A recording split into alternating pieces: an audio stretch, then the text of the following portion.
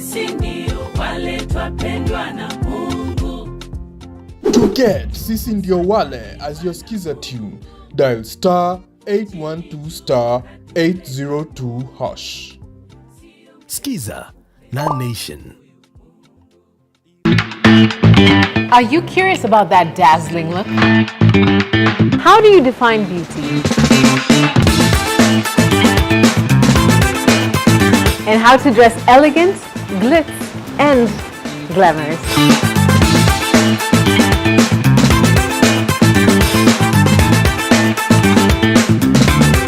The Glam Show is here to answer all those questions and show you what's popping and what's the latest in the beauty and lifestyle world, because you need it.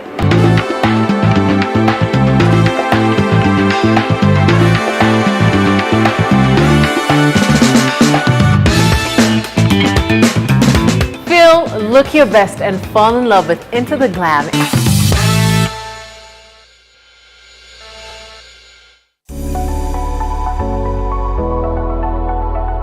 The bill introduces a licensing regime for ICT operators, requiring individuals and organizations to obtain accreditation based on their experience, skills, and technical qualifications.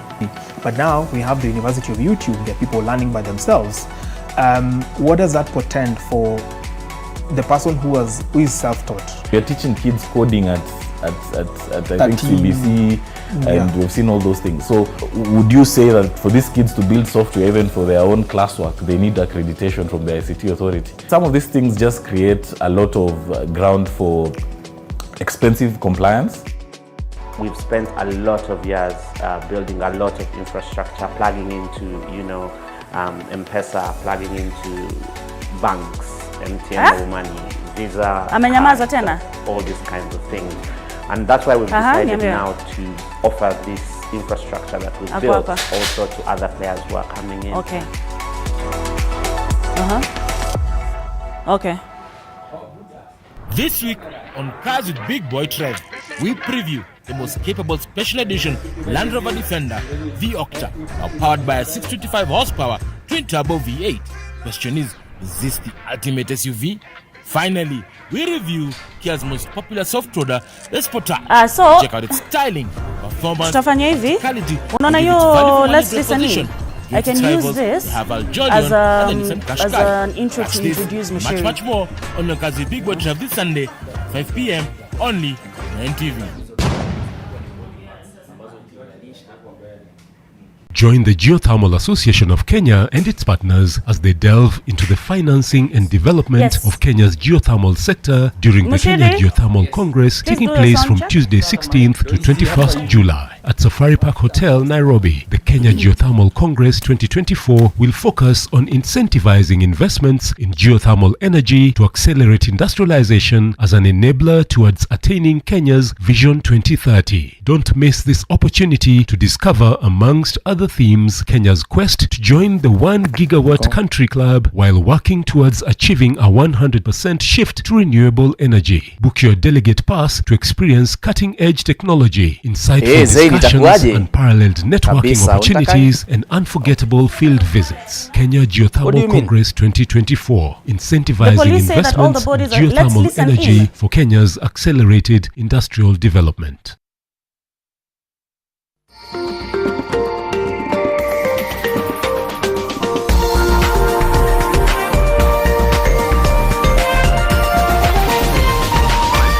This is NTV.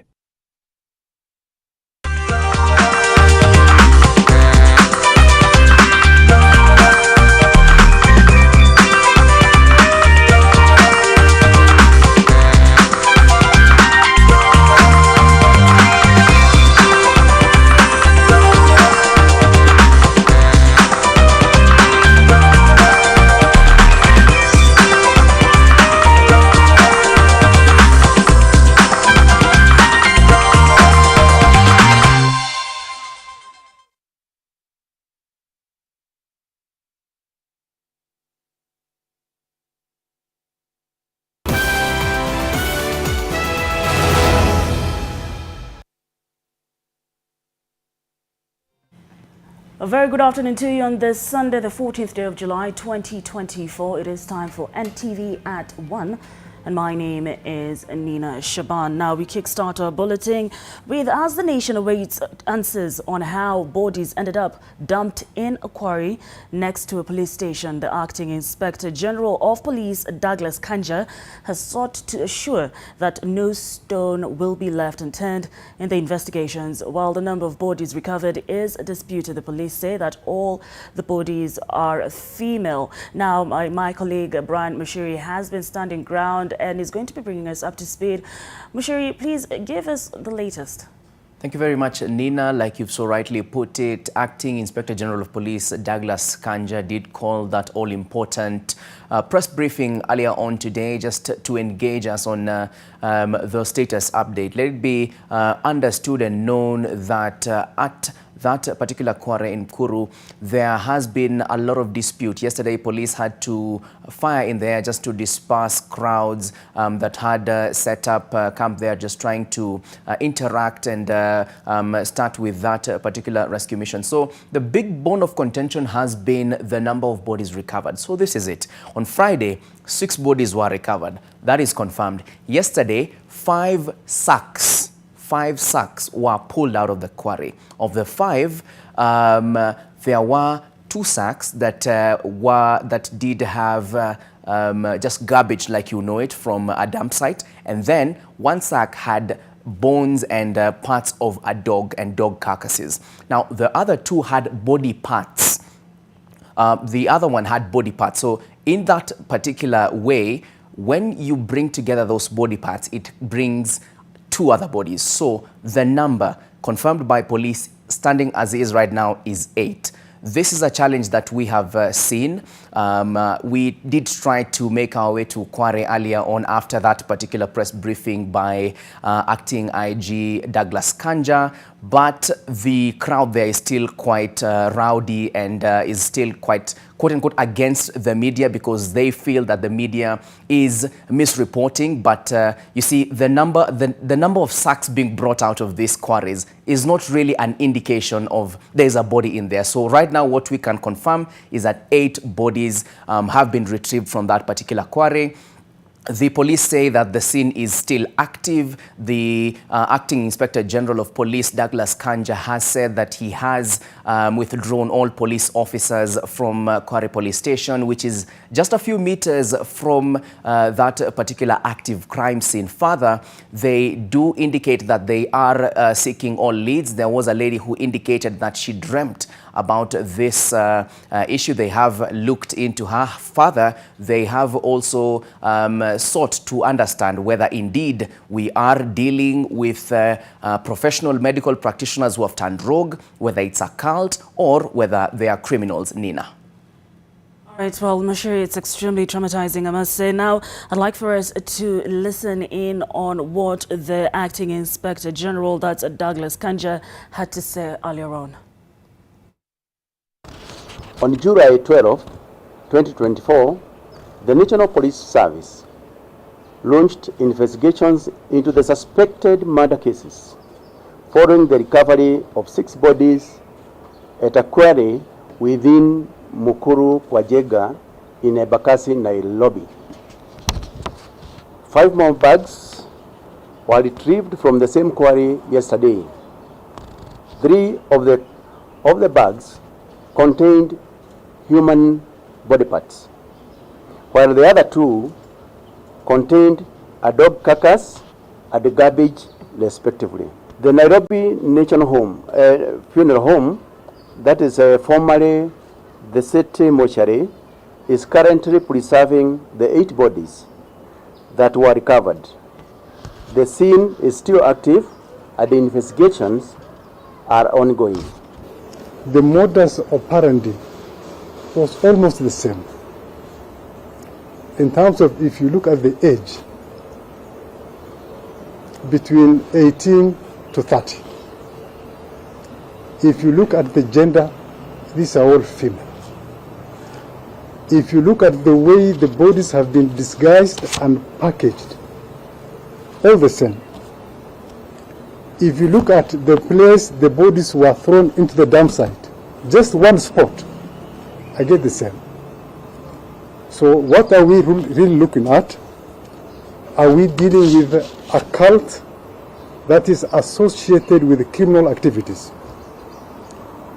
Are we dealing with serial killers that are also associated with criminal activities?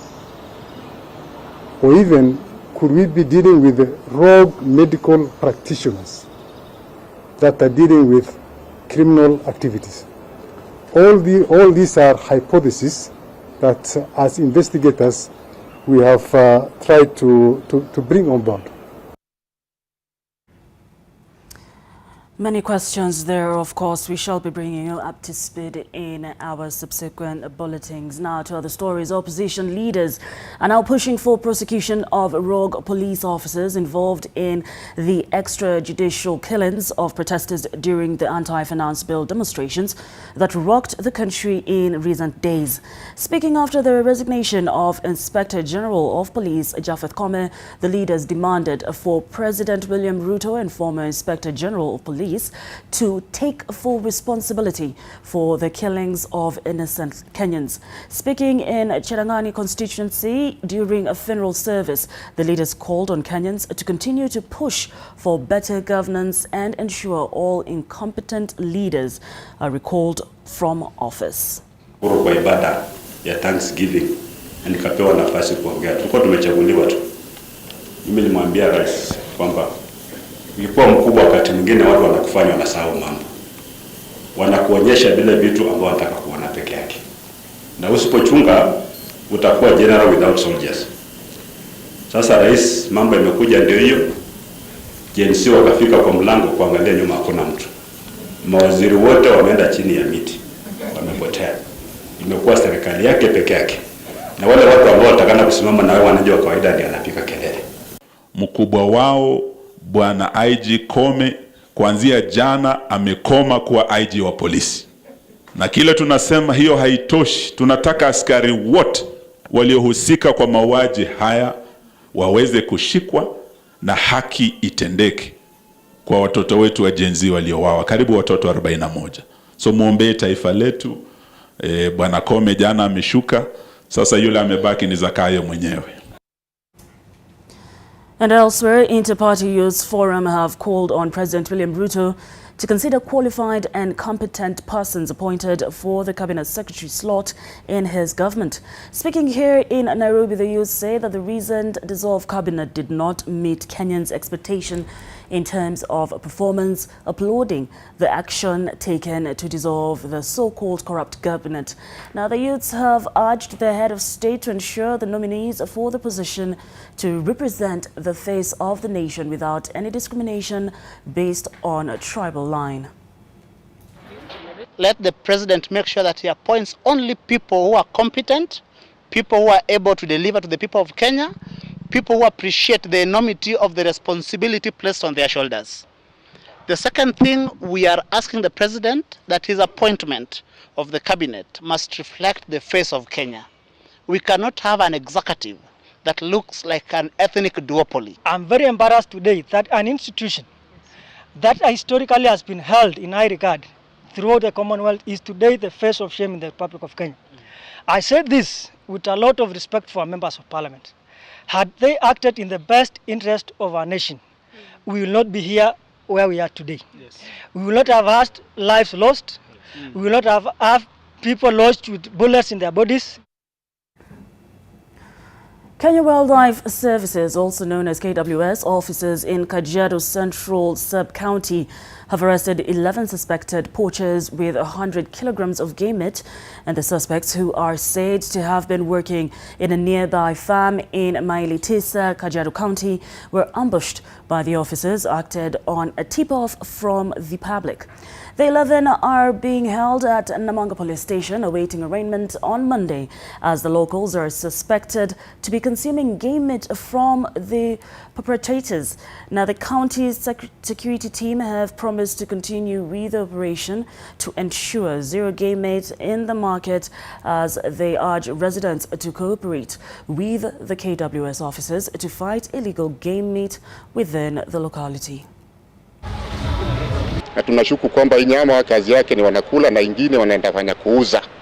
So sisi kama shirika la huduma kwa nyama pori, yani Kenya Wildlife Service, tuko na jukumu ya kulinda na kuhifadhi wanyama, na hawa wenye tuliwashika washukiwa tutawapeleka kotini. Sisi ofisa wa National Government Administration tutaendelea kuelimisha wananchi wetu ambao wanaishi mashinani, iwapo wanaweza kuona wananchi wengine ambao wanajihusisha kwa jambo kama aina hiyo, wanaripoti na sisi tunaweza kutake action. On to some side news. A road accident involving a school bus left 3 students and 6 teachers of Ola City Boarding Primary School injured. The school bus was involved in the accident at Chepsangor along Nandi Hills Kimwani Kopere Road in Nandi County. The pupils were from the music festivals held at University of East Africa Bariton in Nandi, heading to their homes in Narok County. And according to police report, the bus lost control and landed in a ditch within the Coptic area. Nandi County Health CECM Ruth Kowech, while attending to the injured pupils and teachers, say that 3 pupils and 1 teacher have been referred to Moi Teaching and Referral Hospital for further management, as others are in stable condition. The locals now want the national government to erect barriers along the Chepsangor Kimwani Road, which has always become a den of deaths.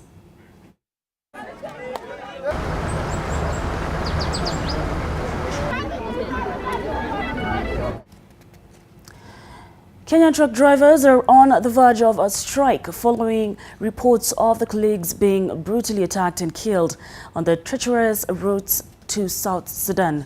The escalating tensions and mounting fatalities have pushed these drivers to their breaking point, and this has raised the question whether diplomatic talks will be able to avert such a crisis and secure the lives of these essential workers. In an exclusive interview with NTV, Peter Tonui, the chair of the Truck Drivers Association, has sounded the alarm, calling on the Kenyan government to urgently engage in discussions with the counterparts in Sudan to ensure the safety of truck drivers. Shida kubwa ambaye iko kwa hizi maboda, aswa boda ya Sudan na nchi ya Sudan. Hapo ndio naomba serikali iangalie sana.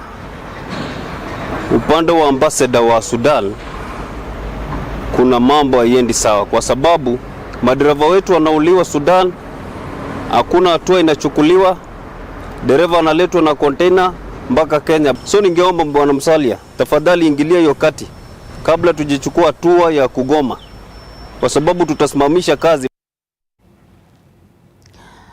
Down in the coastal area, the proposed nuclear power plant scheduled for Uyombo village in Matangoni area of Kilifi County has continued to attract criticism and opposition from various quarters, including environmental experts. The 500 billion shilling plant, according to the Nuclear Power and Energy Agency, is expected to generate 1,000 megawatts by 2034 to cater for Kenya's soaring energy needs and spur industrial development.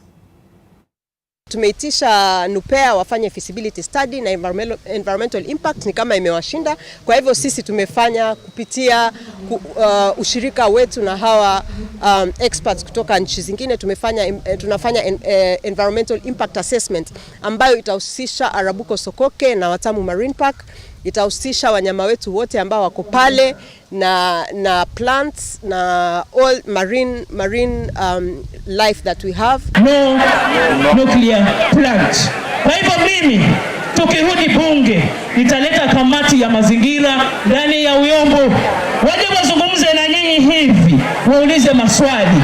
Hawa waliopanga walikuja wakawauliza, wakasikiza maoni yenu, wakasemaje mukasemaje, ndio walete plant hapa. My advice for a government and for people in Uyombo is very simple. Don't go for nuclear, it's going to bring you a lot of harm. Go for renewable energy, just like the rest of the developed world is doing right now. They all moving to renewable energy. Serikali wasitumie ubabe kuleta mradi hapa. Kuna issue ya public participation Na public participation ama engagement si lazima wananchi wakubali. Si lazima mtu wakubali. Unaweza fanya public participation lakini watu wakasema no. Kwa hivyo wasikie sauti ya watu wa Uyombo. Well, NTV at 1 now takes a very quick break and we shall be back with more news.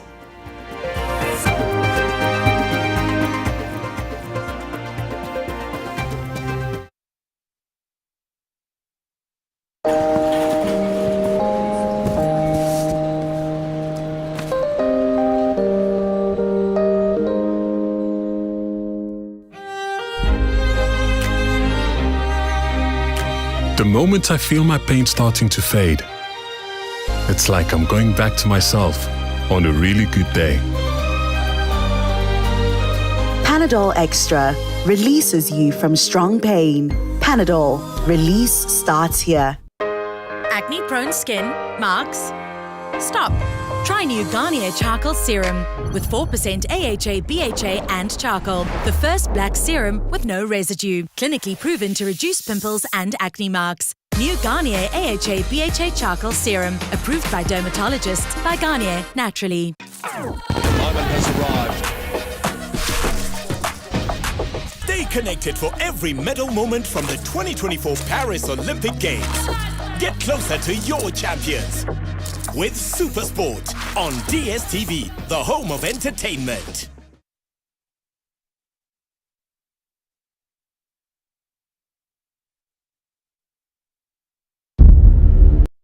Letters for Good. In Olkalau, Nyandarua County, Joanne Dungu is filled with joy as she expects her 9th child. But everything would change after the birth. Uchungu siwezi iringanisha na ingine ya mtoto yoyote. There's an untold story inflicting misery on thousands of women. Be inspired by ordinary Kenyans beating the odds through extraordinary determination. Watch M-Pesa Foundation's Letters for Good this Sunday on NTV. This week on Twende, we continue our journey. Day 2 brings new challenges. Habaswein in Wajir is only 50 kilometers away, but during the rain, it quadruples to 200. We get to experience what many people in Northeastern go through during the rainy season. Toka jana juice. Toka hadi sasa hivi tuko barabara na mboko gari nyingine ambayo wametoka wapi? Ile konje ya Basini kabla ya kufika Basini. Kuja msaidie bwana, kuja msaidie.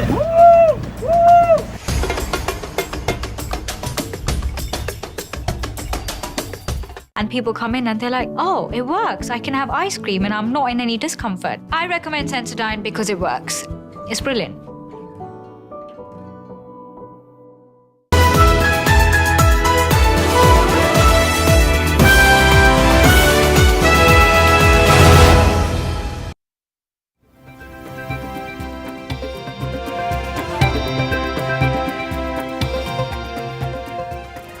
Welcome back. If you're just joining us, you are watching NTV at 1. Unlike many public servants, Ruth Washara, the Assistant County Commissioner, Kapenguria Division, has heeded to President William Ruto's 15 billion trees in 10 years with nothing but passion, zeal and determination.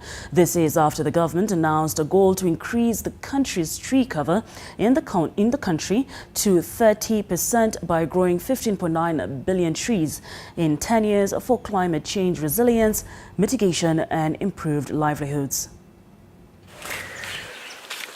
Because the country has so far only managed to plant 750 million tree seedlings since September 2022, short of the 3 billion mark, the Assistant Commissioner says her objective is to show Kenyans how the country is going to achieve this ambitious target. Kwa saizi pia mimi ni nafanya maneno ya kufanya tree planting na natumia sababu serikali imepeana mwelekeo kwamba lazima kila mtu mwananchi apande miti ama miche. So kwa huo ujumbe tulipata kutoka kwa serikali kuu, nikafikiria ni vyema pia niwe kiongozi wa kuonesha wengine vile jinsi itafanywa. Ruth starts by collecting used milk packets that many Kenyans discard, thereby cleaning the environment, which she uses to grow the seedlings. The empty milk packets ni ku reduce costs na pia kuonesha vijana kwamba unaweza tumia ile uko nayo katika kukua a climate change activist ama climate change action. Alafu pia tunaenda na wanafunzi na tuna assign kila mwanafunzi ama darasa akuwe water that tree plant akishamaliza na kuangalia kila siku. She started her tree nursery in 2023 and so far she has planted 30,000 tree seedlings. Kwa saizi ukiangalia hii tree nursery yetu tuko na miche tofauti. Tuko na miche za kiasili ama indigenous na pia tuko na miche ya kisasa ama exotic. Kwa saizi ukiangalia nyuma yangu kuna cypress. Hiyo cypress tree tulipanda last year na ndio tuweza kupanda kwa mashule. The Assistant Commissioner also says that the project involves students in her jurisdiction who water and take care of the trees on a daily basis, apart from using the ash from kitchens in schools to nourish them. Ni ile jivu watu wanatumia katika mashule yao ama nyumbani kutoka kwa kutumia makaa ama kuni. Hiyo jivu inakuanga na calcium na phosphorus. Badala ya kumwaga hivyo nje, huwa tunaikusanya alafu tunatumia kwa tree nursery preparation na pia inapatia ile miche nguvu ya kugrow. She reminds Kenyans that climate change is real. Mambo ya tabia nchi iko na sisi hapa. Sababu ukiangalia hapa sehemu ya Kapengura ni semi-arid land. Na tusipopanda miti, ile maji kwa pale kwa mitoni itaisha. She hopes that many counties in the country will take notes and immensely contribute to the ambitious tree planting initiative, thereby safeguarding Mother Nature from destruction. Leon Lidigu, NTV. Very encouraging indeed. Now, the national and county governments have been urged to set aside more funds to intensify campaigns on reproductive health awareness, especially in the rural and informal settlement areas across the country, to curb the rising cases of early pregnancies and the spread of sexually transmitted diseases, especially among school-going children. Speaking during a sensitization campaign in Aldai, Nandi County, where more than 400 students and parents were sensitized on reproductive health matters, the guardians and parents were urged to take a leading role in educating their children about sex. According to the 2022 Kenya Demographic Health Survey, Nandi County was among the leading in the cases of early pregnancies with a prevalence rate of 11%. Now, the community was also warned about attempting to solve cases of defilement at a communal level without involving the authorities. Hata watoto wanajua mingi kuliko sisi wazazi. So unaponyamaza usipowaambia, watu wengine wa huko nje wataenda kuambia kwa njia ambayo haifai. We know that teenage pregnancy rates are at 11%. We have SGBB rates at 39%.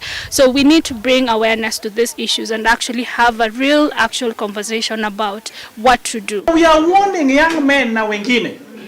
Hatutakubali kama serikali kupata mtu anadefile mtoto alafu inafanywa kama mkunji ya nyumbani. Lazima mtu akanyage kotini na afungwe milele. Let's now cross over to sports news, where Ugandan duo of Michael Alunga and Joseph Chinyuai has advanced to the final of NCBA Kenya Amateur Match Play Championship after impressive victories in their respective semi-finals at the Windsor Golf Club. In a closely contested match, Michael Alunga emerged victorious with a narrow 1-up win against defending champion Michael Karanga of Kenya, as Joseph engaged in a thrilling playoff against South Africa's Perne Kapoor, ultimately triumphing on the 20th hole. The final will take place today, starting at 8 a.m. And the champion will earn an automatic qualification to compete in the prestigious 2025 Magical Kenya Open. I had some bit of preparations way back home, and then luck wasn't on my side last week in Limuru. I finished off 10th in position, but well, that gave me the strength to move on forward. I came for this tournament just to, gauge myself out, gauge my game, But my target was to finish in semi-final. That was just my target because I never expected even to reach in the finals. It was just, because I wasn't sure if I can even make it to the finals. Home player Sami Muraya overpowered a strong field of 212 golfers drawn from various clubs in the Coast region to clinch the overall title in the third leg of the 2024 Nation Classic Golf Series at the beautiful Nyali Golf and Country Club's Par. This is a 71 course. Playing off handicap 19, Muraya produced an excellent 44 Stableford points to earn himself a trip to Ruru Sports Club in November during the year's Nation Classic Grand Finale. Muraya will be accompanied to Ruru by 6 other players who did well in the 3 divisions. Those include Division A winner, that's Kamber Somji, Division B title winner Pindolia Danji, and Division C champion Dr. Dinesh Soni. Narok-based Nation correspondent Tobias Meso clinched the staff prize with 40 points as Salim Tweshe on 39 was awarded the prize for the best senior. The sport is actually increasingly attracting the young people. So I'd like to encourage most of the Gen Zs and the other people to actually now take this as a full-time sport. This evening, as Nyali Golf Club, we are proud and honored to have hosted the 4th series of the Nation Media Golf Classic. Today, as golfers who played, it was in honor of the ladies and gentlemen of the 4th Estate. Thank you very much. Students from Brookhurst International School got an opportunity to enhance their football skills and knowledge after the school organized a football camp in Spain.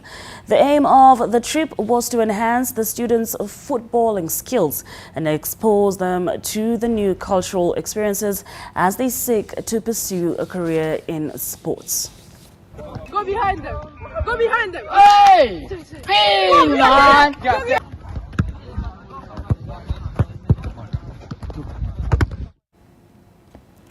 And that, ladies and gentlemen, brings us to the end of NTV at 1. I do trust that you are having a good weekend, so I wish you a very good afternoon. My name is Nina Shaban.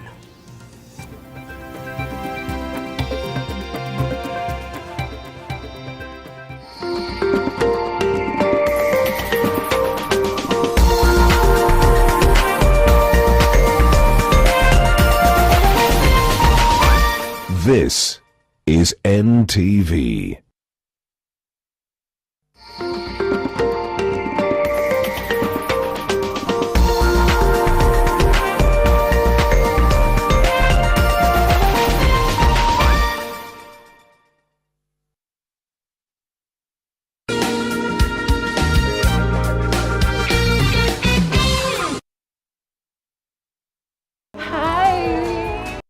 Ngozi yako ina glow. Nilijipaka mafuta leo asubuhi nikikam, lakini skin yangu ishaparara and it looks so dull. Sis, see, it's the new Nice and Lovely Lemon Extract Body Lotion. Hiyo ndo secret yangu to a moisturized and bright skin. Usimix. New Nice and Lovely Lemon Lotion, enriched with vitamin C and sunflower seed oil for 48-hour nourishing glow and brighter skin. Try Nice and Lovely Lemon Lotion today.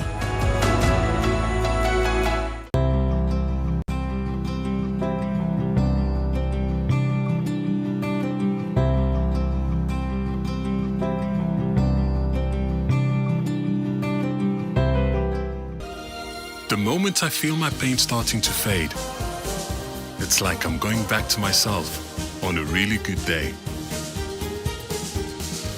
Panadol Extra releases you from strong pain. Panadol, release starts here. Letters for Good.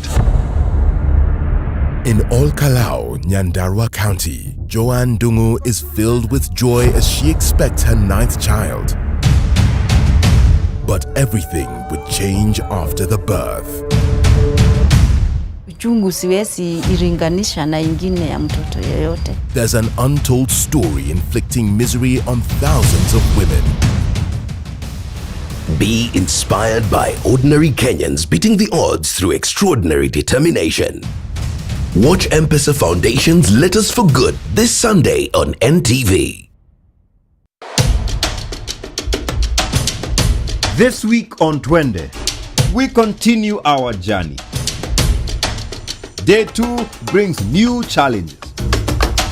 Habaswein in Wajir is only 50 kilometers away, but during the rain, it quadruples to 200. We get to experience what many people in Northeastern go through during the rainy season. Toka jana juice. Toka hadi sasa hivi tuko barabara na mboko gari nyingine ambayo wametoka wapi? Ile konja ya basini kabla ya kufika basini. Kuja msaidie bwana, kuja msaidie.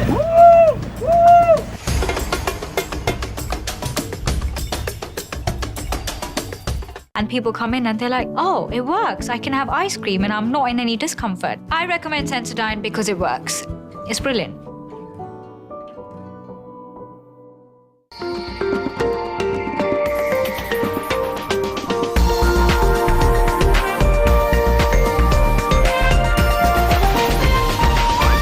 NTV, turning on your world.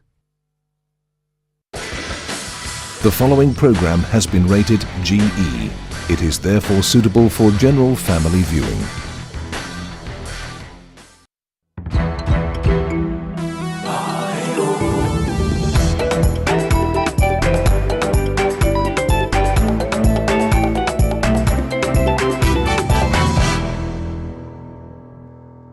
He was born in Serengeti, Tanzania, 71 years ago. His parents were missionaries.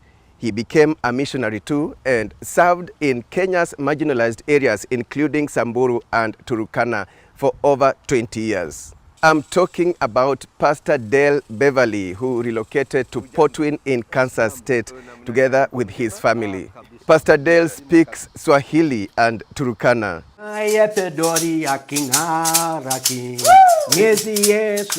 Well, today's show is about a family that is passionate about Africa. Yes, they served in Kenya for many years, and when they relocated to the US, Africa literally followed them. Pastor Dale and Suzanne normally host the Kenyan community every 4th of July for a come together, and I've been lucky to attend this event together with my team from Champs Media.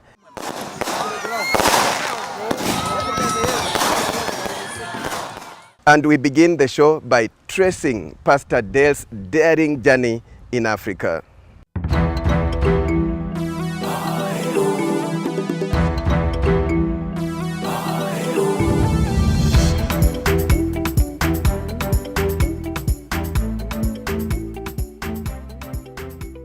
Ujambo? Sijambo. Namna gani? Uko mzima? Kabisa. Kabisa. Mzima kabisa. Umekunywa chai? Chai, tulikula kunywa chai. Alafu tulikuwa na pancake. Pancake. Mayai. Mayai. Give us your life history, like where were you born? When was this?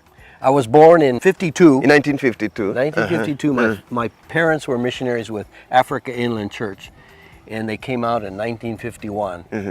And so we lived in Tanzania. You were born in Tanzania? I was born in Tanzania.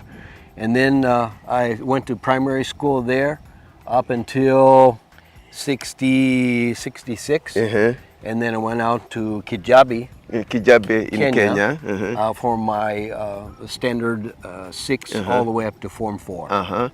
Then I came back after Form 4, came back here to America to stay with my grandmother who was living in Arizona. Then I also went to college, to seminary. Seminary. So you are already following the line of your parents, taking missionary work. Yes, yes. Okay. Then in 78, I was married to Suzanne, and we came to Nairobi. We became missionaries to go to Turkana area. He was born and raised in Africa, so he was wanting to go back as an adult to be a missionary. So when we met, that was a mutual desire. And so after we married, we worked at getting the credentials that we needed to go over. And then we went in 1978 to Turkana for the first 7 years we were there. And then later we moved over to the Samburu area. We were around the lake shore, We had 8 churches that we were responsible for. And those were very, very good memories. And many people accepted Christ. There were dust storms every day where we would sweep out dust from our house that collected sometimes like 5 pounds of dust. And every day we had dust storms. Wow. But, you know, after being there, you know, the Lord made it so that we love the people. The place is not so important, but the people are important. And that's where we fell in love with the Turkana people. And God used that and caused us to love the people and to love the place. Kiswahili ulijifunza ukiwa katika kazi ya missionary? I grew up learning Swahili when I was a little boy. I also grew up learning another language called Kijita. Kijita? Which is on Ukerewe Island and Kisukuma. Kisukuma ni huko Tanzania? Yeah, huko Tanzania. Kiswahili sasa hakuna mtu anaweza kusengenya? Hakuna? Unaelewa mzuri? Si mzuri sana. Sana. But I can understand it much better than I can speak it. Kiti? Yeah, this chair. Viti. Viti. Yeah. Meza. Meza. Mahindi. Mahindi. Umepanda mahindi naona mingi sana. Ng'ombe. Ng'ombe. Na Kiturkana? Turkana. Ejok. Ejok. Ejokonoi. Ejokonoi. Mata. Mata noi. Mata lokitoi. Mata ngiriong. Mata ngiriong. Sasa ati unajua wimbo ya Kiturkana? Haya, twende. Ngaya pedori akingaraki. Ngezi Yesu, Ngezi Yesu. Yesu echamita kingaraki. Imba Lorenz. Ngirwadanga kimina ingon.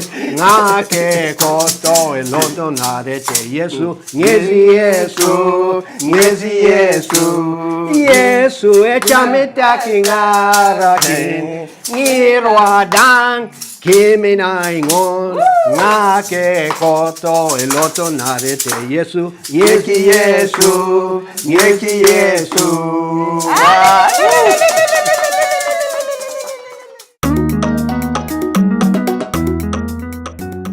When we came back in 2002, we weren't really sure of what would happen. We needed to take care of Suzanne's mother and father, and they lived over there. And so we came back. I left a good ministry in Nairobi and in Kenya, and I was wondering what would happen here. I didn't know that Kenyans lived here, and so I was actually in fear and trembling, leaving something that I knew and loved. And then when I got here, I went over to Butler Community College, and I started asking if there were students from Kenya. And they gave me a list and they said, there's students here. And so I made phone calls to all of them and also to Wichita State, and I found that there were students there from Kenya. So then I said, the very first goat roast started in 2002. I went out and invited them to come out and eat goat at our place. For the last 4 years, it's been 4th of July. We just have one big event, but before that, we used to have 3 events. And that's how I started getting to know people. It's just a wonderful place just to enjoy each other. If you go to a park, like in town, there's other groups around you, and so you're not free to entertain yourselves as you would want to. So we have this event, we love it. Like last night, maybe we were 150, 200 people, I don't know, because we didn't really do a head count. But they come, they bring potluck, and we butcher goats to go with it, and we call it our nyama choma. The first one, nobody knew who we were, so there were only 12, but we're still fast friends with those 12. We had just a wonderful time, and we've had them for 20 years now. We only do 1 a year now, where we used to do 3. So it was more aimed for college students at that point, and I did all the cooking. But now that we are opening it up more to families as well as college students, the families help by bringing food in as well. We have not only our big goat roast, and food, lots of food. But we also go and we have different interactions with our neighbors. Like our neighbors are farmers. A neighbor closest to us last night brought his high-tech planter and big tractor for everybody to see and climb over and hear about. So we do that, as well as then we have fireworks and sometimes a drawing for prizes and some things like that.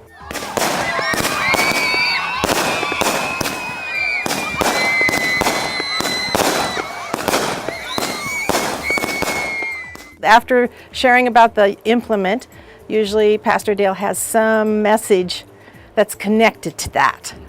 So every year when there's a different implement, he changes what he speaks on. My wife says, you know, we were worried about leaving Kenya and we were coming out of Africa, but when we come here to Kansas, you created your own Africa. Came to us. Oh, Africa came to you. To us. And they keep coming Kenya to you. Come to us. Wow. So, and like looking at that event, it was all Kenya, it was all Africa, yes. Not just Kenya. I met people from Tanzania, yes. I met people from Burundi, yes. I met people from DRC, I met even someone from Togo. Oh, yeah, yes. So you've brought Africa to your compound. And that's how we want. And that makes you feel like you're not missing like I Kenya. never left. That you never left Africa. That's right.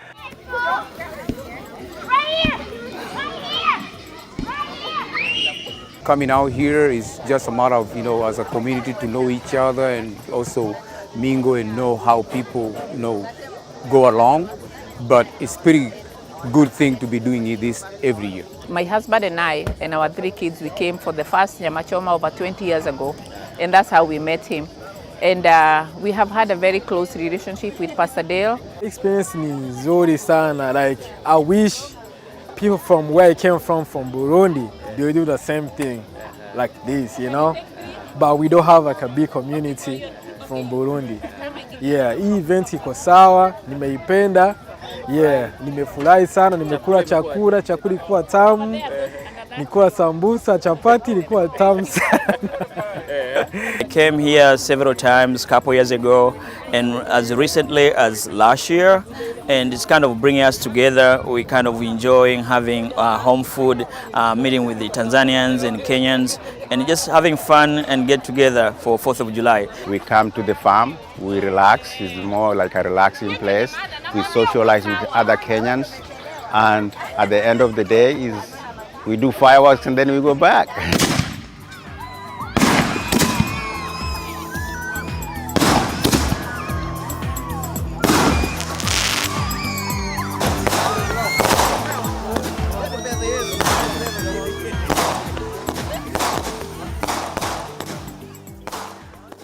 What a reconnection with the Kenyan community in Kansas State, thanks to Pastor Dale's hospitality. And on that note, we take a short break. When we return, the motivation for me was to work myself out of a job. How Pastor Dale and Suzanne were able to transition from missionary work in Kenya to farm life in the US.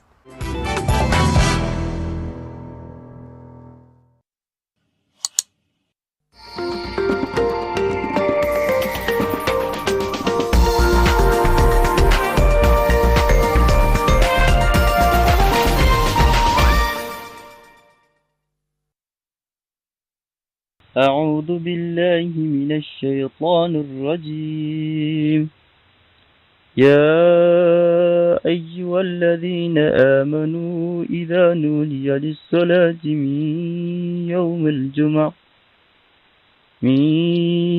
الجمعة فسعوا إلى ذكر الله وذروا البيع ذلكم خير لكم إن كنتم تعلمون. To get Friday Muslim prayer as your skiza tune, dial *811 *937#. Skiza na Nation.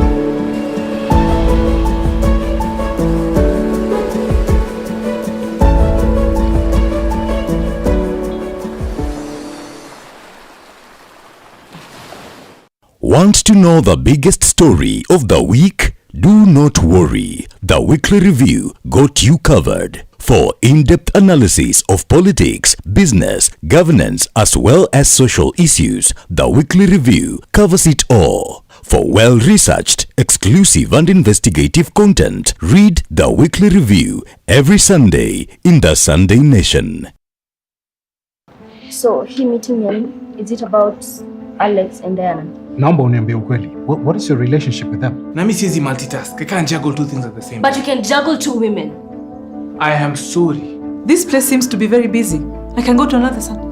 Hi, I'm extremely sorry that we've kept waiting.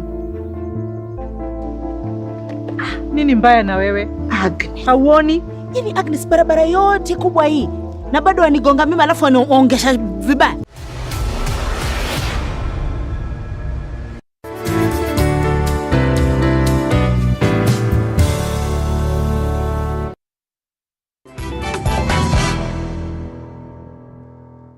Welcome back. Now, in part one of this show, we traced the journey of a daring American missionary who was born in Tanzania, but later served in marginalized areas in Kenya, including Samburu and Turkana, for over 20 years. He later relocated to the US. We are now joining him in his farm to understand how he's been able to transition to farm life.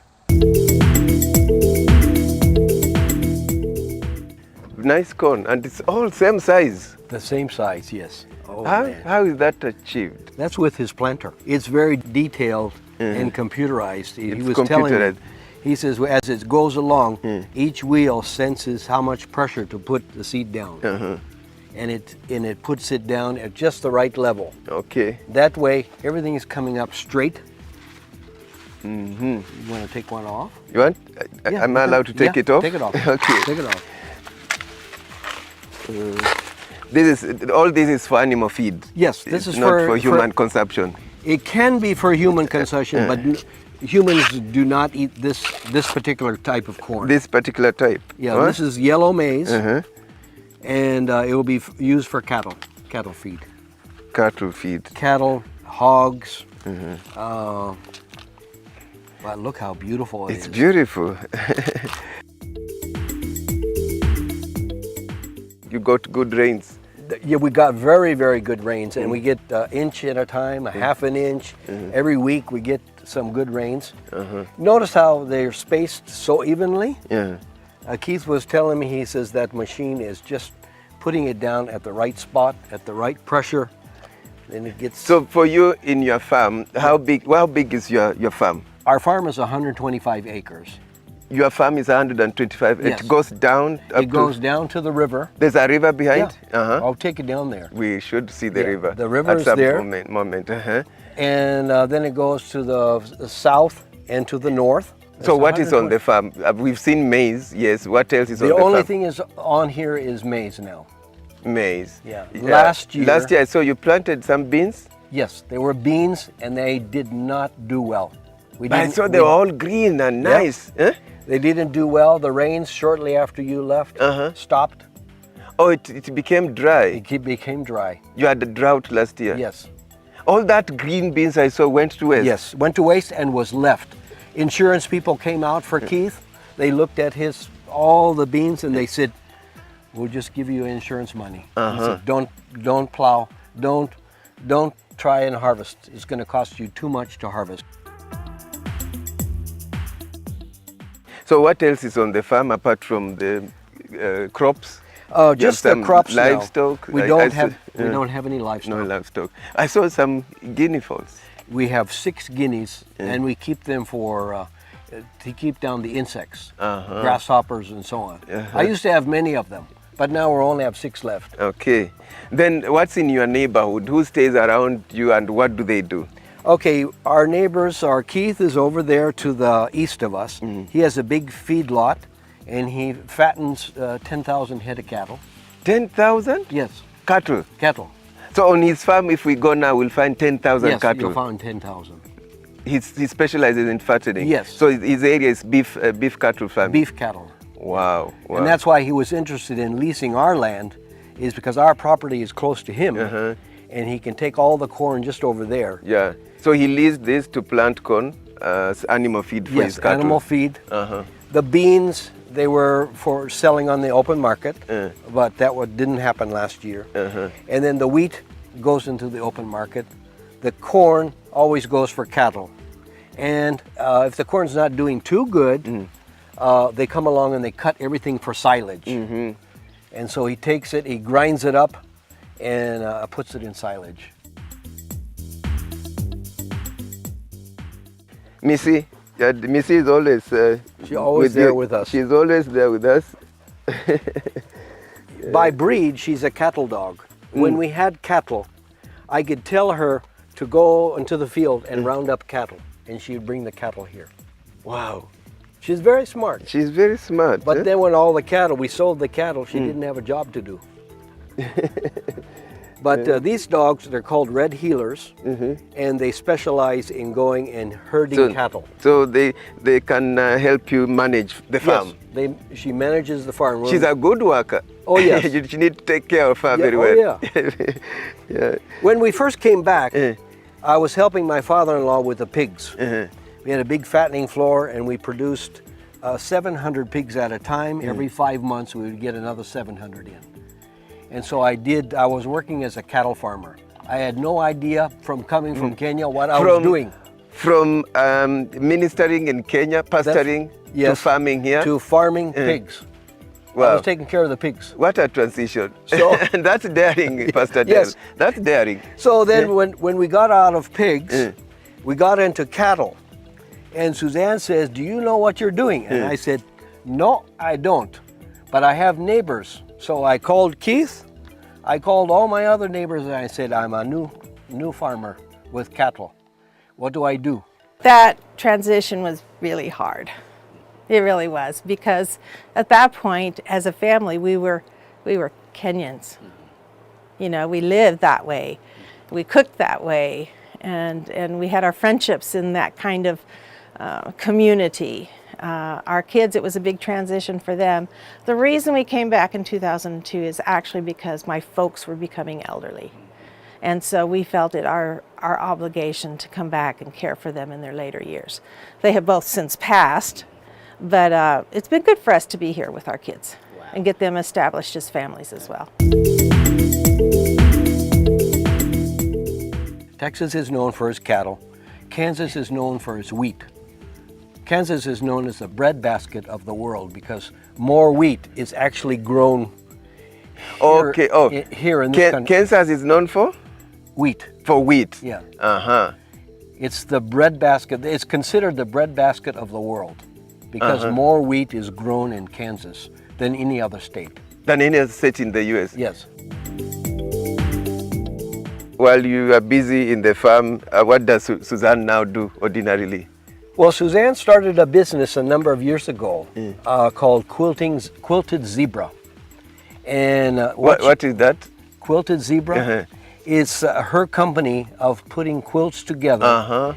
Ladies back at the house, they will piece a piece of fabric with many fabrics together, and they'll make a top for a blanket. First of all, Pastor Dale is still full-time with Africa Inland Mission. And he ministers to Africans living in Wichita area in any way he can. So, but I came home because of finances. One of us needed to work outside the mission organization. So I got different jobs at first, but then I started quilting and realized I could actually make a full-time salary working out of my basement. Wow. So this is your studio? This is my studio. So I'm a quilter. I don't actually make quilts for people, but I am a service. So I finish the quilts for other quilters.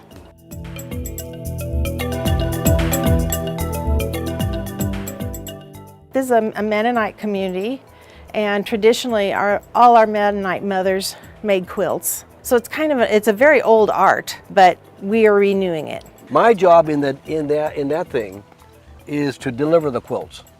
So she puts them together, then she tells me on Tuesday or on Thursday or Friday, she said, take them to town, deliver to the customer. So I have to be on my best behavior. And as we wind up, then what's your parting shot, Pastor Dale? Time I was out in Kenya, the motivation for me was to work myself out of a job.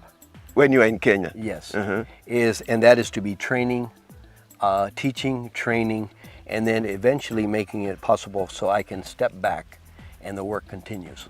That's one reason why I went to Turkana to this last time. I stepped back from Turkana, and what happened? Man, the church started to grow leaps and bounds, and that makes you happy. I trained pastors, and I was wondering, are these guys, are they going to go? And they took off. And that's working yourself out of a job. And so when we come here, it's been wonderful. I present the gospel. I give the word of God together with my pastor Miriam and other pastor, Pastor Matthew. We give the word of God, and we want to see people grow and branch out for themselves. We have been very blessed to be able to do the things we love. Pastor loves to visit people. I mean, that's what motivates him, is to visit and help people.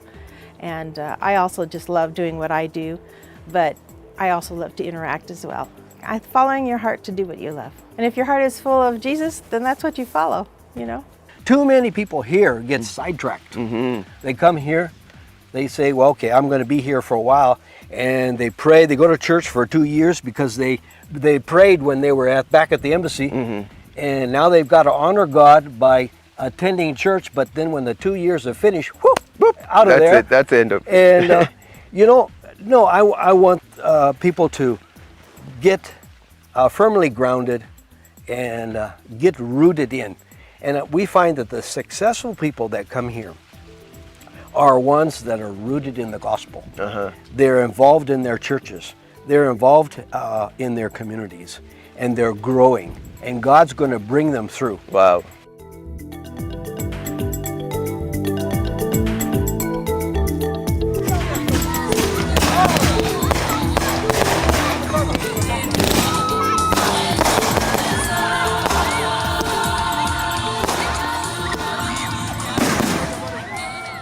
Wow, that's how we enjoyed the countryside. Many thanks to Pastor Dale and Suzanne for hosting us at their home in Portwin, Kansas State. On that note, we come to the end of the show. Many thanks for watching.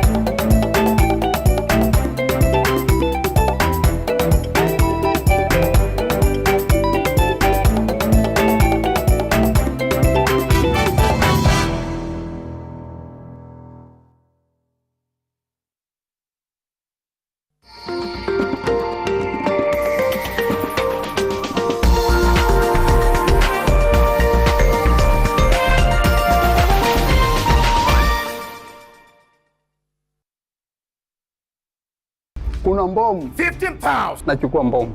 Zinakwenda. Nahitaji diaper. Kimeumana. 39. 40,000 shillings. Namba 3. King Kong.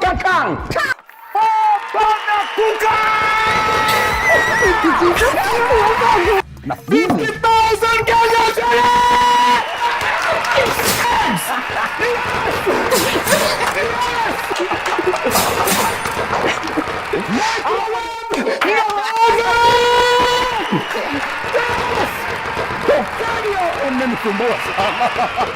Grand, mega.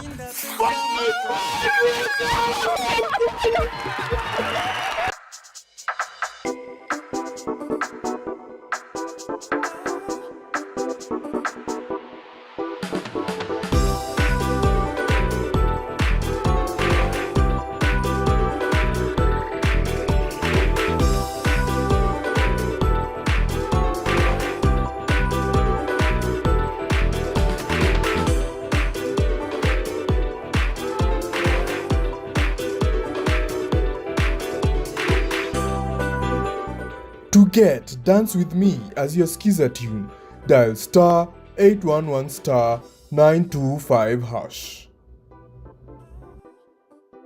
Skiza na Nation. Self-reflection, continuous learning, and always putting yourself out of your comfort zone. These are some of the key elements needed in personal growth. Kutoka masuala ya maadili, uhusiano wa kihisia, hadi masuala ya fedha, mzazi wa kiume ni muhimu sana kwa familia yake. Personal growth is an individual journey that is influenced by one's beliefs and values. Wanaume, ukisimama mbele ya wanaume wenzako, unatoa kifua mbele, unajikaza kiasi, si ndio? Katika dunia inayobadilika kila uchao, ni jukumu lako wewe kama baba mzazi kuilinda familia yako kwa vyovyote vile. Ungana nasi tarehe 3 Agosti mwaka huu hapa Tilisi kwa gumzo la mwaka la Man Cave Season 4. To all car enthusiasts, we got you covered. We are bringing you a fully fledged car clinic. Also join us for amazing sumptuous meals. Not forgetting, grab your tickets at www.kenyabus.com. Tupatane Man Cave.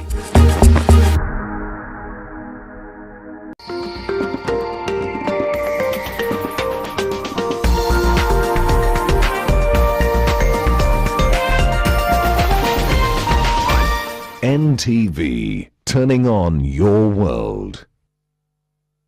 The following program has been rated PG. It may contain scenes unsuitable for children under the age of 10.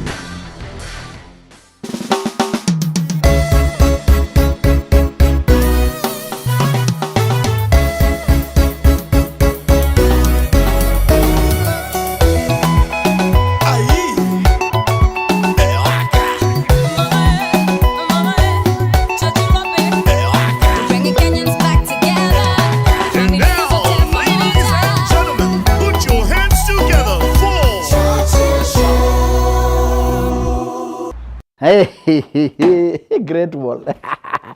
By the way, if metal happy, if you had a Great Wall, you are millionaires. Hii ndio ilikuwa kuchange macha. Hii ndio ilikuwa ya akina Ngwata Francis. Anatoa mvua huku analeta hapa. Anatoa we know, the bold and the beautiful. The rich also cry. Lucia Mendes and Andrea Garcia. No one but you. Oh my goodness. Sisi ndio hawa sasa. Yeah. Comedy.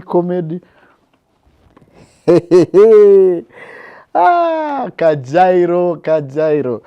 Tony Juguna. KJ. Mheshimiwa KJ. Nyambane Prezo.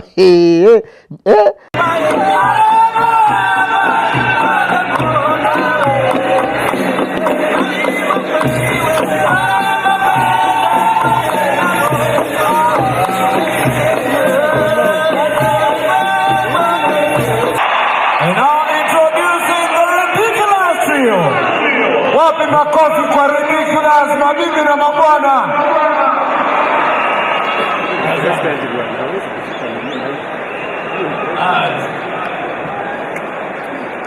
Miaka hamsini iliyopita, leo tunasherehekea 50 years.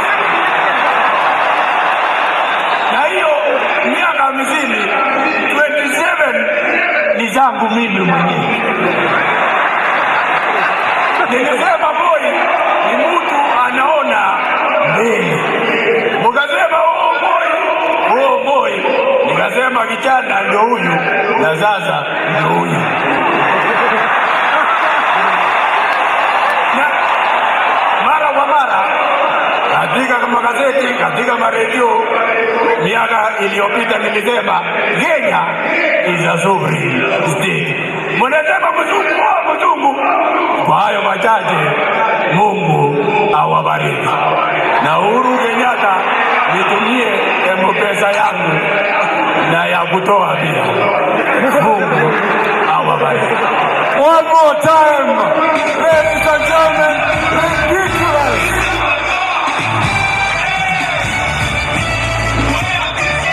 Iko nini?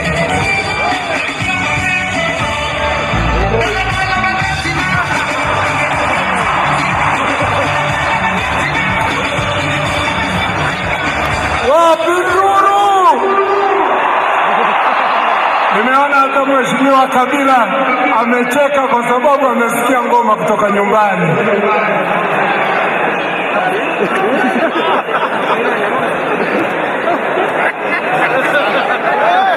Now this was real sacrifice. The talents here, my goodness. I hope we can have a comeback, just a Legends edition or something. This was special. Hey, hizi mweke vizuri bana. Hey. We need to talk about that story one of these fine days. Hey, okay. Where do you want me to start? Nianzia wapi bana? Wajua yangu ni master class. Tuanzie wapi? So we are back. Finally, we're back.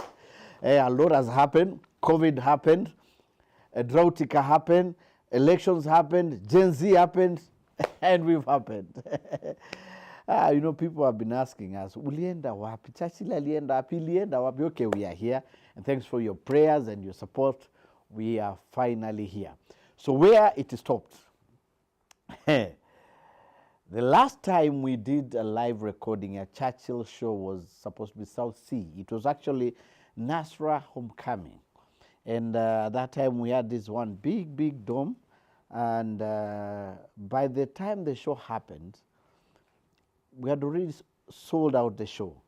We were all excited because we were South Sea. For the first time, the Somali community were excited to naipeleka nyumbani pale MOW. It was so much fun. We were so geared.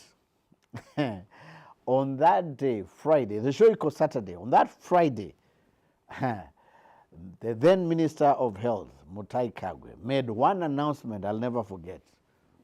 Fellow Kenyans, the first coronavirus has been in Kenya. So wameiona. That was not even the key. Ile ilifuata mashati, no public gathering, no nini, wearing of masks, and you know what happened after that. Drought ikakuja, mvua ikakuja, elections ikakuja. Would have wished to have the show during that time. And of course now Gen Z is here with us. We are going through a very exciting time as a nation, also challenging, where we need a lot of soberness in our discussions. And I'm glad that this show that brought all Kenyans together a while back in 2007, we're going to celebrate and laugh at our own jokes. So tumerudi, tumeanza. Friday 19th tunaanza kuroll the first show at Carnival Simba Saloon. Before tufikirie kwenda na huko, mmekuwa mkitu invite. Watu wa diaspora, we are here. Watu wa East Africa, we are here. Hope finally this time around we're going to visit. So that was it, and so many lessons learned, and we're excited that we can share some of those right now. Wengine nakutana nao wananiambia, Churchill umekuwa mweusi zaidi siku hizi, naambia usijali, ungeniona last year. Na wale umenona, nakumbuka when you, by the way, those people wanasemaga nilikuwa nakubeba ukiwa mtoto, wanatakaga nifanye aje sasa, niwabebe. So we are back. The show is on Friday at Carnival Simba Saloon, and I can't wait to get started. Of course, your favorite comedians, Professor Hamo, Mamit, who's doing so well for herself, and lots of other comedians will be there, of course, plus new talent, because talanta nazo zipo. So before the show took a break, tulikuwa tumechukua different direction. Of course, tumetoka Kani, mlikuwa mme request later Kisumu was amazing. Later West Pokot, I could not believe watu wangekuja West Pokot makutano, one of the best shows we've had, and they said thank you so much for the support. Of course, we had Mombasa ni nyumbani, and all these other places. Kitui surprised me. We had an amazing time in Kitui, and all these other places that we visited, and those are memories we want to recapture and rework on and rebuild. Na tutarejea tena na tena. I know. Hizo barua mnashinda mkituma hapa NTV, mnanitumia ma inbox, mnakuja kuja Kitale, kuja Lamu, kuja Voi, kuja wapi pengine, Homa Bay. We have to visit. All right. So we had a great time. Of course, so many talents discovered along the way. I'm so excited to see how many more talents we'll discover in this coming season. And my goodness, your prayers na support ndio imefanya show hapa. And of course, our good sponsor, our good friends, Mivida Homes. And I'll be telling you about Mivida Homes because nyumba lazima nazo tukue nazo, either for investment ama yako ya kukaa. But that I'll tell you when we come back after the break. Don't go away. We shall be right back after the break.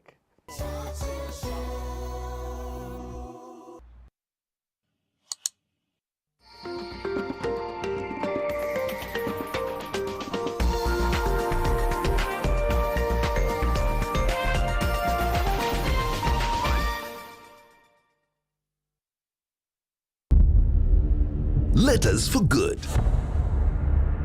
In Ol Kalou, Nyandarua County, Joanne Dungu is filled with joy as she expects her 9th child. But everything would change after the birth. Uchungu siwezi iringanisha na ingine ya mtoto yeyote. There's an untold story inflicting misery on thousands of women. Be inspired by ordinary Kenyans beating the odds through extraordinary determination. Watch M-Pesa Foundation's Letters for Good this Sunday on NTV. This week on Cars with Big Boy Trev, we preview the most capable special edition Land Rover Defender V-Octa, now powered by a 625 horsepower twin-turbo V8. Question is this the ultimate SUV? Finally, we review Kia's most popular soft-roader, the Sportage. We check out its styling, performance, practicality, and give its value-for-money proposition against its rivals, the Haval Jolion and the Nissan Qashqai. Catch this and much more on your Kazi Big Boy Trav this Sunday, 5 p.m. only on NTV. Kickstart your career journey at the Skill Up Africa 2024, happening on the 15th and 16th of July 2024 at the KICC Courtyard, Nairobi. Join us for 2 days of a dynamic event as we mark the World Youth Skills Day to explore interactive exhibitions, learn from industry experts, and network with potential employers. Gain valuable insights to boost your employability, increase your productivity, and stay ahead of the curve in today's job market. To partner with us, kindly contact Joanne at 0753 513 708 or email jmasika@ke.net. Welcome back. Welcome back. All right, great. So part of the reason we're back on stage and we have a whole team that's working on the program. Kuna Gen Zs walikuwa shule hawajaiona show, tulienda break wakiwa shule, COVID imeisha, hizo vitu zote zimefanyika, disaster. Now they are making decisions. They've never been to churches. So okay, finally it's here for you. Wengine walikuwa university, now they are working, the spouses wamewapata, their dream was kuwaleta kwa show. Okay, now you get an opportunity. Na kuna wale walipata wachumba wao kwa Churchill show. You get to see them. Do you know, it's interesting because when you talk of Gen Z, someone like Bahati tulianza naye pale Kids Festival. Nakumbuka when Bahati came the first time, Nyayo Stadium, we had a very big kids show, and of course it will be coming back. Alikuwa na insist, kuna kijana kako hapa kametembea kutoka Huruma kanataka kuperform. Nasiwaambie program is full because that time we had Juakali, Nameless, we had the big stars performing. Akasema hapana, lazima aimbe. Anaitwa Bahati Kioko. Anataka kuimba. Nasiwache aimbe basi. So akaimba before the program began, and I think the kids really loved him. And look at him right now. Premiering on Netflix, doing an amazing job with Diana. It's amazing. And it was just the other day. Talking about the other day, Nikita Kering. Nikita, it's a very interesting story. Nikita aliletwe na Millie Chebet, Terence creative wife. Terence, and great job you're doing on Wash and all these production and skits you're doing. Terence tumekuwa naye kwa creative. So Millie keeps insisting, I have a niece. She's so talented, she can sing. Okay. And then one day amekuja na kwa show ya Amy Koskei. Wakuja na Amy, anafanya backup. Very energetic, ako pale. The next thing, naambiwa, anataka kuimba peke yake. And I think I hosted one show with Nikita Kering. and you could see the passion that that girl had. All right, our last panelist for tonight also to talk about very serious issue, actually at the host of this session for now, from Nairobi Academy. Show your love for Miss Nikita. Nikita, ladies and gentlemen. Nikita, welcome.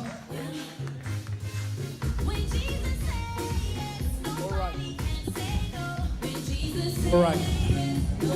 Thank you. All right. So, you guys, you're very serious people, eh? Yes. Very serious. So do you think as kids, you guys should be given IDs? Do you think it's important for you guys to be given IDs? Yes, because we are also responsible. I don't think we should be given IDs. And why is this? No, what are we gonna do? I would tell this guy, and let me ask you a question. If you were the president of Kenya, what would you do? What would you do to make this country better? Yeah?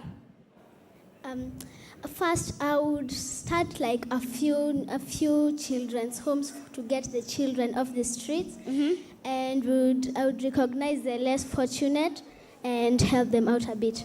Oh, that's very, very nice. And you? I would build a stadium in every county so that at least Kenya can host the World Cup. Oh, okay.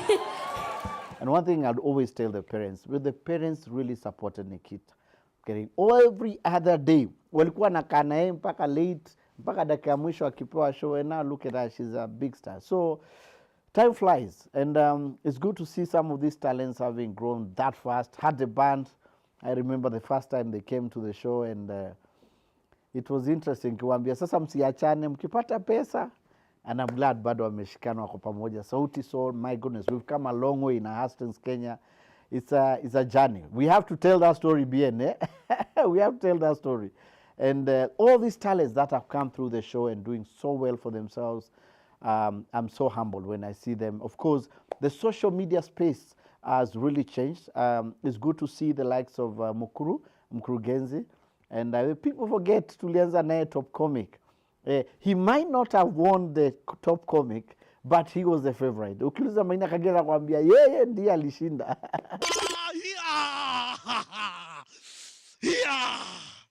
God. Kunyonya sana si poa. I swear, ukinyonyesha mtoto sana atakuwa mtu lazy bongo lala, man. Upenda vile wa mama get defensive ukisema ananyonyesha mtoto mkubwa. Ushaambia mama ananyonyesha mtoto mkubwa? Unaweza cheka sana. Juzi nimepata moja mazee, mtoto anafikia hapa mazee na bado ananyonya. Nikamwambia mother, mom, seriously man. No, hapana. Mtoto ni mbigi sana bwana. Mbona unamnyonyesha? Akanishow, no, mtoto si mbigi. I mean, he's only 75 months. Oh, he's only 6 years now, upuzi. Well, that's a story for another day. And all these other people, Crazy Kena, what he's doing, Jugush and Flacco, I mean, the space is limitless. And that was our prayer, because at that time, akukuwa na space yao could thrive. And now with the social media, we can create new stars every day. And you've seen what has happened to TikTok. And of course, you remember that one time we hosted Kanyari, Pastor Kanyari. Now the TikTok sensation, Pale Thika. And that's one of those shows. And tulijiuliza maswali mengi sana. Afterwards, of course, I was just on MC Jesse on stage. And you remember the show? Athika? Yes. Ilichibua maswali mengi sana. Na kumbe alikuwa amebakisha maswali mengi atakuja hapa TikTok. And it's a journey. And everything is a journey. Of course, I can't forget my role model, late Dr. Miles Monroe. He came to the show. We had an exclusive. It's one of those shows that really keep and encourage me, empower me to keep pushing and pushing. Karibu sana. Karibu sana. Yeah. Let's welcome. Welcome. Mambo is forever. Mambo. Okay. And then they say power. Power. What is it? It's real cool. Oh my goodness. Power. I think I found my teacher. Welcome. Mambo. Power. Power. And then you do this. All right. Karibu sana. Welcome. It's so great to have you here Power. in Kenya. Power. Nashukuru power. Power. Yeah. Now you 7 different hats. I mean, how do you combine? How do you manage your time? I think versatility is necessary for you to make it in the world today. Right. And I've found that there are 3 ways for you to have an effective life. Right. First, you must choose your priorities. Yeah. You must know exactly what you want. Right. Then you must organize your life based on those priorities. Right. And then you must discipline yourself to follow what you organized. In other words, follow your plan. And that's what I do in my life. Yeah. So the key to success really is not trying to do everything, defining what you were born to do, and then document it, and then plan your life around it, and then focus on it and discipline yourself. And I would teach people this, that the greatest discovery in life is the discovery of purpose. Purpose is defined as original intent for creation. In other words, everything that exists was created for an intentional reason. Birds were created to fly, fish created to swim, seeds created to produce trees. You, therefore, created to do something very specific. Most of us never find it because our culture destroys it by giving us a career. Pastor Julian Kula, asante sana, much respect.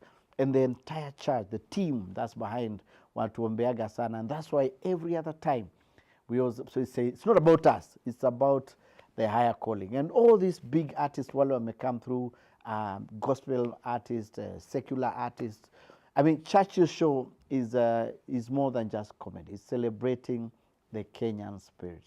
Of course, we'll have your Toto's Corner. We hope to get a whole show for itself because Watoto now pia kuna content mingi sana, and there's a lot. There's just so much content to share. Oh, I'd forgotten Obina. Of course, Obina. Obina is doing so well. You saw him in the last shows, and of course, Demo Facebook. I think the last time tulimpata Facebook demo from Kakamega, and she's growing pretty well.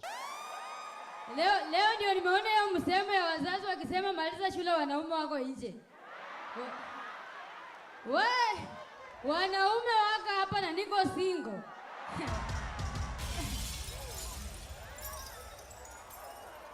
Leo nisipopata partner lazima nivunje ndoa ya demu mrembo.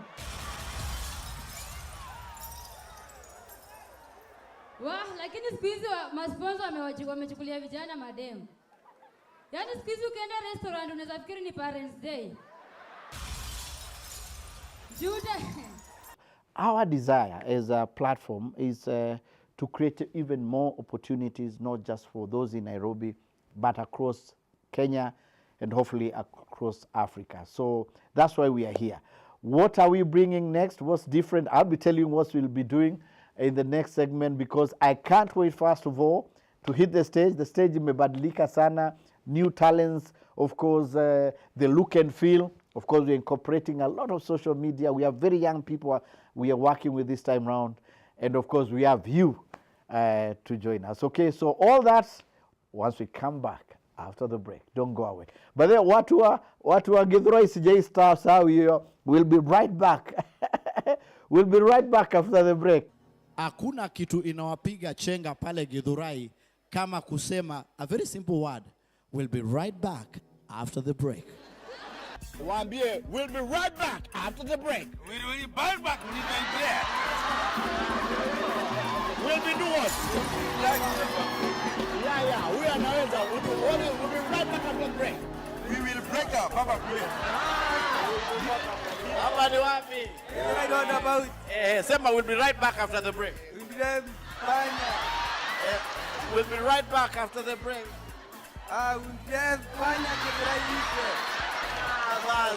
You'll be right back after the break. Okay. Tuko Githurai 45. Tuko Githurai 45. And we'll be right back after the break. And we'll be back for 12. Hey, unaitwaje? Naitwa Maxi. Unaitwa Maxi nani? Maxi Agnes. Waambie we'll be right back after the break. I will be right back at the break.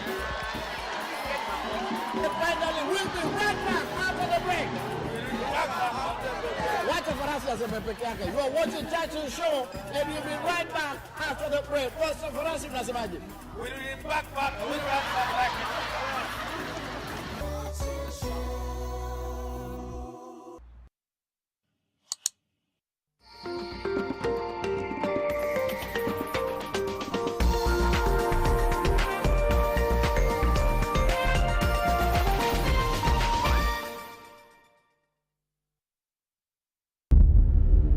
Letters for Good.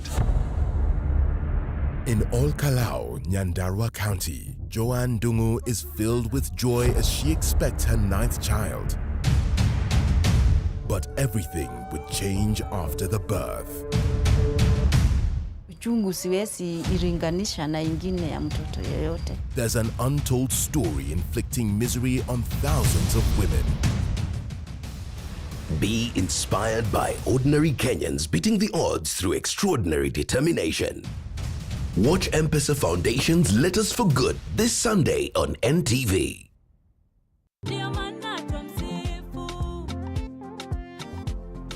Sisi ndio wale watoto wa Mungu, kitugusa tapigwa na Mungu, na tulipokatuweka Mungu, imboni ya jicho lake huyu Mungu. Sisi ndio wale twapendwa na Mungu. To get Sisi Ndio Wale as your skiza tune, dial *812 *802#. Skiza na Nation.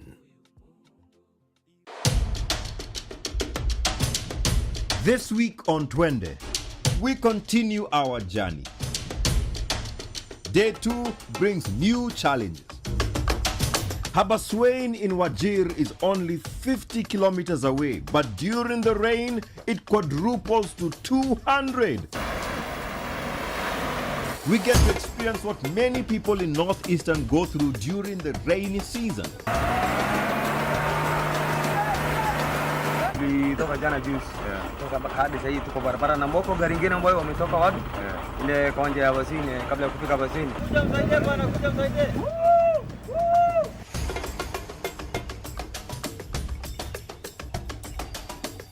And people come in and they're like, oh, it works. I can have ice cream and I'm not in any discomfort. I recommend Sensodyne because it works. It's brilliant.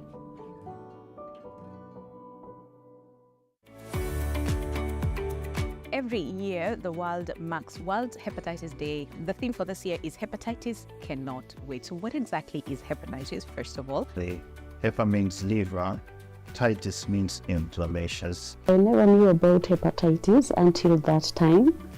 When I was coming out from work, I fainted. Yeah, after fainting, and now I was living allowed Vika, so I was able to come to Guru Nanak and be checked. My platelets were low, they were 44. They told me that I should do some more tests so that they can know what is happening with my body. Okay. Yeah. So dizziness, then you fainted. Yeah. There are different types. There's A, B, C, D, E, but B is important because it is usually spread from mother to child, but it can be spread horizontally through, say, blood fluids or blood transfusion.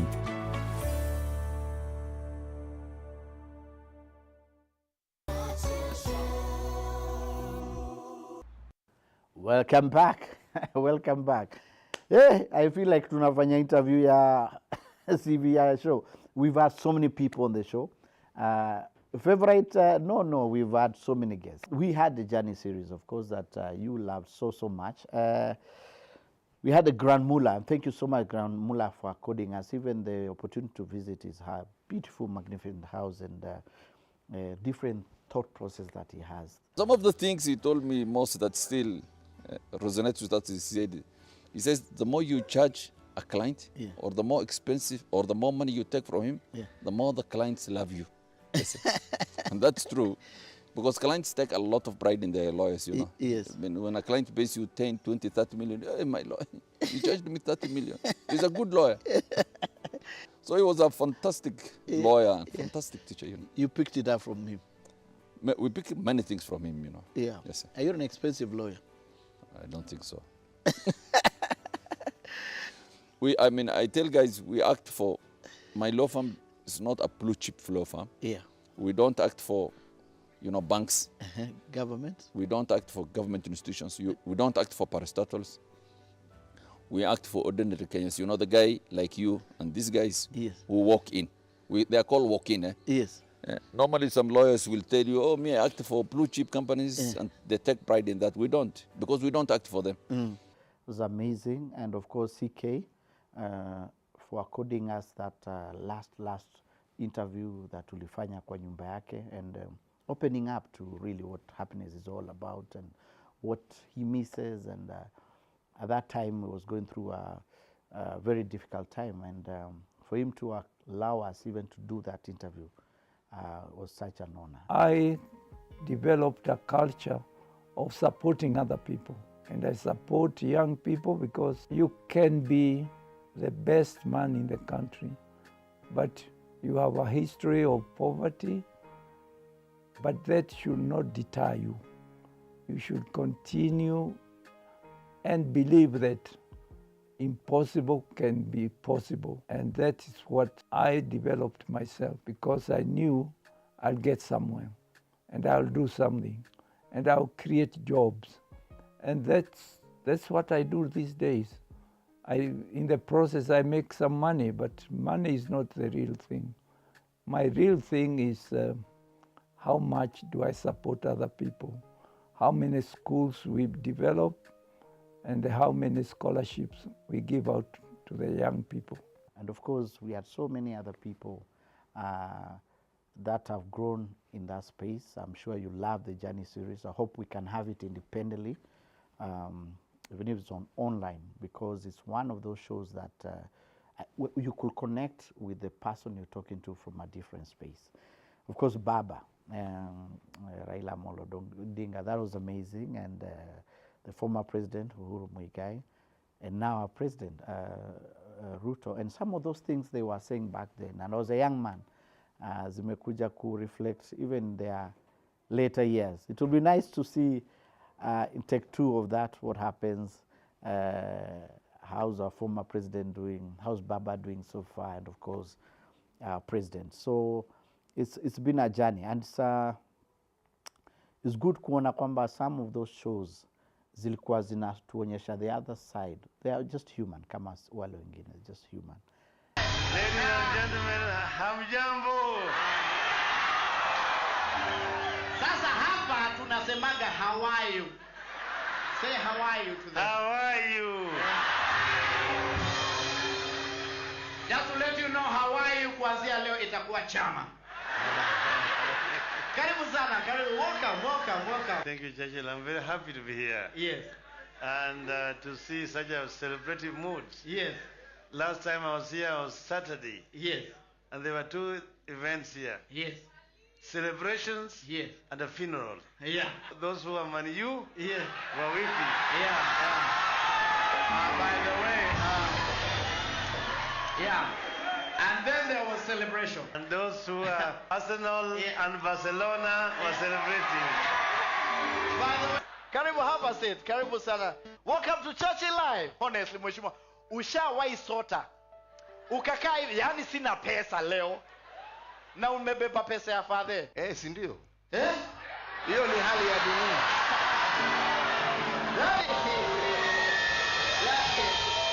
Sasa watu wanakuonaga, they think okay, uchali aligrow State House. Ulikuwa na interact na wase wa mtaani, you know, you just go incognito, people don't know you, and you just interact with them all the time, because we were in high school. Yeah. In fact, I think some of my buddies are also around here somewhere. Yeah. Who we went to school with. We used to hang out. Yeah. Kama kawaida. Unajua shida yangu ni jina. Lakini mimi ni mtu pia. So watu walikuwa kujua mwevaa ngepa tu, yani watu wanasema vista kudansi na wewe jamaa. Nataka nikwambie kitu. Haki. Unajua Churchill. Yes. Isipokuwa wakati nilisimama kuwa rais wa Jamhuri ya Kenya. Right. 99% of the people here would not have even known me if I was sitting in the background there. Na watu hawajui, napatiwa yangu pale, mwingine yake, na tunaendelea. The real Ruto ni mcha Mungu, a family man, and thank you so much for bringing your family, and one guy who wishes the best for this country. My friend, let me tell you. Yeah. In fact, my determination for this coming election, right, is that we must bring this country together. Whatever the price, we must bring this country together. Whatever it costs. Right. Right? Yeah. And for your information, Yeah. I have a lot of energy, and I intend to dispense it. Right. To get it done. Now, one last thing as you rise up. Hii mambo ya tribalism, do you think it's going to end? Really? When the Karatina, when the Nyeri, horrible Ruto, and they celebrate you, they appreciate you, and they buy into your vision. Do you see that changing? Let me tell you. Yeah. Those who don't believe that this nation is going to be one are in for a shock, because we are determined. We're determined. We are determined. And whether that you're not going to vote for a guy because of the village he comes from, right, or the spelling of his name, or because of his height or religion, yes, but because of what he can do for our nation. And I am very, very confident that we are going to make that difference. All right. I wish you all that. So I was there. Specific show that I like, show zote zilikuwa nzuri, they all have surprises. But one of the most memorable shows ambayo sitaisahau ni Malindi. Malindi show, Malindi Bene. Malindi show, everybody was doubting show ya Malindi. Mombasa, we normally go. Mombasa is always a big show. Sasa Malindi, wajua Malindi iko off. Kilifi, it's very far. So tulikuwa tunajiuliza ifanywe basi Watamu ama Malindi gani? There's no venue Malindi. Actually, walisema haya tuifanye basi Alaska grounds. It's an open ground. I think wanafanyaga crusades hapo. Normally we have the big dome. Sasa hii kwa sababu ya joto, tukasema acha tuweke tu kama one big stage alafu tupange viti. And tulikuwa nasema hapa I think wakipita 500 hapa ni miujiza, because do they even watch? Haki hapa watu nasikia wanaenda hivi, watu wanatoka wapi? Nilienda hiyo town before, 5 days before. Najiuliza hapa watu watatoka wapi? Maana ni street kama 3 imeisha. And so I was like, nani kweli ni kama walikuwa wakisema, because even the ticketing, we know you can tell by how the tickets go. You can tell how the show, how big it goes. So before the show, wao anunui advance hao. Anunui. Well, our host is a dentist there, Malindi. Alikuwa anasema bana, you need to have faith. I've done some shows here kidogo. I think you'll be surprised. He went out of his way, akalete viti nyingi sana from Mombasa. Because Malindi, they don't do those shows. Akalete na lori, akasema mimi wasipokuja Dan, wasipokuja Churchill, basi I'm so sorry. Wajua ticket bado hazijauzwa. So Friday imefika.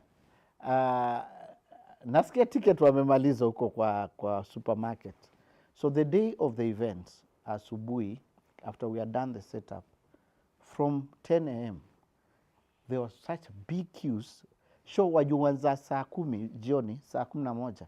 There were so many people, we could not believe it. And then previously kulikuwa kunanyesha, so Mungu aliacha kukakauka. And we had, let me put it this way, we had one of the best shows ever.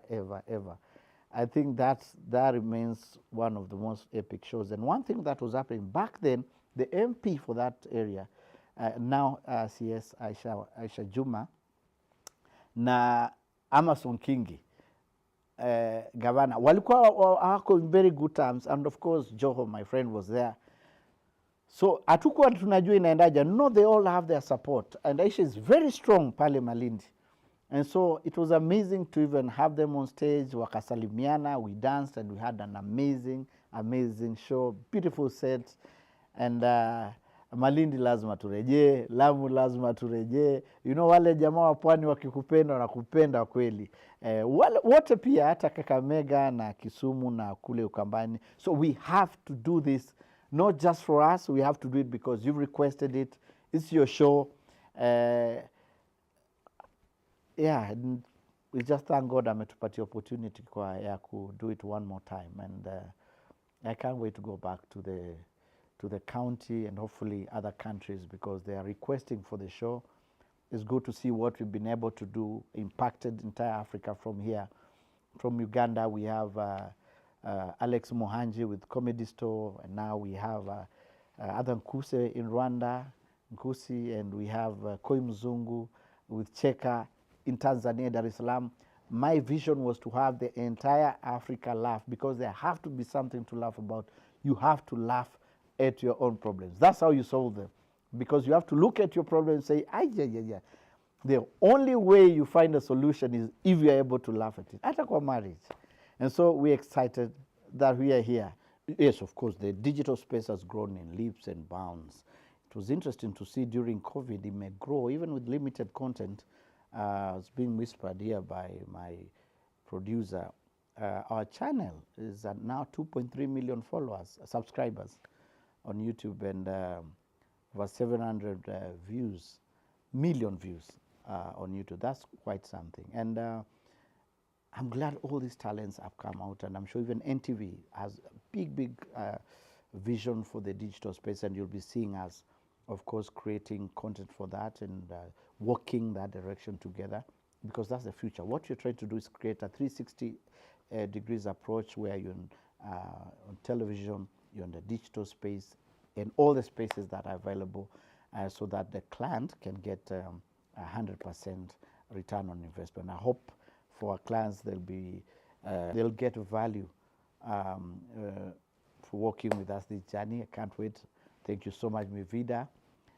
They took the first step. They are title sponsors. Let's do this together.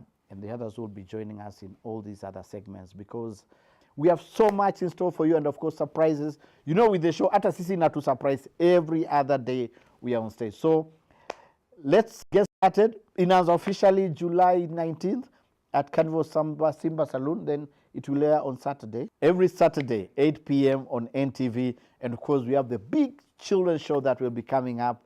We'll give you the dates. And of course, the Churchill Row, which will be hosted by MC Jesse. All that will be packaged just for you. And we can't wait to have you join us kwa mtandao, kwa television, and especially kwa ground if you can. So thank you very much. Enough of it. I can't wait to get back to work. Nianguke nayo.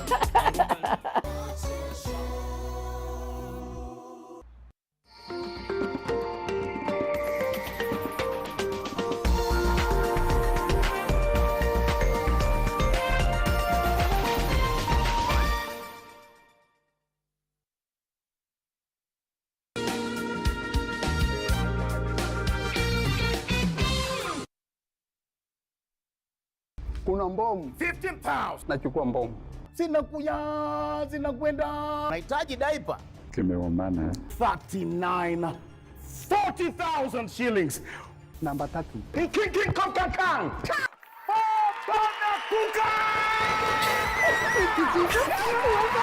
Na 50,000 Kenya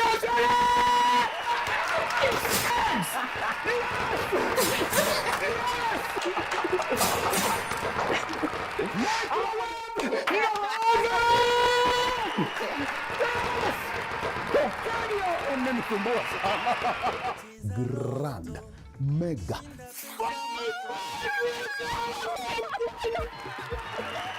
This week on Cars with Big Boy Trev, we preview the most capable special edition Land Rover Defender V-Octa, now powered by a 625 horsepower twin-turbo V8.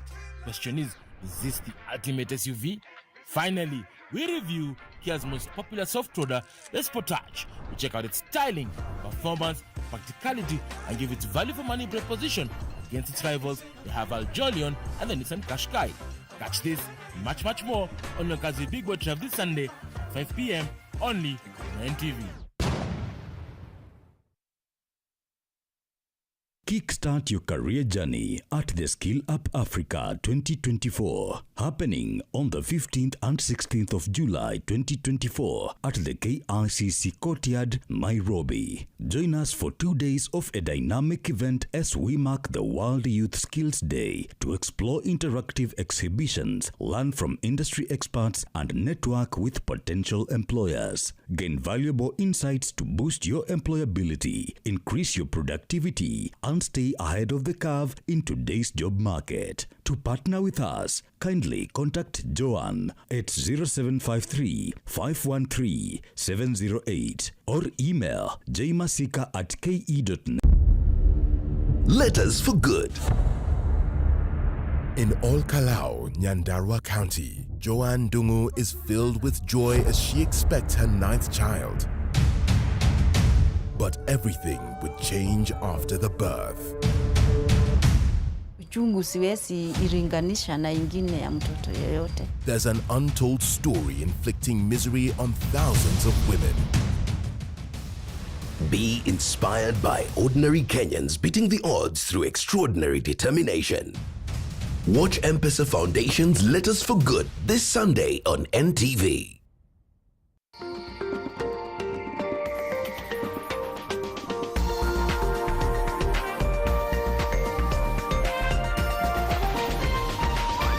NTV, turning on your world. The following program has been rated PG. It may contain scenes unsuitable for children under the age of 10.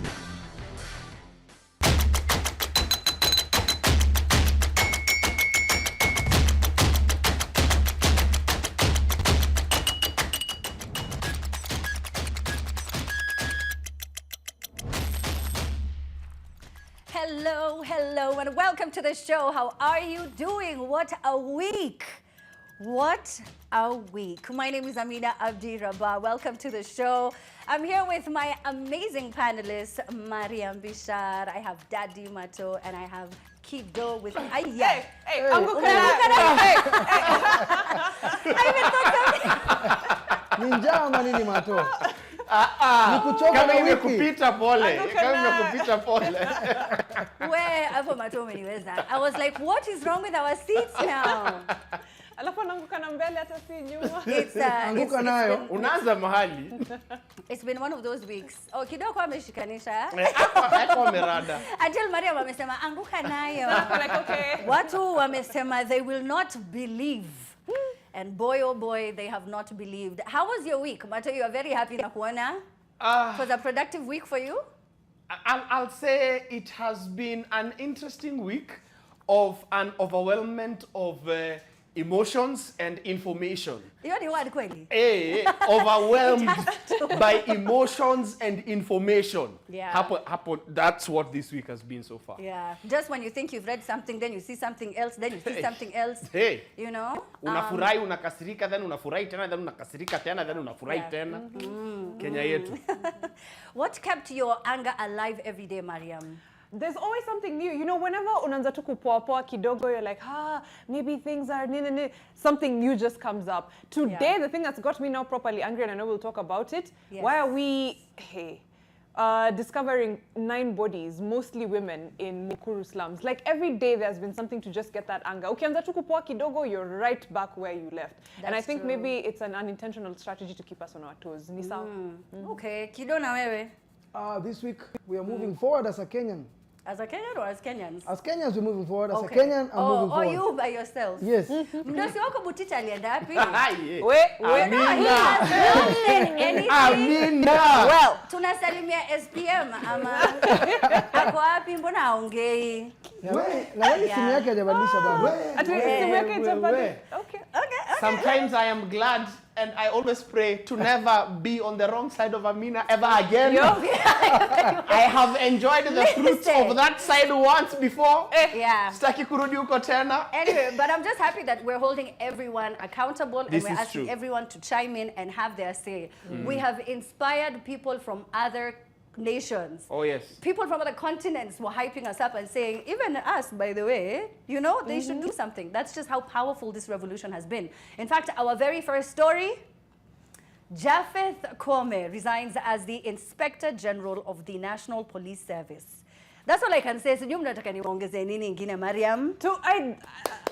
Ama tuna dance. Actually, I don't know. What are we doing? Tunanguka nayo, we're trying to fix, we're fixing things, by the way. Can I just say, one, tumefanya a lot. We've made a lot of progress in the last 2 weeks. Na tuko na a lot more progress that needs to be made. Now that I'm a resign, wonderful, wonderful, wonderful. Who's taking accountability for every person that's been abducted, every person that's died, every person that is still missing since these protests began? I think we start with Japheth Kome. So, kuresign ni sawa, all well and good, you can go home, but we're going to need you in court soon. That's the thing. We can't take our eye off the ball. We need you in court soon. Someone needs to answer for these crimes. Yes, they do, 100%. Kido, I can see you've been agreeing with what Mariam is saying. Yes, I mean, that's what Kenyans are expecting. Umeenda nyumbani, umeresign, haina shida. Tupatane kesi kotini because Wakenya wanataka accountability. Yes, tunataka accountability. So I hope pia the jobless former CSs kama mlikuwa mmepatikana kwa hot soup at some point. Kuna watu Dubai walikuwa na hundreds of millions, bado haija explainiwa. We've just seen them wear expensive belts and shoes and stuff. So you know what I mean? Everyone is going to pay for something. Usijali mato. Ilikuwa 2019. We are going to we're coming back to you. Give us some time. Kuna siasa ilichezwa mahali ambapo the presidency declared that the police operates independently from the presidency. Yes. So we do not know if that is true or not. But it is very convenient wakati mdosi wake ambaye ni CS Interior ameenda hata yeye amesema sina mtu wangu hapa hivi, wacha mimi niende. But unajua tuko ile situation ya umepiga kelele, umeprotest, umelia, umechoka, umesema tunataka hii, unapewa na bado uko kwa ile moto ya tunataka, sasa unashindwa hii moto tupeleke wapi? Sasa tupeleke kwa accountability sasa. Yes. Bas. I don't think your moto inaweza kosa mali ya kwenda. Remember that the finance bill was just a trigger. Yes. We were already upset. All these things were boiling under. We were seeing what's going on with the country. We just didn't know we had power in numbers. So it was just me, Matos, Cindy, Mariam, getting upset in the studio, and we would stay for another 40 minutes just complaining and wondering what can we do and why don't people see it. Now people are getting angry. Like I've said, we're going to backdate the anger. We're going to take it back. Post-election violence, I know you have seen cases being reopened. What walienda hadi Hague. So we are going to take it as far back as we possibly can. The anger, I don't think, is going to die. And Mariam is absolutely right. We were all very shocked when we saw those pictures and those videos of those bodies. Shock engulfed the residents of Mukuru slums here in Nairobi on Friday after 9 human bodies were retrieved from a dump site in the area. The bodies were wrapped in sacks, dumped at a dumping site. And police say some were fresh while others were decomposed. 8 of the bodies were women, police said in their preliminary investigations. And just like people from Mukuru, the entire country is gobsmacked, very surprised and shocked. So that's why Mariam is saying, yes, tulikuwa feel a bit of relief when we saw, cabinet being dissolved, and then you wake up to such news, especially after all of, the stories that we were hearing earlier about Githurai, the pictures and videos we saw of bodies allegedly being thrown at the back of these trucks. And then now we see this. So there are all these conspiracy theories, if I could call them. However, these are still dead bodies, Mato. The unfortunate situation in our country is that the earth has soaked in blood. That is why this season that we are in as a country right now, something must give. Something different. The kind of Kenya that we have right now has not been experienced, I think, for the last 50 years, since just before independence. We are here where we are now. Unfortunately, people are losing lives. Unfortunately, people have lost lives. Whether the lives lost in the Kuru case have anything to do with the protests, the abductions, or any other cases of femicide and whatnot. Fact remains, it happened meters away from a police station. So you wonder, how does this happen? And that is why people are very quick to connect it, the police station, to where the bodies were found. And then, whether it was a diversionary tactic, I'm telling you, we are in a situation right now in Kenya where Amina, hata ukiwa kwa nyumba yako, ujigonge kale katoo kadogo na kiti, bado utasema hiyo chance ya kuenda tukiendana. Hapo nimejishikilia kidogo. I blame.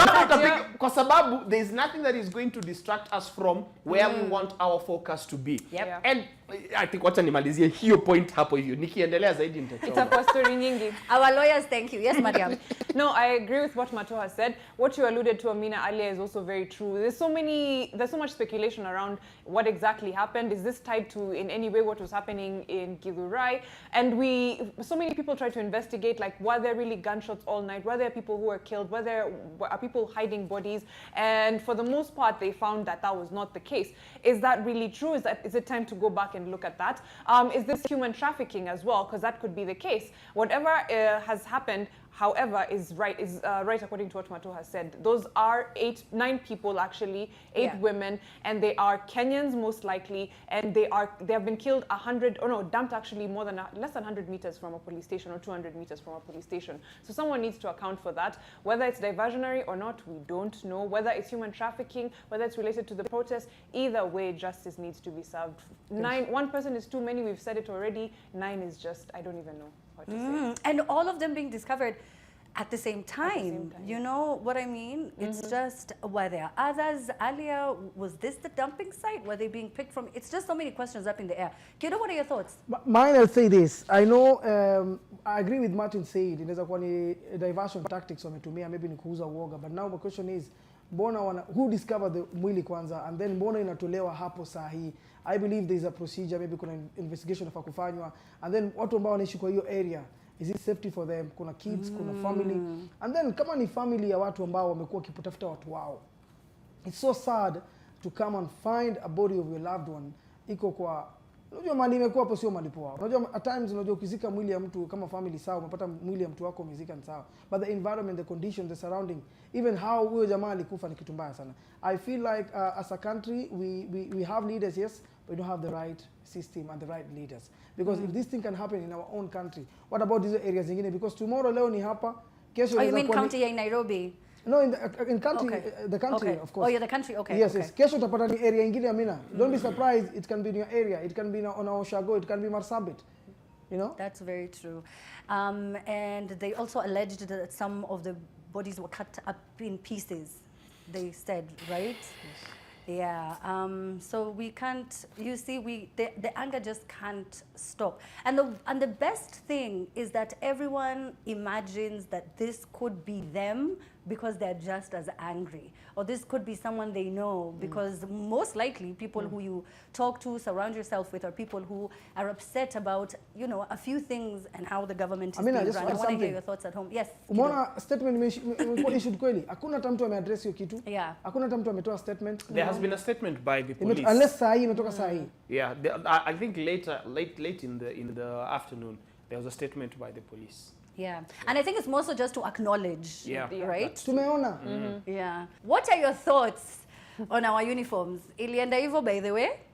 There was a competition set up to look for the best designer who will make sure that our athletes are adorned and dressed like the global superstars that they are. Yeah. And then after weeks and weeks, because they know the Olympics is coming, baby, from whenever.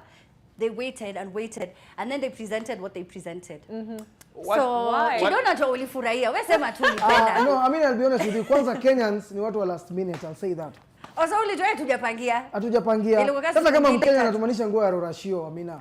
Surely. Hizo nguo za kwenda kuomba msichana. Watu walisema it looks like a very cheap waiter's uniform in a back alley hotel restaurant somewhere downtown. Not to disrespect the waiter. Yes. It's just because these are athletes who are going to represent the country. We knew the Olympics are coming. Matrona ndio pia wewe ulikuwa hasira tena round 2. Acha nikwambie, watu wengi walikuwa nasema makosa ni ya babu, lakini kuna aili hata hapo. Makosa ya babu, makosa ya babu. Unaona? Kuna mtu alirushiwa mawe kabisa kwa sababu alikuwa part of the consulted ones. He is a well-renowned designer and stylist in Kenya, rather. He's a well-known, renowned stylist in Kenya. Watu wakasema, ai, wewe ndio ulifanya. Ini wewe kweli? So, unfortunately, where Kenya has been, and I am intentionally saying that because of where we are seeing us going and where we are right now, we have to go elsewhere. It has been that watu wa serikali ndio watawaita, wataconsult na nyinyi, mtakuja, mtasema mimi kama profession kama a professional in this area, naona this is the way to go, these are the options. Sema haya sawa, wewe enda, asante kwa kazi yako. Then wao wakati wa mwisho wanasema so hapa niko na 200. Nani anataka 50 bob 150 aniwachie? Oh, sawa. Wewe. That's the case, Mato. Shika. Mato, that's the case. Twende kazi. Ni venye tunajua hizi vitu zinaenda. Allegedly. Allegedly. Wangepatia hata home 254. How did achangamke na you know the worst part, and this is what we were even saying, when you see what other countries are wearing. Like now when you see Nigeria. What? Even the basics, if you just tell ChatGPT, not ChatGPT, AI did a better job. I did a much better. Yes. The first prompt, you go to Pinterest. The simplest one. Even countries like Mongolia, I'm like, I don't even know how many medals they win in an Olympic. In you don't even know what happens there. But their outfits were dripping, giving culture. Wametengeneza hata video poa ya kupromo. And I'm looking at us, people who are looking to win like maybe 10 plus medals. Always expected to, not always, even looking to. Yeah, Always expected to. And that's what we come up with. Imagine. I don't even know. Ama pesa inaenda kununua ile nyumba iko huko Paris. Unajua kuna nyumba wanalipa 10 days 50 million. Kenya House. By the way, your list mbona walikataa kutoa? People asked for the list of names. Kuna mwenye alikuwa a release list. I think by the time alikuwa na land huko, hakuwa na access to login details. For a week before. Like 3 days before. Tulikuwa like release. Mato, acha nikwambie ilikuwa hivi toa list, ujitoe kwa list. Ama nijitoe kwa list na nitoke kwa list. Yeah. Well, anyway, I know it's been a really tough season for some side chicks because I'm sorry. Ulikuwa umeambia watu unaenda flat. Ulikuwa umesema. Unajua ni wangapi? Even the driver, the cousin and the neighbor, they all bring somebody. People are even saying county governments are made up of family members and girlfriends. Let's be honest. It's true. Guys, the past Olympics, guys used to travel without like a physiotherapist, hakuna physiotherapist, hakuna sijui assistant coach. Hakuna uniform. But hakuna uniform. But then you see the delegation that's going, people are shopping. Our dream high jump in 5,000 meters difference ni nini, but they're there. Imagine Omanyala that time he's been training every single day. Have you guys watched this series called Sprint? And they keep on referring to him as a proper threat. This is the first time we have someone participating in 100 meters. We should be giving him even more support, even more recognition. It's wild how much people respect him out there. And then we, known for our athleticism, we make them go out as if they're just going somewhere on some weekend trip. But it's okay. It's okay, guys. Hey. My worry unajua ni nini Amina? Hasira ingine ngoja kidogo hasira tuepeleke kwa story. Tunakwambia my worry is that unaweza pata saa another scandal ina come. One inaweza kwa tena hawana nguo ya kutosha. Kuna story fulani ilikuanga pale wanashare viatu, unaenda wewe na track mimi nenda na short. Another thing can be now wale watu watajipeleka pale Paris. Please watch your legislators, watch your MCAs, take videos and watch your governors. Watakuwa pale. Kenyans in Paris put out a statement wakasema watakuwa hapo kwa airport Charles de Gaulle wakingojea wana count 1 2 3 and they're looking who are you, why are you part of this what is your delegation? name? Yeah, what's your delegation? Why did you have here? to come to Paris? Why did you have to go? Because it doesn't make sense. You know, wewe umejishonea masuti kali hivyo, we can tell they're Italian, so you know fashion. You know a bit about looking good. Seventh-day Adventist SDA Church Kenya Coast Field has lifted its ban on Pastor Elizabeth Mokoro, a popular preacher. Now, there was an initial ban dated on the 4th of July 2024 that was communicated through an official letter from the KCF Executive Secretary, that's PR Eliab Oboro. Initial ban on Pastor Mokoro was also included with 5 other individuals who were not authorized to conduct church services within or outside the KCF territory. Yani Gen Z walisema hakuna mahali watu watatembea. This is, did you guys see the story, madam? Did you see it? You know, I saw it, but I didn't get the background of why she was banned and why these other 5 people were banned. And when I asked around, people were saying it's because she's very vocal, very outspoken, which is sometimes frowned upon in the SDA church. I don't know if that's the whole story, ama kuna background. That's what I heard too. That she's too outspoken, vocal, nini, and it's a church that's like, you know, very... First of all, she's outspoken. Second, she's a woman who's outspoken. And then, the religion is SDA. I don't want to call myself a prophet, but fact remains there. Well, I subscribe to the Christian religion. I go to church. I have been a Christian. But I am seeing a situation in this country where, because the responsibility that religion has had to have in this country they have not taken up that responsibility and executed it well. There is a reduction in people going to church as far as generations are concerned. If you look at the boomers, as you go down to millennials and now to Gen Zs and then to Gen Alphas, church going is reducing because pia kuna vile uongo imeenda ikiongezeka. The tool that religion has been used to conform people and put them in zizi la kondoo mahali iyo watu wanaanzia kupigana, we might end up having a country where people are no longer going to church. And just like it has happened in Europe, there are churches that are shutting down and others being converted into other places where no worship is happening. A different kind of worship is happening. What are you talking about? Now I want to know. What are they turning them into? Talk like to me. Nightclubs? No, I think he's talking like about now the the one other with side. the letter B? That one? Hey, no. Think Netherlands and red light districts. I know, that's exactly why I went and I was wondering, when you Wogopi lightning, you know, there's some things, why would you Anyway, that said, it's because Mato, there is, especially, I mean, the Christians now constitute a disproportionate majority of our population, let's just be honest. And a lot of the people who used to vote back, definitely before 2027, were from a particular generation where you had to go to where? Church. To church. And what started happening over the past few years is it became politicized. So you find politicians go visiting churches every other Sunday, giving away ridiculous amounts of money in places where they don't even have schools sometimes, they don't have proper working healthcare systems. Lakini wakona kanisa. Pasa amepatiwa 4 million. You saw the other day when the president's son gave away, was it 3 million in a bag of groceries? So it's very different. The kind of impact it has in the decisions that are made in our country and who will govern us is why people are also saying, wait a minute, you're not that innocent. You're not that innocent, and there's something that there's a role you're playing here. Yes, Maria. Sorry to interrupt, but it hit me when we were saying occupy parliament, occupy this place, occupy that place. Yeah. The fact that we had to go to occupy church, when ideally that should have been the safe space from the very beginning. Yeah. That should have been the place where people can run to. I remember the first days of the protest, round one, Holy Family Basilica closed their doors to people. And guys were like, what is happening? This is the exact reason why, like Mato is saying, the numbers are dwindling. If you're not with the people right now, how do we expect you to call people to order, or to even speak on their behalf, or to even wait for them to come to you for refuge when they're in need? So I'm thinking, if something doesn't change very swiftly, as we're fixing all these other institutions, that's one that needs also a lot of fixing. Yeah, we're going to come back to religion. But shout out to Jamia Mosque, they did open the mosque, which was when they had people being treated there as well. And it's not, again, a competition or a comparison between the two.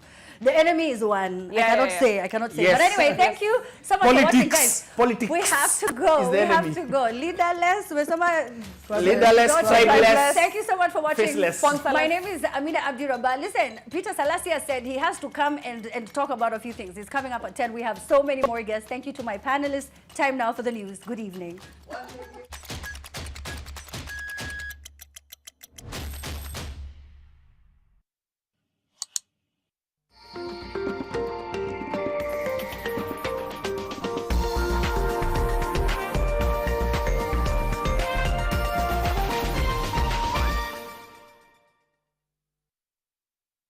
Five questions with Sarah.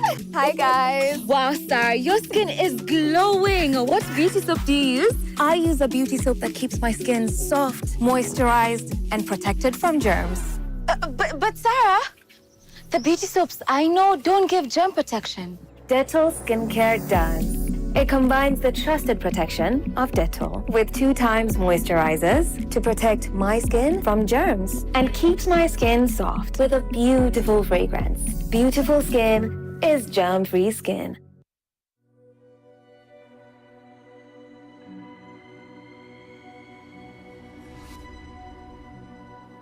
People come to me and they say they get discomfort when they have ice cream.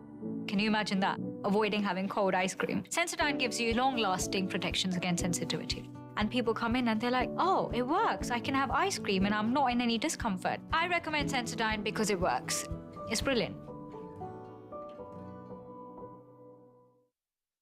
You asked? Women empowerment, business ideas, careers, fashion, men's mental health, neno la Mungu, parenting. Ni vijana wanaweza pata tu do. We listened. I'm a bit scared because the rate of divorce is really high. Marriage is a scam. It's new, it's fresh, it's your world, your reality.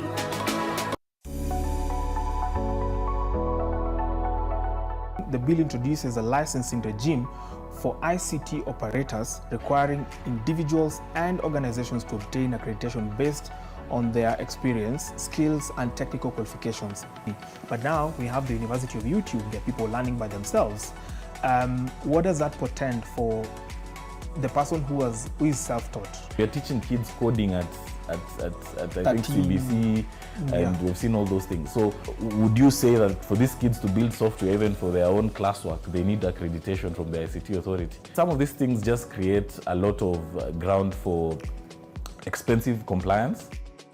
We've spent a lot of years building a lot of infrastructure, plugging into, M-Pesa, plugging into banks, MTN Mobile Money, Visa cards, all these kinds of things. And that's why we've decided now to offer this infrastructure that we've built also to other players who are coming in.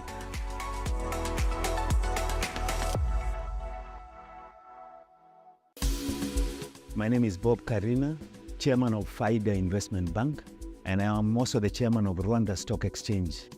We are looking forward to seeing you on 3rd of August at Tilisi in Gecha, Limuru, to come and hear about the Season 4 presentations that will cover the balancing act between personal growth and family responsibilities. It will be an exciting event and will cover many things. There will be things about parenting, there is about challenges in bringing up families, and we'll cover things like what are your responsibilities as a father in the family. So we are looking forward to seeing you and hope you will come and listen to the advice that we shall give.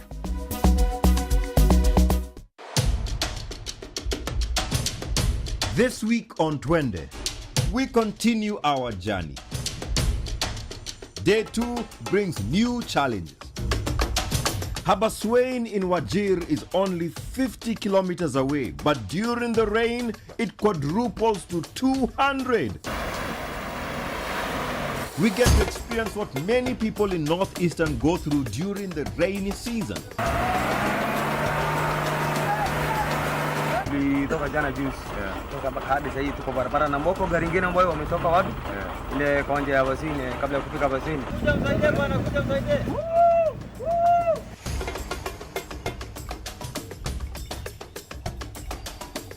And people come in and they're like, oh, it works. I can have ice cream and I'm not in any discomfort. I recommend Sensodyne because it works. It's brilliant.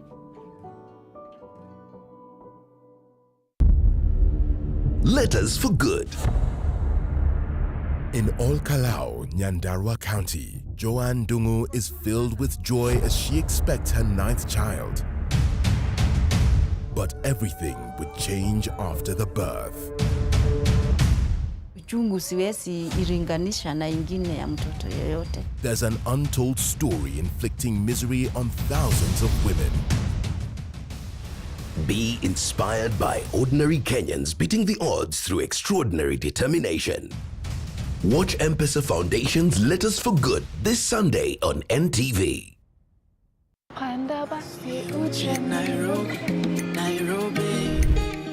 Rada yangu ni ku-upskill, ku-reskill, ku-skill. It's making myself marketable, making myself easily paid, making sure I'm in a position to be in rooms where there's opportunity. Najua tunawapeleka na Rada, there's a bunch of things that's going to be happening on ground ukikam kwa event. Skill Up Africa Expo and Conference 2024 itakuwa KICC 15th and 16th. 1, ukikuja kwa grao, kutakuwa na guidance on your career. 2, kutakuwa na expo, networking sessions. Now because sisi ni ma-youth man, we'll definitely have the best in entertainment. Tuliza pesa lafu one lege anguka na one lege anguka na. All that is happening really soon. We're here to plug you courtesy of Nation FM, NTV, and Nation Media Group. anguka nayo. Ati anguka nayo kama uko na new. Mwenyezi Mungu atakufungulia hazina zake nzuri kutoka mbinguni na kubariki kazi za mikono yako. Utayakopesha mataifa mengi, lakini wewe hautakopa. Mungu atakufanya kuwa wa kwanza na sio wa mwisho. Hakika utaendelea mbele na sio kurudi nyuma. To get blessings za maisha as your skiza tune, dial *811 *926#. Skiza na Nation.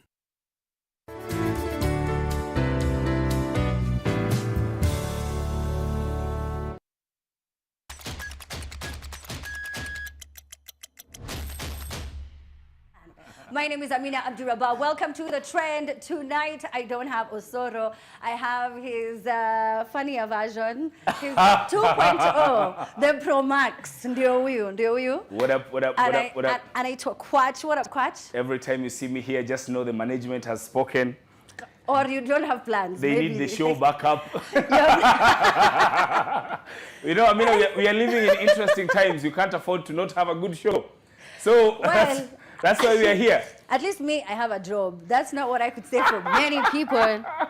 Alafu kwanza kuna wengine hawana dem, alafu pia job alifutwa mchana kabla watu hiyo waende home. You know, the craziest thing about kufutwa inakuanga how the phone goes silent. Yeah, it's true. Like wale watu walikuwa nakupigia all of a sudden wanashangaa wako wapi? No one is calling wako you. Wapi? And then I wonder, like when you're fired, do they immediately take the security and your cars? Like how does it work? I want to know if you are going to take a cab hiyo siku. How are you leaving? Because it's not your car anymore. Yeah. Wanakuambia tu mkubwa. Nikuweke Nation Center. Nikuweke afya center. Utakuwa sawa na afya center. You go home with the car. Nikushukisha haraka na jam. Acha nikushikishe na jam. Wewe. But you know, I mean, the best part, the silver lining about this ni ati moja sijui kama ushaifutwa chini ya maji na watu wenyu hawajui umefutwa. That's true. So they are still calling you ni kama bado uko job. Yeah. The good thing about this one is everyone has seen ukifutwa. I don't think it's a good thing. I feel Do like not call me anymore. You saw the news.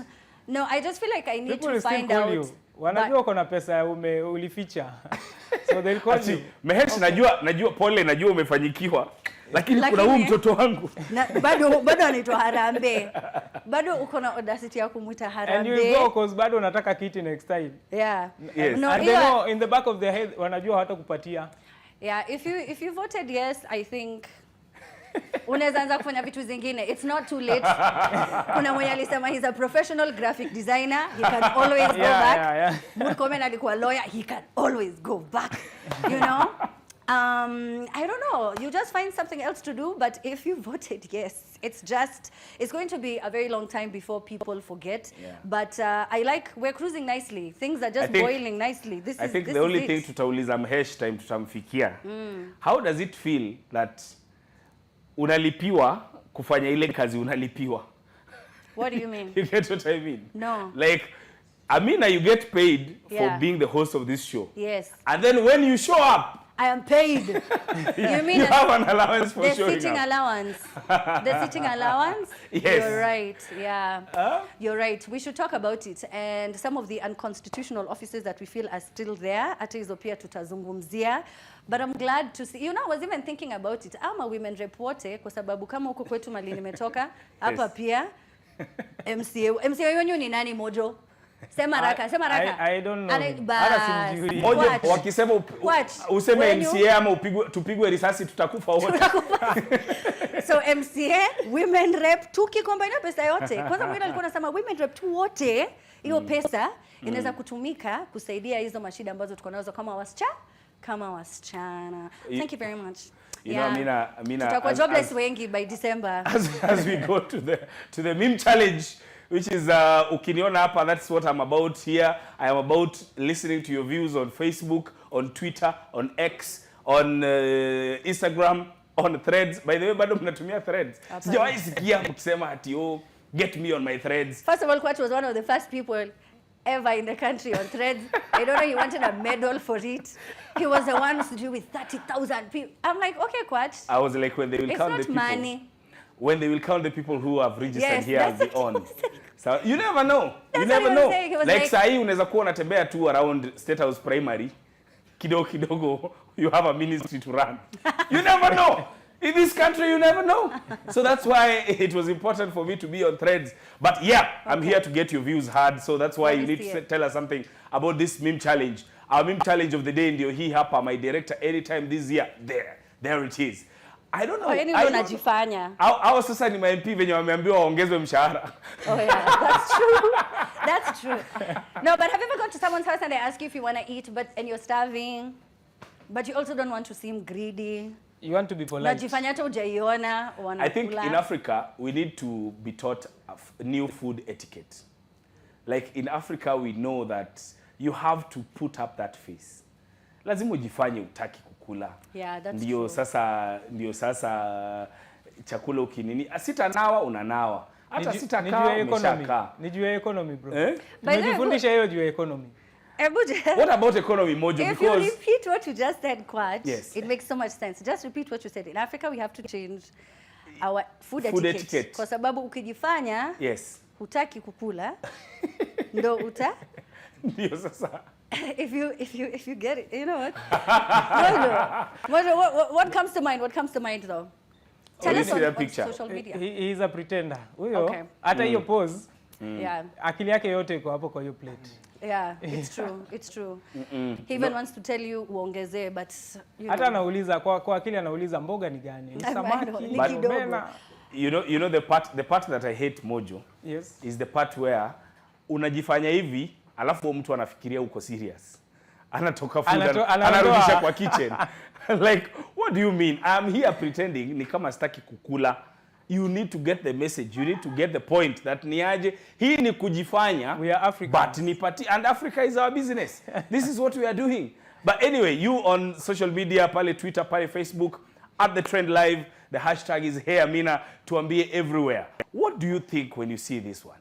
Ukiona hii, what do you think about that picture? That's our meme challenge of the day. And of course, we will be sampling some of your views across the show. We also have third world problems that we'll be bringing to you sometime later. Hapo mbele mbele, we see some of the things that only happen in our country and countries like ours. Hapo mbele mbele. But for now, Amina is ready, done, ready, and ako tayari kutupasha. Siwapashi Kwach. Siwapashi. No, it's just, you know, you're lucky to be sitting with one of the Maheshes who still have people's favor in this country. I don't think He's still one of the most loved people in this country. I don't think we would be able to have anyone who did vote no, by the way. Let me just tell you. I think they will come down here, and they have made it very clear on social media. I think 2 weeks ago we had Kazini Kusini. What is his name? Remind me. Kasmuel. Yes. Ilileta shida. Ilileta shida. Wakasema alikuwa amejifanya sijui nini imefanyika. He was not kidnapped. Why would we have people who are not true to the revolution? I said, you know what? I hear you. So please send me your questions at the Trend Live. The hashtag is here. Amina Kwach is here to read your questions and your comments. Well, as he's already said, we have Honorable Peter Salasia with us in studio, Member of Parliament, Mumias East, one of the few legislators in the country, Venyatunika amesema, who people still love. Sijui ukutaendaje. Mimi sijui. No one can know. So how are you feeling? How are you feeling? There's a lot going on. The climate yenye kwa interest hii politically intense. Wewe unasikiaje? First of all, politically imeleta a lot of dynamics happening in Kenya. But if you are on the right direction, and that is why it's always good to listen to the people who represent you. Yeah. Because sometimes if you want to go ahead of your people, unapata kama inaleta shida. Lakini from where I sit and the decisions that I make or I made, mimi naona siko mbaya. That's why I'm able to go and have fun with the people. They are happy. I'm able to go to the constituency. Yeah. I'm able to walk because people, they are happy. They are able to see how I made my decision during the voting and even the work on the ground. It doesn't just come alone na kusema like, kuna vitu mingi pia huko kufanya. Yeah. hiyo siku watu wakioccupy parliament, I saw you outside demonstrating, I remember right before. Alafu ulienda wapi? Uliweza tu kuwa na watu, wewe ulitoka tu vizuri ukatembea au sikuwa na escape route na escape plan yako? By the way, ilikuwa tricky because me I won those MPs wenye walikuwa wamevote yes. Nikamwambia nyinyi mmevote yes, bado mko hapa na mnaona vijana ndio hao wanafika hapa. Na walikuwa wanasema nini? Wanadharau? Sasa wananiangalia. Nikamwambia mtaona, mtakimbia. Hatote mtakimbia. Isi ndio hao wanang'ang'ana kufika hapa. Yeah. Na wewe umeketi, yani unaona moto inafika. Na unakaa. Na unakaa. Watu watakimbia. Watu wanakula, wako huko. Wanakula. Watu wanakula tia, wewe niambie mtu amekula tia gas kuanzia asubuhi. Yeah. Akitarget like lazima nifike pale niakilishe. Wewe niambie sasa kama wewe na wewe umepata kwamba wewe umevote yes. You see and for me I warned members of parliament earlier. Nikamwambia don't try ever joke around with the emotions of Kenyans, because you know, like I think there were like somebody who tried to look at that finance bill was trying to check on the minds, to play with the minds of the people. Let us bring this, we remove, and then we proceed. But never know that they were playing with the hot potato. Yes. Sometimes unacheza na ikuchome na utairusha chini. So, and I told them that let us not try to move around with the minds of the Kenyans. And that's why I told them that we should not be doing. But generally, what I can just say, Parliament is not bad, right? But there is a problem somewhere. And I think maybe Kenyans are watching. Members of Parliament, they have a lot of work. If you compare the senator, the MP, the MCA, the MPs, they have a lot of work because they are the closest people on the ground. And I want to say this without fear, that members of Parliament, the Parliament is just like this thing of why do we have the CDF? We need to ask ourselves, why do we have the CDF? And that is a question that many people are asking, are conversing. Yep. Why do we have the CDF? Yes. Number one, the purpose of having the CDF was to try to create the independence, to bring independence in the National Assembly. Because you know that the three arms of government, kuna ile executive, kuna ile legislature, na kuna judiciary. So here, the legislature is meant to oversight the executive.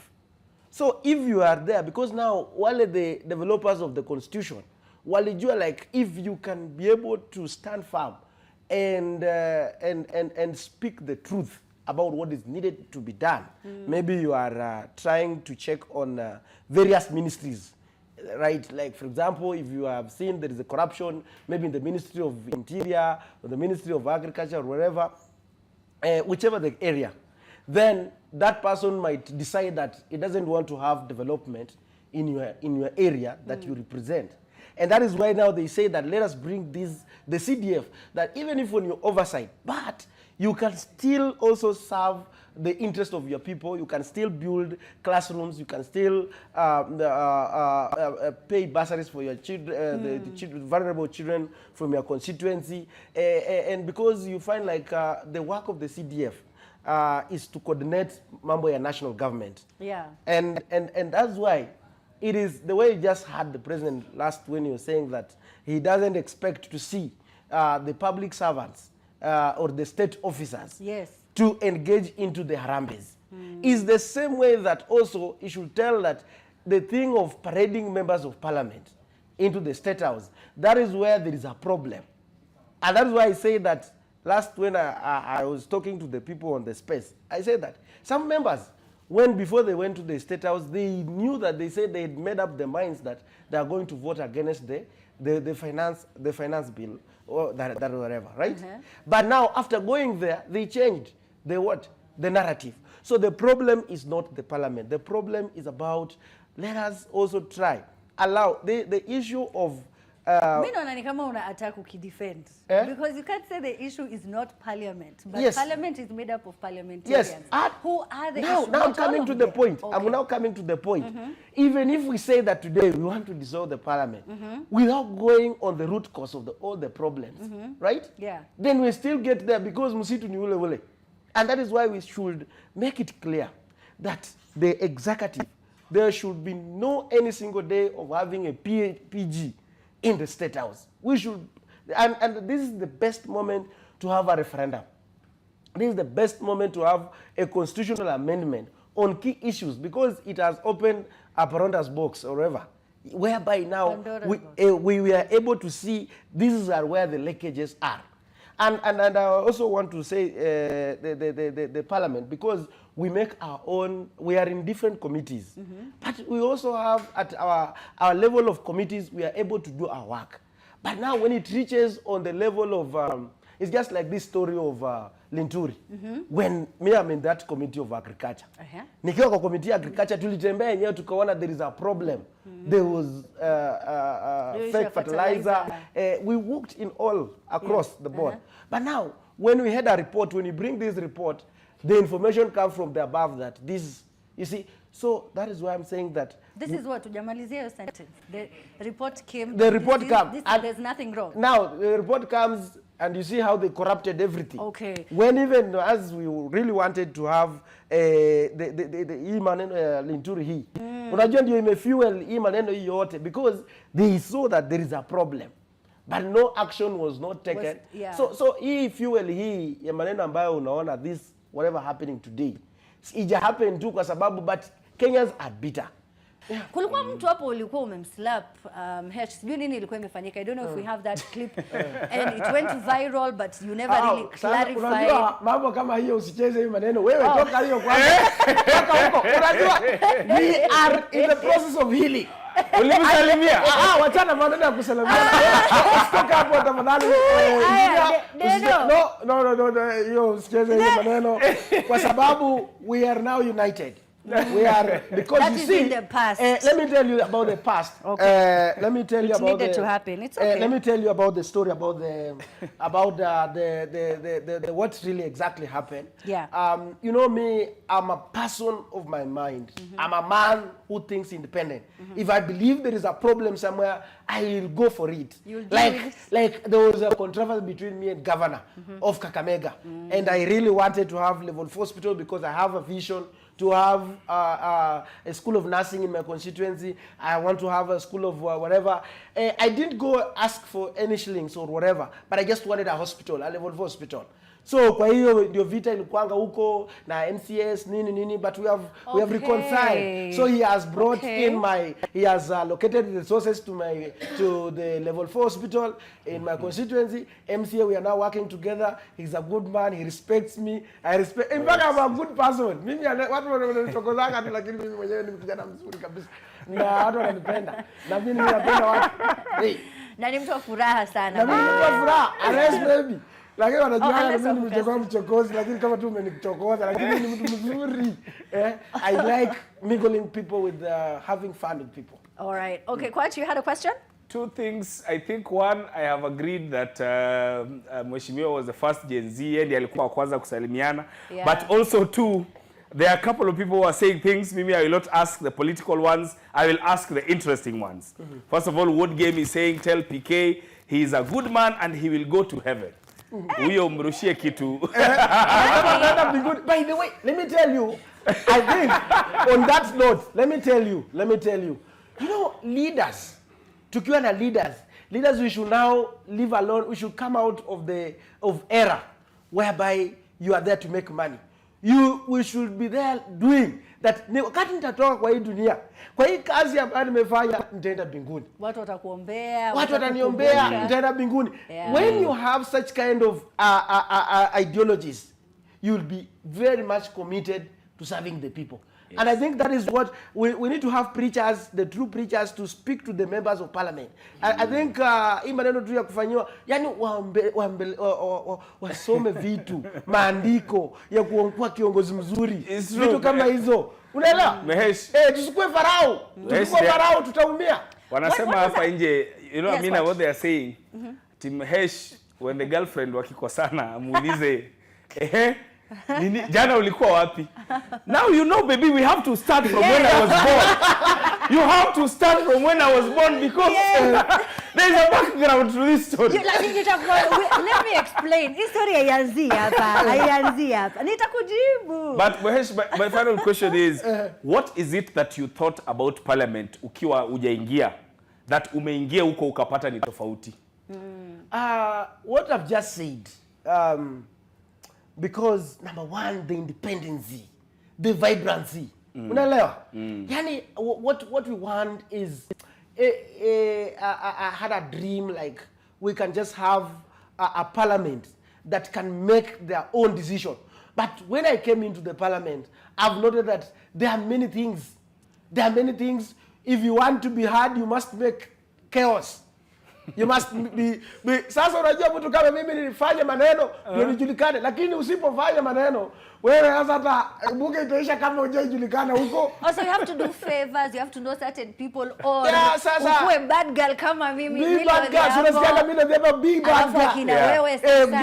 I remember the first time Kwacha I saw this clip where he said, Kenya Kwanza, I hope you're listening. Give it to number. What did he say? Give it to number. What did he say? We are doomed. Said, yes, we are doomed. Kenya Kwanza. That was weeks before. I think it was like 2 weeks before. Yes. Alafu wakaona wakasema kumbe huyu mwenda wazimu labda alikuwa anatuambia kweli tunafikiria na kelele. Ya mwisho ni atuambie walikuwa wanasema nini venye waliona watu wanaingia parliament. Huko ndani Mhesh, mlikuwa mmeogopa? Parliament. Mliingia baridi. Ngoja, parliament. Unajua ilikuwa kama umesikia ile ya Sodoma na Gomora. Yani Sodoma na Gomora ni tofauti kidogo. Sasa Sodoma na Gomora ni kitu kingine. Like hapa sasa zile is being destroyed. Yes. There was nowhere. And that was the best moment. By the way, we are in the best moment to learn. I think let's I want to honor all the heroes. Thank you so much. Who suffered, or even their lives were taken away. But the question is, we are in the moment whereby we are learning. And I'm sure, even when the members of parliament are going to come back, they will know. I can tell you, I was there. I was there. And the good thing, what happened? It happened. Yes. And you see, God is very faithful. Yes. I can tell you. Yes. You know, these guys who are like struggling. We must enter that place. Yes. Where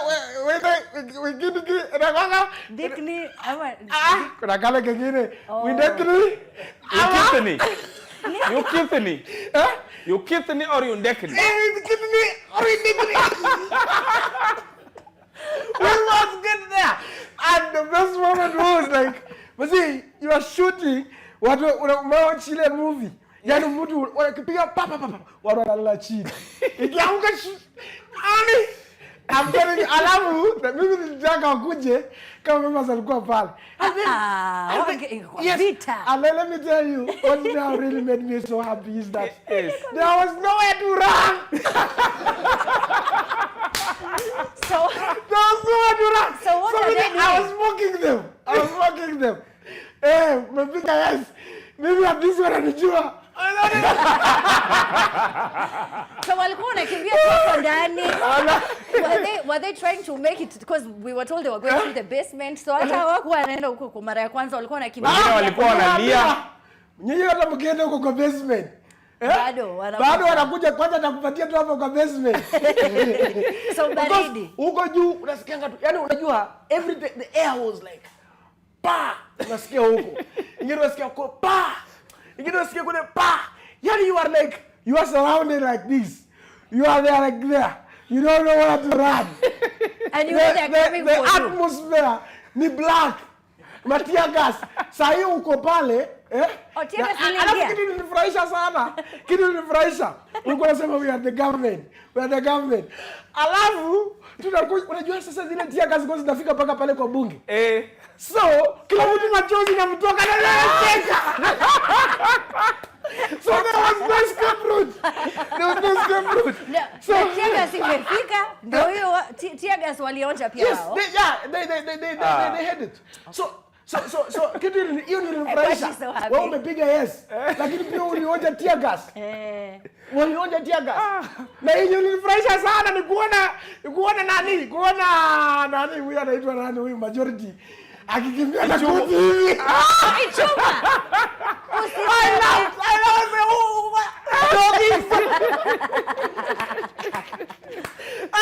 that was the best moment. I think Kenya's the best. You know, this country, let me tell you, has a history.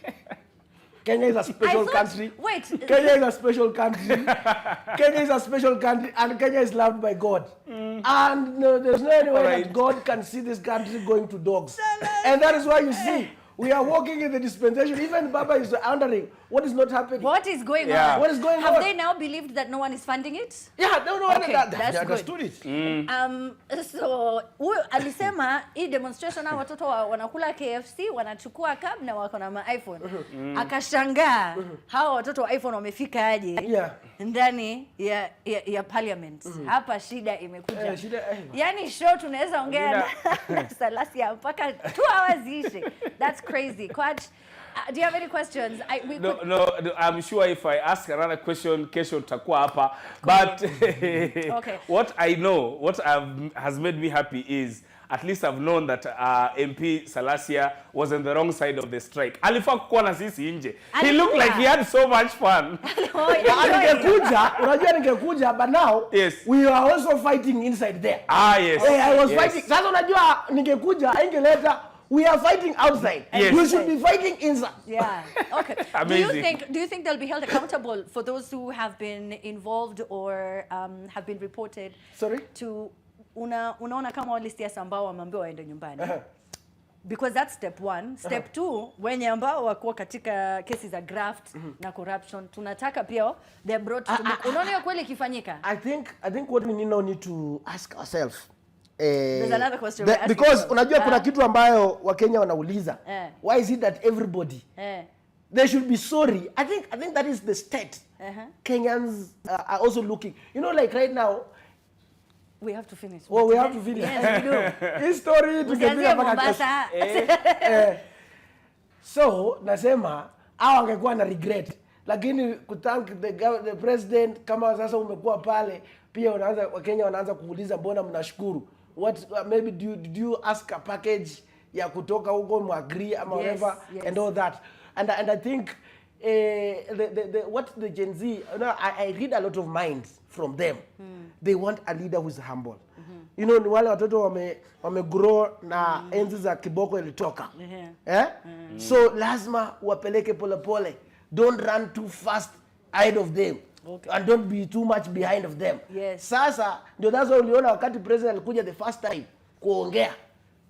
Wakasema hapana, hujatuongelesha vizuri. Go back. Ulituita criminals. Ulituita criminals. Treasonous. So na hakusema watu ambao waliaga hakuwataka. So that's why I'm saying that we are in a new era. And as leaders, we must start to understand how do we handle this generation. Ndio unaona wengine wakiona kama mimi nikipiga sherehe nao I'm studying. Na wasoma tu. Na pia mimi mmoja wao. So I like the way bado hajaijibu, but I think anasema bado watafikia kwa syllabus itafika kwa sababu maswali watauliza. Hiyo ndio unasema. Hesh, unfortunately we have to let you go. Thank you so much. Maswali ni mengi, bado niko na zingine lakini yani tumefanya karibia masaa mawili. Wale wageni wangu wengine I'm sure wamesikia vibaya. Thank you so much. Nimeshukuru. Sasa ushaamka tu ushaenda. Hebu DJ let's go.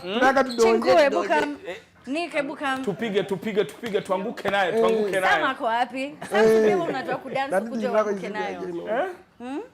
Sama taki kuanguka nayo. It's your girlfriend's favorite DJ Mojo. I thought you were talking about your girlfriend's favorite MP.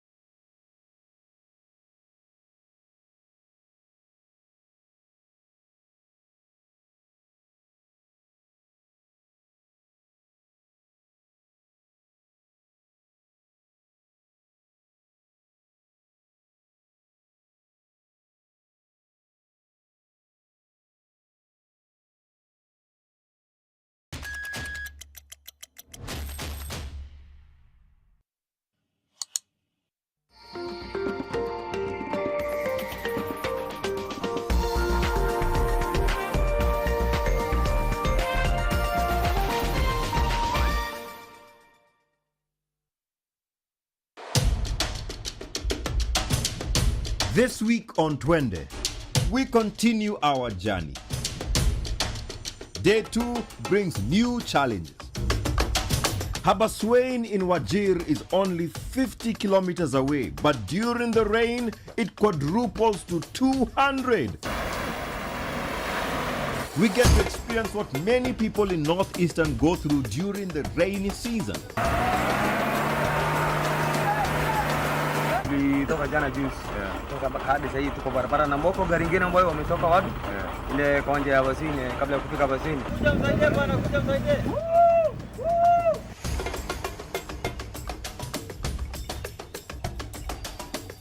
And people come in and they're like, oh, it works. I can have ice cream and I'm not in any discomfort. I recommend Sensodyne because it works. It's brilliant.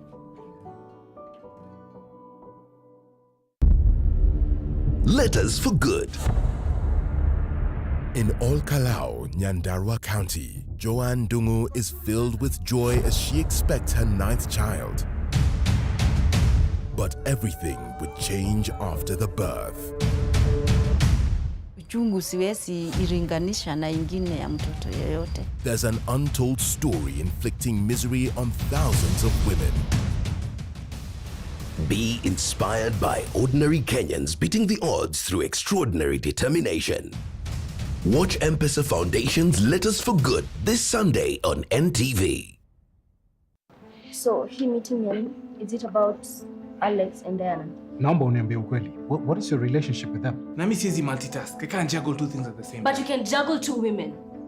I am sorry. This place seems to be very busy. I can go to another son. Hi, I'm extremely sorry that we've kept waiting. Nini mbaya na wewe? Agnes. Hauoni? Yaani Agnes, barabara yote kubwa hii na bado anigonga mimi alafu anaongesha vibaya.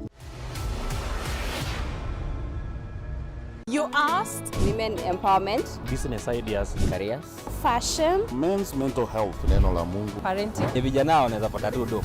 We listened. I'm a bit scared because the rate of divorce is really high. Marriage is a scam. It's new, it's fresh, it's your world, your reality.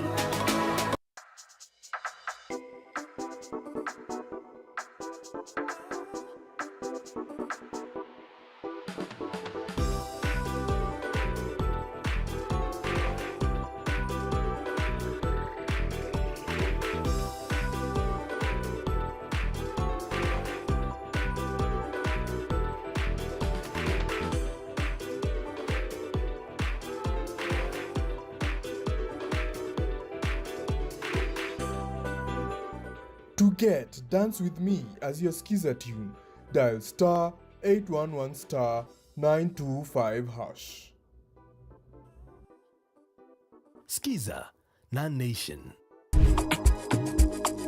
Self-reflection, continuous learning, and always putting yourself out of your comfort zone. These are some of the key elements needed in personal growth.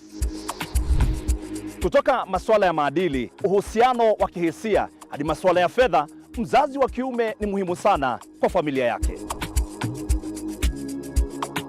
Personal growth is an individual journey that is influenced by one's beliefs and values.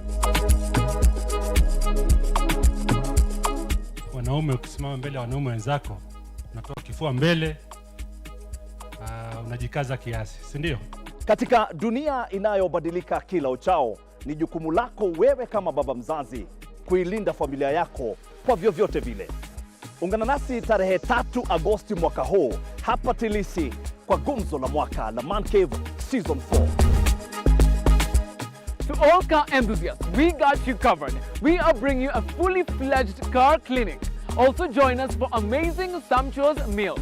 Not forgetting, grab your tickets at www.kenyabus.com. Tupatane Man Cave.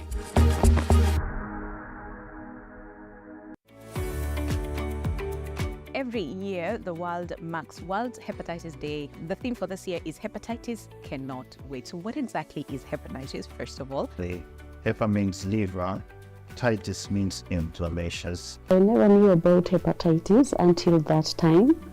When I was coming out from work, I fainted. Yeah, after fainting and now I was living allowed Vika, so I was able to come to Guru Nanak and be checked. My platelets were low, they were 44.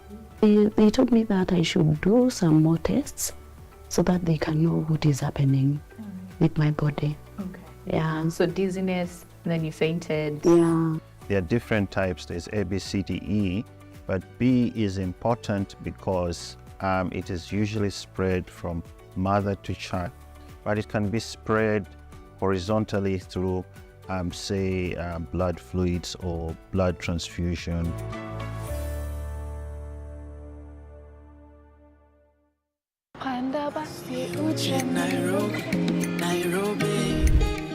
Rada yangu ni ku-upskill, ku-reskill, ku-skill. It's making myself marketable, making myself easily paid, making sure I'm in a position to be in rooms where there's opportunity. Najua tunawapeleka na Rada, there's a bunch of things that's going to be happening on ground ukikam kwa event. Skill Up Africa Expo and Conference 2024 itakuwa KICC 15th and 16th. 1, ukikuja kwa grao, kutakuwa na guidance on your career. 2, kutakuwa na expo, networking sessions. Now because sisi ni ma-youth man, we'll definitely have the best in entertainment. Tuliza pesa lafu one lege anguka na one lege anguka na. All that is happening really soon. We're here to plug you courtesy of Nation FM, NTV, and Nation Media Group. Anguka na anguka nayo kama uko na new.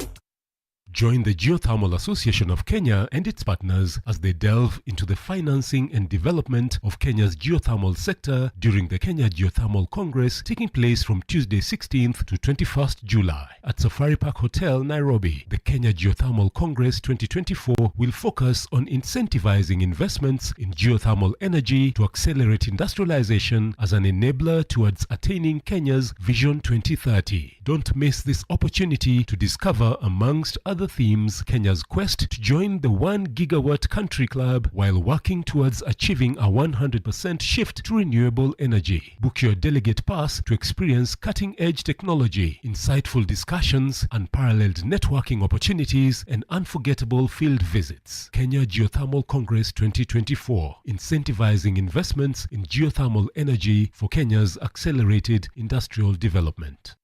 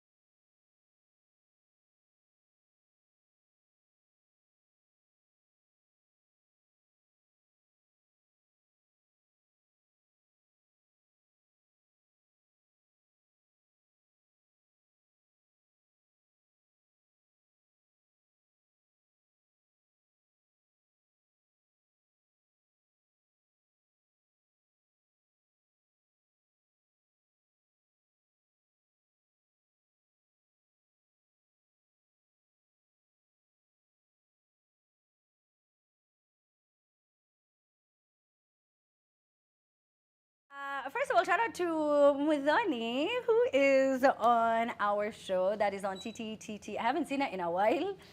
Sijui kama bado yuko. It's also been a while. Unajua kabila tunabadilishwa, so I'm not sure. But she is part of our show, and she is the video vixen in that brand new jam. It's called Blow My Mind. It's J Soul featuring Masauti. So we're going to be talking about that song in a bit. But right now we have to welcome one of Meru's finest. Mambo? Yeah. Manze wa Meru wote najua hata salamu sijui. Lakini wamenifundisha matusi moja mbili tatu. I don't know why they do that, but I don't know greetings. Matusi huanza kwanza. Oh, inaanza kwanza. It's like a culture for Kenyans. You know? Yeah, tuanze na matusi. You might not know how to ask for water, lakini unajua kuongelesha mtu vibaya. Acha nikufunze Kimeru. Hebu nifundishe bro. Salimia wa Meru naambia mugeni. Mugeni. Look at the camera one. Mugeni. Mugeni Amero. Mugenia? Amero. Amero. Yeah. Mugenia Amero. Yeah, yeah. So that's saying mambo Meru. Yeah. Okay, so pia mimi acha nikufundishe kwetu kwa sababu mko karibu sana na Isiolo, so mnaongeleshana na Waborana. Yeah. You say akam. How is this so easy? So akam dancer. So unajua yetu. Yeah, born and brought up in Isiolo. Born and brought up in Isiolo? Okay, fine. Okay, I thought, why did they huh? So unataka kusema Despacito ungefanya cover ya Kiborana? Yote tunapiga, yote tuna mix. Si ungeifanya basi. Why did I always thought you're from Meru. You're one of my... Yeah. I'm Merian, but I was born and brought up in Isiolo actually. In That's Somea, so cool. Hekima. You know Hekima Primary School? Yes. Yeah. So I did not grow up in Isiolo. However, I am aware that we live very closely amongst one another. True. So it's good to see that you know the language. Umekula chakula yetu? I can anjera, buldena. You've eaten? Anjera sweet. Haye, bahali yake. Ile kitu. Okay. Ulikuwa unafaa kuja na Masauti by the way. Yeah. Ako wapi? Ni kama alipata matatizo ya usafiri wa ndege. Okay. Because unajua hao ma superstar si unaelewa. So alipata matatizo ya usafiri and he couldn't make it last minute, so I had to cover up for him. Okay. Yeah. Well, too bad, Masauti. Too bad. Now let's talk about this song that you did with Nadia Mukami real quick. That became so big. Yeah. I think last time ukuja ndo either ilikuwa ndo tu imetoka. I don't remember. I just know it was a while back, and now the song has more than 2 million views. It's gotten a lot of love. Yeah. How has it been all these months later? Imekusaidiaje kipesa, kinini, kigig? Yeah, actually that's the song that changed the whole perspective about my music. Venye nilikuwa na view music from that time ika change. Also imenipandishia profile, I'd say. Profile yangu imeenda higher since then, and then I've also made money from music. Yeah. For the first time in a while, I would say nilitoa do ya mziki, nikasema hii do ya mziki. You know, and I did it with something with it, nikasema let me do, you know. Yeah, so that I remember. Kata sio 1 RPM by the way they are watching. Yeah. So you received your first proper payment. How many years into your musical career? Like 7. 7. Yeah. So it has to start with passion. Since 2018 after Despacito. Tunapiga tu. Hey, miaka 7. Yeah. That's the same as when people are starting a YouTube channel. You're told, relax. Yeah. I think it's everything in the creative industry. Actually, they tell you be patient. Yeah. It's going to take some time. True. And did you want to give up any of those 7 years? Were there moments you said, you know what, Meta, kuna vitu tunaweza fahamu hapa Meru? Definitely. Yeah. You did? Then what kept you there? Remember, there is a song I did inaitwa Pambana. It's on YouTube. Ukisikiza hiyo song, you'll know why. You know who? Yeah. But when you get the right team and the right people to work with, you get to understand deeper things zenye zina involve music and creativity, and unakuwa na confidence. Yeah. Game. Yeah, that's true. You have to, but you see, you also have to listen. Yeah. You have to not have yes men around you who will agree with you, and they should be able to tell you hapa umekosea, hapa kidogo umekosea. Mm. All right, so the new song Blow My Mind featuring Masauti. Tell me how it all came about. So tumekuwa tukitafuta Masauti for some time, you know. Since Kiboko there's this other song he did with Lava Lava. I really love those songs. Na nilikuwa napenda vibe yake venye ana dance, you know, the moves and his vocals. So he's an artist I used to, you know, look up to, and nilikuwa nasema someday I would want to do a song with this guy, you know. Apparently pia my manager Keifo Tanashati is in the building. Pia alikuwa na wamekuwa wana sana na Masauti for some time, and by the way, big shout out to Masauti for, you know, believing in my potential and also vouching for it and saying, yo, let's do something. Na unajua si rahisi kupata collaboration with an artist and they give it all, they are all, yani sio rahisi. Most of them, you know, na kwa ile superstar, weka verse nitumie song nikiwa huku nitaweka. But we had a studio session and it was magical. Yeah. So he gave you 100%. It's almost like, I don't know if you remember, it's but like 100% energy. When international artists used to record with Nigerian artists or Tanzanian artists, yani anapeana tu verse tu. Aliimba tu akasema vitu hapa na pale, but they don't. Wengine kwa video hawayuko. Hata kwa video hawako, or they just, you know, give you a bridge. They don't even give you a full verse. True. So unashindwa kwani nilikuwa na kuforce. But Masauti has always been really humble. I think, are you guys going to work on more projects? Because this sounds really good. Yeah, definitely we are. We're working on some new projects. Yeah. So it's like every time we hang out, is sharing music and instrumentals, and I'm listen to this. How is it? We'll jam on it. So I would say in the next future we are going to do some songs together. Yeah. Well, I wish you guys all the best with that. Thank you. Sasa wewe unaishi Meru. In fact, thank you so much because you came all the way from Meru only for this interview. Is that true? True. You're not going to Nairobi. Thank you. I mean, I appreciate it. Thank you so much. How is it living in Meru, being an artist who has, you know, a fan base in Nairobi, meaning that you frequent here, unashinda umekuja? Yeah. So ikoaje hivyo? It's quite challenging, but I would say a blessing in disguise also, because Meru ishatukubali already. Meru is like fan base there is, you know, strong. Our boy J Soul, but still we have to venture into other, you know, other places Nairobi, in the other places in the country. Yeah. We have to. We are doing music that will compete worldwide, compete countrywide. You know?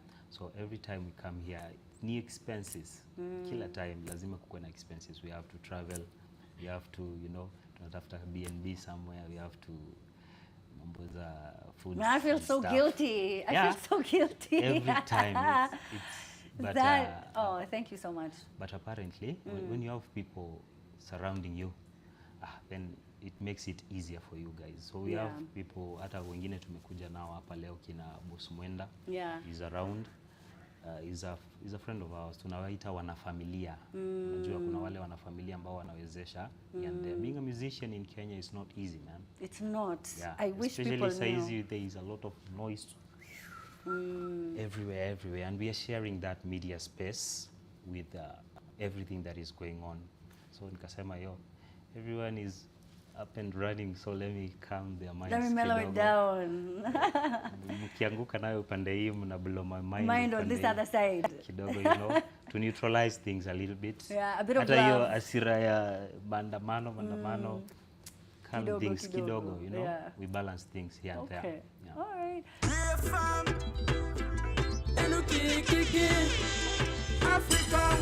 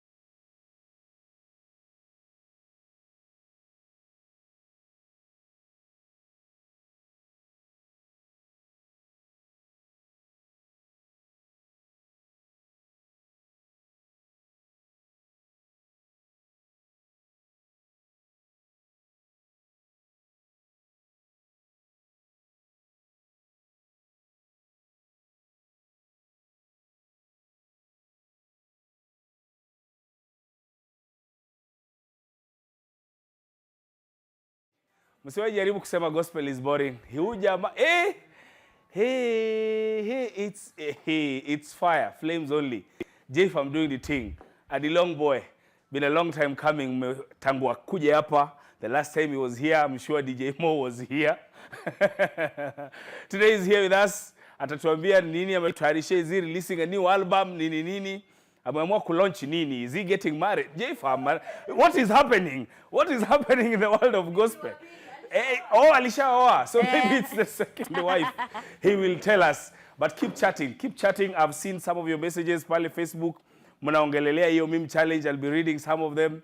Yeah, as we go on. As Jefam will be telling us, the gospel industry iko ama ili, because you know people keep saying, oh, gospel industry ilienda, but nasikia Masimasika. Gospel industry ilisha, but nasikia Sarake, nasikia Gloria Muliro, nasikia Size 8. They are releasing every now and then. So he's here to tell us, is the gospel industry as we knew it, or as people still used to call it, urban gospel music? Is it alive? Is it dead? The dancehall gospel, is it alive? Is it dead? What's happening? Yeah, Hope Kid, the people who are holding the dancehall fraternity down, gospel. Are they still doing it? Ama kukoaje? Situation ikoaje?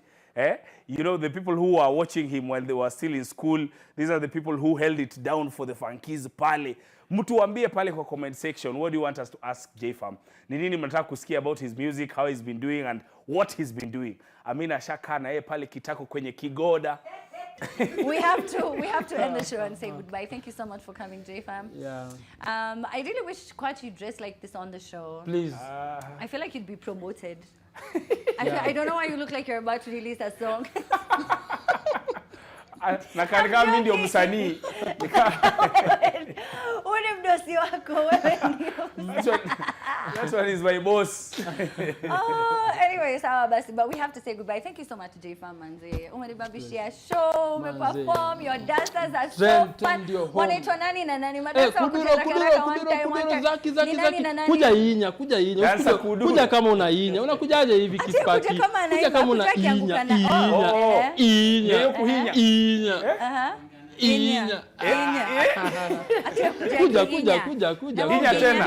Kuja. Hiyo ndio kulido sasa. By the way, umeona ule msanii anaitwa Tenge? YUG. Yes. Umeona now he's a millionaire. Yes. Umse akaini kama akifanya hizo funny faces. Look, I swear, please do that funny face umefanya tu sasa ukifanya hivi. It's just because you can't zoom in. Wow. Sawa. Nyinyi ndio mmeona sijui ni nini, but he is now a millionaire and he's relocated to Dubai. Oh, really? Kwa sababu ya content. Actually, tunaenda Kisii wote, si wote. Wow. Hata nyinyi mnaenda Kisii. Is this your first time to? Piano agetu ni Madhare by the. Ina mara yenu ya kwanza kwenda Kisii. Mnasikiaje? Shikeni mic. Where is the mic? Nasikia fiti. Tunasukuma tu. Ni poa. Kisii ni mbali. Si karibu. Na wewe ungetaka kumsalimia nani sahi? Nani ana watch kwanza? So wana watch home ni Mapero. Okay. Na sisi ndo kwa TV, shosho nini. Kila mtu hadi shosho sahi. Ako awake. Oh, that's such a supportive family. TV uko acha wanaona. Yeah. Na wewe ungemsalimia nani? Wahuni wote wangwana. Yeah. Wenye wako na area. Yeah. Tuna represent tu. Na mmekuwa pamoja for a while Yeah. As a dancer. Miaka ngapi? Since J-Fam aanze I think. Ndio. Kwa kitambo. Huko na miaka ngapi? Kuna mtu ameuliza huko na miaka ngapi unaulizwa. Yeah. Huko na ngapi lakini? Wewe ni Gen Z? Uni Gen Z. Amina, one thing you should know. I know, stop asking questions and we Gen Z wanaishia Moi Avenue ipande ingine. By the way, mwana mzee mwingine akiongelea venye sisi Gen Z and I kept wondering if he thinks Gen Z is the name of like the movement. Yes. Because there are people who are not understanding it's a generation. You can't just pick and choose who wants to be Gen Z. Baraza pia akasema mimi ni Gen Z. Former Nairobi governor alisema mimi enzi zangu nikiwa Gen Z. Like enzi zako ukiwa Gen Z. Yeah. By the way, governor tumewasahau pia tunaanza yao. Tutawasalimia soon, don't worry. Anyway, we have to end the show. Thank you so much guys. Menibamba. Mojo, shukran sana pia pale nyuma yangu na kuona. Asante. Ni side. Asante sana. So, say bye. Bye. Follow me on Instagram, Facebook, Twitter at DJMojo254 and each and every Sunday tuko the Avalanche Rongai. Nani? Yes? Kamera yako ni hii. Kamera yangu ni hii. Sawa, each and every Sunday DJ Mojo, DJ Pupizo, DJ Painkiller tuko ndani ya Evil Launch Rongai. Yeah. So msiwahi kosa. Au sio? Thank you so much. Ulikuwa umenini na hiyo NTV imekuficha ficha. All right, so Kwat, thank you so much. One of my very, very good friends here at NTV. I'm so glad we did the show together. I do make fun of you, but so no, it's all love. It's all love, Amina. It's Yeah, all love. It's all love. It's all love. Tupatane You kwenye paid me to socials. say that at the end. It's not love. I don't care. I don't care. Hata nashangaa unanilamba nini, nimekulipa. I was trying to be nice and I was like, wow, the show would be so boring. I just need to continue being like this. Thank you to my director, John Taze, and my producer, Ndenga, and everybody else who's with us this evening. Thank you so much. We've got to love and leave you. Catch you next week on Friday, maybe. We don't know. God willing. We don't know. We don't know. We don't know. Mojo, take it away. Let's start the weekend. Let's start. Yo, so man a kingdom quiet. Come on see how the kingdom representing. Yo man a kingdom quiet. Kingdom done this.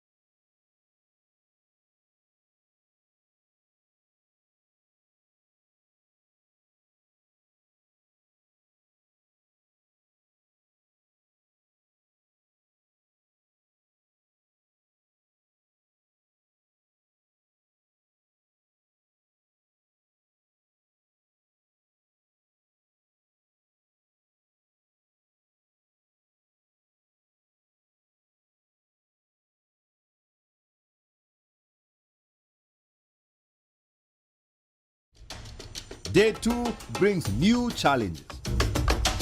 Habaswein in Wajir is only 50 kilometers away, but during the rain, it quadruples to 200.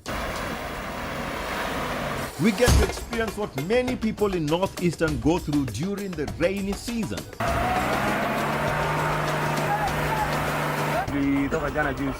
Kutoka mpaka hadi sasa tuko barabara na mboko gari nyingine ambayo wametoka wapi? Ile konje ya Basini kabla ya kufika Basini. Kuja msaidie bwana, kuja msaidie.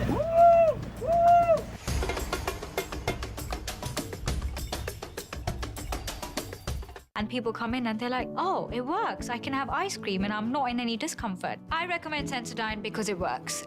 It's brilliant.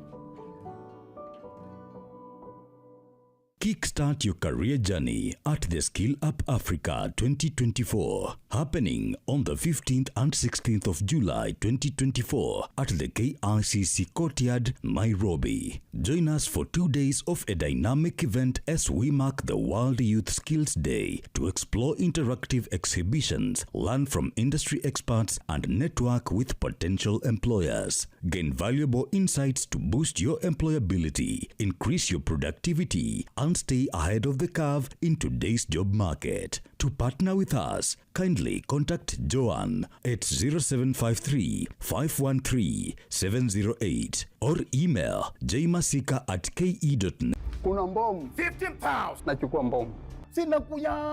Zinakwenda. Nahitaji diaper. Kimeumana. 39. 40,000 shillings. Namba 3. King Kong.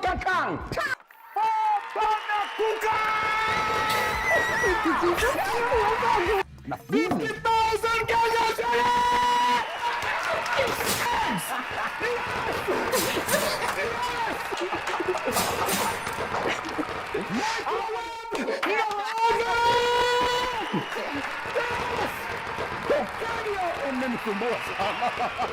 Grand Mega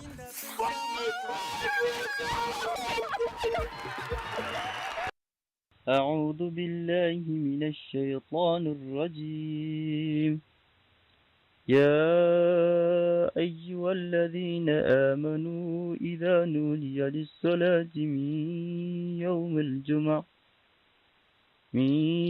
يوم الجمعة فسعوا إلى ذكر الله وذروا البيع ذلكم خير لكم إن كنتم تعلمون. To get Friday Muslim prayer as your skiza tune, dial star 811 star 937 hash. Skiza na Nation.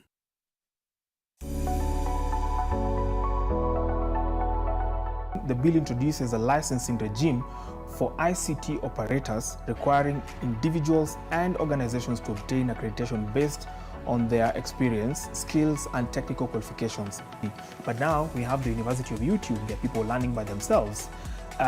What does that portend for the person who is self-taught? We are teaching kids coding at I think CBC, and we've seen all those things. So would you say that for these kids to build software, even for their own classwork, they need accreditation from the ICT authority? Some of these things just create a lot of ground for expensive compliance. We've spent a lot of years building a lot of infrastructure, plugging into, M-Pesa, plugging into banks, MTN Mobile Money, Visa cards, all these kinds of things.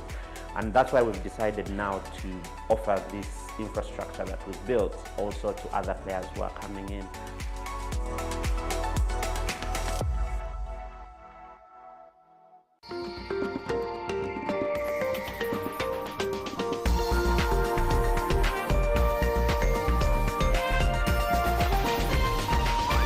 NTV, turning on your world. The following program has been rated GE. It is therefore suitable for general family viewing.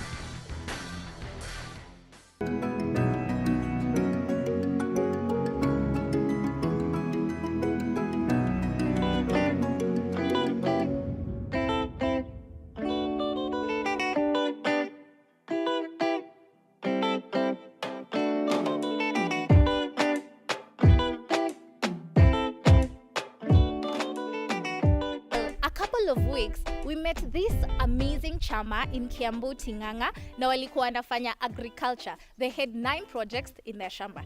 I know you remember them. 9 projects. 9 projects. Ni gani na gani? Tunafanya rabbit farming. Rabbit farming. Kuna dairy goat farming. Hata nasikia mkojo ya rabbit hapa. Inanuka lazima kanuke kutoka juu. Nikasugura rabbit farming. Alafu tunafanya value addition ya mandizi. Tunakata mandizi tunatengeneza unga tunakausha. Hapa tuko hii area. Kwa hii area tu bado. Alafu tunafanya hydroponics. Today, because we started a chama during that episode, we want to see each chama yao imefika wapi. Were they able to actually kickstart it, and how much progress have they been able to achieve? Kitambo nilikuwa kwa chama, na hiyo chama tulisave pesa, mwisho hiyo pesa ikapotea. Treasurer alipotea na pesa, alituambia to save, mwishowe hatukumpata. Mmejipanga, mko na jina ya chama, or where do you guys think you're going to start from? Kwa jina bado hatujajipanga, lakini nilikuwa nafikiria tunaweza jiita Kingdom Family kwa sababu tunataka kuwa kama kingdom. Having a name for a chama is very important because it becomes your form of identity anywhere you go, and jina ya chama ni kama jina yako, so it becomes like an identity for all of you as a group, and that's very important, the name that you guys decide to choose. Pesa sisi hatutaki ipote. Now a structure is really important, so tell us about the structure. Does it have to have a structure ama tu mna run to fua? Normally when starting a chama, I think it's very important to have an aim and a goal, and once you have an aim and a goal and all of you are in sync with it, you can now form the structure of the governance. Just give us 21 days, you'll see our results. We agreed with Peter that their chama ensures effective financial management, clear goals and objectives, strong governance and leadership, member engagement and education. Well, when you also talk about enhancing communities, building communities, today we're going to be doing something very special. Remember the mystical roses? The girls we met? Well, today we're going to be partnering them up with this chama from Tinganga, and we can see ni nini itatokelezea kwao. So don't go too far. Join us as we also enhance and elevate your chama to the next level.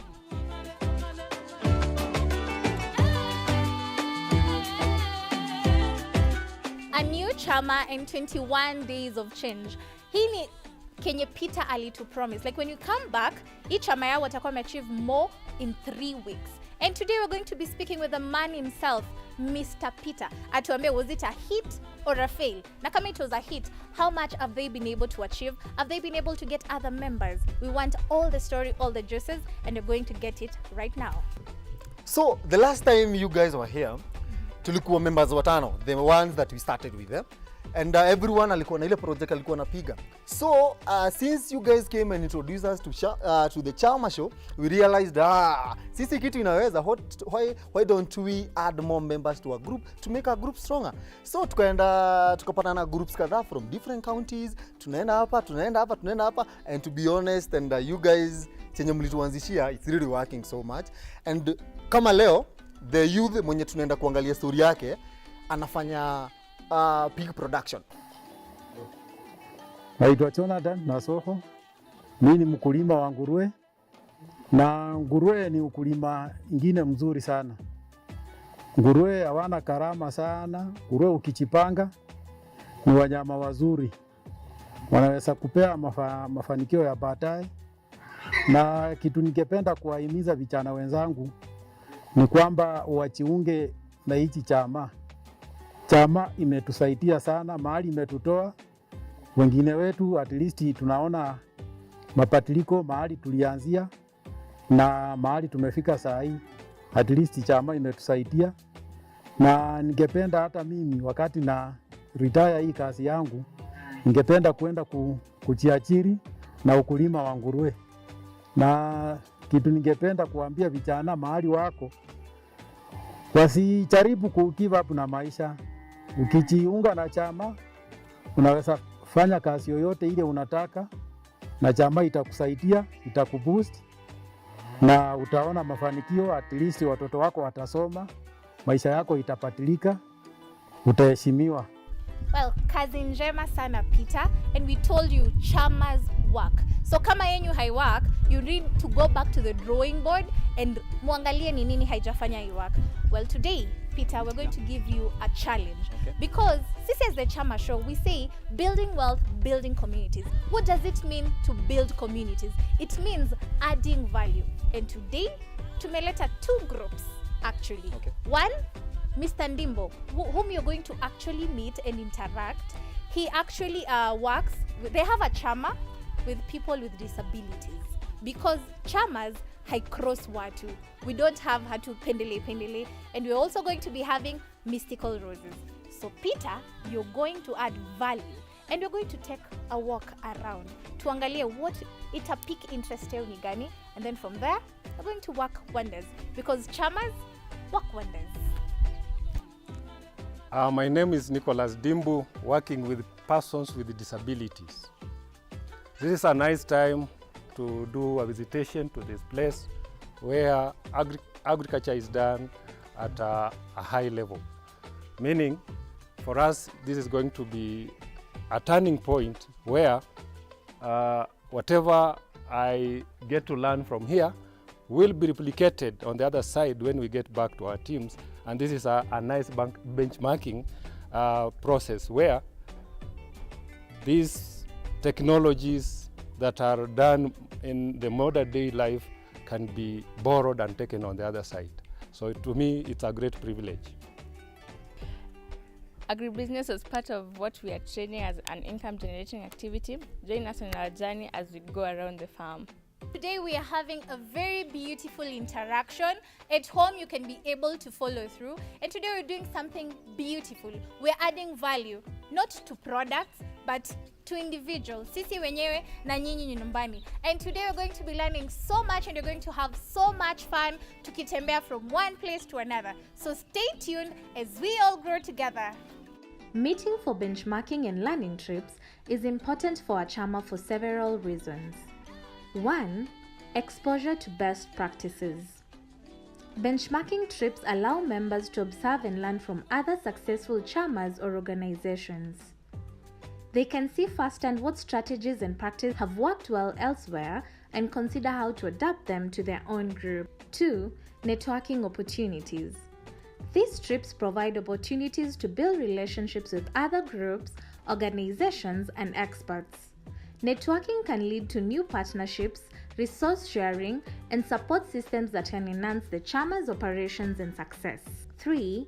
Inspiration and motivation. Seeing the success of other groups can inspire and motivate members. Witnessing tangible results achieved by others can renew members' commitment and drive to achieve similar success within their own chama. 4. Skill and knowledge enhancement. Learning trips often include workshops, seminars, or informal discussions that enhance members' skills and knowledge. Topics may cover financial management, investment strategies, conflict resolution, and other relevant areas, empowering members to contribute more effectively to their chama's growth and development. I'm Peter. I'm the group chairman.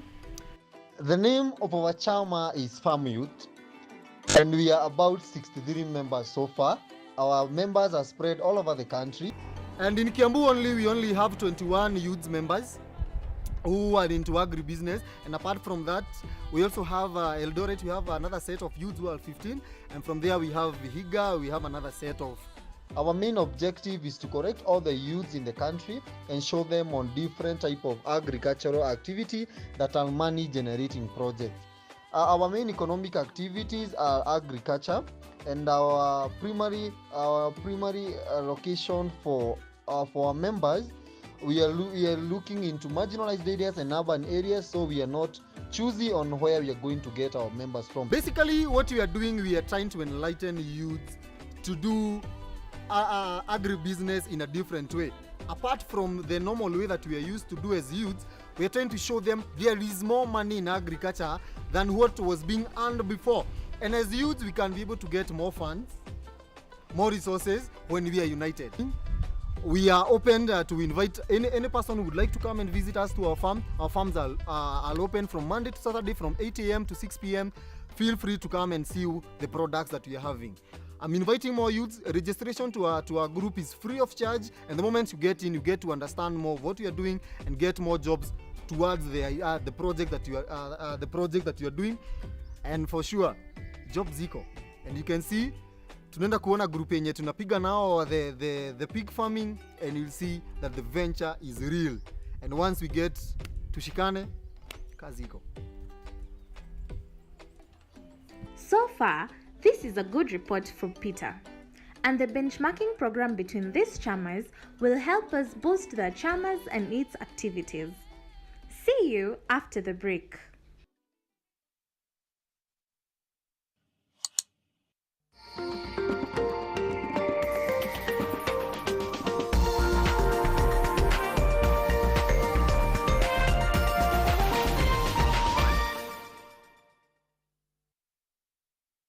Mwenyezi Mungu atakufungulia hazina zake nzuri kutoka mbinguni na kubariki kazi za mikono yako. Utayakopesha mataifa mengi, lakini wewe hautakopa. Mungu atakufanya kuwa wa kwanza na sio wa mwisho. Hakika utaendelea mbele na sio kurudi nyuma. To get blessings za maisha as your skiza tune, dial star 811 star 926 hash. Skiza na Nation. Letters for Good. In Ol Kalou, Nyandarua County, Joanne Dungu is filled with joy as she expects her 9th child. But everything would change after the birth. Uchungu siwezi iringanisha na ingine ya mtoto yeyote. There's an untold story inflicting misery on thousands of women. Be inspired by ordinary Kenyans beating the odds through extraordinary determination. Watch M-Pesa Foundation's Letters for Good this Sunday on NTV. This week on Twende, we continue our journey. Day 2 brings new challenges.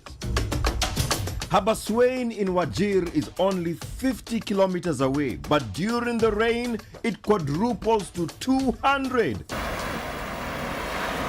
We get to experience what many people in Northeastern go through during the rainy season. Toka jana juice. Toka hadi sasa tuko barabara na mboko gari nyingine ambayo wametoka wapi? Ile konje ya Basini kabla ya kufika Basini. Kuja msaidie bwana, kuja msaidie.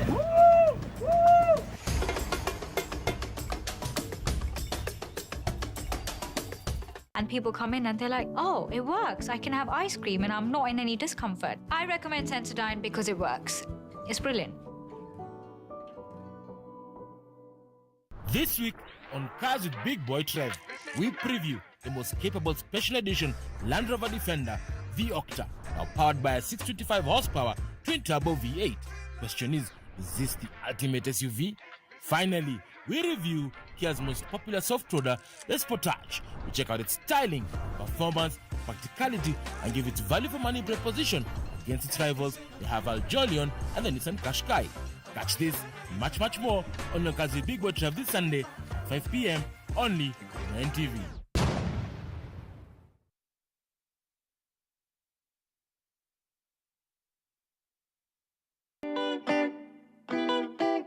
Welcome back. Today, we learn from a successful family that has been in a chama for some time. Well, let us meet the parents when you wanna foster e-growth, and let's get to know a little bit about them. Mom, hujambo? Jambo sana.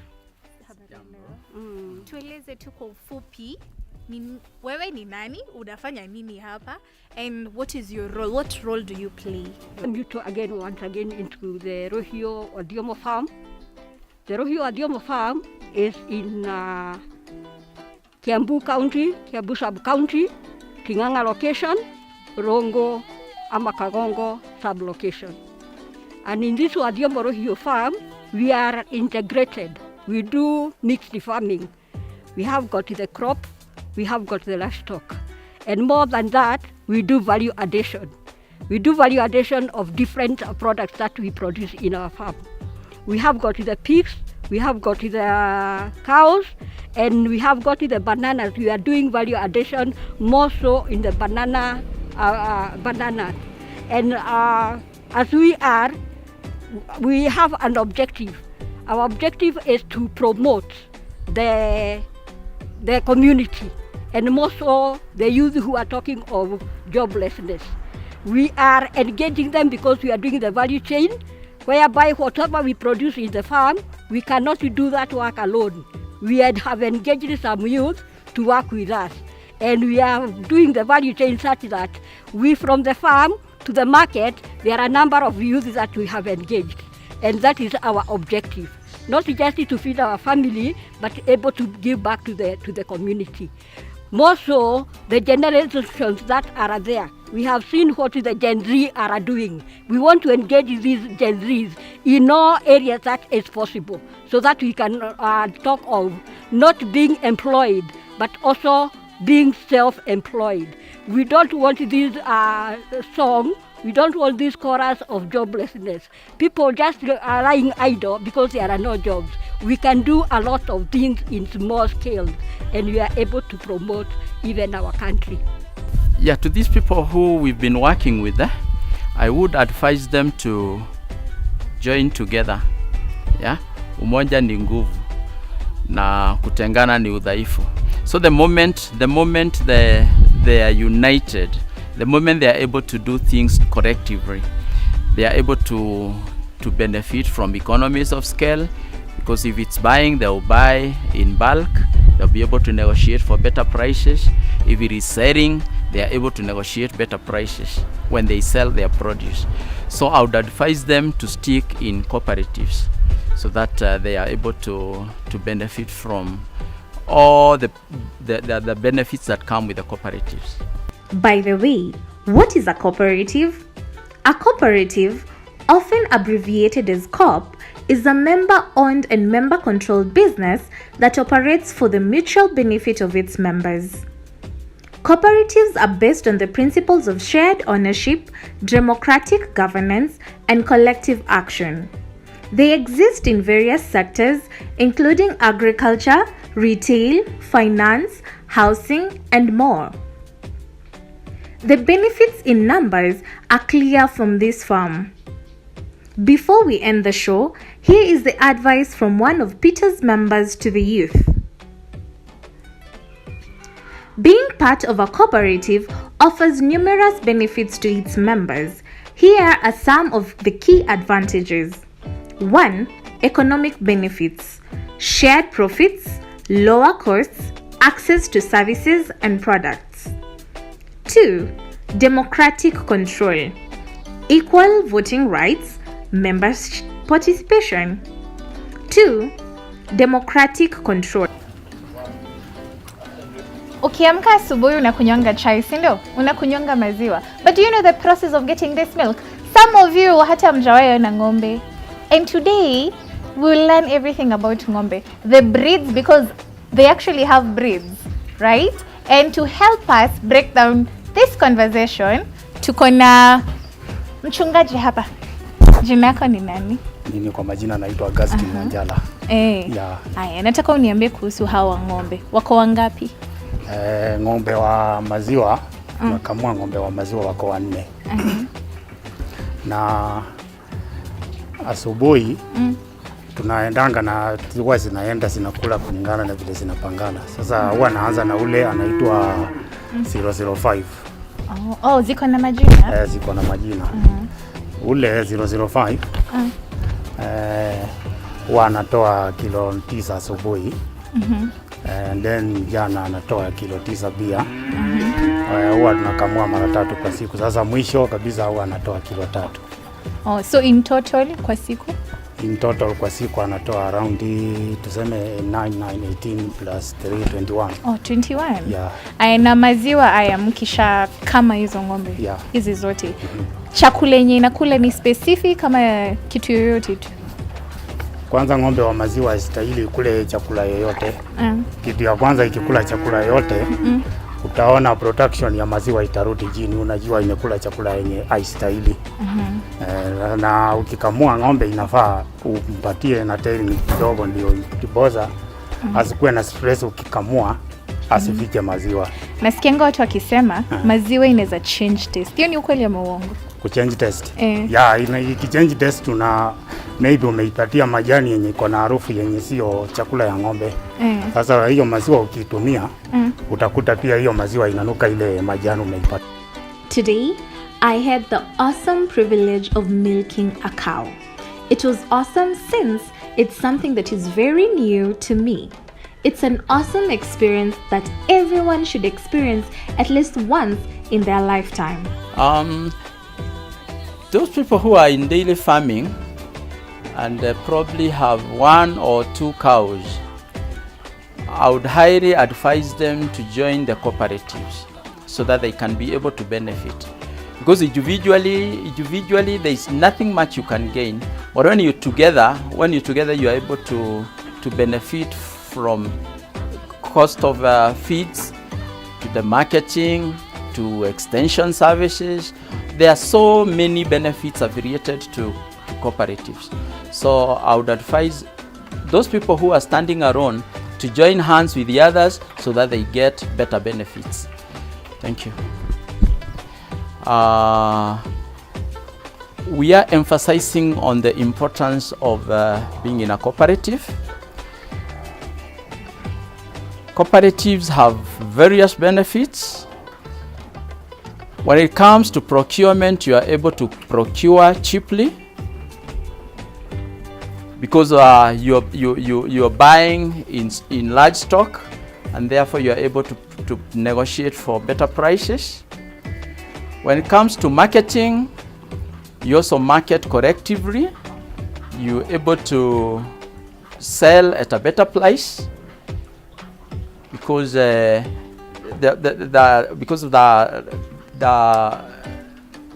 we call them kind of negotiating. You have the negotiating capability when you are in a bigger group than when you are an individual. We also get trainings from our cooperatives. They are able to organize trainings. We are able to know more about farming. We are able to know more about the breeds. We are able to know about the feeding, all aspects to do with farming. So cooperatives are very, very important. They should actually be the backbone of development because of the numbers, because of the benefits accruing from them. That aspect of getting the vet services, it's also one of the aspects that we benefit from. Because in the society, in the cooperative, we have vets who are kind of together. They are actually pulled together to attend to all the farmers. Where I cannot be able to manage to pay a vet by myself. But when we are together, the cooperative would pay the farmer, and then he would attend to all the farmers within the cooperative. So it's another benefit. Yeah, and also the ability to procure medication cheaply when we are in a cooperative. So we benefit from the medication, we benefit from the personnel in the vet through the vet. So a cooperative is able to, for instance, process. If the milk that we deliver to the cooperative, it's normally packed. Yeah, it's processed. Some of it is processed into yogurt, which an individual farmer cannot be able to do. But as a cooperative, there is a plant that handles those aspects, which an individual farmer cannot do. So adding value to whatever I'm delivering to the cooperative, so that at the end of the day, the price that I get is higher than when I sell the milk raw. The benefits in numbers are clear from this farm.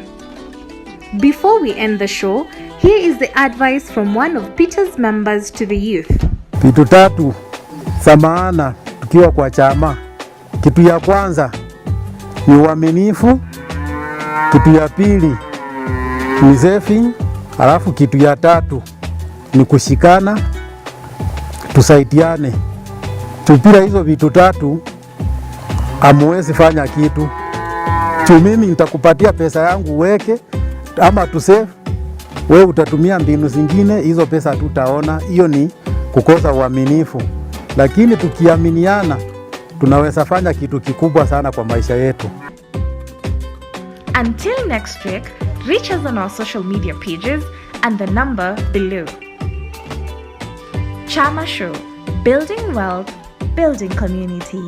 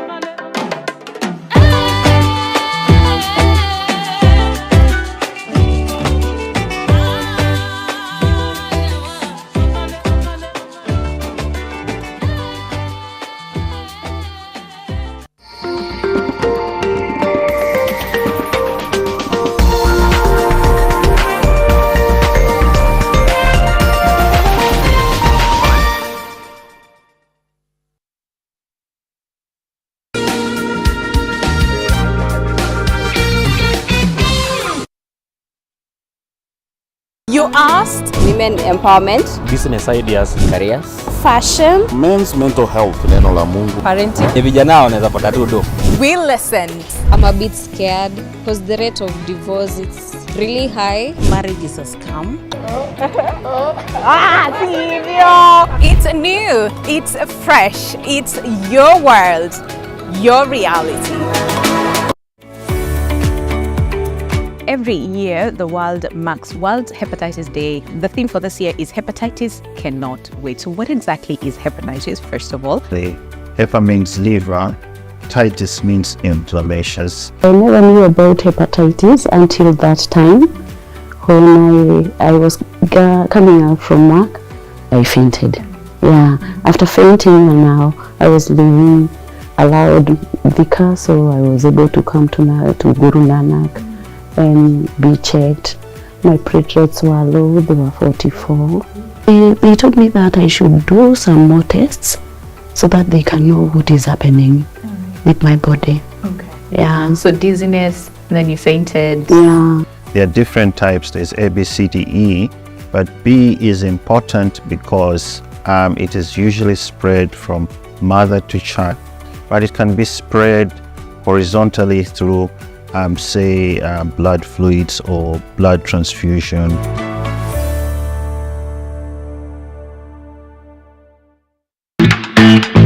Are you curious about that dazzling look?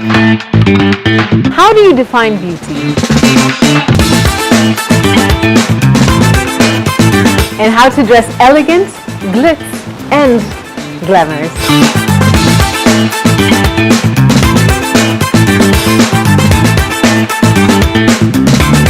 The Glam Show is here to answer all those questions and show you what's popping and what's the latest in the beauty and lifestyle world, because you need it.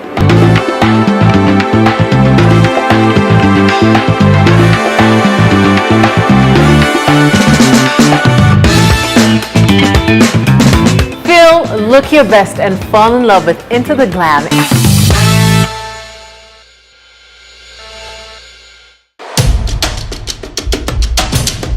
This week on Twende, we continue our journey. Day 2 brings new challenges. Habaswein in Wajir is only 50 kilometers away, but during the rain, it quadruples to 200. We get to experience what many people in Northeastern go through during the rainy season. Toka jana juice. Toka hadi sasa hivi tuko barabara na mboko gari nyingine ambayo wametoka wapi? Ile konje ya basini kabla ya kufika basini. Kuja msaidie bwana, kuja msaidie.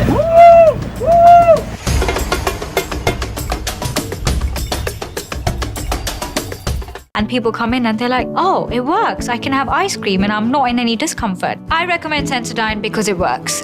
It's brilliant.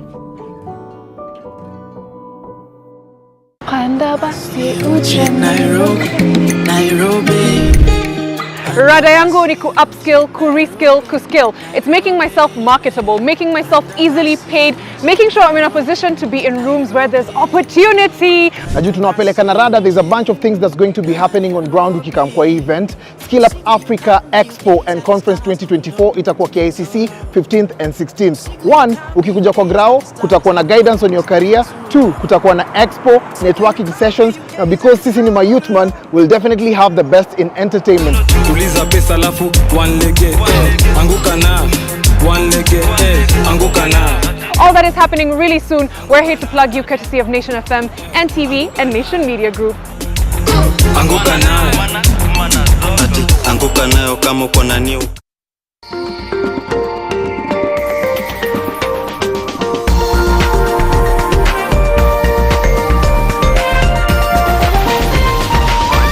NTV, turning on your world.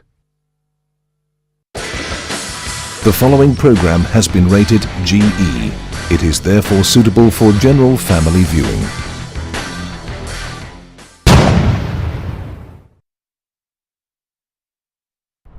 This week on Cars with Big Boy Trev, we preview the most capable special edition Land Rover Defender V-Octa, now powered by a 625 horsepower twin-turbo V8. Question is this the ultimate SUV? Finally, we review Kia's most popular soft-roader, the Sportage. We check out its styling, performance, practicality, and give its value-for-money proposition against its rivals, the Haval Jolion and the Nissan Qashqai. Catch this, much more on your Cars with Big Boy Trev this Sunday, 5 p.m. only on NTV.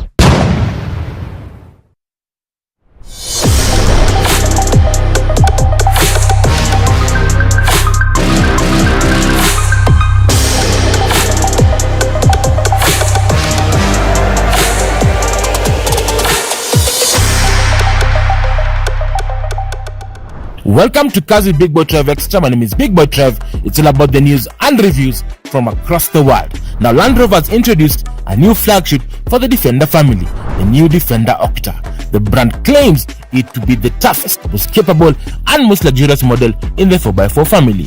Land Rover took inspiration from the toughest mineral on earth, the diamond, to design the Octa. The name is in reference to diamond's octahedral shape, which contributes to its strength and durability.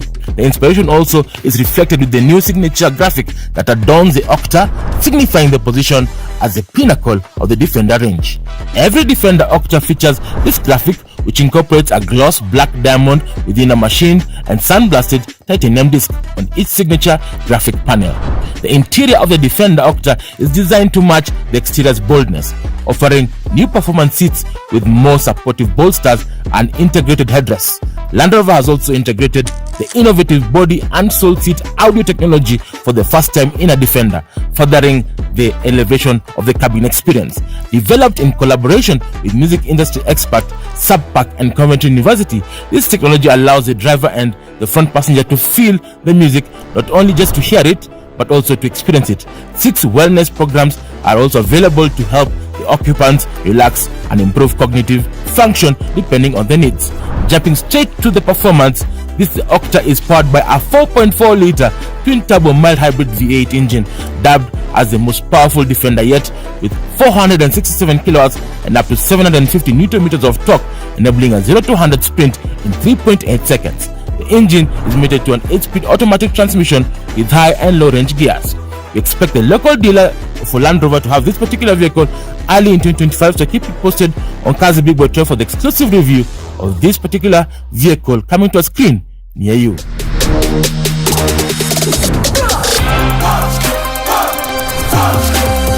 Welcome to Cars with Big Boy Trev's social media feedback segment. We give you the opportunity to speak of what you've seen on the show and how we can improve CBBT. We jump straight to our Facebook page, and the first person is our top fan, Mr. Humphrey Ham Kagwe, and he says the Jolion is a really good subcompact SUV. It's stylish, has nice features, and it's value for money. Only time will tell if it's reliable. If it's reliable, it should be the bestseller in the Kenyan market. Well, asante sana, the Jolion is a fantastic vehicle, absolute value for money. If you're looking for one, please visit their showroom to get a test drive. Now, the next person is a guy called Dax Wanax, and he says, does this car have spare parts in Kenya? Yes. Now, this particular vehicle is actually sold and serviced by Crown Motors, and they have spares across the country. They have a whole network to ensure that you remain in tip-top shape with the Jolion. And finally, we have a guy called Ian Brand, and he says, where these Chinese are really becoming. The beauty in these cars, coupled with touch of modern technology, Watcha too. I can tell you the Chinese are not playing. They're actually releasing cars every single month so that you're able to keep abreast and actually offer absolute value for money. So thank you so much for joining us on Cars with Big Boy Trev. In case you have any questions, comments or queries, don't hesitate to write to us as seen on the social media handles below. We get back to the feedback next week. Now it's time for us to sample the Kia Sportage. Enjoy.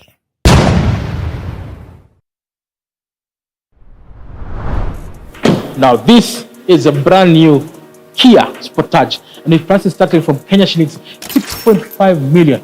Do you reckon this is your next crossover? You start this review by taking a look at the design phase, then you start with the front. Now, as you all know, Kia have this brand new design. It's called the Tiger Nose design, which has been designed by Peter Schreier, who is also now the president of Kia Motors, and I can tell you his touch is just unbelievable. Look at this grille. There is nothing in the market that looks like this. So you have the Tiger Nose, and then you also have this sort of trapezoidal cheetah-like design daytime running lamp. So this particular vehicle has been designed to give you that je ne sais quoi, that look. Now look at this hexagonal grille. You have this color. This is stainless steel, but it's plastic and actually corresponds with the lower lip, and that's what Kia have decided to do to make sure that this particular vehicle has a unique design. The lights are quite interesting. So we have full daytime running lamps, and of course DRLs that actually illuminate. It's full LED. You can illuminate the road if you traverse all the way at night in any part of the country, making sure that you remain safe while on the road. And you have this clamshell bonnet, and of course the windscreen, which actually is well designed to ensure that you have maximum aero efficiency. The name of the game is called fuel efficiency, and allows this particular car to have a drag coefficient of 0.26, which is actually very, very nice. So let's move to the side and have a look at the design of this Kia Sportage. So as we move towards the side profile, as you can see the front fender, you can see this bowl line, this crease that runs all the way through the lower hip line to the back. Again, you know, this car has very strong design influence from Peter Schreier. Of course, the wheel arch as well, simple, it's curvy, but has a flat edge to denote that this car can do some off-roading with this plastic cladding that also runs on the lower lip all the way to the lower door seal to the back. Again, these subtle things make the car all the best looking in this particular class. As you move towards the passenger cell, as you can see, so you've got this subtle but edgy look, and of course you have this stainless steel exit on the door seal, denoting that this car can do a little bit of off-roading, and of course just giving it some class. So these side mirrors as well with side repeater lamps. You have access to a 360-degree camera on this particular Sportage, and of course there are 4 of them, one on each wing, the other one in the front, the other one at the back. Coming to the rear third of the vehicle as well, you can see this particular stainless steel exit is now on the roof line, running across the diffuser that's right here, and the lines merge all the way to the back. One thing actually I forgot, the tires. They come from size 17 to 19 inches, and of course on the profile, it's profile 65, giving you better ground clearance and better comfort on our rough roads. So this particular design is fantastic. You can see this diamond cut Kia logo, and of course the rims, again aluminium, making this car have that sophisticated look. So as you can see, the design language has actually merged to form this rear panel, and from this rear diffuser, as you can see here, it's merged towards the design. You have a third stop braking light to ensure that anybody following you can actually see that you're braking. And of course this design, I love this fastback coupe-like design that you never find on crossovers. So as you can see, the lights here form this rear LED lighting system, which looks very good at night, and the design is fantastic. You have the new Kia logo emblazoned on it. It's 2D, and of course you have the name Sportage, and of course as you can see here, the bumper is infused directly with this particular rear panel. So you can see this silver contrast plastic cladding that runs across to the lip, to the side, and of course the Sportage logo that's right here. But people are asking, how good is the performance of this car? Let's step inside and have a look at the quality, then do a drive courtesy of Cars with Big Boy Trev. So, ladies and gentlemen, we are in the cabin of the Kia Sportage. I can tell you, Kia don't play games. You've seen the front design, Peter Shry inspired tiger nose design, very, very bold design that is making it very different as compared to what you find in the market. So let's step inside and have a look at the design of this particular vehicle. The first thing you notice is the dashboard. As you can see, there's plenty of space. I have 6'1", and the dashboard is placed further away from me to create an illusion of space. Then you have this wraparound cockpit as well with dual screens. I mean, this is next level sci-fi stuff. So the dashboard, of course, on top you do have soft touch material, and of course on the middle part you do have this sort of trapezoidal design. It looks very edgy and catchy with slates all over it. And of course the highlight is this screen. It's actually a 10.1 screen multicolor display that actually houses quite a number of things. You can actually stream media. When I say that, you can plug in your USB and listen to your music. You can stream music via Bluetooth, and of course, because it's got Android Auto and Apple CarPlay support, you are able to also stream live music courtesy of Spotify and the apps within the ecosystem. So they've thought about every single thing. It also has native maps that ensure that you're able to traverse the beautiful country of Kenya quite easily. And of course, if you don't want to use the native maps, you can use the ones provided by either Apple or Google in the Play Store. So fantastic thing, good gadget. The resolution is fantastic. So lovely screen, does everything that needs to be done, and also with the voice control, you're able to control certain aspects of that multi-information display. Now right below you do have the air vents, continuing with the slated design that you've seen on the passenger side as here, and of course right below it you do have this particular textured surface. It looks like it's carbon fiber, but it's not, but it just gives this car some je ne sais quoi. And of course one thing I love about Kia, they've actually separated climate control from the main display, so you can actually control the system quite easily. So it's dual zone, so basically the driver and passenger you have different settings, as you can see here and here, and you're able to control the different settings of the climate control to ensure that wherever you are in the country, you are able to enjoy the pleasant climate within the Kia Sportage. Again, the display again, it's monochromatic but very easy to use. Touch buttons, such your typical touchscreen design, but just makes this car look good. And then finish the whole place with kind of black again. Je ne sais quoi, design, premiumness. That's exactly what Kia Sportage is all about. Right below the climate control, you do have a space here where you can put your cell phone. There's wireless charging in the top spec version of the Kia Sportage, and you have two USB ports, one type A and one type C. A 12-volt socket to power up any other device. Now we move towards the gearbox console. You have your traditional shifter. Basically, it's a Tiptronic functionality because this Kia has a 6-speed automatic transmission. You have start-stop as here standard as well. Then you have different drive modes, eco, economy, and sport. This allows you to toggle through the different settings. So when you toggle to sport, you're telling the brain of the vehicle that you need more power. So what does it do? It tells the gearbox logic or the brain to hang on to gears for longer to give you maximum power output. And of course, if you're driving on economy, it moves the gears faster up the range so that you're able to access the highest gear possible, which is 6-speed, and ensures that you have good fuel economy. Again, you do have hill descent controller standard, auto hold, very good for traffic, and of course park distance assist and cameras which are actually around this particular vehicle. So ladies, if you are struggling to park your vehicle, then perhaps the Kia Sportage is the car for you. You have two big cup holders here, as you can see here. You're able to carry your cups or mugs very easily, and of course you do have the center console where you can hide your wallet, your keys from prying eyes. I move to the instrument pinnacle. Also, it's a fully digital display that houses quite a number of things. On the left hand side you have the speedometer, on the right hand side you have the tachometer, and in between you do have the temperature and fuel gauge. Not only that, in between the two dials you do actually have the vehicle information display that gives you what is happening in the car. So from range, temperature, service intervals, anything that you need to know about critically what the vehicle is doing, you're able to know that is in that particular screen. Now let's talk about the steering wheel. It's a 3-spoke design. I love the new Kia logo as well, and they've actually done some stainless steel excerpts around it to give this car some je ne sais quoi. So on the satellite buttons on the left hand side, everything to do with the multi-information display, and then voice control and volume, and you can pick up calls, etc., and change the modes of media, be it Bluetooth or USB or streaming. You're able to do that here quite easily. In the right hand side you have the menu which actually runs this instrument cluster, and of course cruise control are standard in this particular vehicle. You're able to toggle through quite the different settings, making it a very easy car to drive over a long distance. Just imagine driving to Mombasa with this particular car and you have cruise control. You just lock it at 80 and you enjoy the brilliant countryside of Kenya using this Kia Sportage. Now, I love the fact that this particular vehicle has plenty of space. I'm 6'1". This seat is set to my height. Although the seats are actually manually adjustable, on the higher spec, you do have 6-way multi-electrical adjustable seats, and of course, you do have also tilt and telescopic steering to ensure that anybody who's in the Kia Sportage can fit quite easily. So if you're a short man, you're able to fit. If you're tall, you're able to adjust quite comfortably and enjoy. It feels like I'm in a big vehicle, yet the Sportage is, a mid-size crossover. I love the fact that they've employed space quite easily. But the biggest question still remains, how big is the rear seat? Let's move to the rear seat and see the seating capacity of the Kia Sportage.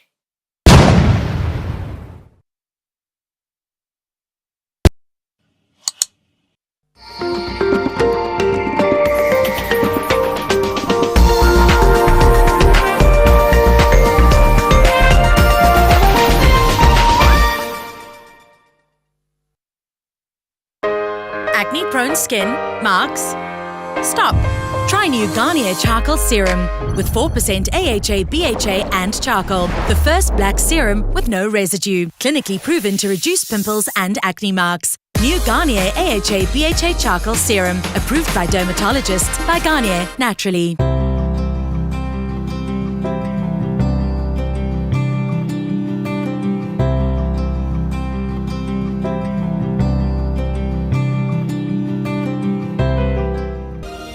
The moment I feel my pain starting to fade, it's like I'm going back to myself on a really good day. Panadol Extra releases you from strong pain. Panadol, release starts here. This week on Twende, we continue our journey. Day 2 brings new challenges. Habaswein in Wajir is only 50 kilometers away, but during the rain, it quadruples to 200.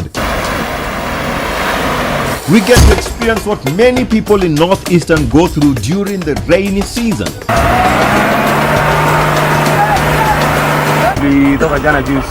Toka hadi sasa hivi tuko barabara na mboko gari nyingine ambayo wametoka wapi? Ile konje ya basini kabla ya kufika basini. Kuja msaidie bwana, kuja msaidie.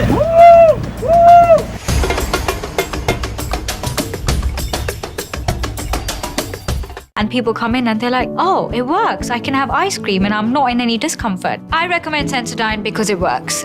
It's brilliant.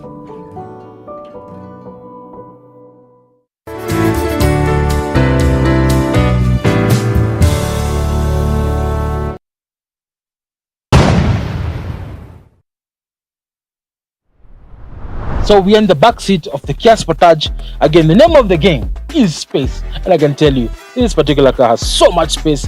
It's just unbelievable. That seat has been set to my height, 6'1", and you can see there's plenty of space. Legroom is good. Headroom is good. In fact, it doesn't have a sunroof. It's actually very, very comfortable. Anybody who's over my size would feel not claustrophobic, but with a lot of space. It can seat 3 people quite easily, 3 abreast, because there's no transmission tunnel. It's actually very low, so you can sit quite comfortably over long distance. You do have also 3-point safety belts for all the 3 occupants. You have headrests to prevent whiplash, and of course, ISOFIX anchors if you have a baby and you want to fix the child seat quite easily. It is actually provided by Kia to ensure that your baby remains safe while in the Kia. But in case all hell breaks loose, then you can rely on the 6 airbags and the curtain airbags that run across from top to the other end to ensure that your head and thorax are not damaged or you're not hurt during a rollover. Not only that, as you can see here, the grab handles are actually snug and prevent head injury as well. We got airline style pockets as standard as here. You can put your iPad, whatever it is. You have also a hook here. You can actually put some stuff here. And then you have USB ports that actually placed here and here. You can charge your devices quite easily. Also, the rear passengers do have dual vents to ensure that everybody can actually have some cold air wafting through this particular vehicle. The door bins are large. You can actually have space to put a bottle or a cup inside there. And of course, you do have another coat hook right here. There are 2, so that you're able to hook something up here, or even if you have like a detachment here for a rear personal TV, you're able to do that quite easily in this Kia Sportage. I love the fact that they've thought about every single thing that a young modern family would want in a crossover. But let's move to the boot and see the carrying capacity of this Kia Sportage. So moving over to the backside, You just press the soft touch opening to reveal, voila, plenty of space, 500 liters of boot space, equivalent of 5 suitcases or 5 gunias if you're a typical Kenyan. So you can carry your luggage quite easily, be it gunias, onions, sacks, anything that you need in this particular Kia Sportage. There's a light that illuminates the whole area and a 12-volt socket as standard so that you can power up a fridge or any device, maybe a tire inflator in case you get stuck with punctures. Again, you do have a tonneau cover to prevent prying eyes from actually looking through into the cabin as well. And then you have also tie-down hooks as well to prevent luggage from moving.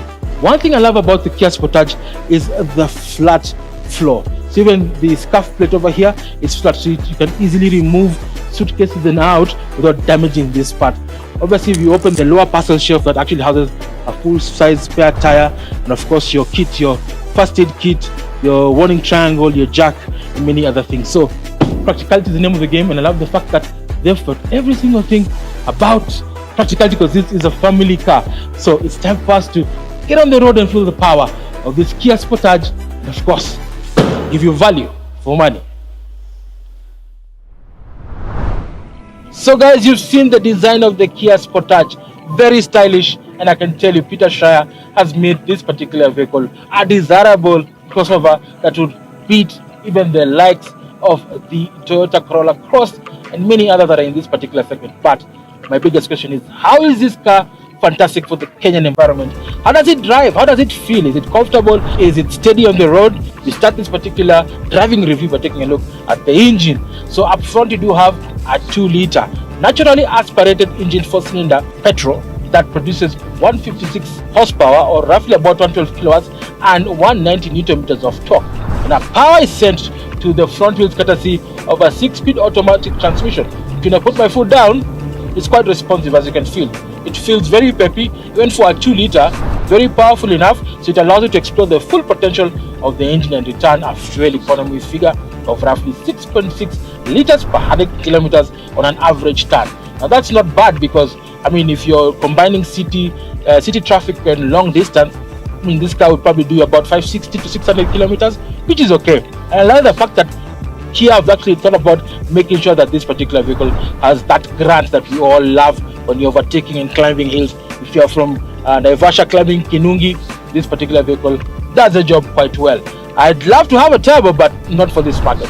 Anyway, in terms of the chassis, is shared with the Hyundai, the Tucson, because it's a family. Remember, Hyundai and Kia are one family, so they share the same chassis, and of course it's modular. So all the attributes of the Hyundai Tucson are also found in this particular Kia Sportage. So in terms of suspension, up front you do have McPherson struts, which ensure that the front is very steady while on the road, keeps the tire firmly in contact with the road. At the back you do have a multi-link rear suspension setup, which also allows for the car to give you that planted feeling and also very comfortable while driving on this road. I'm on the southern bypass and it feels very good. The thing they've done as well is to ensure that the noise, vibration and harshness is kept to a bare minimum so that it's a very comfortable cabin. I love the fact that they've thought about it. So by adding sound deadening equipment and material on the firewall, on the transmission tunnel, makes this car very smooth and very quiet on long distance.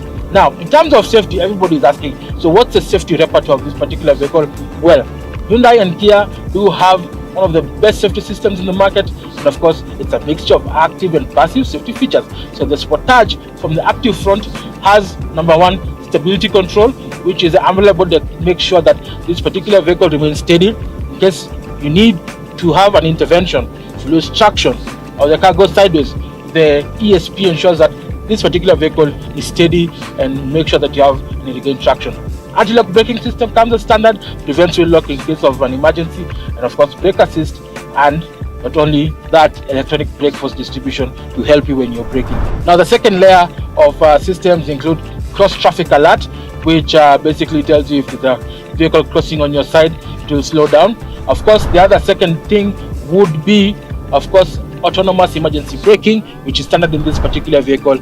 And not forgetting, you do have blind spot assist and lane keep assist to ensure that when you're driving, the cameras that are on this panel here, they check out the road and ensure that you remain in the middle lane and you remain safe while driving. But in case all hell breaks loose, then you can rely on the 6 airbags that comes as standard in this particular vehicle. You do have a 5-star rated safety cell that dissipates impact energy away from the passenger cell to the chassis to ensure that you have reduced impact energy getting into the cabin, making sure that you and your family remain safe. Of course, ISOFIX anchors, 3-point safety belts also come as standard, and not only that, you can also rely on Kia's traditional safety sense, which is fantastic, and I love the fact that everybody in the Kia will feel quite safe while in this particular vehicle. Now, let's talk about two things. Off-road capability. So this vehicle doesn't have a 4x4 system, not in this particular country. However, the ground clearance is good. It allows you to do a bit of off-roading, gives you added comfort and safety. So driving this particular vehicle is actually very nice to drive, especially on our roads in Kenya. It's good. They've actually fitted something called rough road package on the suspension. You have, tougher bushes and springs to ensure that the vehicle remains steady while on the road. Now it's time for us to get to the Msema Kweli. The truth, is this vehicle worth it? Can we do value for money? Let's head out and do value for money as we check out if this particular vehicle is the right car for you. Now that has been the exclusive review of the Kia Sportage. Stylish, capable, practical, and most importantly, safe for your family. But the biggest question still remains, is this the right crossover for you? We start this particular segment called Value for Money or VFM with the price. Now this particular vehicle is sold and serviced by Caetano Kenya, and of course the asking price for this particular unit is 6.5 million plus VAT and comes with a 5-year 100,000 kilometer warranty, whichever comes first. Plus you can rely on Caetano Kenya's extensive network to maintain this Kia from Mombasa to Kisumu, coast to coast, Nyeri, Embu. Everywhere you go, you'll probably find a Caetano workshop to maintain this Kia. But we do know that this particular vehicle exists in a space where there's so much competition. Who are the key rivals in this particular segment? Number one, we do have the Haval, which we tested last week, which is a Jolion. Number two, we also have the Volkswagen Tiguan, which is also a very popular vehicle in this segment, the 5-seater version, and of course, the Subaru Forester. So do you reckon, based on this, would you pick this particular Kia? Send us your thoughts as seen on the social media handles below. We'll get back to you with the feedback next week. Signing out, Big Boy Tribe, on behalf of Magic Mill and the team. Thank you so much for joining us. See you next week.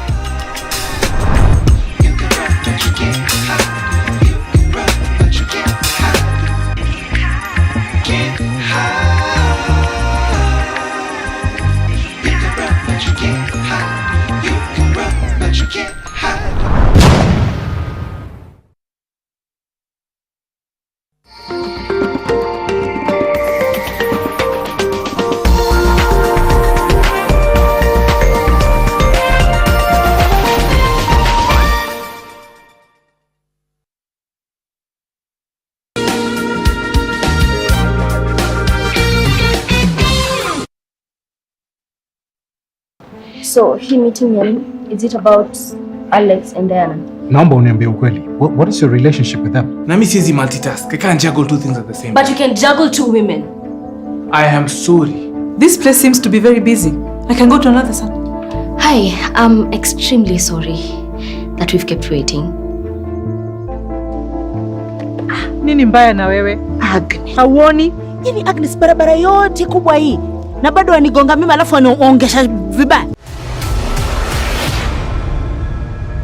You asked women empowerment, Business ideas, careers, fashion, men's mental health, neno la Mungu. parenting. Ni vijana wanaweza pata tu do.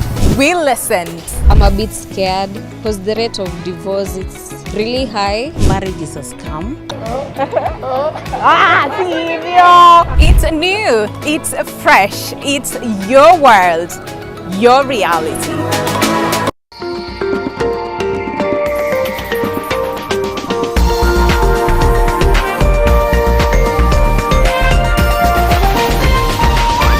NTV, turning on your world. The following program has been rated GE. It is therefore suitable for general family viewing.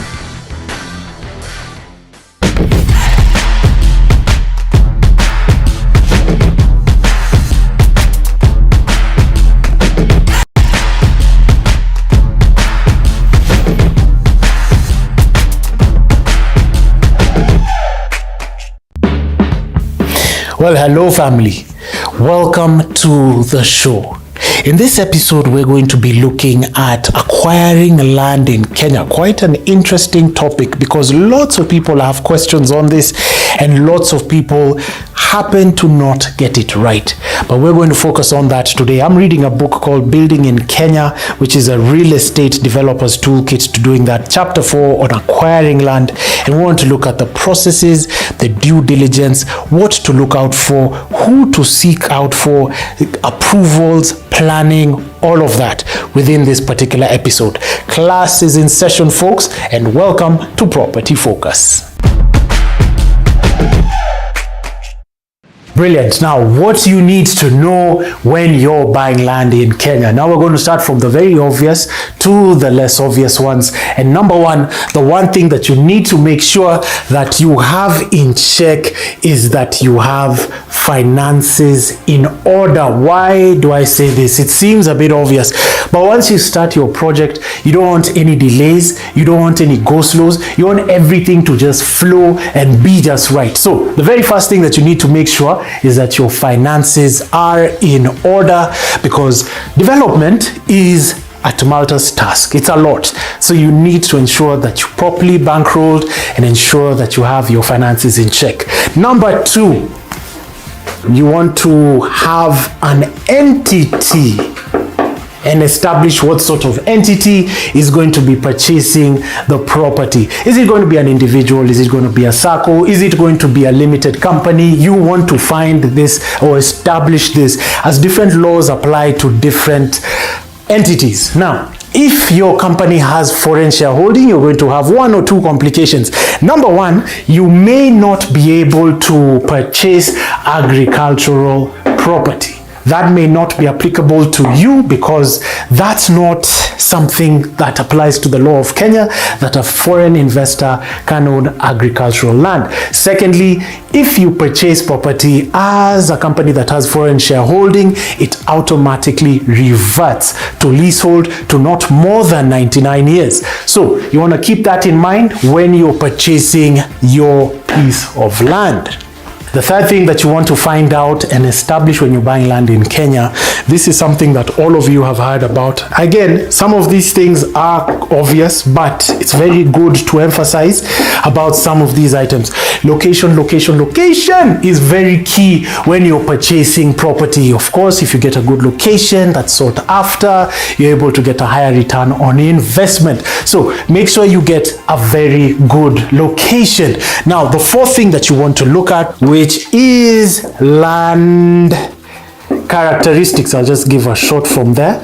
Land characteristics. Now, you want to know about your land characteristics. Very first thing, you want to know the soil. What sort of soil are you working with? If you're working with red soil, that's good. That's easy to excavate. That is perfect. But then again, if you're working with black soil, that's going to be difficult to excavate. And in fact, you can even use that as a negotiation tool when you're negotiating on price, because you'll be like, boss, to excavate this will cost me X amount. So you could use that as a negotiation strategy. Another characteristic that you need to look at is steepness of the property. How steep is the property? Now, if it is steep, architects love that kind of stuff. It's a challenge for architects. They love that sort of complexity and coming up with a very funky, nice design when they're putting up a development.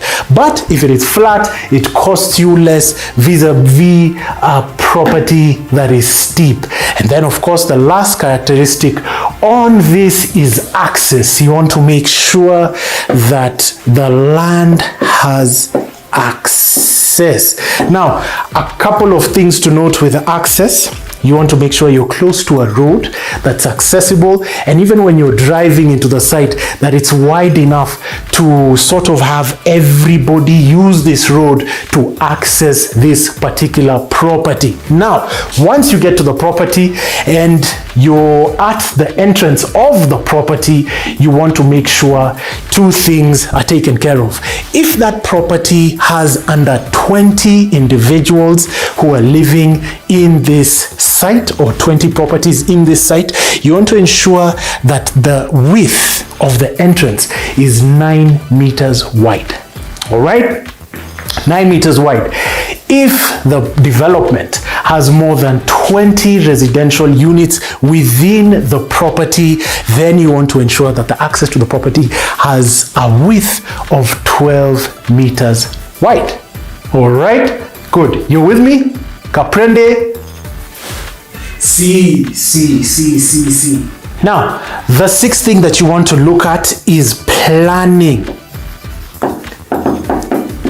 Permissions. Why planning permissions?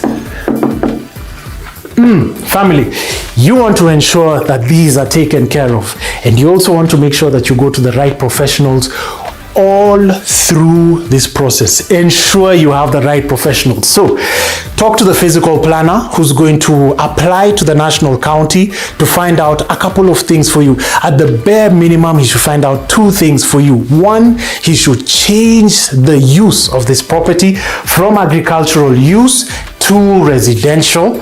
And then secondly, he should find out for you the amount of years left on the lease for this particular property that you want to buy. Now, these are costs that you're going to incur. They're sought after. So you sort of want to also have in your contract an agreement on who's going to be catering for some of these costs. And if it's you, it still gives you leverage to purchasing at a better price. Go ahead.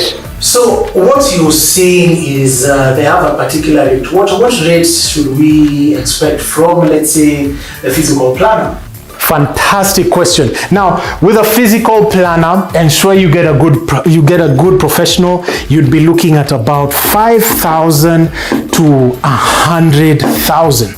Now, which is not too bad, because according to the Haas Index, if I also pull out this book, Easily land goes for 296 million, Donholm land goes for about 70 million, Muthaiga 148 million, Ridgeways 75 million, Upper Hill 551 million, you go into Limuru 21 million, Ngong 20 million, Ruaka 86 million, Ruiru 24, Tigoni 23 million. Now, why I emphasize all of these prices is because if you're looking at this as a steep expense, you sort of want to rather lose that than lose those sort of figures. So always get a professional when you're doing these things, and you'll be halfway there. Now, we're about done. This brings us to our next point. You want to look at your boundaries. Now, how do you establish your boundaries? Boundaries would be checked with your land surveyor. Land surveyor is going to tell you where your plot reaches, the boundary walls of your property on the deed plan. They want to sort of give you advice whether this particular property that you're going to buy, does it encroach onto the neighbor's property? Is it on riparian land? These are the fellows who give you all of that information. So I've got a question. What about the land surveyor? How much would the land surveyor charge?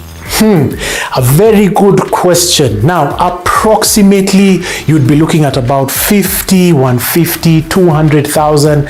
Now, why I say this is because what a surveyor would charge for quarter an acre is different from what a surveyor would charge for 2 acres. The purpose as to what you want to also use this particular property for. Do you want to put up a petrol station? Do you want to put up a residential unit? These are the sort of things that you want to also establish, and that will inform also the price that you're going to pay when you're paying your land surveyor.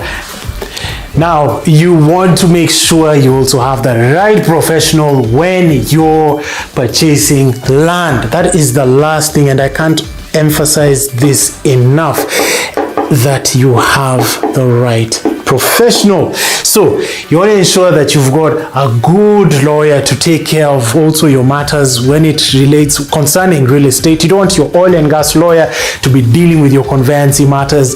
You want to ensure that you have somebody who is well versed in real estate matters and can identify loopholes a bit quicker within the system. Now, get the right professionals whenever you're doing this. Some of you may be wondering, it could be a bit expensive whenever you're purchasing land if you have to involve of all of these professionals, but you always want to be sure and you want to be safe. They say a stitch in time saves 9, so you want to make sure that's the case for you and you have it all hanky-dory. Now, we're going to have a conversation with a lawyer to tell us about how to ensure your T's are crossed and your I's are dotted when you're buying land. The exact step-by-step process now when you're dealing with the contractual work, how to purchase property in Wakili, a quick one section. Stay tuned for this and more.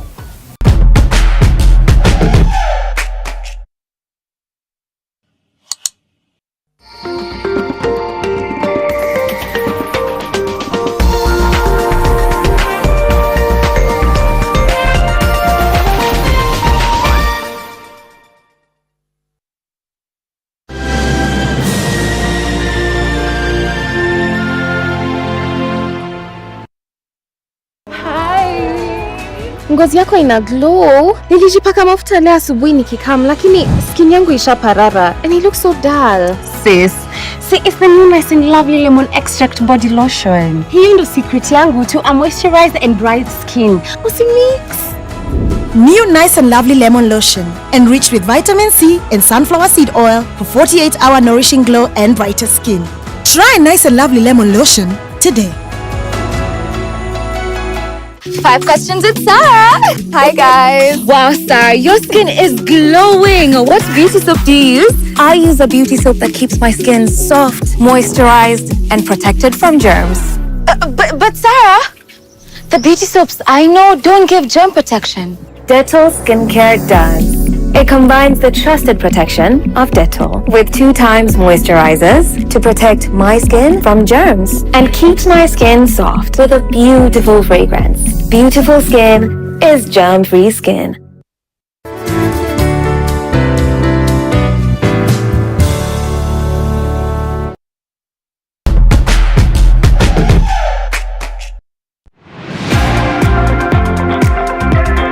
Here we are. Esther, how are you doing? I'm great, good, thanks. Good. How are you? Good. Thank you for having us. You're welcome to MMC. Tumekaribika MNC? Yeah.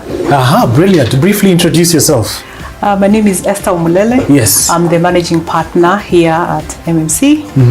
I have been a real estate lawyer for 20 years now. A long time. Okay. MMC is a full service law firm. Our biggest practice is real estate. Yeah, so we have a large real estate department. We act for several developers. Okay. We've done so for very many years. I think for the past 20 years now. Brilliant. Now I want to look at the processes of buying land. What's the process to doing that? I think buying land, let me start by saying, it's a very emotional process.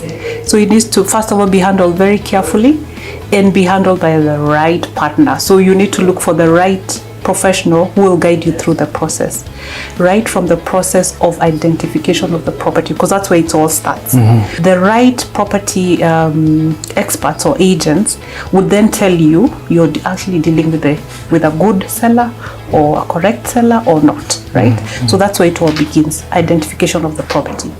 So once you're happy with the property that you would like to purchase, the next thing is now the conduct of due diligence.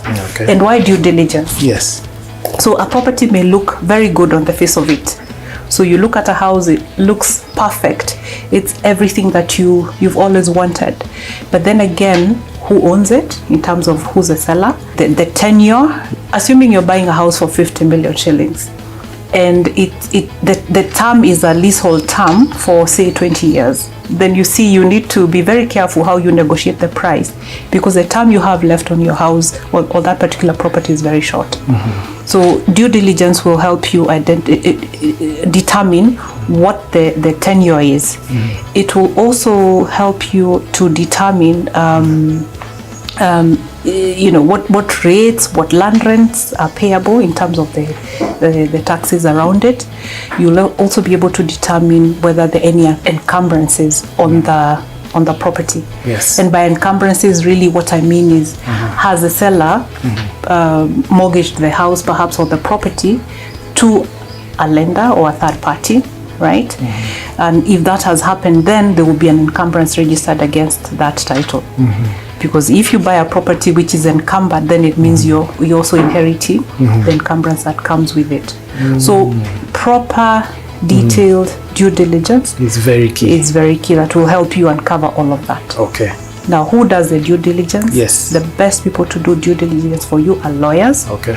Because of the training that they have and the familiarity they have with those particular processes. So they'll be able to unearth all those questions that you may have around the property. Yes. The next step is contracting. Okay. Okay. Yes. Now, in most instances, the contract or the agreement for sale is prepared by the lawyer for the seller. Okay. So they'll draft and they'll set out in the contract what it is that the seller would like captured in that agreement. Okay. And then that agreement is sent to you as a buyer of the property. And it's at that point where you then send it to your lawyer so that your lawyer can also review it. Yes. To confirm whether the terms are suitable for your particular circumstances. And here perhaps we can begin to go into what goes into the contract and what you should be looking out for. First thing is the price, right? So what are you happy to buy it at? Is it 50 million? Is it 10 million? Is it 5? Is it 2 million? Is it 100 million? Whatever it is that you think is the right price. Okay. Now, price is a factor of what the seller would like to sell the property at, but it's also a factor of what you think as a buyer is the value of the property. Okay. So now there may be a step there that you may need to probably think about, but it depends on maybe the flexibility of the seller. Do you want to do a valuation of the property? Yes. To determine whether the price you've been offered okay. is good enough, okay. or is it too high? Yes. You know, if it's too low, then okay, perfect. Okay. But is it very high, right? And does the buyer also get a chance to do a valuation? You would have to negotiate with the seller to allow your valuer access to the property. Okay. So if you're selling, then definitely you need to know what the market valuation is, so that then you sell it at at a value that is commensurate to what the market is sort of asking for. So then you're also able to achieve a sale. If you're a buyer, again, if you can get the seller to allow you access to the property for purposes of valuation, it will be perfect. Even better. Even better, yeah. Okay. Yeah, so assuming your values have ticked off both on the seller side, buyer side, you're happy with that, then what next? What are the terms of payment? Yes. Are you borrowing money from a bank or a lender or even your circle? You know, how are you going to fund that? Or do you have savings where you pay for the property in cash? So what's that conversation? So what I always tell my clients, whether you're on the seller side or the buyer side, is that before you agree either to sell or you agree to purchase, there has to be clarity as to where the funding is coming from. Okay. Yeah. So you have to have sufficient funding. You don't just go. Yeah. Yes. So if you're a buyer, have you spoken to your lender and have they given you an indication that yes, they will fund you for the balance if you don't have the full amount? Okay. And for the seller, are you confident enough that this buyer is actually going to complete? Yes. And why is that key from the seller perspective? Okay. Is because when you enter into an agreement and you sign it off, then for the period or for the term before completion, there's exclusivity to that particular purchaser. Okay. So if you've agreed to complete in 90 days, it means you're locked with that particular person for 90 days. Yes. So if they're going to they don't know how they'll complete, it means you've also lost 90 days within which you could have found another buyer. Yeah. Okay. You know? Okay. And then for the buyer, the risk becomes that in the event of default, you may be required to forfeit some money to the seller. Right? So most contracts will provide for a 10% forfeiture. Now, you know, if you haven't thought it through and 90 days later you can't complete or whatever the completion period is, then there's a risk that you actually lose money because you forfeit that to the seller to compensate for the time loss, you know, that they would have been marketing to other people. So actually the disadvantage is more to the buyer than it is to the seller. Interesting. Yeah. So I think something else to think about is what's the quantum of the deposit, right? Yes. So typically 10%. Okay. Right? Yeah. Could be higher. Because this is a negotiated term, so this is not like a statutory amount or percentage. It's really a negotiated term. Could be 10%, could be 20%. So really, what is it that you and your seller agree on? Assuming you're buying an office, right? And there's a tenant. No harm in agreeing to taking over the tenant as well, unless you think that the terms upon which the lease has been issued are not very good, and you want to renegotiate. So it depends really. So you come to the lawyer, somebody from diaspora has come to you. How do you ascertain? Property is 50 million, 10 million. Is there an order? What happens then? Right. Yes. Yeah, so we have what we call the Advocate's Remuneration Order, which is a scale that sets out fees that lawyers should charge for a transaction, either sale or purchase of property. Okay. Right, yeah. Yes. So it's calculated on the basis of that scale. What about DD, due diligence? How is there an order for that? Like you've come to you and if you want a comprehensive due diligence that speaks to everything, you know, gives you a historical search. It looks through the boundaries of the property, tells you whether it's within a road reserve or not, or whether it encroaches on riparian land, then that will be a little more expensive because you have to engage the lawyer will have to engage a surveyor to come on site and map all of that information, then give you a comprehensive due diligence. Which is still advisable because, I mean, if you're going to be spending millions of money, you know, of shillings rather, you know, you might as well. I think so too. Okay. Yeah. Essentials of a good contract. It takes us back to just the law of contract, basic law of contract. So one, there has to be consideration, right? Now, the rule about consideration is that it could be whatever number. So it's whatever you negotiate. But if you have a contract without consideration, then it is voidable. You know, it doesn't stand as a contract in the first place. Then the other thing is about the completion period. When do you intend to complete? Is it 60 days? Is it 90 days?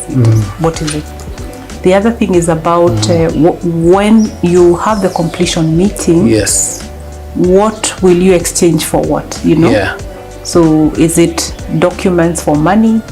Is it an undertaking by a lender for documents to facilitate registration? Then the other thing is about execution, the sign off.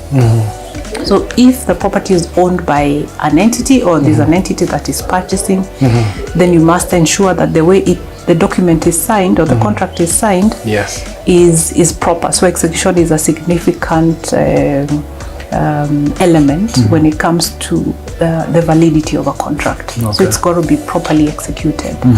Then if you're signing as an individual, you need to have it witnessed, right?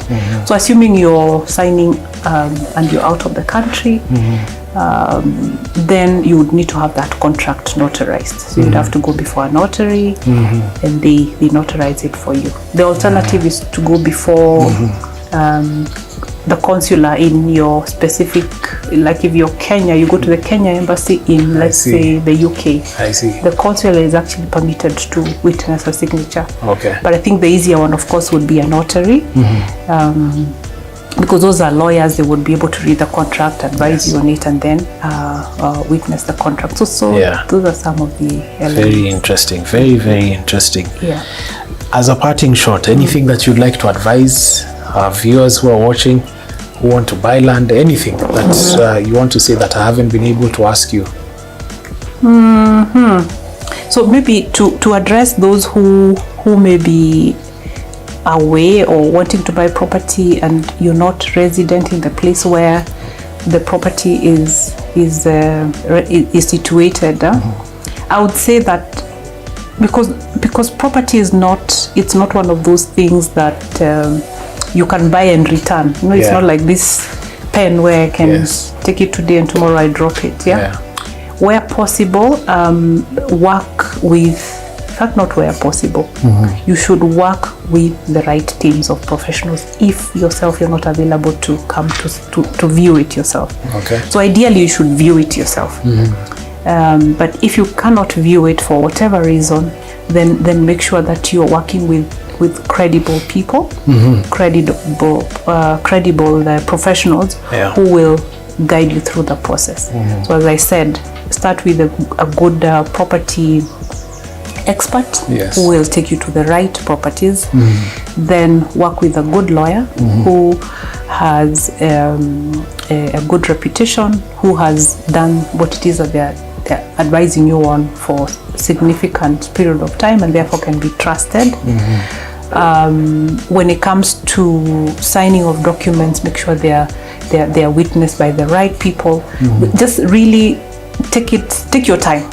Don't be in a rush. Don't rush. Property is not going anywhere. It's not going anywhere. So just get it right and do it right. Get it right and do it right. Super. Get it right and do it right. Thank you so much for coming onto the show. Sure. Really appreciate it. Is it a coincidence? We all have black and beige jackets. Great man. So there you have it from Esther, ladies and gentlemen. Well, that was an invigorating conversation with the lawyer on just how to buy land here in Kenya. Very exciting episode. Keep it property focused next time for more on property, real estate and architecture. My name is Peter Ngigi, signing off. Sayonara.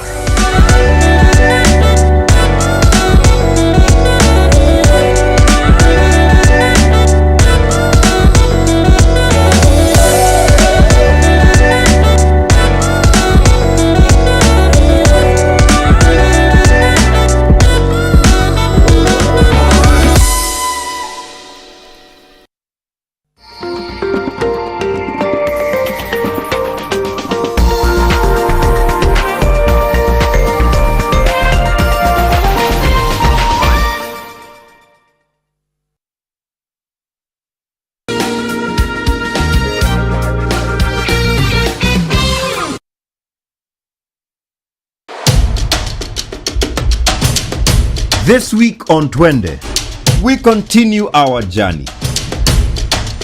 Day 2 brings new challenges. Habaswein in Wajir is only 50 kilometers away, but during the rain, it quadruples to 200. We get to experience what many people in Northeastern go through during the rainy season. Toka jana juice. Toka mpaka hadi sasa tuko barabara na mboko gari nyingine ambayo wametoka wapi? Ile konje ya Basini kabla ya kufika Basini. Kuja msaidie bwana, kuja msaidie.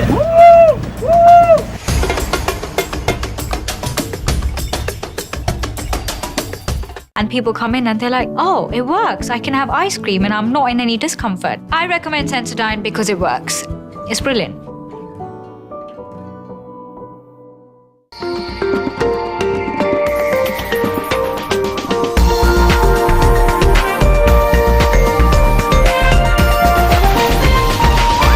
NTV, turning on your world. The following program has been rated PG. It may contain scenes unsuitable for children under the age of 10.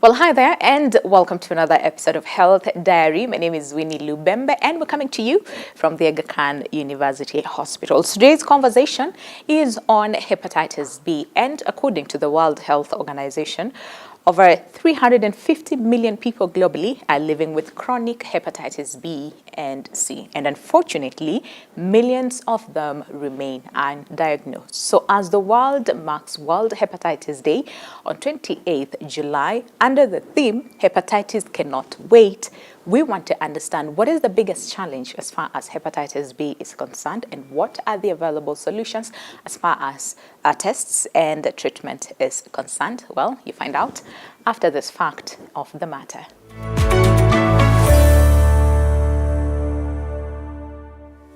Hepatitis B is a viral infection that attacks the liver and can cause both acute and chronic disease.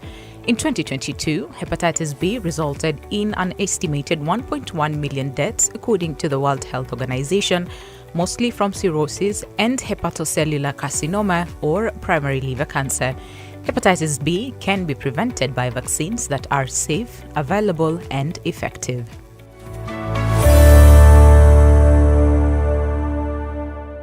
Well, every year the world marks World Hepatitis Day on 28th July, and the theme for this year is Hepatitis Cannot Wait. So what exactly is hepatitis, first of all? And we have the different types of hepatitis, but today on the show we'll focus on hepatitis B. So what exactly is it? Well, we have Dr. Christopher Opio, who is not new to us. He is a consultant gastroenterologist and hepatologist right here at Aga Khan University Hospital. Dr. good to see you again. I know you're very happy about this conversation today because this is your area of specialty, yeah? Good morning. And we also have Mary Patricia, who was diagnosed with hepatitis B back in 2012. So how is she doing right now? Well, let's find out. And Mary, it's so good to have you on our show today, all the way from Nyeri. Thank you for making the time to join us. And Dr. first of all, let's get to understand what hepatitis is. Hepatitis is basically, hepa means liver, titis means inflammation.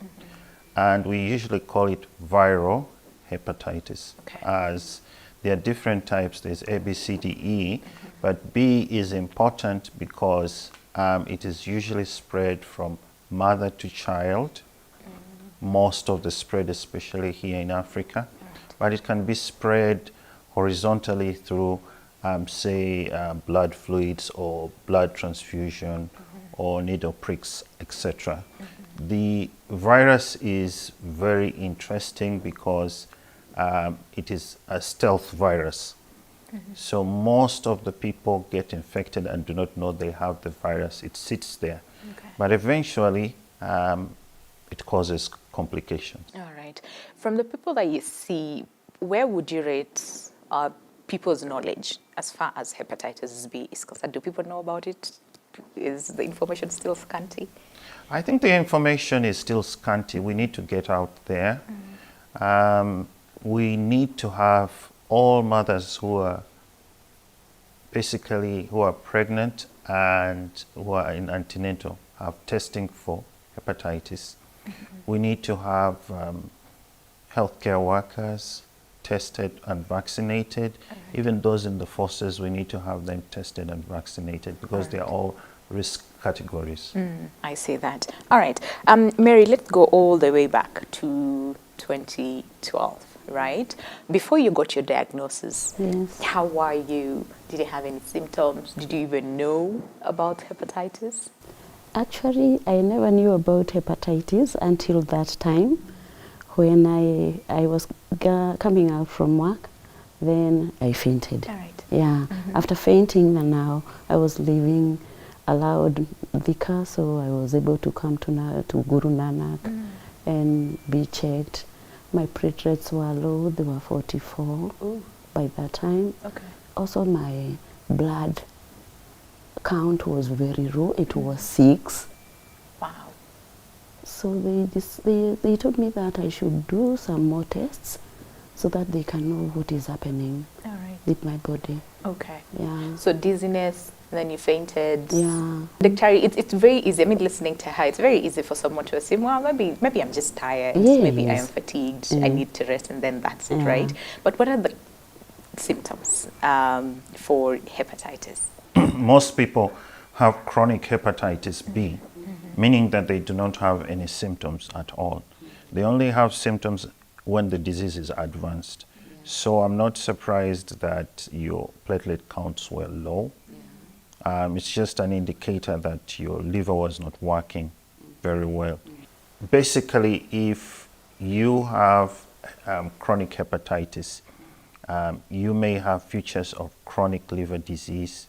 You may have weight loss, you may have fatigue. Sometimes you may have yellowing of eyes. Worst scenario, you may have fluid in your belly, which we call ascites. All right. Okay.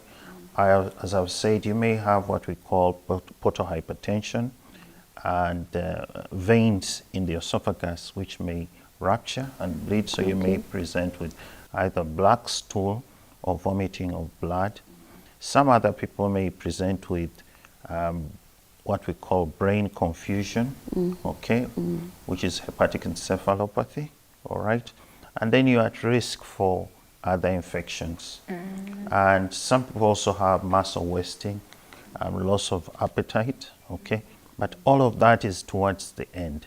All right. So how is it that there some people get acute and others get chronic forms of hepatitis B? As I said, it's all about the route of how you acquire the disease. Right. So remember, the most important route how one does get hepatitis B in this community is from mother to child. Yeah. And usually as a child, most children do not react in such a way that they would present with symptoms and signs. So that is why I said the virus is a stealth virus. It goes, sits around, says, I'm your friend, and it says, okay, we'll work together. Yeah.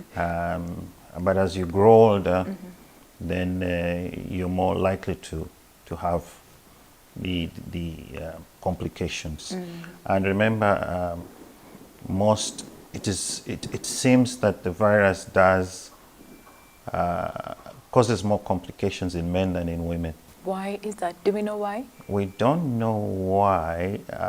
It could be conjecture, but the issues, my thinking is that, remember, the women are the ones that link up to the babies, so transmission, so they are more likely to survive. Yeah, like sort of like shedding the virus. Yes. Every time they transmit to someone else. That's my thinking. Okay. Yes, and yeah. Interesting. Okay, well, yeah, because you went through liver transplant in 2021.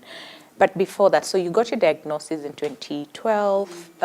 Wait, so you fainted, you went to the hospital, you were told to do further tests just to see what is going on. So what were some of these tests that were recommended? And when you were told that you have hepatitis B, what was the first thought that came to your mind? Well, I was not scared because I never knew what hepatitis B was. So I thought that it was just like any other disease. Only after some time that I realized this is a rare condition and it might also affect my liver. All right. So after that, that's the time I started feeling, no, it might be hard, a bit hard on me. But I started taking the medicine. When we tested the viral load, it was more than a million plus. It is not surprising. Yeah. Usually for patients, you can have up to 1 billion copies in some patients, or even 100 million copies. So yours was 1 million. That's not too bad, but it is reasonably high. It was reasonably high. Yes. So, and that is the reason why sometimes it is mothers are likely to spread to their children, or if you get in contact with somebody with 100 million copies, you're more likely to transmit. So what was it like, I would say, living with hepatitis? What was it? Because how were you feeling? I think that's basically what I'm trying to ask. Well, there was, I could feel nothing. Okay. It's only that I could take the medicine, which at that time, it was very costly. And I took it for 5 years. Yeah, 2013, 14, 15, 16 and 17. All right. Then I was told that the viral load has gone down and it was negative. Oh, okay. Unfortunately or fortunately, I stopped taking the medication. Okay. Yeah, 2018, 2019. Then 2020, that's the time I started now experiencing some nose bleeding. They were quite weird because I could nose bleed when I'm washing the clothes, nose bleed when I'm bathing, nose bleed even when I'm washing the utensils, nose bleed even as we are talking. So I got concerned, and then COVID struck. Yeah, so I got concerned and now came to the hospital. And that's the time I was told that I did a test, and I was told that I have severe liver fibrosis. So from there, that's the time I did the CT scan. I showed that I had hepatocellular carcinoma. Doctor, do you want to explain how that comes? So the number one is that when you start treatment, we usually don't stop. So I say it's, in truth, it should be for life, okay? Remember, hepatitis B is a cancer-causing agent. We do not know how long you've been exposed to it. You may have been exposed to it since birth. So it is just a matter of time. As I say, it just needs only one cell like this to multiply, to become abnormal and start replicating. So when that one cell does it, then and the tumor develops, it is problematic. The good news is that with just basic tests, we can identify the cancer early enough. That is an ultrasound scan done by a good expert, okay? And then they can do a blood test or something of the sort. Then sometimes what we do is to burn out that piece of liver or something of the sort. The issue with drugs, the tenofovir, it prevents, but it doesn't prevent 100% hepatocellular cancer. Okay, that's a lot. Let's take a break. Then when we come back, before we came on air, Doctor, you said one of the most expensive parts of living with hepatitis B is the tests and the drugs, right? So when we come back, we'd want to understand why is that the case, and then we'll talk about your liver transplant journey and how you're doing right now, Mary. But all that is coming up after the break. Stay with us.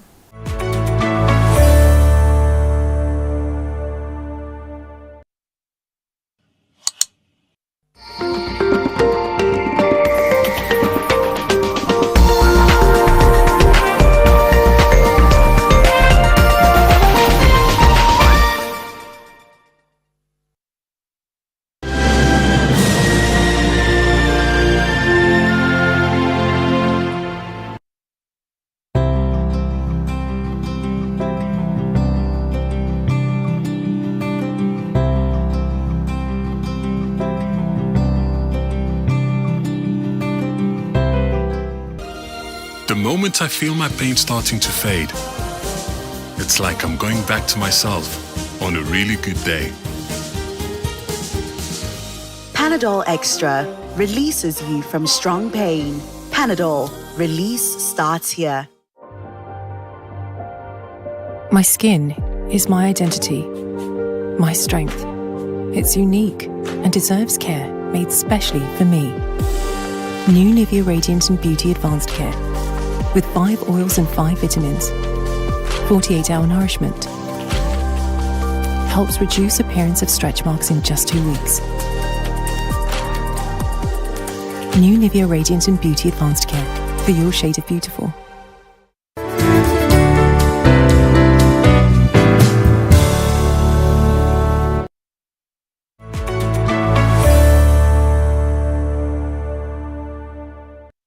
Well, welcome back. Just in case you're tuning in right now, today our focus is on hepatitis B because July 28th is World Hepatitis Day under the theme, Hepatitis Cannot Wait. And we have Dr. Christopher Opio, who's a consultant gastroenterologist and hepatologist right here at Aga Khan University Hospital.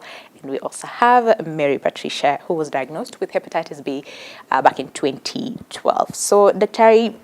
One of the questions is, how serious can hepatitis B be? Okay. And you also said the most expensive part of living with hepatitis B is the tests and, the treatment. But can we start with how serious can it be? It can be very serious, and it can lead, the worst you can get, of course, is the hepatocellular cancer, which is liver cancer. And most patients present late, and usually there's nothing you can do for them. Yes, you can have the scarring of the liver and with the complications, but that one we can kind of manage, okay? And if we start you on the antiviral, which is tenofovir or entecavir, then we can kind of improve. And earlier on, you also said some patients, especially those ones with chronic hepatitis B, don't present with any symptoms. So then how do you know that you have hepatitis B? Because you're not presenting any symptoms. I mean, Mary, you said you did not feel anything until you fainted. You went to the hospital, further tests were done until you got your diagnosis. So we do lab tests, which is screening.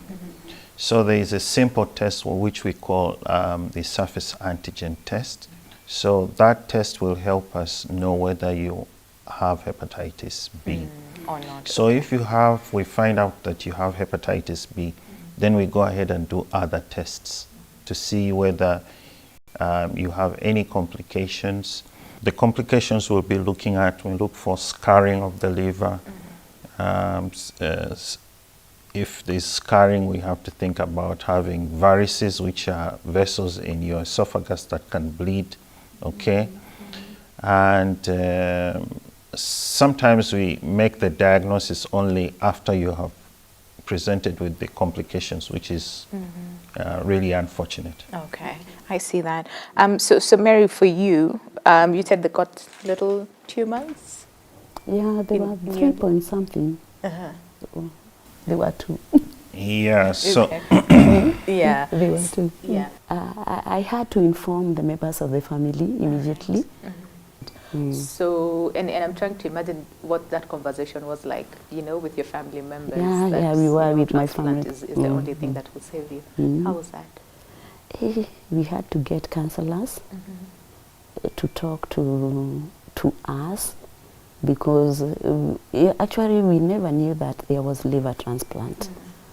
So we had to seek a lot of information, and when we got it that we can get a liver transplant, now we had to source for the donor, which was not that easy. We needed a lot of counseling, and finally my son accepted that he should now go and be the donor. Yeah, because again, after tests and tests. After tests and tests, quite a number of tests. Yeah. All right. So you went to India in 2021, right? For the transplant. Yes. Do you want to just take us briefly through how was that like? Because at some point you mentioned the hepatitis B recurred after you transplant. After I got the transplant. Yeah, just take us through that. So I went for the transplant. We took the 12 hours for my son. I understand he took 12 hours. Yeah. So me, I took 18.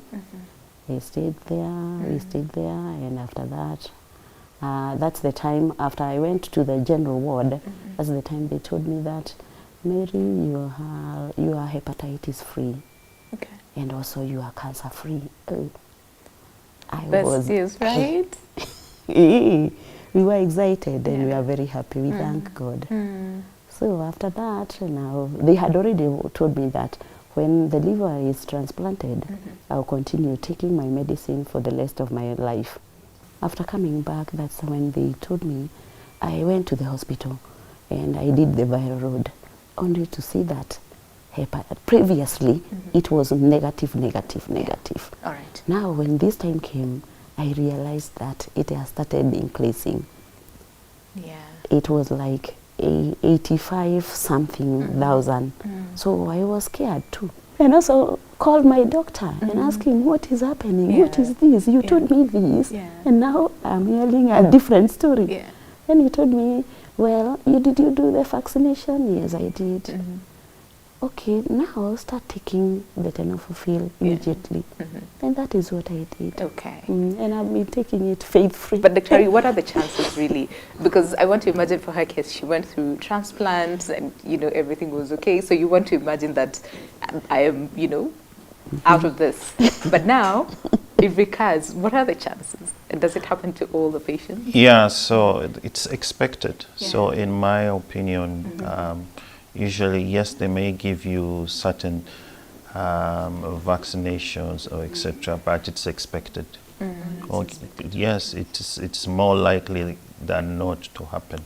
So that's why we recommend that immediately after your before your transplant, you have the tenofovir or the entecavir, and after transplant, usually continue with the medication. So Dr. then, who gets the vaccine? Can someone who has never been infected with hepatitis B just get the vaccine, or who gets the vaccine? So the standard would be that you get tested first and then get vaccinated. Okay. If you've been vaccinated before and you are not so sure about your immunity levels, get tested to see what your immunity levels are.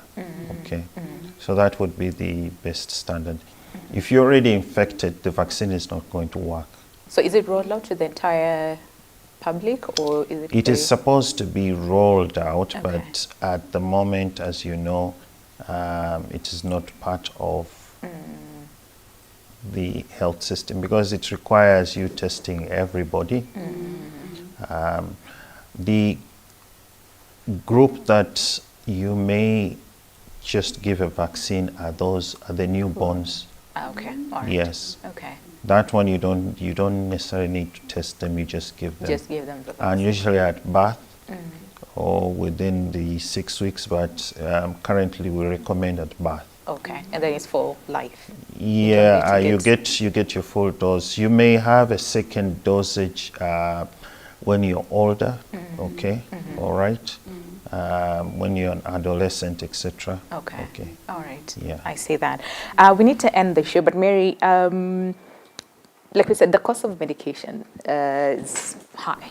It's expensive, right? Yeah. So how much is it? Is it covered by insurance? And what is it that you'd like to tell, the people who are watching us, maybe the government, as far as the cost of treatment and even support really for patients who are living with hepatitis B? Yeah, I would ask for the subsidies for the medicine because it's quite high.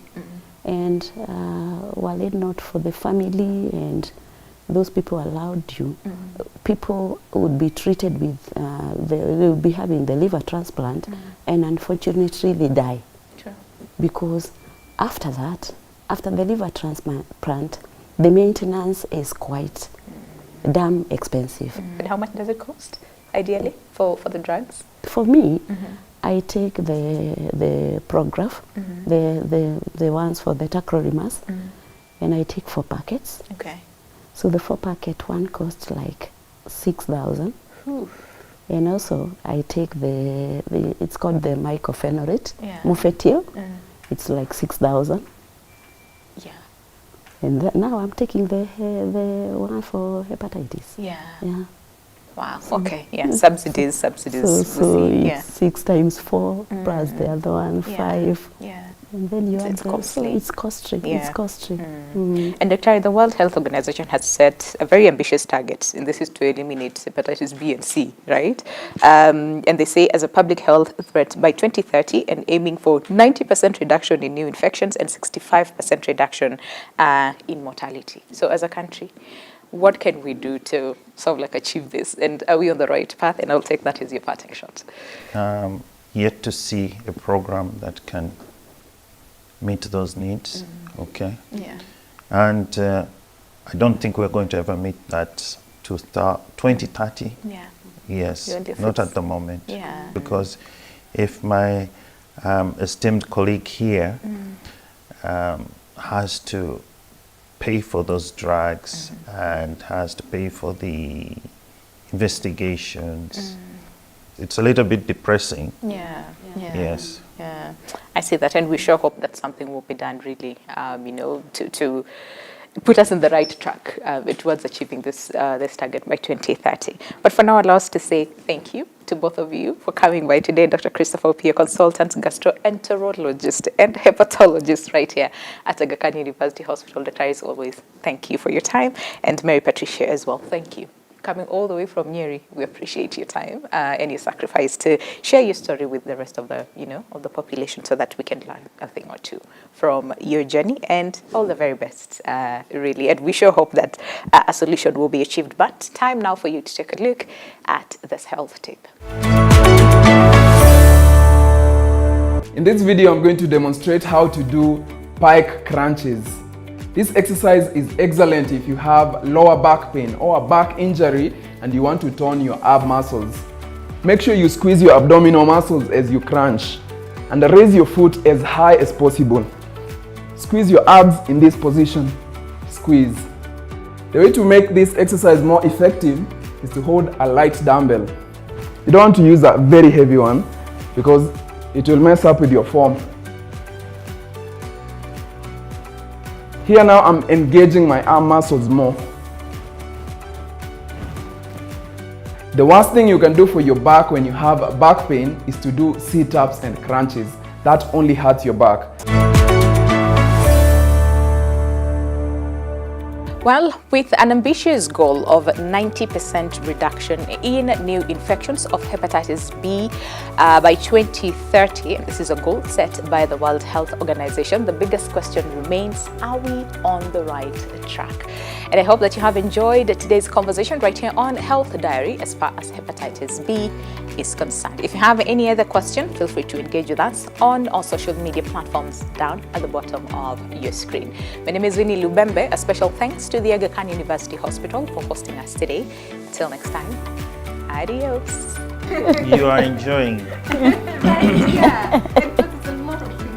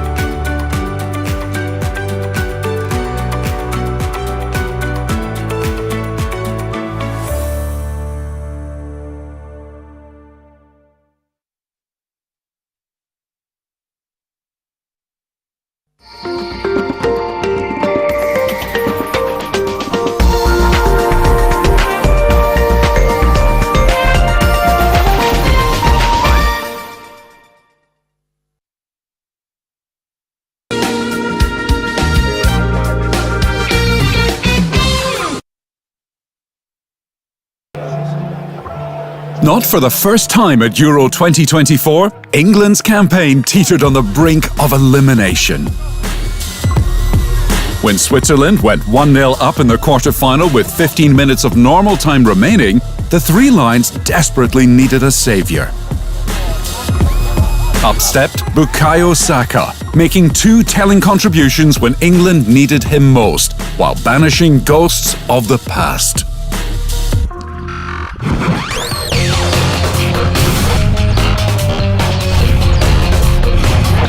The Kenya Geothermal Congress taking place from Tuesday 16th to 21st July at Safari Park Hotel, Nairobi. Kenya Geothermal Congress 2024, incentivizing investments in geothermal energy for Kenya's accelerated industrial development.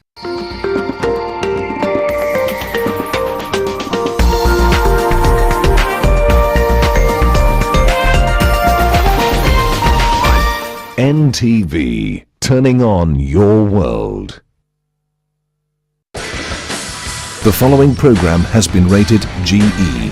It is therefore suitable for general family viewing.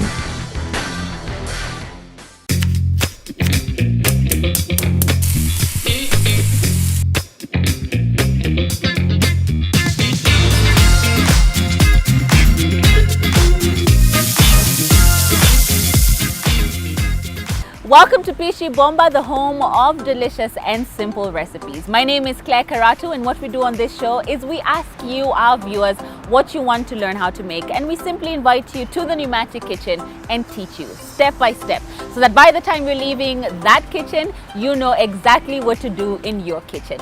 Let's find out who is joining us on set and what meal they wanted to learn how to make. Now, we'd like to welcome our guest, who you do know. Susan Grace, please welcome to the set. Hey! Hello. I thought you'd say due to public demand. That was not there. We are back with a bang. We are back with Susan. Susan, now the last time you were here, what were you making? We made chapati. And how did that go? And we got burnt. We did, actually. It went well until I tried to cook without you. Let me tell you the things that I made. I'll show you a photo after. Please don't put this on the clip, but they were embarrassing.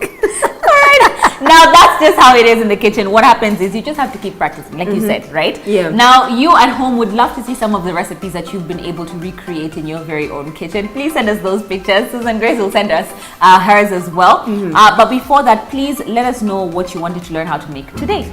I wanted to make to learn how to make shrimp pasta. Right. Now, I love chicken. Like, I'm truly obsessed with chicken. But every time I go to a restaurant, I always go straight to the pasta menu. Okay. And I always ask for a shrimp pasta. Okay. So I'm like, why should I eat out when I can learn how to make it and cook it? Right. And it is such a simple meal. So what we're going to be doing today is, we're going to be making a tomato-based shrimp pasta. Okay. Sometimes they do a cream-based, but for shrimp, I prefer the tomato-based one.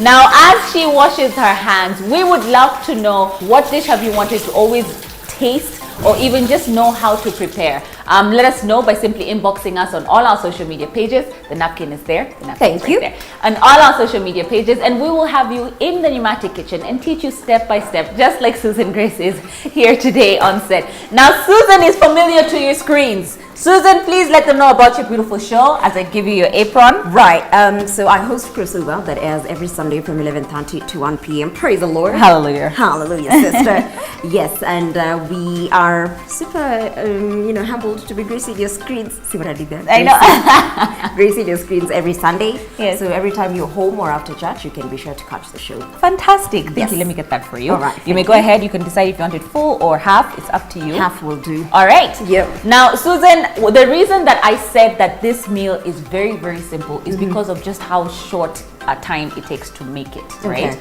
And then the ingredients are also very little. So we have our prawns. We've got our pasta. I'm using the tagliatelle, which is a flat-based pasta. It's not the normal round one that you get in the supermarkets. And then we have our butter, white onions. We've got salt. We have Parmesan cheese, a lemon. We have Spanish paprika, oregano, black pepper. This is minced garlic and some tomato puree, not tomato paste, tomato puree. This is tomatoes, so whole tomatoes canned that we've just chopped up so that they're nice chunks of tomatoes that we have there, okay? Simple ingredients, yes? Right. You can find all this in the supermarket. Now, the first thing I'm gonna need you to do, please, is to get closer to our water. Boiling water. And I'm gonna ask you to make it like ocean water. The seasoning for the pasta, you want it like ocean water, as salty as ocean water is. So please put around 3 teaspoons, or actually 2, because now it's become, yes, that's perfect. That's put one more, a smaller one, because our water is less, just slightly less. Perfect. And then, yes, that's good. And then what we're gonna do now is we're gonna take a portion of our pasta, just a portion. Now, it is a crime to cut your pasta. A literal crime. I feel attacked. Do not cut your pasta. Don't break them. Don't chop them up. As is, I'm going to ask you to just drop it into the pan. Okay. You can actually use it first to mix the salt at the bottom. All of it? Yeah, so just mix it. Perfect. And then just place your pasta right there and drop. Just drop. Perfect. Yeah. We're gonna, since we want to see how much you want to have, you want to have a love pasta? Yeah. I love pasta. Oh, you love a pasta. I came with a takeaway container. Perfect. That's what we like. Are we I don't know adding if more? I think that's fine. Okay. Maybe just a little bit. Are you the kind of person who used to eat pasta? No, I never get that. Why? It's like super this crunchy. Is not like the kitambo one. It's not. Yeah, this one is like super crunchy. Yeah. All right, now please add some tomato puree in there because, like I said, we're making this a tomato base, so we want it extra tomatoey. So just add your tomato puree straight into the water. That's perfect. You can even add a second tablespoon straight into that. Yes. And just let that cook. And what's going to happen? No, just leave it. It's going to boil and it's going to, because at the end of the day, I don't want it to thicken too fast. It's going to slower the cooking process. Okay. Perfect. Now we're going to let that go because what's going to happen is it's going to begin to cook through and then eventually fall into our pan. Please come back this side. Now, seasoning is one of the most important things when it comes to cooking. Right. Okay. Even if it's chicken, even if it's beef, you want to make sure you season. So first off, I'm going to ask you to let me chop this for you. Sorry. All right, now we have our lemon which I've chopped for you. So the first thing I want you to do is just season with a little bit of salt. Just sprinkle some salt right over our shrimp. Yes, we're going to season our shrimp with salt. Perfect. I feel like that's kidogo. It's kidogo. You can add just a little bit more. Perfect. And then some black pepper. You can use a spoon if you'd like. Okay? Because that's easier to just like sprinkle all over. And then the next thing we're going to put, yes, just a little bit more. Perfect. Thank you. I'm about to sneeze. I know. Sneeze. Let it out. Itakuja. And then we're going to go in with our Spanish paprika. Right. Hola. ¿Cómo estás? I was about to speak French. Ça va? ¿Cómo estás? Sí, ça va. No. What? No. Let's go back to English. Is that enough? That is enough. And then what I want you to do now is to squeeze your lemon juice straight on there. Make sure you put your hand under so that you don't, like this, so that you sieve your lemon seeds. Yeah, so that you don't get them in there. Yes, perfect. Straight on there. I love that. Beautiful. And then what you're going to do is you are going to give this a lovely mix. That's actually perfect. Now the lemon just takes away that fishy smell that you normally get. Go ahead. Fishy You can go ahead and give that a mix. Just make sure everything is well incorporated. Now this is basically just making sure that our prawns are nicely seasoned. And I know you're asking where the garlic is, but we will be putting in the garlic in the prawns as we cook them slightly. Now our pasta is, as you can see, has definitely softened, so it's just going to fall in there naturally. And what we're going to do is now we're going to begin to fry our prawns. Once you start frying your prawns, it's a very fast process. So I'm going to wait for this pasta to cook slightly more, so that by the time we cook our prawns, our pasta is ready and we just dunk our pasta into the prawns. Okay. Fantastic. Now Susan Grace, please join me on this side. Because unlike most of the times what we have in the show is I show you how to prepare the meal and you simply copy, like the same way we did the chapatis. Yes. But because our pasta is cooking on this side, don't do it. No, okay. We're gonna heat our pan. Okay. And then we're gonna be using butter for this. Okay. Now we want to make sure that our butter does not burn, so please place about half of that straight in there. Go ahead and place that in there. It's supposed to be a lot. Pasta is supposed to have all the butter in the world. And then what we're going to do is we are going to add some of our garlic, just a little bit. I'll add this for you. Just a little bit straight in there. And then at this point, please go ahead and drop in your prawns because we want to just cook them lightly. We don't want them to overcook. We're going to cook them lightly and then we're going to take them out. Yeah?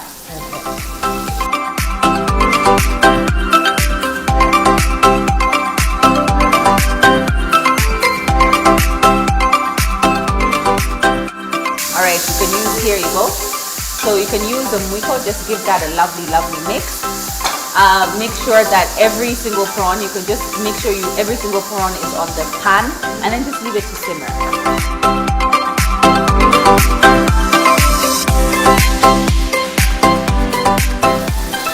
Alright, now we're going to take out the prawns because they'll be cooked for about 2 minutes on both sides. Right. Just to make sure that they don't overcook because they become rubbery. So we're going to take that out. Thank you. And then what we're going to do is first let me check on our pasta. It's almost done. You want it al dente. All right, now what we're going to do is we are going to place the pan back, and then real quick, please go ahead and place the butter. Yes, more butter straight in there. And then go ahead and place some of the onions. Actually, you can just even place most of them straight in there. Okay, we went straight for, no, that's perfectly. And then give this a lovely mix until they're nice and translucent. I'm going to go ahead and get us some more butter so that we can just cook in more butter. Pasta is nothing without the butter. Actually, I thought the other butter would be a lot. But it wasn't it? Yeah, no, it wasn't. Okay. I love the smell that you get from the garlic and butter, and the prawns flavor is still in there. Just fantastic. Love it. Now at this point, I leave it to just leave it to cook for a bit. We're going to let that get translucent as we check on our pasta. We're going to use some of this pasta water for this as well, because remember we had seasoned it and we had put a little bit of puree. Yes, so don't pour your pasta water. It's perfect for seasoning your sauces. I didn't know that. Yes, it's fantastic. All right, now our onions look slightly translucent. Please go ahead and add our tomatoes straight in there. All of it, just straight in there. Perfect. Ooh. And then at this point is we're going to add the same seasonings that we added for our shrimp. Yes. Please go ahead and give that a little teaspoon of Spanish paprika is going in. A little bit of black pepper is going in as well. Is that enough? Am I do more? That's slightly less. So I do more? Slightly less. Oh, slightly less. Yes. There. Perfect. Whoa. It's okay. You're good. And you want to put more, don't you? Put more if you'd like. It's Spanish paprika. It's not chili, so it's a teaspoon of salt, just a little bit less because remember our pasta water. That's perfect. No, a little bit more. Perfect. Give that. No, that's okay. Then a little bit of black pepper is gonna go in there as well. This much? Less, please. That's perfect. Oops. Yeah. And then of course now some oregano is gonna go in there as well. Give that a nice teaspoon. Whoa. Oh, you're good. Oh, that's okay. Yes, that's perfect. Thank you. And then what we're going to do is we're going to give that a mix. And remember, your heat should be medium high so that you get that lovely tomato sizzling. And it's just going to be absolutely gorgeous. We're going to give that a taste before we do anything else to make sure that the seasoning is not too much. Right. Okay. So what happens when it's too much? It's too late to salvage. You can add a little bit more tomatoes. Okay. And then which we have, right? Yes, we do. Now we are going to simply let that just reduce, the liquids reduce, and it will thicken and the color will become richer. And we're going to go on a short break and we'll be right back. Don't go anywhere.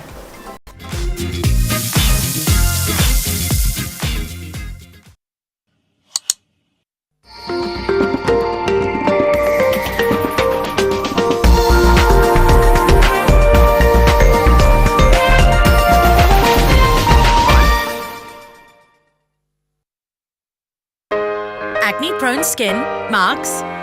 Stop. Try new Garnier Charcoal Serum with 4% AHA, BHA and charcoal. The first black serum with no residue. Clinically proven to reduce pimples and acne marks. New Garnier AHA, BHA Charcoal Serum. Approved by dermatologists by Garnier Naturally. This is NTV.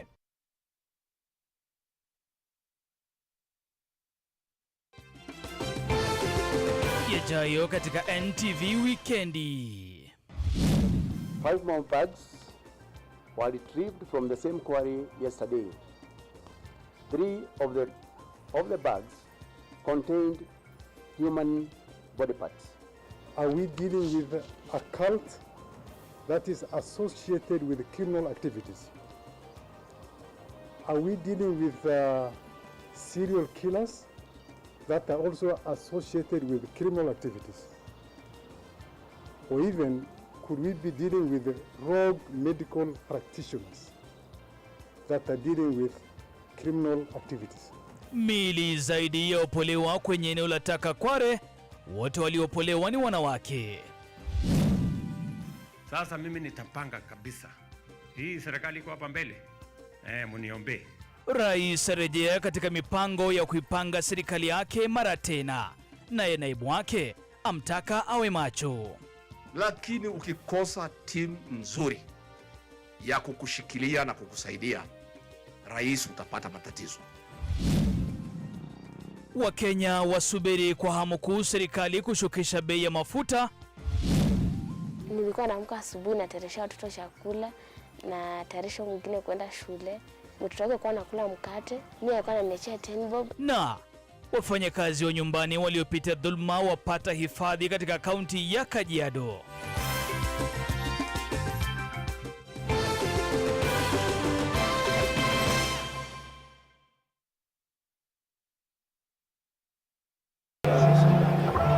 Not for the first time at Euro 2024, England's campaign teetered on the brink of elimination. When Switzerland went 1-0 up in the quarter-final with 15 minutes of normal time remaining, the Three Lions desperately needed a saviour. Up stepped Bukayo Saka, making 2 telling contributions when England needed him most, while banishing ghosts of the past.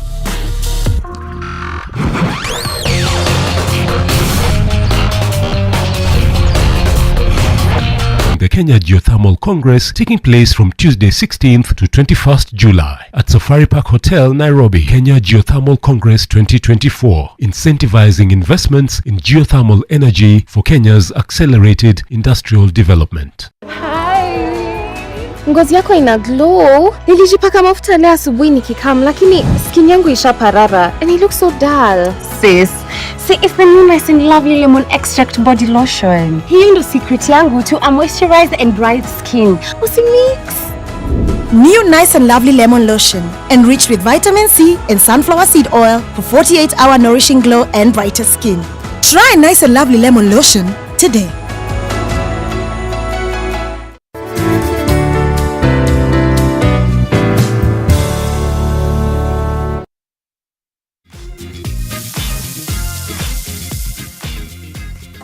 Welcome back to Fishy Bomba. We have been in the kitchen with Susan Grace. And we have been making shrimp pasta. That's right.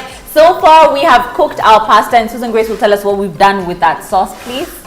Right. So we put butter. That's right. Then we put our onions. And then we put a bit of garlic. That's right. And then now we did the seasoning, the salt, the Spanish paprika.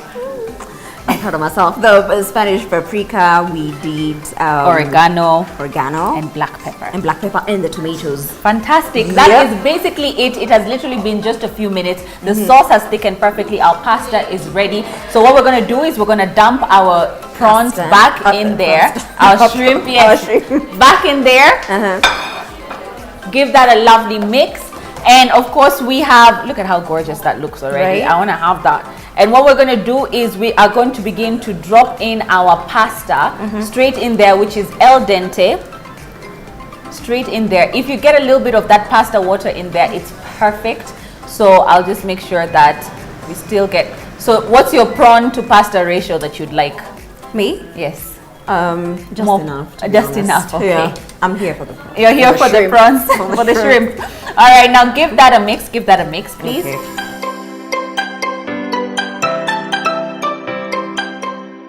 All right, now what we're going to do is when we're mixing that, we're just going to add a little bit of that pasta water just to make sure we have a little sauce going on there. Yeah, you got to. And give that a lovely, lovely mix. I'm just scared of throwing the shrimps outside. No, you're good. Make sure you gently turn because I'm just like, you can do the toss thing now. It's heavy. It's heavy. Okay, we able to hold this. Okay. Do not force issues. Yes. Well done. There done. There you go. Yes. See, now that's helped incorporate the sauce that you have there well into the pasta. And you've got a little bit of that sauce going on there as well. And the shrimp as well. If you'd like more sauce in your pasta, then you can use less pasta in there as well. Okay. This is basically ready. So now we're gonna now we're gonna get to plating. That's it.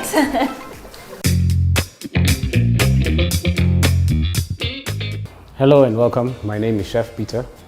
Today's kitchen hack, we're going to be showing you how to peel potatoes without using a potato peeler.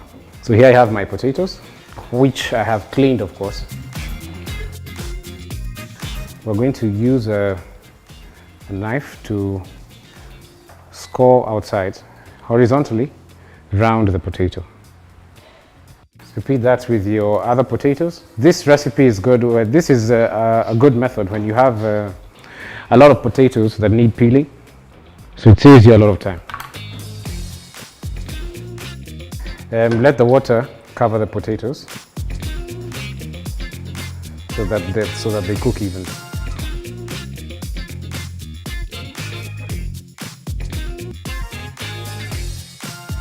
So after we've boiled our potatoes until they're tender, put them in ice cold water or ice water, and make sure they're sufficiently cold enough before you start peeling them. Okay, after that we take it out of our ice cold water and just rub your fingers on the side until it has peeled off.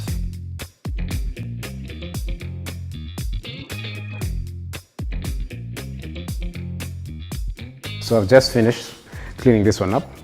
So there you have a peeled potato without using a potato peeler.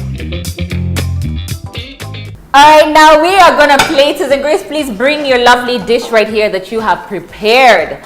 You can just place that right there. And the best thing about pasta is, like we said, the reason that you don't cut it is so that you can be able to plate it beautifully. Exactly. So you want to just grab, if it's your spoon or your fork, and then just twist that. You can even grab like a big scoop like that and then just twist it on your spoon. That gives you the lovely ability to sort of just like plate that in almost like a nest shape. Ooh. So then you just gently unravel. Oh, you're not supposed to unravel, but just twist again when it's on the plate. And if you have a bowl plate, like if it's small, I'm just putting for you for tasting first. Okay, great. Would you like to try? I hope it works Yes, out. you could. I hope it looks as good as No, yours. no, that's perfectly fine. You just give that a lovely twist, right? You can even scoop a little bit more, yes. And basically, this is just for purpose of plating. It's not see a mass. Perfect. For presentation. Yes, look at that. Wait, almost there. No, we're not. No, yeah, it's cool. Then you can give that a twist again. Which, this one? Yes, give it a twist. Perfect. Then release your spoon. Yes. Then Yeah. go ahead and grab some of the sauce. Sorry. Some of the sauce and of course the prawns that we've made as well. Put as many as you'd like or as little as you like. Some of the sauce as well on the side. Here. Yes. Ooh. Pasta been nice. I know. Get it.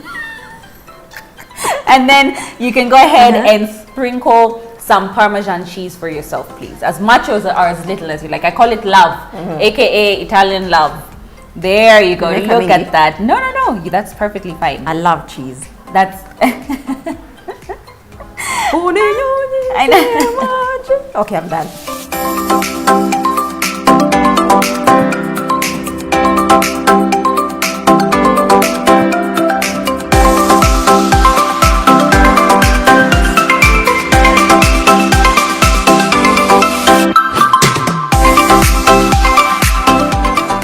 Go ahead and try and let us know what you think. And of course, this is something that you've been able to recreate, and if you like it as well. Nobody does it better than I do. That's right. And from now on, you don't need to buy ever again. Yeah. Just be making your own pasta at home. And how simple and fast was that? I don't want to get burnt. Yeah, I'm actually shocked it took a very short time to make it. Yeah. I'm like, okay. All right, Susan Grace, of course, as ever, I mean, it's always a pleasure having you on set. She's definitely enjoying that. Are you enjoying it? Yeah. The seasoning is okay? Yeah? The flavor is I'm worried okay? about the salt, but it's okay. Yeah. All right, and now you can make this at home. Yes. So if you ask me what I bring to the table, pasta, darling. Thank you so much for joining us on set, Susan Grace. Always and of a course, pleasure. you at home for joining us and learning how to make this dish. If you'd like to be on the show, all you have to do is inbox all our social media pages and let us know what you wanted to learn how to make. It's been wonderful showing you this dish, Susan. And of course, until next time here in the Pneumatic Kitchen, happy cooking.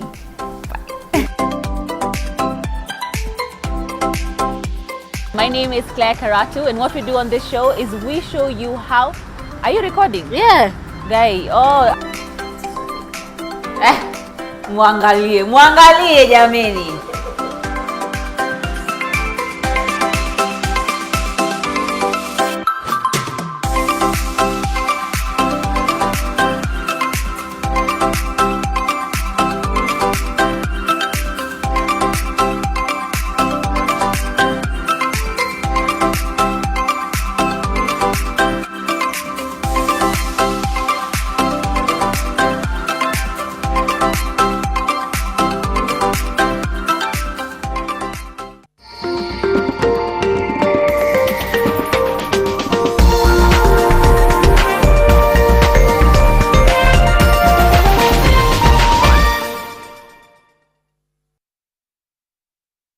You asked women empowerment, business ideas, careers, fashion, men's mental health, neno la Mungu, parenting. Vijana wanaweza pata tu do.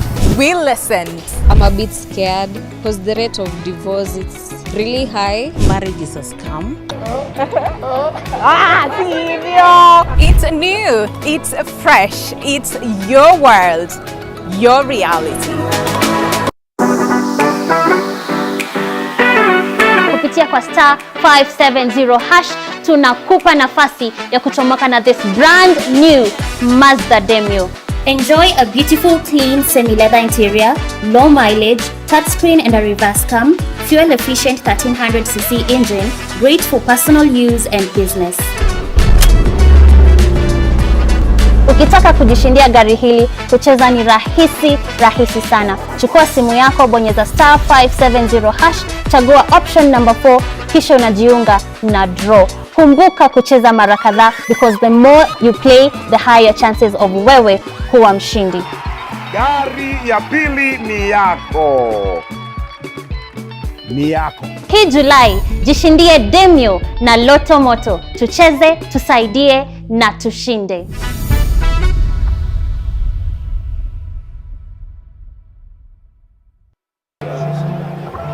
Not for the first time at Euro 2024, England's campaign teetered on the brink of elimination. When Switzerland went 1-0 up in the quarter-final with 15 minutes of normal time remaining, the Three Lions desperately needed a saviour. Up stepped Bukayo Saka, making 2 telling contributions when England needed him most, while banishing ghosts of the past.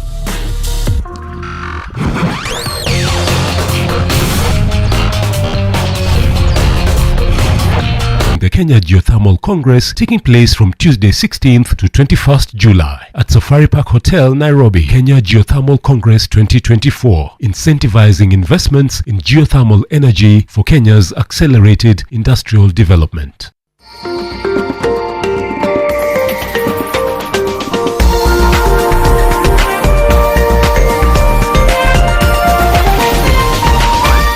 This is NTV.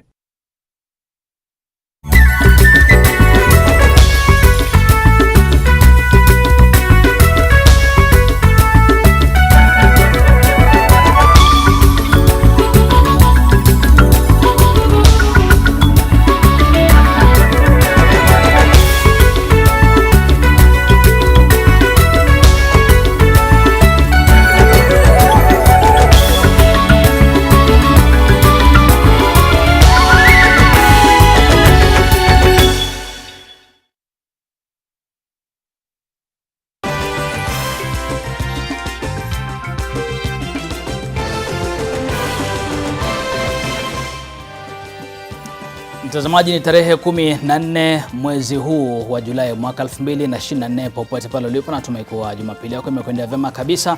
Hujambo na karibu. Hizi ni taarifa za NTV Weekend. Kuanzia sasa mtazamaji, hadi mwendo wa saa 1:30 hivi nitakuwa nakuletea taarifa kutoka pembe mbalimbali pamoja na mwenzangu Duncan Haemba ambaye yuko katika taifa la Rwanda kufuatizia shughuli za uchaguzi katika taifa hilo. Kama ilivyo ada, kama ilivyo kawaida, kwanza kabisa tuanze na vipasho. 5 more bags were retrieved from the same quarry yesterday.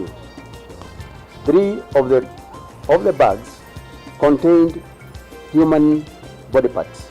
Are we dealing with a cult that is associated with criminal activities?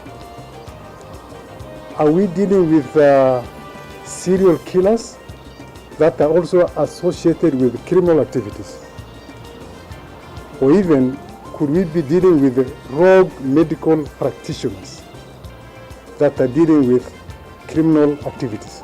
Mili zaidi ya opolewa kwenye eneo la Takakware, wote waliopolewa ni wanawake. Sasa mimi nitapanga kabisa. Hii serikali iko hapa mbele. Muniombe. Rais rejea katika mipango ya kuipanga serikali yake mara tena. Naye naibu wake amtaka awe macho. Lakini ukikosa timu nzuri ya kukushikilia na kukusaidia, rais, utapata matatizo. Wakenya wasubiri kwa hamu kuu serikali kushukisha bei ya mafuta. Nilikuwa naamka asubuhi na tayarisha watoto chakula na tayarisha mwingine kwenda shule. Mtoto wake kwa nakula mkate, mimi alikuwa ananiletea 10 bob. Na wafanyakazi wa nyumbani waliopita dhulma wapata hifadhi katika kaunti ya Kajiado. Mubashara kutoka jumba la Nation. Hii ni NTV Weekendi na Nicholas Wambua. Sadakta mtazamaji mwenzangu, kwa lugha ishara ni David Agondoa. Taarifa kamili. Rais William Ruto amewahakikishia Wakenya kuteua baraza litakalomwezesha kuafikia ajenda aliyoahidi wa Kenya. Akizungumza alipohudhuria ibada katika kaunti ya Nyandarua, Ruto alifananisha msimu huu ulioleta mabadiliko serikalini kufuatia wiki chache za maandamano kama muda wa mwanamke kujifungua. Naibu Rais Rigathi Gachagua kwa upande wake amemsuta bosi wake kutokana na mawaziri walioondoka. Anavyoarifu sasa mwenzangu Ruth Sarmoi Chesenge. Rais William Ruto na naibu wake Rigathi Gachagua walielekea katika kaunti ya Nyandarua kuhudhuria ibada katika kanisa la AIPCA Ndogino. Huu ni msafara wa tatu kwa rais kuhudhuria ibada tangia Juni tarehe 18. Wakenya wakiongozwa na vijana wa kizazi kipya yani Gen Z walipojitosa barabarani kupinga utendakazi wa serikali yake. Rais alirai maombi anapoteua baraza jipya la mawaziri. Si mimi nimefungua ukurasa mpya. Sasa mimi nitapanga kabisa. Hii serikali iko hapa mbele. Muniombe. Ndio nipange kabisa, nipate wafanyikazi watakao nisaidia kutimiza ahadi ambazo tuliwekea na mimi na nyinyi. Matamshi haya ni kufuatia misururu ya maandamano yaliyoishia kwa kutupiliwa mbali kwa mswada wa fedha wa mwaka wa 2024, kuondolewa kwa bajeti ya afisi ya mkewe na wake wa naibu rais na katibu mwandamizi, kuvunjwa kwa idara 47 serikalini pamoja na kufutwa kazi kwa mawaziri. Gachagua alimtaka Ruto kuteua baraza linalofaa. Kiongozi anaweza kuwa na bidii sana vile uko na bidii, lakini ukikosa timu nzuri, rais, utapata matatizo. Umepata nafasi mwafaka, uunde serikali, utafute watu wazuri ambayo watakusaidia. Ruto alisawazisha mwamko ulioshuhudiwa hivi majuzi nchini na wakati mwanamke anajifungua. Unajua saa ya kuzaa mtoto si rahisi. Iko maneno hapo. Ndio hii transformation ya Kenya tunajaribu kuizalisha. Ndio mnaona iko msukosuko kidogo. Lakini saa ile mtoto amepatikana, si mambo inakuwa sawa sawa. Na furaha inakuwa tele. Kwa hivyo msikuwe na wasiwasi. Huyu mtoto wa Kenya, transformation ya Kenya tutaizalisha. Haya yanajiri wakati vijana wamesisitiza wataingia kwenye maandamano siku ya Jumanne wiki hii. Ruth Sarmoi Chesenge, NTV. Na gavana wa Tharaka Nithi Muthomi Njuki amemtetea vikali aliyekuwa waziri wa usalama wa ndani Profesa Kithure Kindiki akisema hana makosa yote, na iwapo kuna makosa katika idara ya polisi, aliyekuwa inspekta mkuu wa polisi Japheth Koome anastahili kubeba mzigo huo. Wakenya wengi wamemlaumu Kindiki pamoja na Koome kwa utekaji nyara, unyanyasaji na mauaji ya Wakenya walikuwa wakiandamana. Kiboko ya polisi ilichapa na ikachapa Koome. Mbona mnataka kiboko ya polisi ichape Koome na ichape Kindiki? Kwani Kindiki ni polisi? Si Koome ndio polisi? Kama imechapa Koome, wachana na Kindiki. Lakini tungeomba opposition, mkubwa wa opposition awachane na Kindiki kwa sababu hakuna hatia amepatikana nayo na koti yote. Rais, kama Kindiki alifanya makosa, wewe ndio utatuambia kama amefanya makosa. Na mtazamaji, tuvuke mipaka kidogo ambapo taifa la Rwanda liko tayari kwa uchaguzi wake wa urais na ubunge utakaofanyika hapo kesho Julai tarehe 15. Idadi ya wapiga kura ni milioni 9.5 inayojumuisha wapiga kura 53,000 walioko nje ya nchi. Dan Kanaimba amekita kambi Rwanda, aungane sasa hivi ama tuungane naye mubashara tufahamishe na ujiri kwenye matayarisho ya uchaguzi huu. Haimba, uwanjani wako sasa. Naam, asante sana mwenzangu Nick Wambua kutoka hapa jiji la Kigali nchini Rwanda. Ni kwamba matayarisho ya shughuli ya kupiga kura hapo kesho yamekamilika. Jumla ya wapiga kura watakaoshiriki ni milioni 9.5. Kutakuwa na makundi 6 makuu ambayo yatakuwa yanachunguza jinsi utaratibu wa kura utakuwa unaendelea, na kwa sasa nitaweza kuzungumza na aliyekuwa jaji mkuu wa Kenya ambaye sasa ni jaji mkuu mstaafu David Maraga, ambaye anasimamia kundi la waangalizi wa uchaguzi wa Jumuiya ya Afrika Mashariki EAC, ambaye amekuwa hapa na wenzake, lakini atatueleza tu kwa kifupi hali iko vipi. Chief Justice Emeritus, you have been here since Monday or early in the week. In terms of today, it has been a very busy day for the observer missions. What exactly was taking place today? Yes, thank you very much, Ayamba. We started with a breakfast meeting with the other observer missions, and they came together and prepared on how we are going to issue the preliminary statements, and we will be meeting on Tuesday evening to complete that. After that, we have been all over the place. We went to several polling stations in the city. Some of my members went to other places to see the preparedness. And the report I've got back is that this country is very, very well prepared for the election tomorrow. Yes. To the voters, the country at large, depending, you also met the head of security, the police in Rwanda. You've met 2 presidential candidates. You've had a meeting with the Rwanda's National Election Commission. What is your message to the registered voters in this particular country, having assessed all that has been going on in the course of the day? Yes.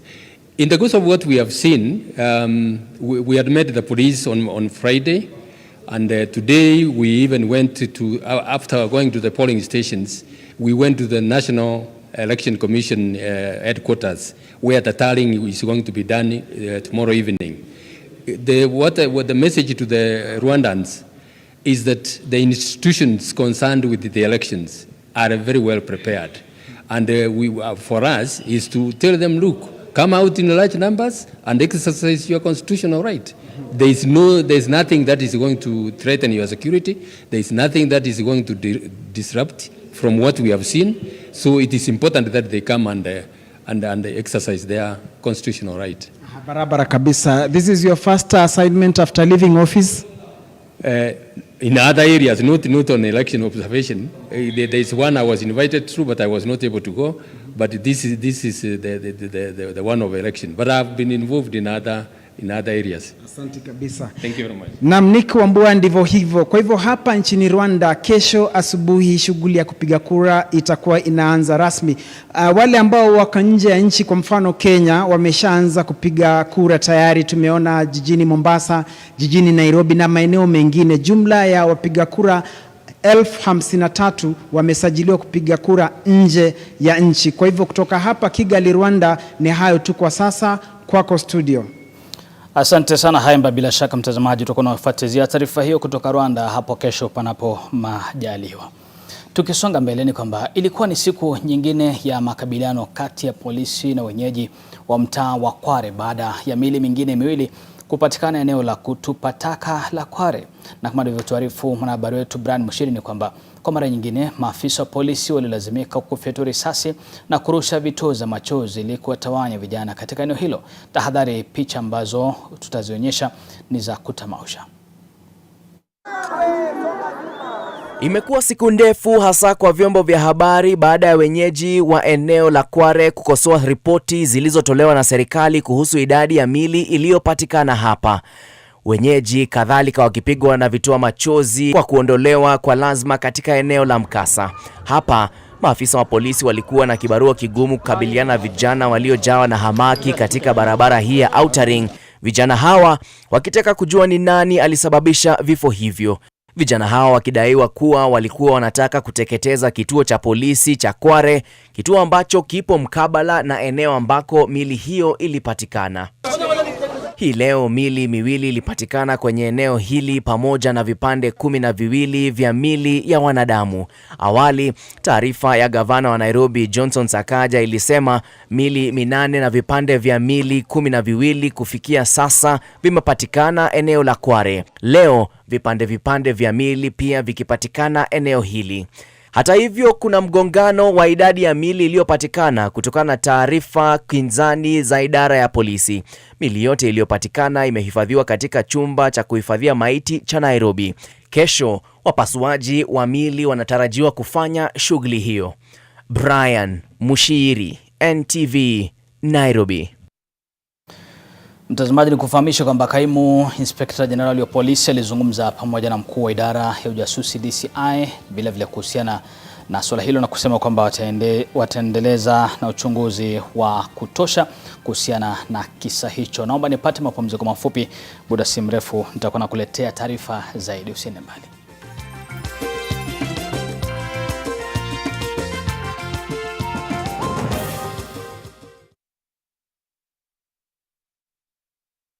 Mwezi wa Julai 28 na mtangaza mshindi wa Demio nayo na kama utaki na umeshinda. Mimi siku hizi sinanga furaha, niko na huzuni na mawazo mingi.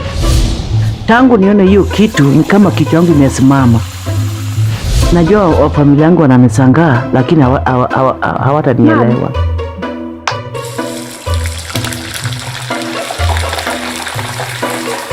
Hii kitu nikishinda, najua ndoto yangu itatimizika.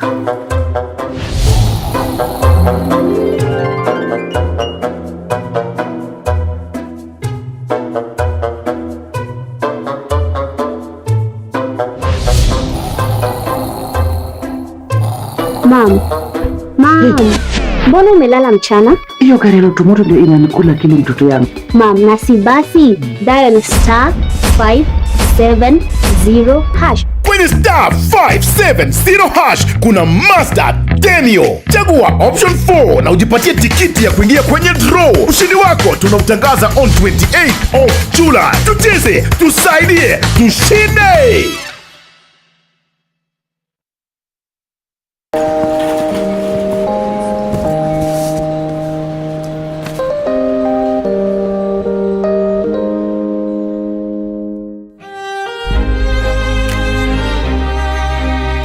The moment I feel my pain starting to fade, it's like I'm going back to myself on a really good day.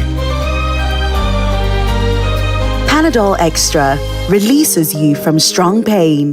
Panadol, release starts here. Ngozi yako ina glow. Nilijipaka mafuta leo asubuhi nikikam, lakini skin yangu ishaparara and it looks so dull. Sis, see, it's the new Nice and Lovely Lemon Extract Body Lotion. Hii ndo secret yangu to a moisturized and bright skin. Usimix. New Nice and Lovely Lemon Lotion, enriched with vitamin C and sunflower seed oil for 48-hour nourishing glow and brighter skin. Try Nice and Lovely Lemon Lotion today.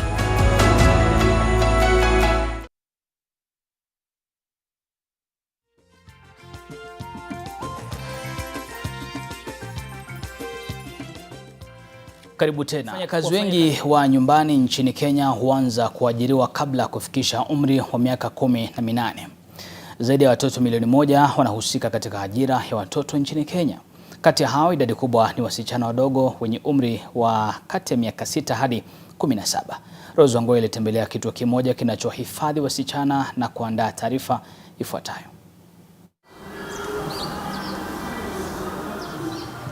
Hii si nyumba ya kawaida ya makazi katika kaunti ya Kajiado, lakini kituo cha uokoaji kwa waathiriwa wa unyanyasaji wa kijinsia. Katika makazi haya tunakutana na June, sio jina lake halisi. June ana umri wa miaka 15. Ni matarajio ya kawaida kwamba mtoto bado yuko chini ya uongozi na ulinzi wa familia, marafiki na jamii kwa ujumla. Akiwa yatima katika umri wa miaka 11, aliachwa chini ya uangalizi wa nyanyake. Nilikuwa nasoma but shosho akashindwa kulipa karo, kaniambia nikae home nisaidie kazi ya kuchota maji. Na kwa vile nyanyake hakuweza kumtunza ipasavyo yeye na ndugu zake watatu, alimtuma Nairobi Oktoba mwaka 2023 kufanya kazi kwa shangazie. Auntie alikuwa anifanya kama house girl, nilikuwa nafanya kazi ya kulea watoto, kuosha nyumba, kuosha manguo. June anasema mwajiri wake alimnyanyasa na kumtukana. Kwa watoto wawili, nilikuwa napika chakula yake na bwanake, mimi ananiachia yangu hapo napika. Nilikuwa naamka asubuhi na tayarisha watoto chakula na tayarisha mwingine kwenda shule. Mtoto wake alikuwa anakula mkate, mimi alikuwa ananiachia 10 bob naenda kubai mandazi but mimi sikuwa nataka. Akaniambia wewe ni orphan. Akaniambia haizi ishi na mtu mwenye ana baba na mama. Kwa sikia tu kulia, kila saa machozi tunalia. Akinituma kwa duka akiniita mpaka anitusi. Nilikuwa naosha DC kwanga bwanake na muosha hadi miguu. Mara nyingi alitapeliwa mshahara wake na akajikuta ametengwa na ulimwengu wa nje. But mimi nikamwambia mimi sitaki kazi, nataka kwenda shule na hataki. Auntie yangu nikamuuliza pesa zinanifanyia kazi ziko wapi? Kaniambia natumia shosh kusomesha hao siblings wangu. Baada ya miezi mitatu ya kuvumilia mateso na dhulma kutoka kwa shangazi yake, alitosheka. Kunitesa sasa mimi nikakuwa root kwake. Alinijapanga na cooking sick, nikafura, nikavunjikanga mguu nikedanga. Mimi mwenyewe nikajipeleka kwa police station, kaenda kumsema. Shosho wake kanileta kwa shelter. June ameishi kwa nyumba hiyo salama tangu Februari mwaka huu. Kituo hicho cha uokoaji kimekuwa chanzo cha usalama na matumaini ya kesho iliyo bora. Sasa hii ndo nakaa mimi naona ni kuzuri. Pia wamenisaidia na venye walinipeleka shule nikafurahi. Hadithi yake si tofauti na ile ya Naomi mwenye umri wa miaka 13. Naomi si jina lake halisi. Aliletwa kwenye makazi haya mnamo Juni mwaka uliopita. Amekuwa akiishi maisha ya tabu, ila usoni anavaa sura ya mtu mwenye furaha. She was referred to us by the children's officer from Kamkunji. She was abandoned by her mother when she was 2 years old, and her maternal grandmother took her in. And last year, her maternal grandmother was not able to take care of her. So a male relative took her and brought her to Nairobi and promised to take her to school. However, because of economic challenges, his business collapsed. He was not able to take care of her. And so she was forced to go and seek for casual jobs, cleaning houses for the neighbors, cooking, and other domestic work. Community health worker came across her when she was just roaming around and rescued her. So she came to our shelter. She received some medical support and counseling. Naomi alikuwa na maisha magumu ya utotoni, lakini sasa ameanza kusimama tena. She has also been taken back to school and she's a very bright girl and she has been performing well. So we are going to continue offering her the counseling support and also following her case in court. And we are hopeful that she's going to recover and bounce back. Kesi hizi mbili ni mfano tu wa maisha ya tabu baadhi ya wasichana katika makazi ya wasichana ya Talia Agla waliopitia. Kituo hiki kilianzishwa mnamo mwaka wa 2011 kama jibu la kilio cha kuhuzunisha cha wasichana na wanawake wanaohitaji uokoaji kwa haraka. Ni katika mahali hapa patakatifu pa uponyaji ambapo Juni na Naomi wanatarajia kuinuka tena kutokana na matumaini ya kuishi maisha kamili. Hivi sasa kituo hiki cha uokoaji kinahifadhi wasichana 62 who are survivors of sexual gender-based violence, human trafficking, forced migration, and child labor. And out of those 62 survivors, 17 of them are survivors of child labor. So we normally work with partners like non-governmental organizations, we work with the police, we work with children's offices to rescue these girls and then they are brought to the shelter. Tangu kuanzishwa kwake, makao haya yameokoa zaidi ya wasichana 18,000 wenye umri wa miaka 10 na 24. At the moment we have a girl who is going to join a university later this year to pursue a degree in law, and she's doing well now, and we are hopeful, and we have seen so many girls bounce back, reclaim their lives. We also have girls who are now advocates, survivor voices advocates, and who are able to actually tell their stories, encourage other girls. Wafanyikazi wengi wa nyumbani nchini Kenya huanza kuajiriwa kabla ya kuwa watu wazima. Huduma za nyumbani zinazohusisha watoto zinazingatiwa kwa kati ya aina mbaya zaidi za ajira kwa watoto. Kulingana na ofisi ya kitaifa ya takwimu ya Kenya, inaonyesha kuwa kuna watoto milioni 1.3 wanaohusika katika ajira za watoto nchini Kenya. Wataalamu wa masuala ya watoto wanasiwasi kwamba idadi hii inaweza kuwa juu zaidi, kumaanisha mamilioni ya watoto wanateseka kimya kimya. The numbers of generally child labor are increasing, and the report found that the age group is actually even getting younger. 5 to 15-year-olds are getting in all forms of child labor. Worst of all, domestic work, which is hidden, and often children, they work long hours in these households. They are abused many times sexually, but also abused in other forms. They are the ones who eat late, who eat last, who sleep last, but wake up early, when their fellow children in the same household are going to school. That's a complete unacceptable. People take advantage of the fact that they are not able to speak for themselves. Some of them are not allowed to leave these houses, and they work there, and so they are abused. Some of them go without food. Some of them actually stay for long periods of time in the houses without being allowed to go out. Sheria iliyopo ya kuwalinda watoto haitekelezwi vyema na kuacha watoto nchini Kenya wazi kwa unyanyasaji mkali. We have a huge sentiment to fight and end child labor. One of the target goals the United Nations community has agreed to, which is also ascribed to by all nations, is to have ended child labor, and especially in its worst forms, by 2025. Are we going to make it? I also want to call upon those Kenyans who employ children that we are going to be very firm about it. Indeed, we've already established children labor committees. We already have 4, but we are going to ensure all the counties have their labor committees operational so that they can be a little bit hawk-eyed to ensure children are not employed as domestic workers. Ili kubadili mwelekeo wa kuongezeka kwa unyanyasaji wa watoto, kuna haja ya juhudi za pamoja za wadau wote, ikiwa ni pamoja na serikali kutekeleza hatua zinazofaa ili kupambana na kazi za nyumbani za watoto na utekelezaji wa sheria na sera zilizopo. Rose Wangoi, NTV. Basi mtazamaji, baada ya taarifa hiyo iliyoandaliwa na Rose Wangoi, sina la ziada ila ya kukuaga kwa sasa. Naitwa Nicholas Sombua, mwenzangu kwa lugha ishara amekuwa ni David Agondo. Anakutakia usiku mwanana. Alamsiki.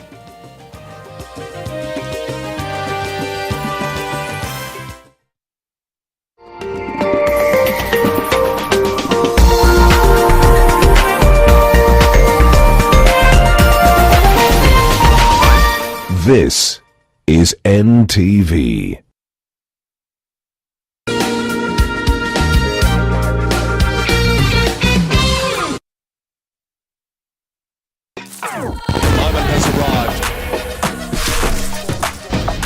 Stay connected for every medal moment from the 2024 Paris Olympic Games. Get closer to your champions with Supersport on DSTV, the home of entertainment.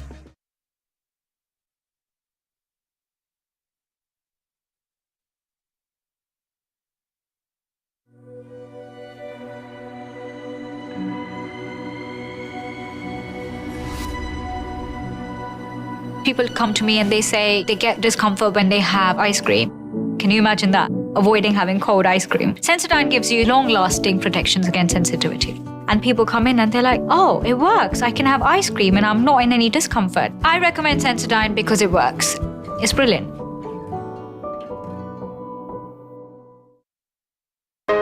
Acne-prone skin, marks, Stop.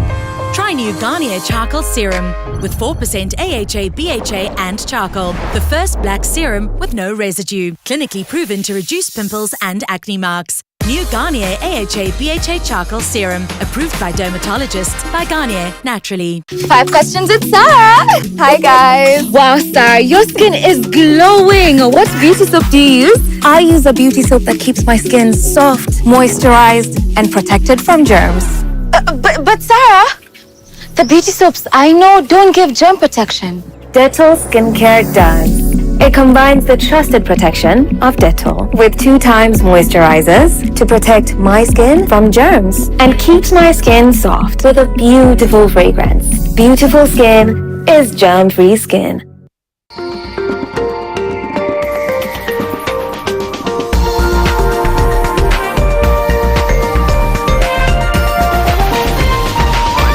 NTV, turning on your world. The following program has been rated PG. It may contain scenes unsuitable for children under the age of 10. Cheza loto, shinda pesa moto. Tuko ndani ya Meru County, super proud county, na leo hii call yetu ni kuenda Nathu Girls High School, ikiwa ni call ya usaidizi. Lakini kabla hayo lazima tuingie ndani ya studio, ikiwa ni Loto Moto *570 hash. Upande wangu wa kushoto, majina nani? Naomi Juma. Naomi Juma. Aha, kutoka maeneo gani? Mombasa, Likoni. Likoni. Umekuwa ukicheza ukitafuta nini? Tafuta pesa. Tafuta pesa. Waswahili nyie. Dadangu, majina nani pia wewe? Lilian Idaya. Lilian Idaya. Wewe ni wa wapi? Ni wa Matunda. Sawa sawa Lilian. Iko hapo ndani. Brother boss. Yes. Usinirudishe coast. Majina nani? Kwa majina naitwa Ibrahim Kanchora. Ibrahim Kanchora. Aha, kutoka Isiolo. Asante. Yeah. Napenda kabisa. Ibrahima, Liliana na Naomi, watatu hawa hapa ndani kakuwekea 50,000 Kenya shillings, kakuwekea 50,000 Kenya shillings, kakuwekea 100,000 Kenya shillings, na nimekuwekea 250,000 Kenyan shillings. Kama niseme hivi, inaitwa 250,000, si ndio? 250,000 iko hapa ndani. Sema kweli, Waswahili hawaambiwi wangoje.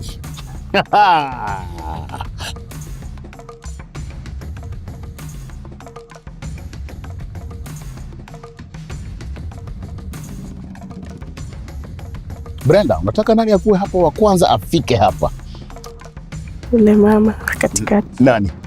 Lilia? Yeah. Watu wa Matunda kosi wanasema haki natafuta mwana Hidaya. Hidaya, umesema unataka pesa. Shilingi ngapi? Nataka tu pesa. Unataka tu pesa. Utaki vichips hizi. Nataka pesa. Hiyo ikija ije nyuma. Chips za kupe, si ndio?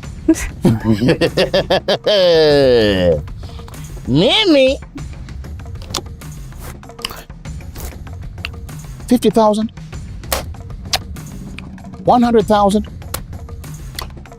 250,000. Chagua in 3, 2, mwana Hidaya.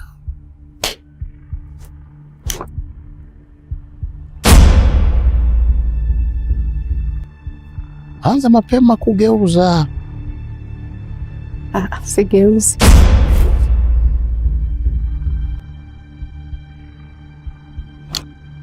$2,000 Kenya shillings inaweza kusaidia mahali.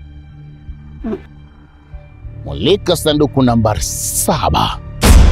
Mulika sanduku nambari 7. Brenda. Yes. Shika. Unajua kazi ya shilingi 2,000? Shika. Pokea. Akitaka umpe. Sawa? Akikataa ni yako. 2,000 Kenya shillings sikutaki hapa. Hidaya, unataka pesa. This is 4,000 shillings. Stock here. This is 5,000 shillings. Stock. Hidaya, this is shilingi ngapi? 6,000. Acha nifike basi 7. Stop. Utoki? Brenda. Hataki 7. Hataki 7. Shika. Hidaya. 9,000 Kenyan shillings. Toka kwa sanduku namba 7. 10,000 shillings. Kwa sababu siongezi shilingi nyingine hata moja. Jaribu. Jaribu. 10,000 Kenya shillings.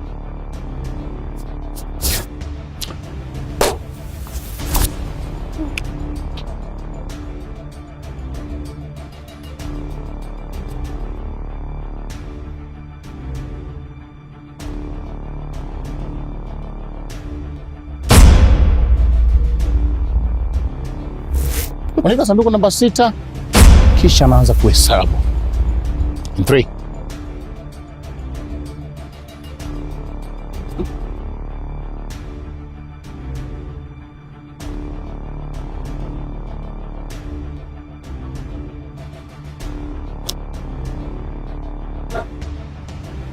In 3 unachukua sanduku namba 4, unachukua the 10,000 Kenya shillings ama unageuza. Geuza. In 2 unachukua sanduku namba 4, Nachukua hiyo. unageuza ama unachukua 10,000 Kenya shillings kama uzioni ndio zile pale amezishika na haja kunyima. Kwa mara ya mwisho nakuuliza, unachukua sanduku namba 4? Nachukua hiyo. Akaruka zangu. Fungua sanduku namba 4 wewe mwenyewe.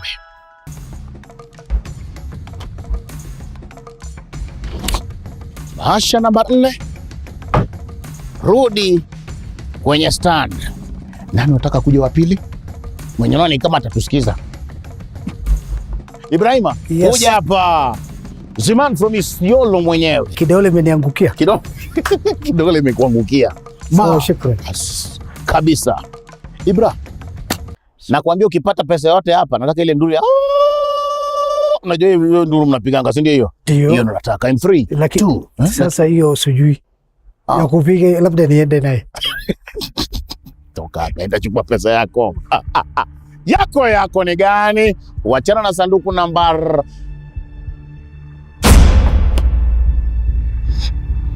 Uko sure? Mungu ndiye anajua.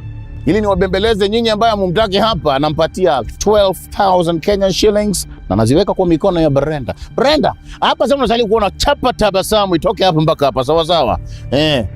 Akikataa ni zako. Ama unataka niongeze? Kisha mnyang'anye. Kwanza endelea mbele. Endelee.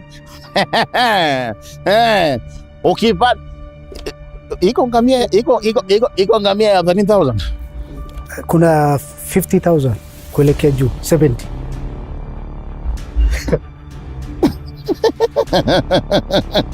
70,000 kuelekea juu. 15,000 ndio hii nimeongeza. 15,000. Ina maana tumebakisha shilingi ngapi tufike 70,000?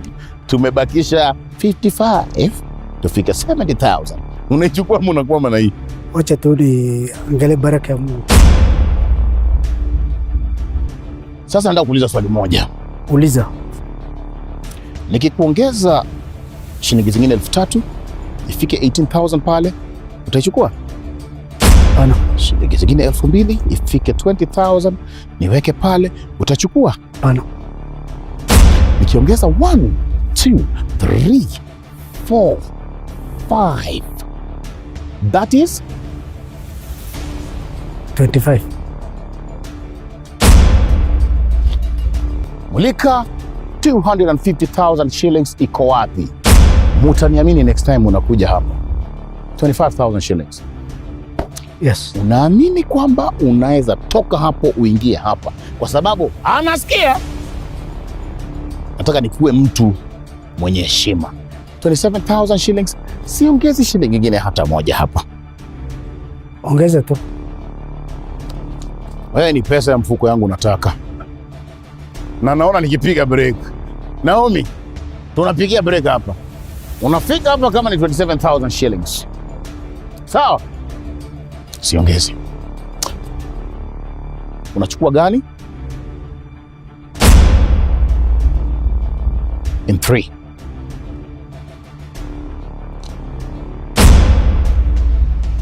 Sifunge macho. Ibrahim, yes. Unachukua sanduku namba 9, unachukua the 27,000 shilingi 27,000. 1 2 3 paka 27, ama unageuza. That is in 2. Unachukua gani?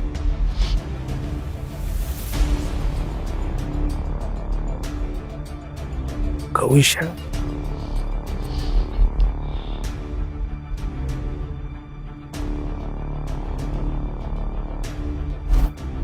Acha tu. Ibrahim. Yes. Mara ya mwisho.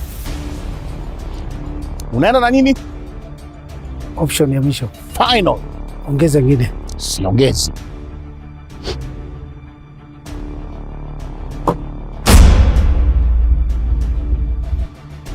Sanduku namba 9. Fungua namba 9. Nipe the cash. Naona unasema bismillah. Bismillah na kuongeza.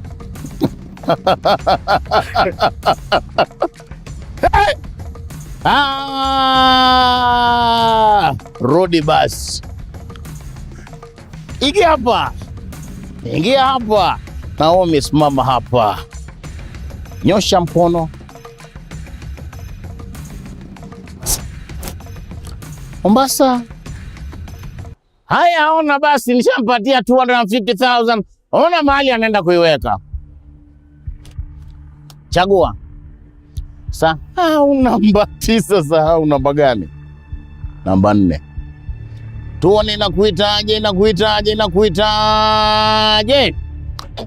Haya. Halo, nakutaka hapo na sitaki utoke. Sitaki utoke. Kwa nini? Mimi sitaki utoke hapo. Hata nikikuongeza 28 kwama hapo. Sawa? Sawa? Sawa? Sawa. Mulika hiyo sanduku. Kwama. Mimi sasa hivi nafanya tunamchangia. Sawa? Sawa? Sawa. Namchangia tu. Utakwama naye? Ama unachukua 30? Naongeza mtatu. Niongeze tu. Mimi natamani ukwame hapo tu. 30,000 Kenyan shillings. This is 32,000 Kenyan shillings. Mabaki unaichukua ama unageuza? Mabaki. Kwa hiari yako. Shika.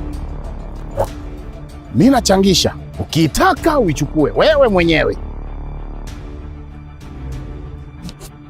33, 34, 35. That is 35,000 shillings. Unakwama ama unatoka? Unachukua 35,000 shillings ama unageuza? Uko tayari kwenda na hii? Uko tayari? Basi saidika. Gani unachukua?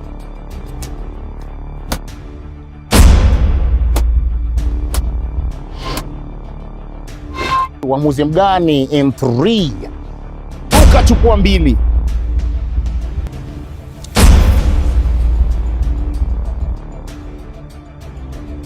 Unachukua sanduku namba 2. Unachukua the 35,000 shillings ambao unaiona, ama unageuza? Chandu pale pale. Rudi. Uamuzi wako. In 3. Naomi, unachukua sanduku namba 10, unachukua 35,000 shillings ama unageuza? Nabaki hapo. Nabaki hapo. In 2. Nakuuliza tena. Unachukua sanduku namba 10, unachukua 35,000 ama unageuza? Hii inamaanisha unabaki hapo, si ndio? Kwa mara ya mwisho nao inauliza, unachukua sanduku namba 10, unachukua 35,000 Kenyan shillings ama unageuza? This is final. Likoni tuaja na nini hiyo ile, kama unageuza Hapo hapo. Fungua. Nipe zangu, fungua yako. Sanduku namba 10, bahasha namba 10. Rudi kwenye stendi. See you after the break. Tukireveal ni nini watatu hawa wamejiokotea. Cheza Loto Moto.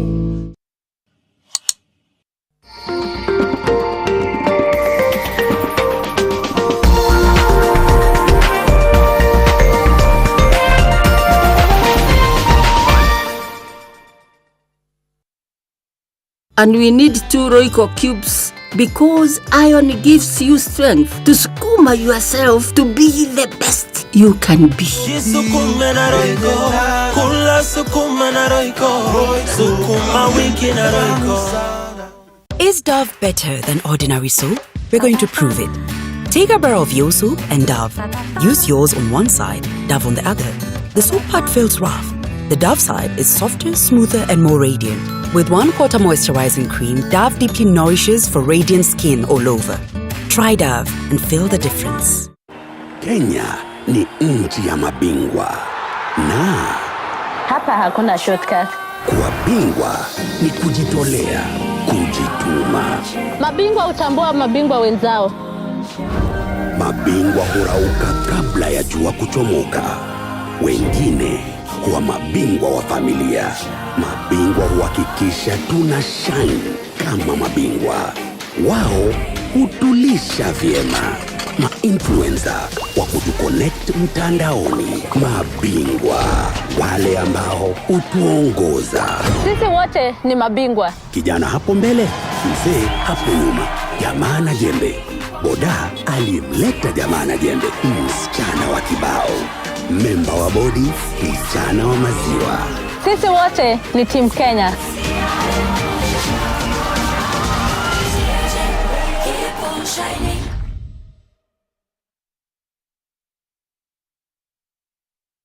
Hii Julai, jishindie Demio na Loto Moto. Tucheze, tusaidie na tushinde.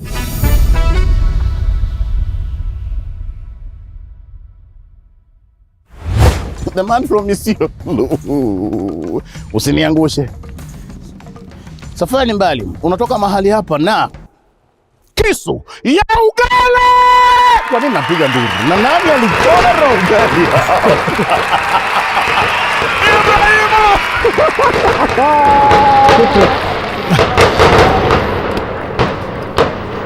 Ule unamuona kisu ya ugali ndio.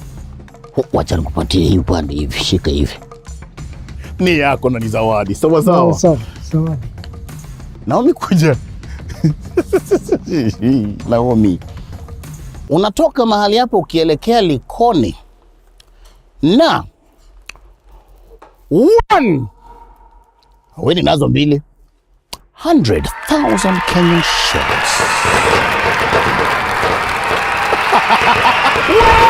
100,000 Kenyan shillings. Tano yangu. Hapo umeweka resist. Nipe kuku ama ni kuku langu. Pokea zako Naomi, all the way kutoka Mombasa. Kuja hapa Lilia. 100,000 imetoka. Pokea. Ukakwama. Unatoka hapa na 100,000.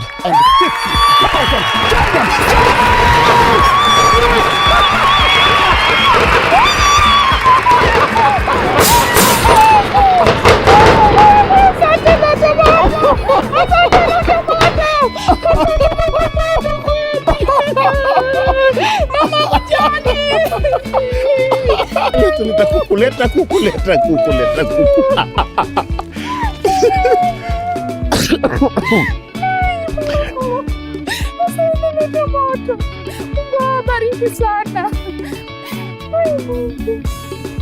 This is 250,000 Glory to God.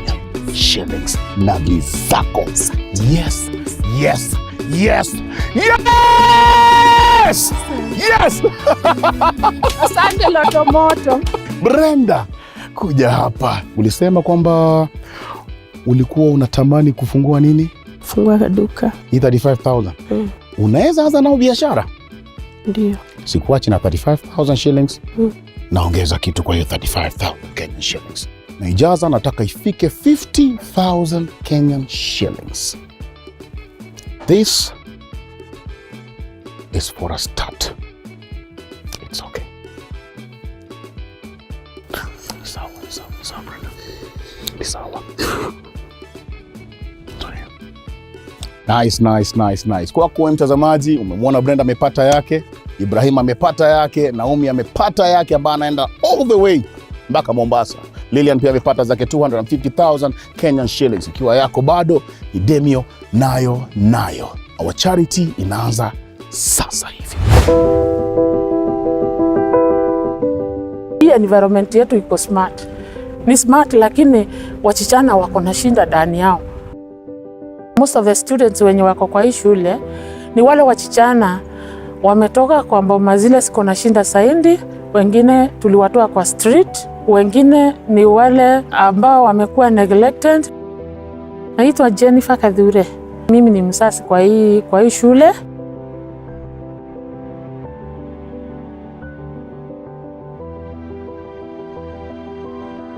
My name is Priscilla Ikiao, the acting principal of Nadhu Girls Secondary School. One of my worst experiences here is when you get a girl trying to use parts of a mattress as a sanitary pad. It really hurts.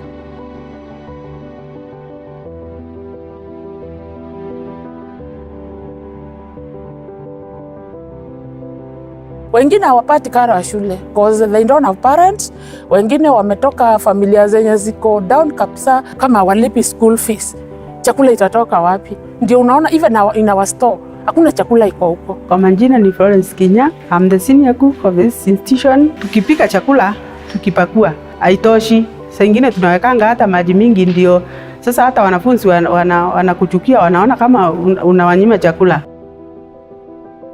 Kama mtoto hata shiba, hata kuelewa masomo ili aweze kupita mtihani wake ni ngumu. My name is Grace Wanjiru. I teach history and CRE here at Nadhu Girls High School.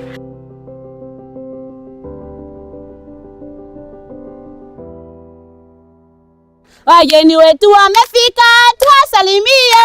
Wageni wetu wamefika, tuwasalimie. Wageni wetu wamefika, tuwasalimie.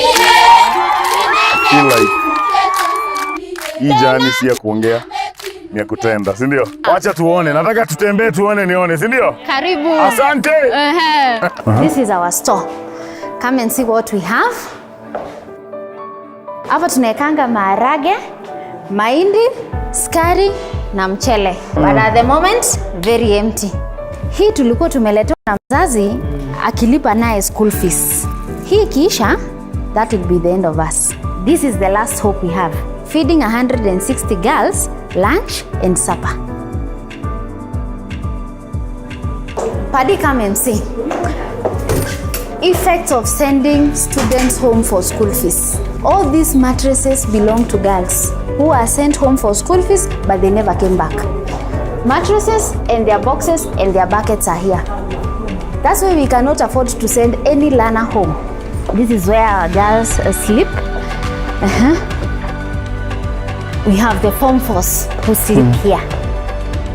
Angalia the pinching that happens to the mattresses. Sasa hii imetolewa nguo ndio itumike. My kids need, first of all, personal effects. Tuanzie na sanitary towels.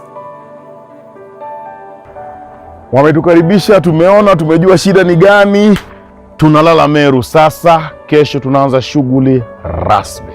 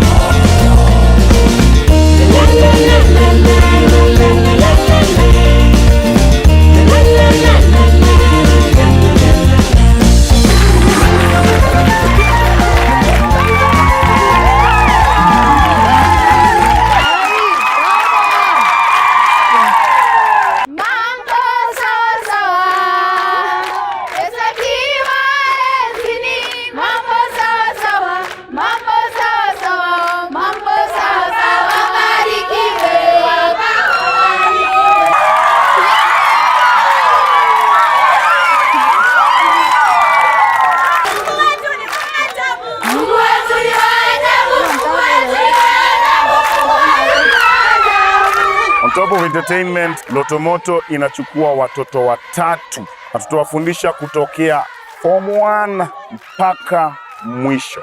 Niko na uniforms 15 hapa. Lazima ziende hawa watoto ambao hawakuwa na uniform kabisa.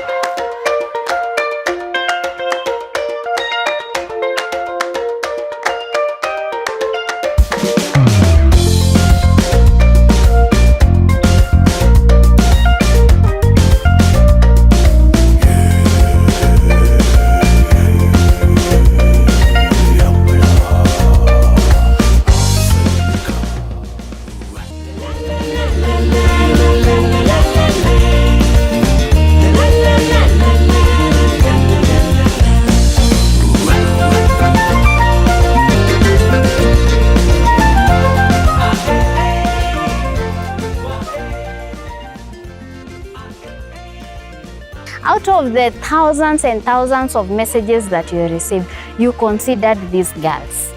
I don't know. I don't know how I feel, but I'm so grateful. You've turned the lives of these girls around. They have seen there are people who mind and care about them. We can't do as much as you've done, but there is a God in heaven who sees even where we cannot see. From the bottommost part of our hearts, we are grateful. Thank you. Wow. Timu ya Lotomoto, we are very grateful. Mumetushibisha, tulikuwa njaa, mukatubalisha, sijui ni nini hamujafanya, mumeguza roho za watu. Hao watoto wote wakati mwalimu amelia wabelia wote. Yes, ikiwa yote inafanyika kwa sababu yako wewe mchezaji na mtazamaji wa Lotomoto. Nathu Girls Secondary School sasa wamepata mahitaji yao ambayo itawazidishia at least kukuwa na maisha mazuri hapa. All this ni kwa sababu yako, na ndio maana this beautiful and lovely angels wako na sauti moja ambayo ni kwa Mola. Asante sana. Thank you very much. Zidi kucheza Lotomoto na zidi kutizama Lotomoto.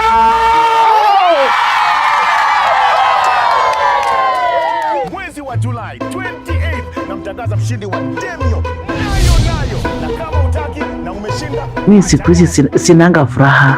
Niko na huzuni na mawazo mingi. Tangu nione hiyo kitu ni kama kichwa changu imesimama. Najua wa familia yangu wananisangaa lakini hawatanielewa.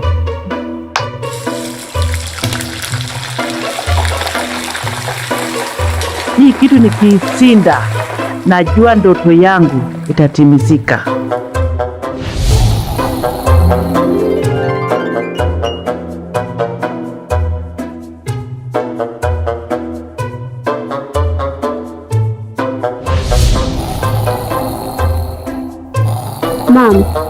Mom. Mbona umelala mchana? Hiyo gari Lotomoto ndio inanikula kile mtoto yangu. Mom, na si basi dial *570#. Kwenye *570# kuna Master Demio. Chagua option 4 na ujipatie tikiti ya kuingia kwenye draw. Ushindi wako tunautangaza on 28 of July. Tucheze, tusaidie, tushinde.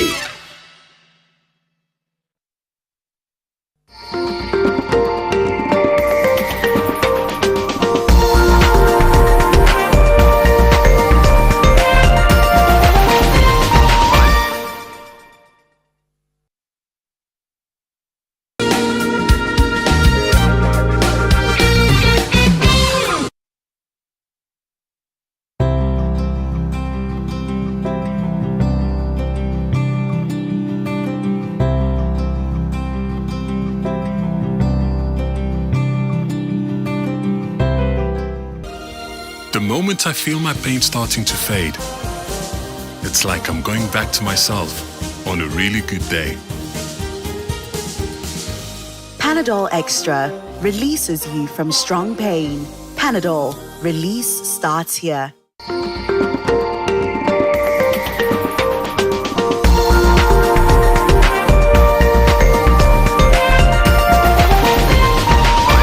NTV, turning on your world. The following program has been rated GE. It is therefore suitable for general family viewing.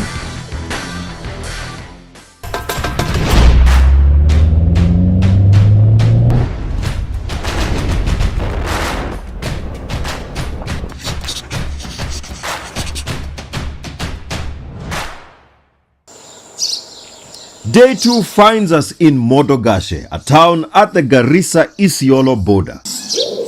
The speckled pigeon is trying to save the species and the sparrow is going against the rules here. Last night was a long one and the only accommodation we could get was this place. On the bright side, Nuruddin amerudi back to default settings and is making use of the outdoor plumbing. As Nuruddin is enjoying good health, Wekesa is not. Nairobi fly. Pole. You're in Nairobi fly? In Nairobi fly. Patikana jana siku. The Somali call it Ashakuro. Asha ni jina ya msichana, mkoro ni chafu, so ni dudi inatafuta jasho ya mtu, something like that. Guess hii yote ni pesa ngapi? 500. So 500 unaweza pata accommodation poa, usalimiwe na Nairobi fly.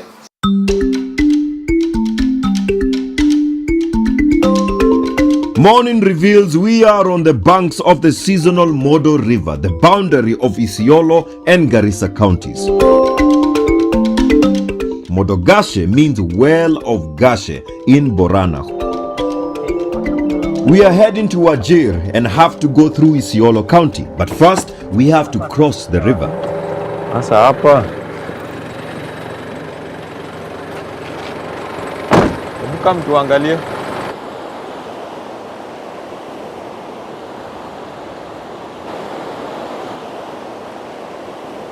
Trying to put a number to how much water is passing here, unaweza hata lipuka kichwa. But the town itself hakuna maji. In fact, hatukuoga kwa sababu hakuwa na maji ya kutosha. Ama wakataka tukuje kuoga hapa. There's definitely a problem of water. Lakini ndio haya maji. Ndio haya maji kumenyesha, and I wish there was like a way to tap into this water. Nasikia wengi wanaenda na hii maji. Siende. Roho imekataa. Imekataa? Imekataa. Hapa naogopa. Ama tutumie hii. Tutumie hii. Haya basi anzisha hiyo. Acha nijipange. Obviously we can't cross here. And this is the old road. So you can imagine whenever this lager was full of water, business couldn't transact normally. Bridges like this one are few in northeastern. In fact, after the Garissa one, I can't think of any other. During the wet season, the Modo River can flow continuously for days, disrupting trade and travel and putting lives at risk. A lot of lives and property have been lost as people attempt to make such dangerous crossings. Today, it is no longer a matter of life and death to cross the Modo River. Transport and communication have been sorted, but there's still a water problem. The town has no running water, and even with an overflowing river, the residents still have to fetch water at the Modo.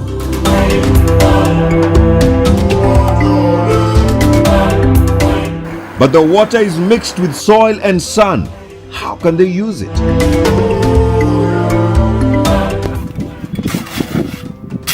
The residents here have an ingenious way of getting clean water. They dig near the banks and place containers in the sand. From here they can scoop clear water that has been filtered by the sand. I never had thought, ungekuwa unafikiria tu watu tu wanachimba tu mashimo. But there's method and there's science to this. Fascinating. There is enough water for everyone as long as ukona bidii. It is time to move to our next destination, Habaswein. This should be easy, seeing as it is only 50 kilometers from Modogashe, right? The main highway to Habaswein has been cut off by the Wasonyiro River at Skanska. That leaves only one option. We have to use the Abakore route. It means going back towards Garissa, turning at Maalim, then Shatta Abak.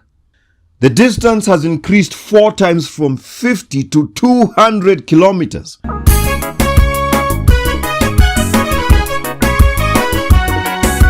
We get to enjoy the C81 during the day. It really is a good road. The speed limit is 100. But kabla hujaanza kukimbia, please be careful as the recent rains have left their mark. The engineers must have designed this thinking about all sorts of occurrences that could happen. But vile walijenga hakuwa kumenyesha hapa for a very very long time. And then vile maji ilikuja, badala kufuata ile plan yenye initially they thought, ikakuja ikasema no, hatupiti kwa hizi pipe zenyu, tutapita hapa. Up ahead, more sections of the road have been washed away. Hii barabara ni mbichi na ishaanza kuharibika. That can be very discouraging, especially when it is the only paved road in this part of the county. It is, however, comforting to see the repair works already in progress. Kutakuwa tu sawa. The water pans near Modogashe are full and the grass has sprouted. Along the highway, families are on the move heading home. Carrying all their belongings on carts and donkeys, these families have been traveling for days all the way from Tana River County. We observed families who are immigrating from their previous settlement where they went to in search of pasture and water during the drought. They now returning back to their original grazing field. Still, we have not seen the livestock, the camel, the cattle and the sheep. So most likely they are behind and they are coming also. So there's what is called the Modogashe Peace Declaration. It's a peace declaration which governs all the pastoralist communities in this country. They say when there is drought, people accommodate each other.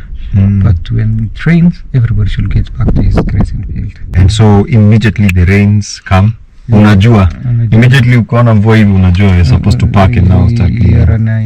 Yeah, going back. You expect, Okay, so you to come back tomorrow again.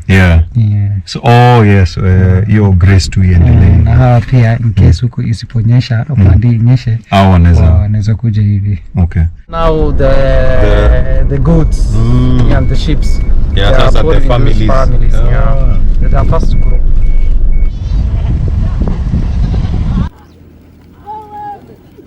Because of pastoralists coming together, they have been able to save some of their animals. This is another reason not to speed, as it seems everyone is on the move with their livestock. Ng'ombe wewe! We get to Maalim and make a left turn onto the loose surface road.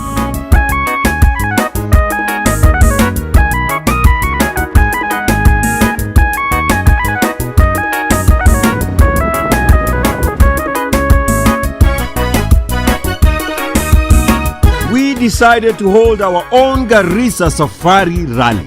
It helps when those you are competing against don't know it.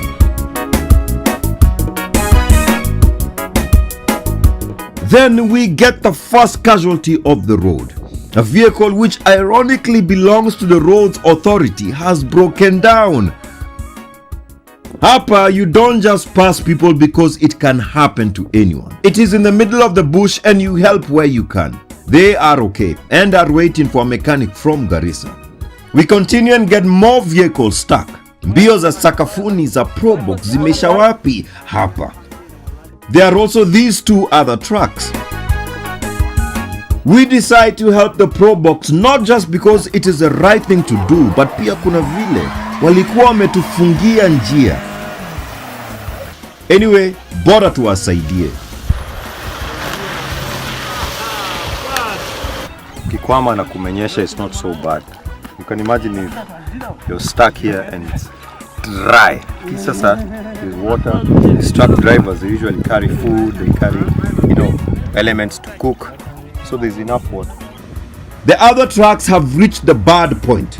Their assistants quickly gauge the conditions and deem them safe for the lorries to pass.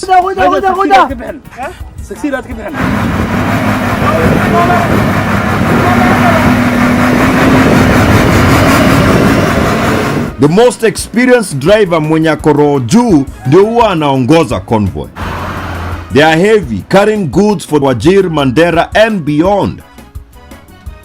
Traveling together ensures that they can help each other along the way.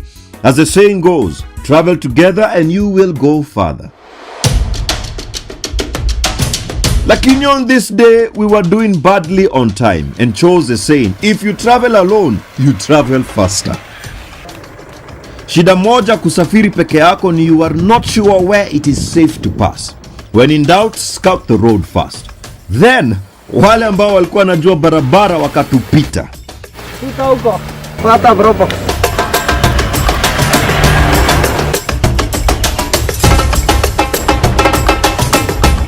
Tumepita Probox. Walikuwa wameona wako na mbio sana. Tumewangojea alafu akakuja tu akatupita. Sasa tumewapita. After driving for a while, we realized we are the only ones on the road. That could mean we are either very wise or otherwise. We soon realize ni otherwise.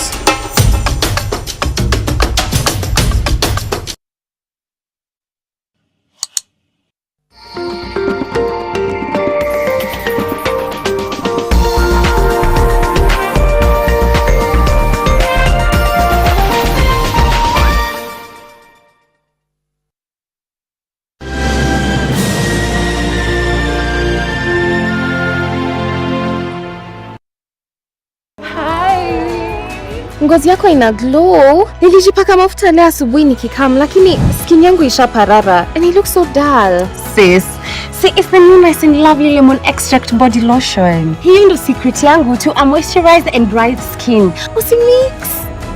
New Nice and Lovely Lemon Lotion, enriched with vitamin C and sunflower seed oil for 48-hour nourishing glow and brighter skin. Try Nice and Lovely Lemon Lotion today. Is Dove better than ordinary soap? We're going to prove it. Take a bar of your soap and Dove. Use yours on one side, Dove on the other. The soap part feels rough. The Dove side is softer, smoother and more radiant. With 1/4 moisturizing cream, Dove deeply nourishes for radiant skin all over. Try Dove and feel the difference.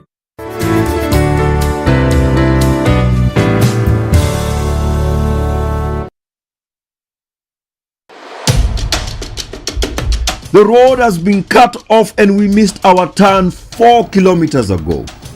The Probox turns and is now ahead of us.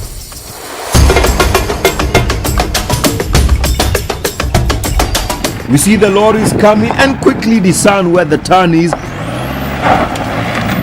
We are back to position 1. This is not a road but rather a bush track. Kumbe huku ndiko magari yote yako. Our Probox friends tried to use the bush track and are now stuck too. There is no vehicle that has come to their aid as other motorists fear getting stuck.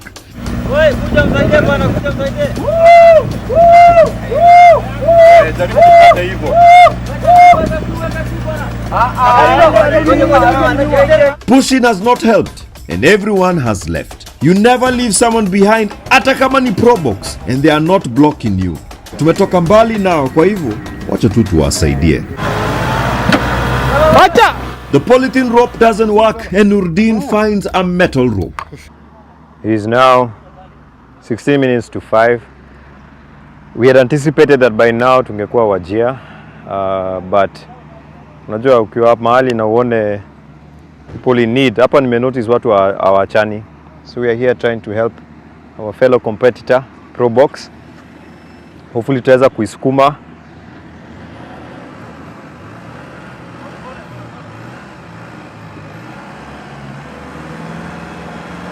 This too does not work.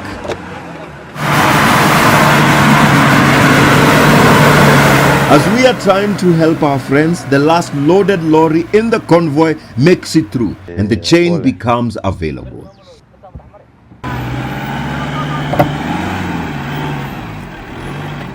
We find ourselves in a thorny situation. We are now caught in a dilemma. We want to help the probox, but the rope keeps snapping and it is getting dark. All the trucks have left and we don't want to be the last ones on this road. Tumejaribu. So maybe wacha tuone hii Kiumana ndio tutajaribu one more time alafu itabidi sisi pia tuanze kuenda. So unless muite ule mtu wa tractor. Imani imekataa wala. Jaribu one last time tu sasa kama mimi sina imani. Juu hiyo gari umeona vile imeweka kivua. Mimi niliona kivua hazili rukuja nikasema enda ngole hiyo mguu kwanza na vile kivua iko chini. Si watu wasukume sasa. Watu gani wasukume na ito?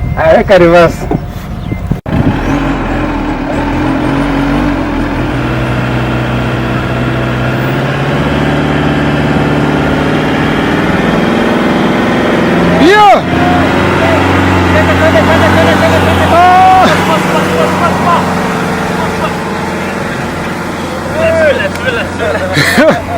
One last time. I'm glad tumeweza kuwatoa. Ni vizuri hatujawacha karibu. Ilikuwa hivi. Sasa ilikuwa tuwaache. Karibu hivi. Tulikuwa nasema tunafaa kuenda kwingine. Sema. Bro, asante sana bro. Karibu. Asanteni bana team NTV. Mtu anaweza walipa. Ashatulipa. Sisi tumepata marafiki. Haya basi mufike salamu, msikwame tena. We are back on the road and quickly catch up with the lorries. Our 3 trucks are now traveling in this larger convoy. We make it to Shatta Abak, which means 5 acacias in English.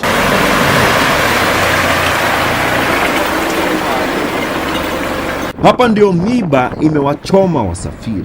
The black cotton is soaked and has claimed many vehicles. Even a double cab is among the victims. We learn it has been stuck here for 2 days. Hapa ni kama tumefika end of the road. We have come too far to take a rest or give up. And with Habaswein so close, we are not turning back. Fadhali mara mzuri. Muende tu mara moja kwa moja. Ukifika hapa tu sawa.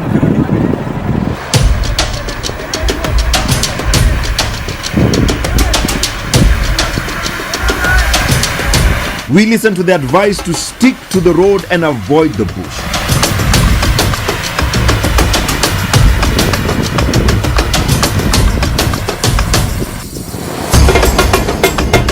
It works, and we are back on a sandy surface. We meet the Wajir County ambulance transporting the sick to the hospital. Hata kwa hii barabara mbaya lazima wagonjwa wasafiri.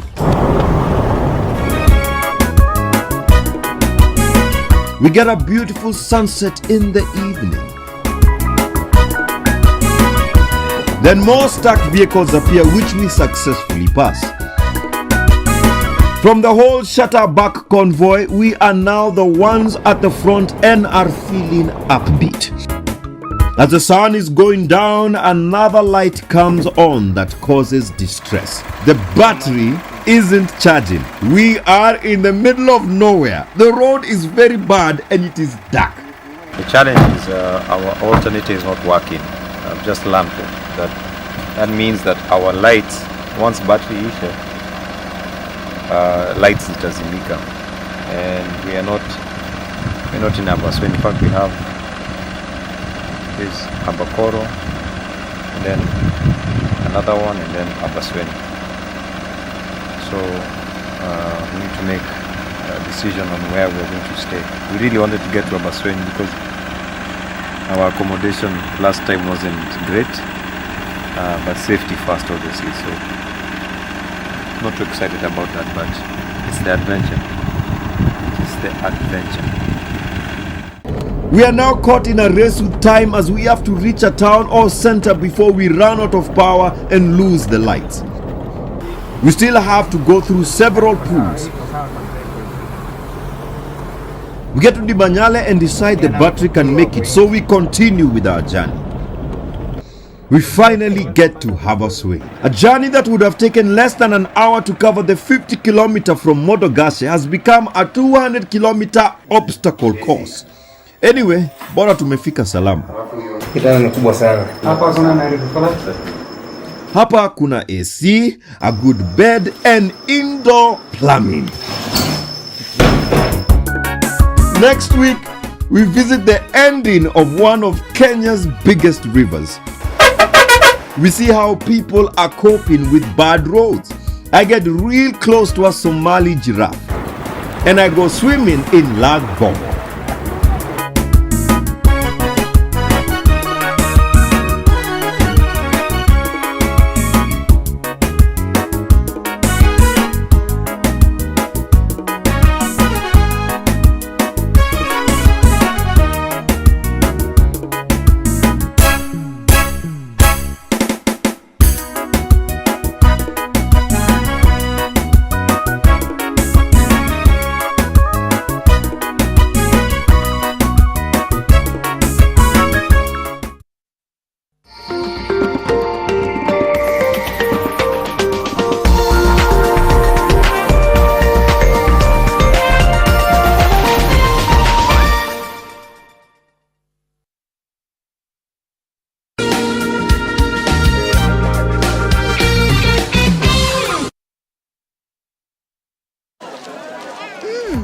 Colgate Herbal is formulated from a unique blend of natural herbs and is scientifically proven to strengthen teeth and keep gums healthy. Try Colgate Herbal, scientifically proven for strong teeth and healthy gums.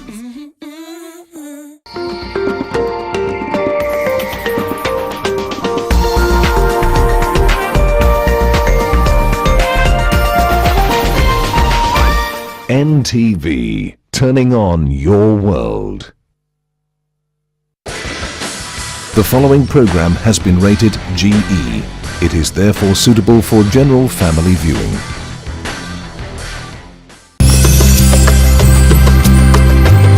Coming up, I get to experience life underwater at one of the most rewarding snorkeling locations in Kenya.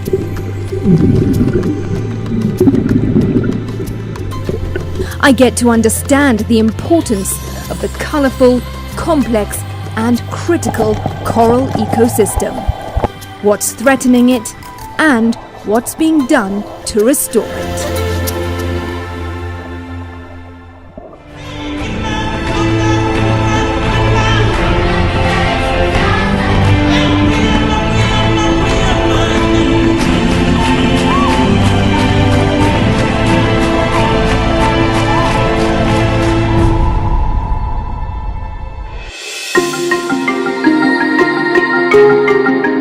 Hello and welcome to NTV Wild Talk with me, Smriti Vidyarthi. Today we are coming to you from Shimoni in the county of Kwale. And this episode is in honor of World Oceans Day, which is celebrated annually on the 8th of June.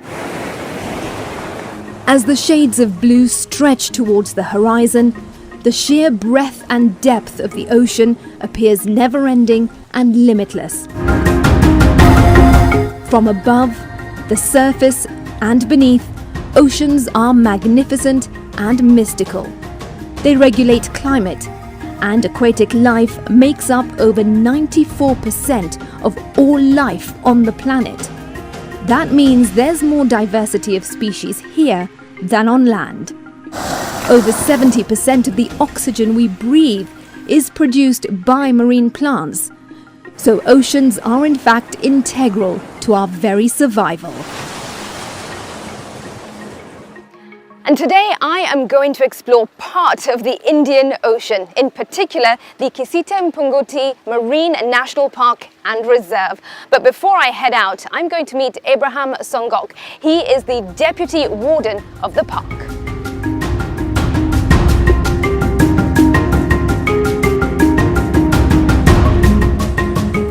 Great to see you, Abraham. I'm so excited to go snorkeling at the marine park. When was the Kisite Marine Park established and why? Kisite Marine Park was established in 1973 but officially gazetted in 1978. And the reason for establishment is to conserve endangered species and critical habitat. What makes this park so special and so unique? It is called Masai Mara of the sea because it has all the creatures that are there, marine life. We have the dolphins, we have the endangered endemic coconut crab, we have beautiful islands, we have also birds, we have beautiful all types of mangroves and all types of corals that are found in the world. I am so excited to go snorkeling. You're not coming with me, but thank you so much. And you are coming with me, so let's get going.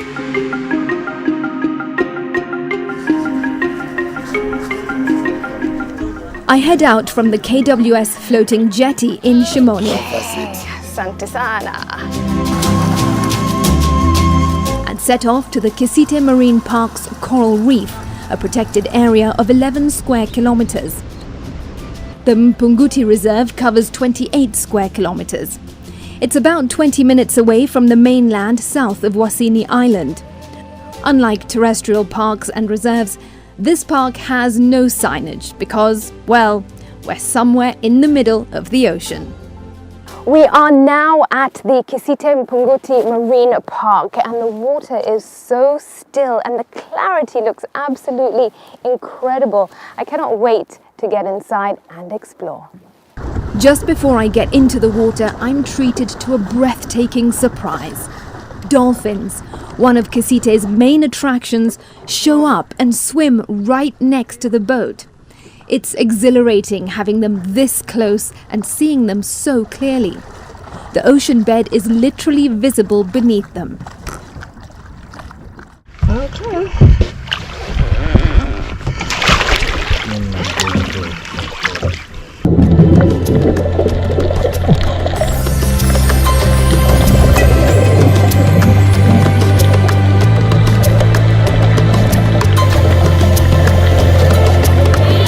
By the time I get into the water, the dolphins have swum away. But there's so much else to see.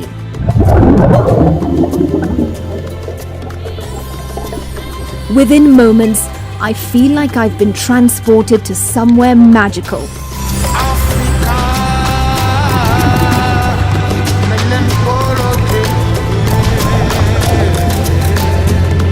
It's a natural garden underwater. And I'm surrounded by hundreds of fish. The sheer variety and vibrancy is almost overwhelming. There's an angelfish, goatfish, cornetfish, which really surprised me by their length, even a turtle, a Moorish idol, snapper and emperor fish, a fish called sweet lip, and so many other species. I'm particularly drawn to the dancing sea anemone as the fish weave their way through the tentacles. I can understand why this is called the Masai Mara of the sea. There's also such interesting coral, the rock-type features on the seabed that sometimes appear as plants. These are in fact animals with a hard skeleton made of calcium carbonate. Corals are fixed in one place, and coral reefs are actually the world's most biodiverse ecosystems. They cover a very small part of the ocean's surface, but 25% of all marine life are dependent on coral reefs for food and shelter. These little guys also need the reefs to hide and produce and raise their babies.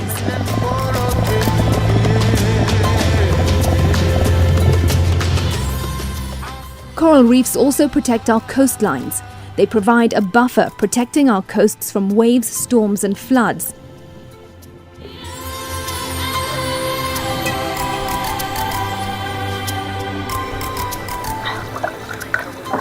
It is just a whole other world under there.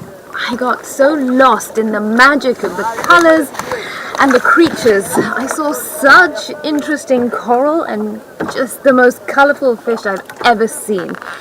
The ocean is not just spectacular to look at and experience, but it actually is also beneficial to mankind. This part of the ocean attracts many visitors, both local and international. This creates jobs for the locals as tourists come to see the marine life. The water is so clear that this tourist boat almost looks like it's floating in the air. And for those who can swim or dive, it's an even more exciting experience. Kwa manufaa ya bahari, inavutia wageni. Wakikuja huku tunauza bidhaa kama vile nguo, maji, soda, bia. Wanapromote, tunapata income. Kama wavuvi mfano wametoka baharini, mimi nami nikiwabeba nikiwapeleka kwao pia huwa inanipa manufaa. Yule mvuvi akienda pale akivua samaki ama wale wageni wakienda kule, wanapata ile chenye wanapata ndio wanakuja wanafanya nacho biashara ama ndio wananunua nacho vyakula, sisi tunapata faida. Kutoka utotoni kwangu mpaka kufikia nimehustle na bahari, hata familia yangu pia imehustle na bahari. Tunapata chakula kwa bahari, tunapata school fees kwa bahari, tunapata in short kila kitu kwa bahari. So si huku tumetegemea bahari miaka yetu yote. Tangu wazazi wangu, yani vizazi vya nyuma mpaka sasa tunategemea bahari. Coral reefs are critical, but they're disappearing at an alarming rate. Researchers say the planet has lost 50% of its coral reefs since the 1950s. And here's why. Pollution, on the beach and in the oceans.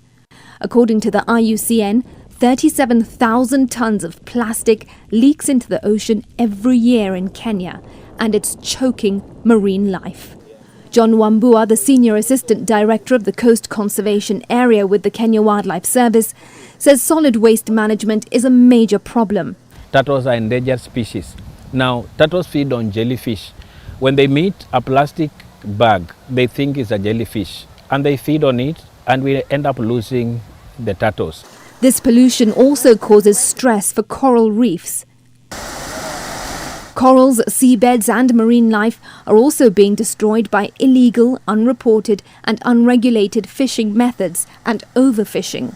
Many areas that we are doing is people who are using illegal gears. For example, the nets, the beach seine or the drag nets. So the dragging itself is a bad fishing method. The fisheries department has also been giving them some of the good fishing gears. County government of Mombasa has also been supporting them, buying them the fishing gears that are sustainable in terms of fishing. But some fishermen still don't feel supported. Bado tuna umaskini mkubwa, bahari ni kubwa sana na ina vyakula vingi viko huko, lakini tutavifuata na namna gani? Vyombo vyetu ni kidogo, ni vichanga. Tunataka serikali iwekeze upande huo. Samaki wetu ni kidogo tunapata sisi hapa, lakini wavuvi wako hapo wa maana wakwenda dipsi, lakini tusaidika vipi? Development also has a negative impact. Now turtles, they don't breed in the ocean, they breed on the beaches. Now with the developments, they encroach into the land for the turtles. So, and you know, turtles when they breed, when they lay their eggs, they go. The hatchlings, when they are hatched, they go. But later they will still come and lay their eggs where they were born. A turtle comes back to where she or he was born, only to find there is a wall or there is a building. The threats are so bad that 60% of coral reefs are at risk of extinction in the next 3 decades, according to experts. But there is hope.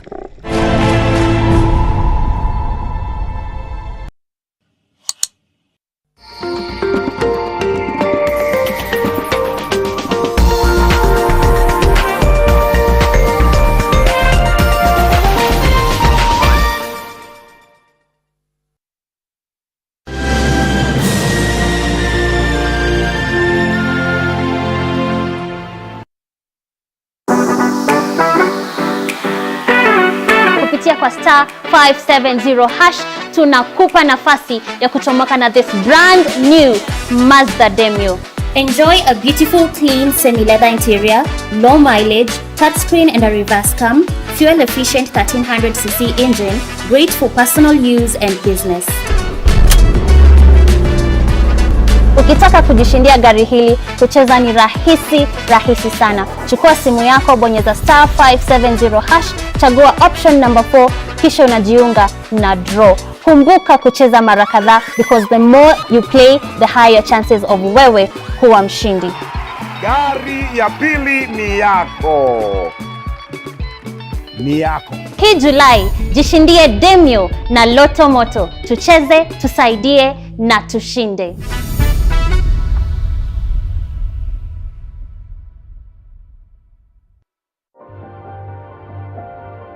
My skin is my identity, my strength.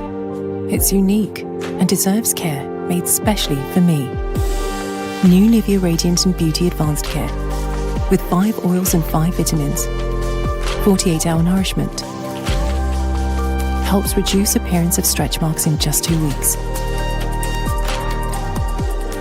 New Nivea Radiant and Beauty Advanced Care for your shade of beautiful. 5 questions with Sarah. Hi guys. Wow, Sarah, your skin is glowing. What beauty soap do you use? I use a beauty soap that keeps my skin soft, moisturized, and protected from germs. But Sarah, the beauty soaps I know don't give germ protection. Dettol Skincare does.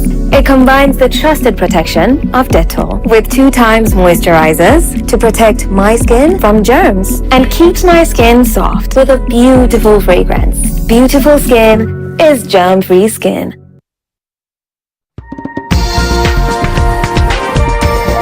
This is NTV.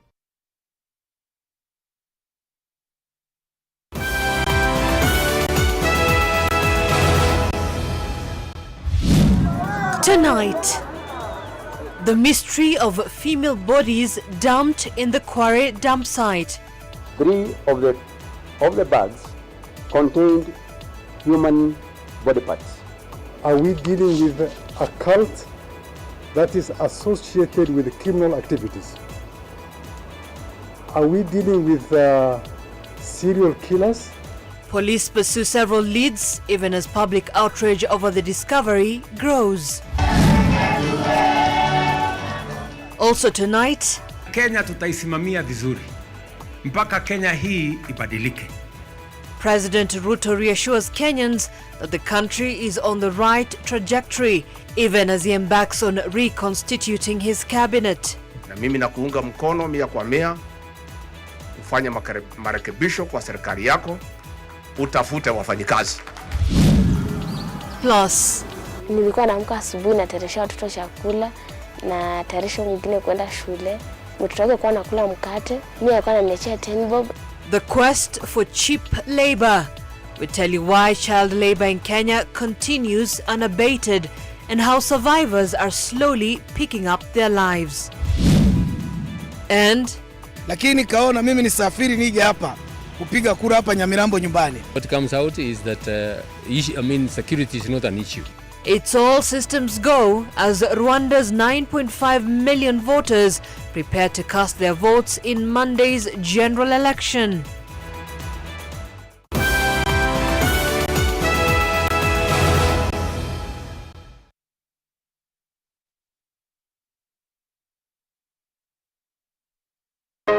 Acne-prone skin? Marks? Stop. Try new Garnier Charcoal Serum with 4% AHA, BHA and charcoal. The first black serum with no residue. Clinically proven to reduce pimples and acne marks. New Garnier AHA, BHA Charcoal Serum. Approved by dermatologists by Garnier Naturally.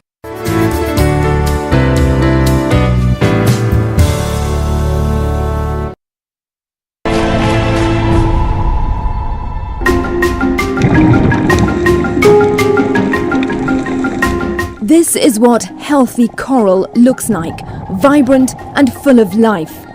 But in Mkwiro area of Shimoni, the coral ecosystem has degraded over time, something Dosa Mchenga, a former fisherman, has witnessed. Dosa, why did you make that change from a fisherman to conservation? In our village, Mkwiro village, around 98% are fishermen. So we depend on the sea most of our life. When I began fishing, it was like the catches were very high, which could sustain our life. But as the time goes, it keeps on coming less and less. So we were wondering as a community, what has caused this? In 2015, they met Ewart Noster, a marine ecologist who found that the decline in fish in the area was due to the destruction of coral. At first, we as the community, we used to know these coral reefs were just stones. But when we met with him, he was like just explaining to us these are animals and they are breeding areas of these fish. So when we destroy these coral reefs, no fish will be found there because these are their homes. Dosa then decided to join Reefolution, an organization that partners with the local community and the Mkwiro Beach Management Unit to restore degraded coral ecosystems and which creates opportunities to improve livelihoods in the area. I became a reef ranger to really do the work of bringing back the biodiversity of this ocean, bringing back those fish which were lost. The technique to restore the coral is called coral gardening and is based on science and research. I head off to meet Yvonne Muya, the program coordinator of Reefolution, to understand the process. In coral gardening, we first go out into the water, dive into the water, collect coral fragments that are broken off from the coral. It's important to note that we don't cut any coral from colonies. We collect naturally occurring fragments that have been, disposed by wave action and things like that. So this what you see is called coral nursery trees. This is the first step in the coral gardening. After the fragmentation, we take the corals and we put the trees in the water.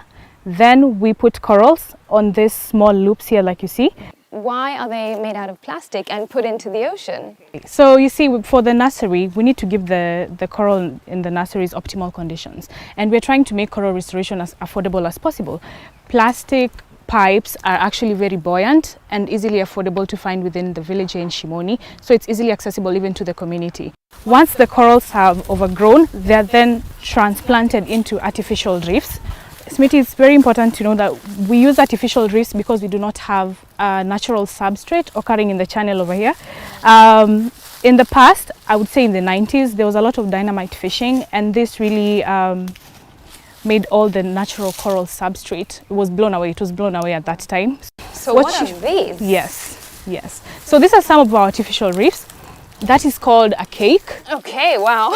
A cake with candles. A cake with candles. So once the coral is taken from the tree, it is attached here using a tie wrap. The layered cakes are made from cement and rocks. The bottle reef, similar to the cake, is made from cement. Cement is a really, we found out that cement is one of the best substrates for corals. You see, with this bottle reefs, we are reusing essentially these bottles that would have otherwise been disposed into the ocean or somewhere else. Right. We attach the coral over here. Once it's taken from the tree, we attach it over here. We attach similar species of corals on one bottle reef to enable them grow and cover this whole area.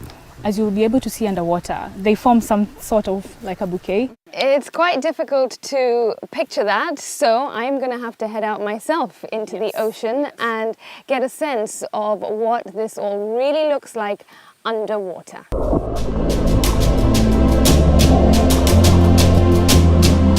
I swim out with Judy to the nursery a few meters from the shoreline. She is one of the reef rangers at Reefolution, who are educated, trained and certified to plant and conserve the corals. This is the area in Mkwiro where corals were destroyed. I notice a big difference between this ecosystem and the one in Kisite. This one is now built up by the artificial structures that I saw on land.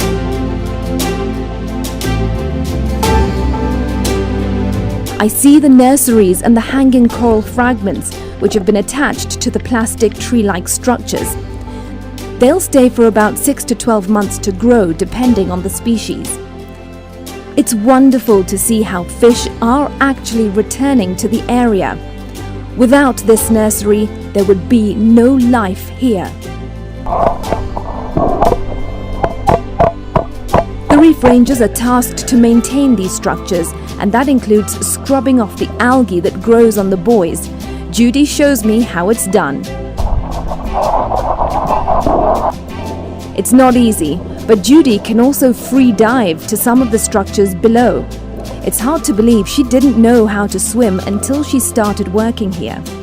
She's totally at ease in this almost alien-like world.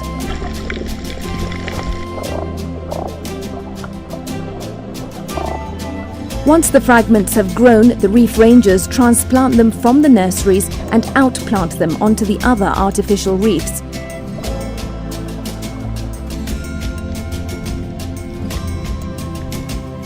I see the cake-like structures and also notice how the glass bottles have been transformed into an artificial reef. The area is thriving. The coral gardening aims to stimulate natural regeneration and to restore habitat complexity. Reef Systems is another organization that uses modular building blocks to create artificial reefs which can be built underwater. Just a few days after installation here in Shimoni 2, the new structures attracted life.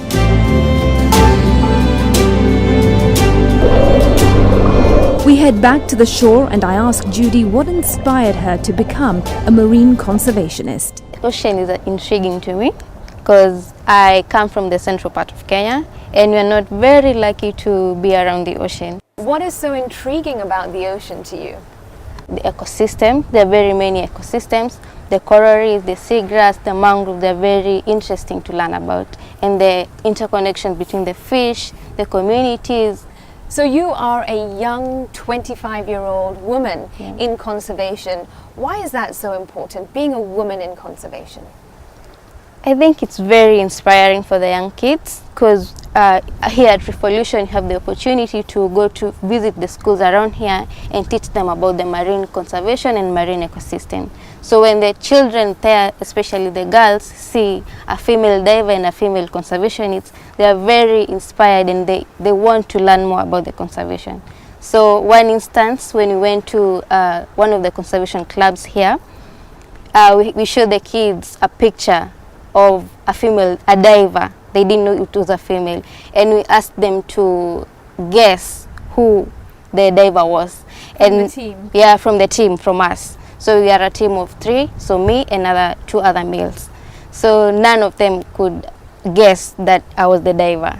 So it was very humbling, and I want them to know that it's easy. It's not that as hard as it seems, like diving and conservation, and they can all be part of it. More than 500 million people around the world earn their income directly or indirectly from coral reefs, so their protection really is critical. But here is how climate change is impacting the survival of corals. There's many different impacts of climate change on the ocean, but I think one that is very important also to realize is that any increase in the water temperature will directly increase also the body temperature of anything living in the ocean. So some animals like the coral just cannot handle them, and those will disappear. But other animals like migratory fish, they might just move to other areas, move away from where people used to fish them. And that is also something you see already happen. And it means also that people will have to adapt. Fish species that used to be caught cannot be caught anymore. So people will either have to catch different species or just completely move to a different lifestyle. So everything is just changing, and it's changing rapidly. So I would say there's so many impacts. It's quite frightening in a way. But yeah, also we are just trying our best to help people adapt and help prevent the damage as much as possible. Just imagine a world without the abundance of marine life. It would be devastating. These ecosystems deserve to not only survive, but thrive. And while efforts are being made to restore what's already being degraded, much more needs to be done to prevent further damage to our oceans. And that responsibility lies with me and you. That's all on NTV Wild Talk with me, Smriti Vidyarthi. Thanks so much for watching. We'll see you again next time. Hello and welcome to NTV Wild Talk with me, Smriti Vidiathi. Ni Kisite Mpunguti. Punguti.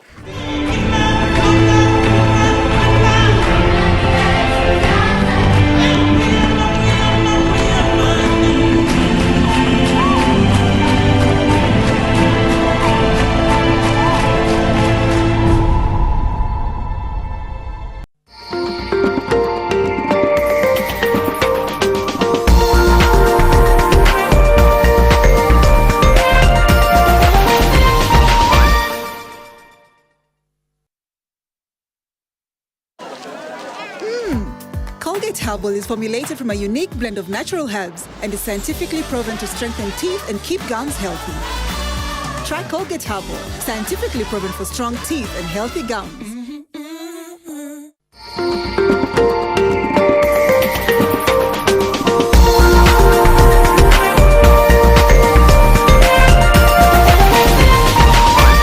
This is NTV.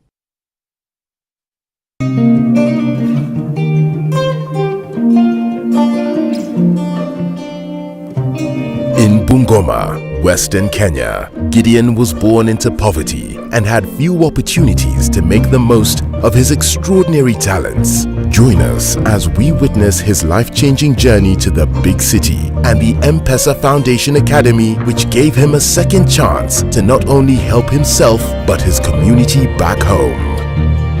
What you're about to see is a true story told by the real person and recreated by actors. This is Letters for Good.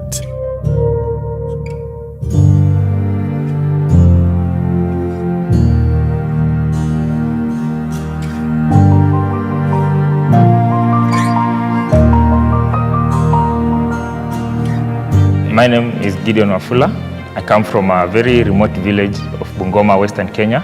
I'm also a businessman and an entrepreneur.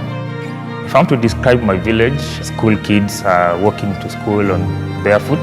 That was more of a norm to our village. And if you had a nice school uniform that is not in tatters, then you are a privileged one. There's a time we used to have one meal in a day. The few who are privileged would join the nearby high school. After that, they would ask their parents to give them that piece of land that their parents also have inherited. Maybe the lucky ones could sell those lands and get themselves a motorbike to fend for their families doing boda. Yeah. And personally, I remember when I was young, I wanted to work hard so that I could eat bread, at least because bread was one thing we could hardly have. I couldn't access the latest books. So I remember I used to go on my bicycle to a supermarket in Bungoma, and I would read on a Sunday. So when I go to school, I have crammed these new phrases that I would use in my composition, and so my composition would be very colorful. Thank you. Let's clap for Gideon. I never started looking outside of Bungoma. I was looking to just finish primary school, join the nearby high school where all my elder siblings were joining that school because my mom could negotiate with the principal. Tukaona tuko na mahindi nyumbani, tukaona ni vizuri tulete, tusimamie kwa school fees. My head teacher one day came with application forms for M-Pesa Foundation Academy. So that's when I started now seeing some hope. I started seeing different things. I started now imagining, how does Nairobi look like? I think to me, when I look at the purpose of M-Pesa Foundation is to transform lives. And we transform the lives of Kenyans every day, everywhere. So the M-Pesa Foundation Academy was established in 2016, and the purpose of the academy is to create transformative leaders, to create future leaders for this country. So for the academy, you must come from a needy background. So we try to lift those who are at the base of the pyramid. So we strongly believe that if we take these children from their homes and just transform one child's life from this home, they'll be able to transform themselves, their communities, and the world at large. Now things changed. I started seeing now different things. I now started associating myself with the M-Pesa shops that we could see around. I felt like even if this M-Pesa doesn't seem to be true, I've already achieved. I've already traveled out of the village and I've seen these big buildings. Welcome to the academy. Thank you. I could say it was a flip, a whole flip from where I lived and from where we were. Even the beds where we used to sleep, that was different. The teachers were more friendly this time round, not like the teachers we knew who used to walk around with canes. So the school has that struggle of making you believe that yes, you are no longer that village boy who was walking in tattered shoes and playing football around the compound and that ball wrapped in papers and all that. That's one big thing that the academy did to me. First, changing my mentality and positioning me at a pedestal where I could see things differently and I could start envisioning bigger things. You know, fulfilling what we wanted is to create leaders that will come back to Kenya and take up leadership roles within Kenya. They are aspirational. One kid at the first graduation ceremony that we had when they left, the previous president, Uhuru Kenyatta, was the guest of honor. He asked the kids to ask him some questions, and this one girl stood up and said, "I want to be the Chief Justice of Kenya. Can you give me a job?" Yeah? Chief Justice, not a lawyer, the Chief Justice, you know. It's not just school and it's not just classrooms, but there's clubs, there's, you know, in French, German, you have a farm. You know, there's all sports. I mean, one of the most amazing things was, you know, these kids come from a very, very different background to you and me. And some of them have never seen a swimming pool, can't swim. But, you know, these kids are winning swimming galas. I now delved deep into volleyball where we played up to regional finals. I also did athletics where I went all the way to county finals. And we have these entrepreneurship trainings, which I really liked. Every Thursday morning, very early in the morning, they would train us on how to come up with ideas. Then in the end, you'll be required to come up with an initiative or an idea. So the shoemaking business was a product of the entrepreneurship lessons. Most of the staff just had shoes in their houses and they never repaired them and they felt like they were still in good condition. They brought these shoes and they were able to pay these fees. Even students, so many students brought their shoes for me to repair. There's actually some point where we were offered a tender by the school to make, I think, 50 pairs of shoes. So I think at the end, around Form 4, when we finished, I had made a profit of close to 67,000 Kenya shillings. And this was just work I used to do over the weekends. And remember, the same weekends, we used to go for contests and whatever. So I used to do only maybe 3 hours in the evening, including my team. The Kenyan spirit of entrepreneurship has always been there. It's us now taking it, refining it, improving it, so that when our young people, someone like Gideon, leave here, go back to their communities, they can make that positive change. And an academy like ours really does take time in developing the innovation type skills, the business skills behind that, entrepreneurship, but all of that also links to leadership. Gideon, coming from a rural background, he had not interacted with computer at all before. All our students get an opportunity to apply to various institutions, including Safaricom. And in the time that Gideon applied with others, he was among the few lucky ones to get an opportunity to intern at Safaricom. And in this case, Gideon was inclined towards computing and informatics. So that's my idea. I don't know how it sounds. The opportunity at Safaricom, where I interned at EBU, Enterprise Business Unit, really opened my eyes. My vision is more of transforming the African perspective by coming up with innovative solutions. And so I had the urge to also understand Africa and using Kenya as my benchmark. So the inspiration to get into the ISP business, I want to provide cheap and affordable internet to people, you know. So I feel like if we open up the country first by giving people internet, that one would open up the psychology and it would serve as a tool to educate people and ask the students to work hard and get to hit some limits that they never thought. Yeah. So the impact is huge, and the Safaricom should not stop. It has picked a lot of us from the ground up, and we are still going. It has given us, you know what, the most important thing is that that mentality. Once you get that mentality, I call it a rich mentality. You keep going.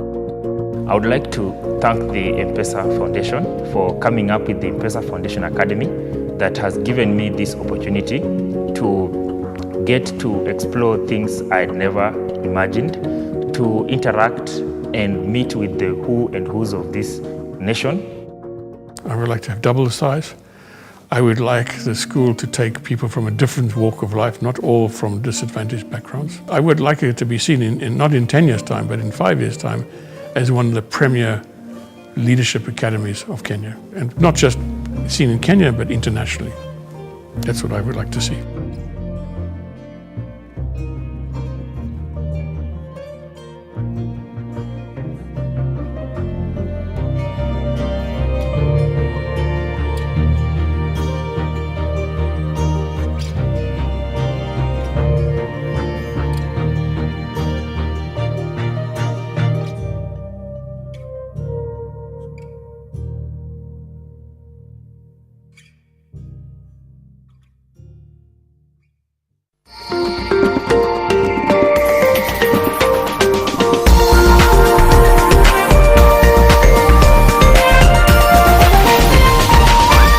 This is NTV. Not for the first time at Euro 2024, England's campaign teetered on the brink of elimination. When Switzerland went 1-0 up in the quarter-final with 15 minutes of normal time remaining, the Three Lions desperately needed a saviour. Up stepped Bukayo Saka, making 2 telling contributions when England needed him most, while banishing ghosts of the past.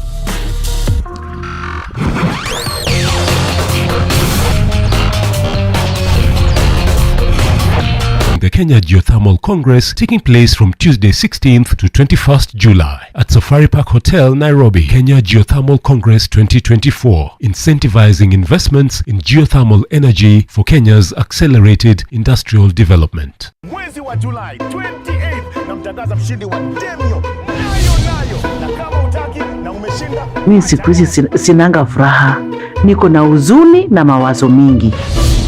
Tangu nione hiyo kitu ni kama kichwa changu imesimama. Najua familia yangu wananisangaa, lakini hawatanielewa.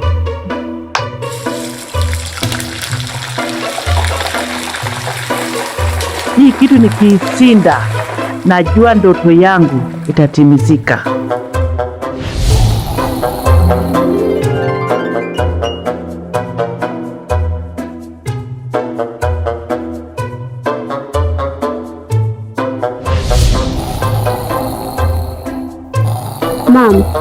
Mam, mbona umelala mchana? Hiyo gari la tumoto ndio inanikula kile mtoto yangu. Mam, nasi basi dial *570#. When it's *570# kuna Master Demio. Chagua option 4 na ujipatie tikiti ya kuingia kwenye draw. Ushindi wako tunautangaza on 28th of July. Tucheze, tusaidie, tushinde.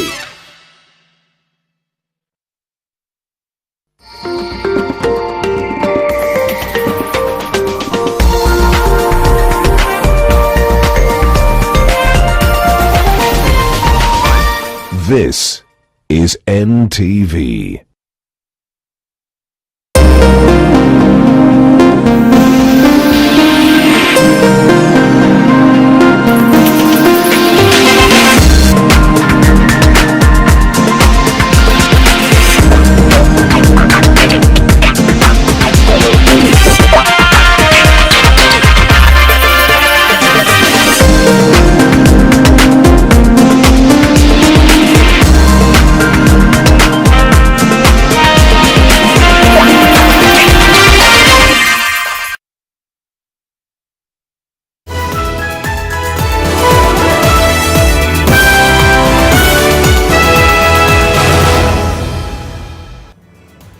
Well, a very good evening to you. Thank you so much for joining us. You're watching NTV Weekend Edition this Sunday.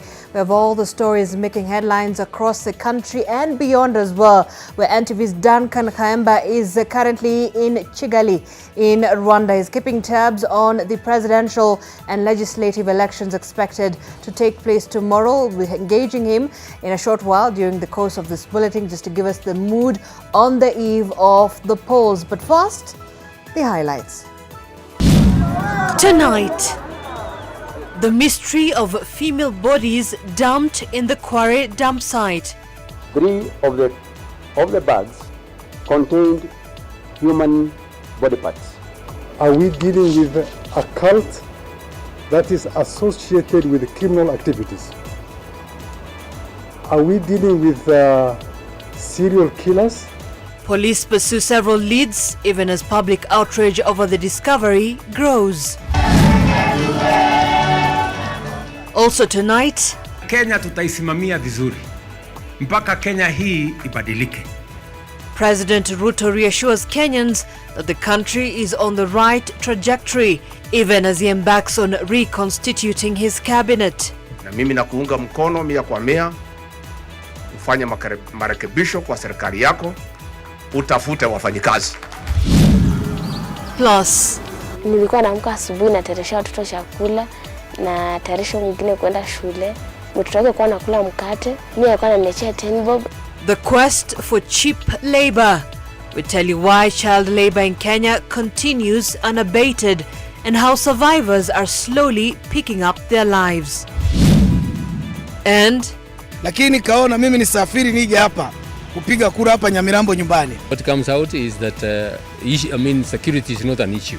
It's all systems go as Rwanda's 9.5 million voters prepare to cast their votes in Monday's general election.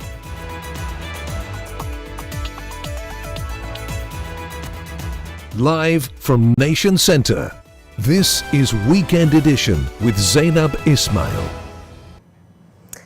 And David Agondoa on the sign language interpretation bit. Now, it was yet another day of running battles between police and residents of Mukuru Kwanjenga in Kware area as 2 more bodies were retrieved from the quarry.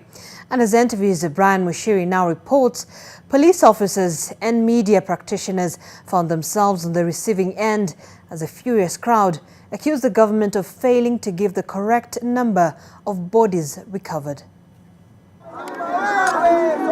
Police were forced to shoot in the air and lob tear gas canisters to disperse the rowdy crowd at Kware. Here, the police had a hard time controlling the crowd to keep the youth at bay. This is an amateur video of the battle between the police and the youth at the road linking the slum to Pipeline bus station along Outer Ring Road.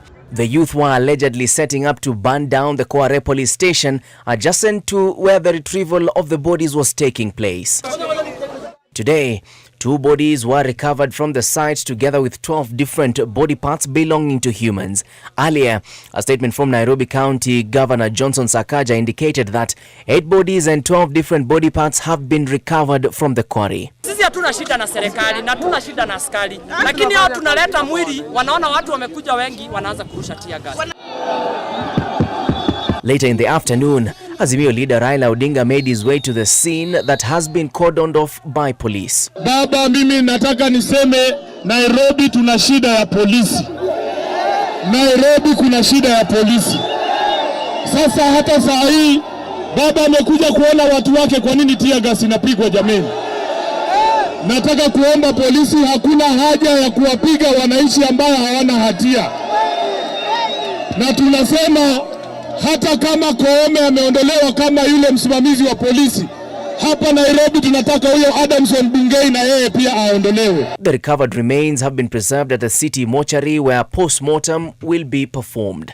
Brian Mushiri, NTV, Nairobi. And as the nation awaits answers on how bodies ended up dumped in a quarry next to a police station, the Acting Inspector General of Police Douglas Kanja has assured Kenyans that the police will get to the bottom of the matter. While the number of bodies recovered is disputed, police say that all the bodies are female. Listen in.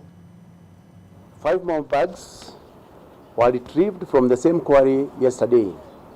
The Nairobi National Home, Funeral Home, that is formerly the city mortuary, is currently preserving the 8 bodies that were recovered. The scene is still active and the investigations are ongoing. The modus operandi was almost the same. In terms of, if you look at the age, between 18 to 30. If you look at the gender, these are all female. If you look at the way the bodies have been disguised and packaged, all the same. If you look at the place the bodies were thrown into the dump site, just one spot, are we dealing with a cult that is associated with criminal activities?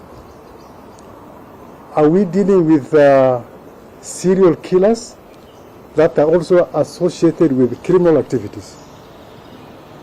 Or even, could we be dealing with rogue medical practitioners that are dealing with criminal activities? All these are hypotheses that, as investigators, we have tried to bring on board. Well, the chilling discovery of mutilated bodies has sent shockwaves across the city and the country at large. And to understand the situation a little further, we speak to Rosaline Asena, who's a community paralegal who works with the community in Mukuru Kwanjenga. Thank you for joining us. Certainly, the revelations in Kware area have come to us as Kenyans as shocking, to say the least. Just paint for us a picture of how the situation looks like right now. Community members are, also surprised and shocked, but just give us an idea of how the situation is on site. Thank you so much for this opportunity. As you mentioned, my name is Rosaline Asena. I am a community paralegal. I'm based within Mukuru Kwaruben, which is still Embakasi South constituency. The situation on the ground is not that deserving. It's not good because first of all, we are in shock. As a resident in this area for more than 20 years, I can tell you that quarry has been there for more than 30 years. And anytime something happens like finding a dead body in that quarry is only when somebody maybe was on a mission of suicide, or maybe accidentally a child fall in. Once in a while, within like a year, we might hear maybe 2 or 3 bodies have been retrieved from that quarry. So you've not, encountered similar cases? We have in that never area. encountered similar cases in that quarry. And remember, that quarry is operational every day and night. Dumping is done by lorries, even the neighborhood, they dump, and there is that scavengers who go to try to find something that could be valuable to them. So if they go to find something that is valuable, they can always say, look, there is something here. So this one is new. Mm-hmm. And the situation on the ground is not good because right now, we are exposing families to starvation because remember, Mukuru, Kwanjenga is a place where people survive from hand to mouth. If they don't come out to go and find how to survive, to bring something on the table, the situation will be worse. Right now, there are women, in fact, there are those who have been talking to me yesterday and today, and they're saying, where do we get food? Because now the tear gas is outside. And we wonder, why the fight? Why the fight? These people in Mukuru, we are very calm. The only thing that we would want on the ground is for a tent, different tents. You can say this is the tent where the reception of the body. This is where you people, the community, can pass by just to look. Let's see, this is the leg, this is the head. Let them just see as you pass and you go. Because people, what they're crying, even when you look at what they're saying, we just want to see, confirm before you go. Why should it now become a tear gas issue? Why should it become a battleground? Yeah. All right, and you know, there are certainly concerns and fears that have been expressed by the community members as well. What are some of these issues that have arisen from the discovery of these bodies, and specifically more so female bodies? It's very unfortunate to realize that it is female bodies. The fears on the ground could be just what the DCI has mentioned. It could be something to do with either the hospitals, rogue hospitals. It could be something to do with the companies. We have companies. Do we know of any? Of course, we don't know. The investigations are still ongoing. Yeah. But my question is, the fears and concerns that are being raised by the community in Mukuru Kwanjenga right now with exactly what is happening. What are some of these things that are coming out from, you know, the people you speak to as a community paralegal? The fear is women are asking, where are we going to hide? Because it simply means that our security is now at stake. When you look at the strategy of the structure of information from the local administration, they say the local administration is the one that is mandated to be informing the higher officers of what is happening on the ground. How comes at this point you can just wake up and you find that female bodies are dumped? Then the women in Mukuru are fearful. The men also are fearing for their daughters, mothers, wives. They are fearing. The insecurity issue now is at a higher level. You find that the police itself, even when we are looking at the new IG has mentioned that he has moved all the police officers from Kware. And the question is, where have you moved them? We expected to hear they have been sent on compulsory leave pending investigation. If the report will come in 21 days. Why? Is it because it's concerning that this happened next to a police station? Yes. It happened next to a police station. The police should have known what exactly happened. They cannot sit the way you are sitting here. You don't know Mukuru, and you are, what happened? And they are also staying there. They have been sent there. They are being paid taxpayers' money to ensure that they get the first-hand information. You look at that body on the first day when I saw some of them were still oozing blood, meaning that they were still fresh. But others were like some days past. So you want, it was not a one-stand thing.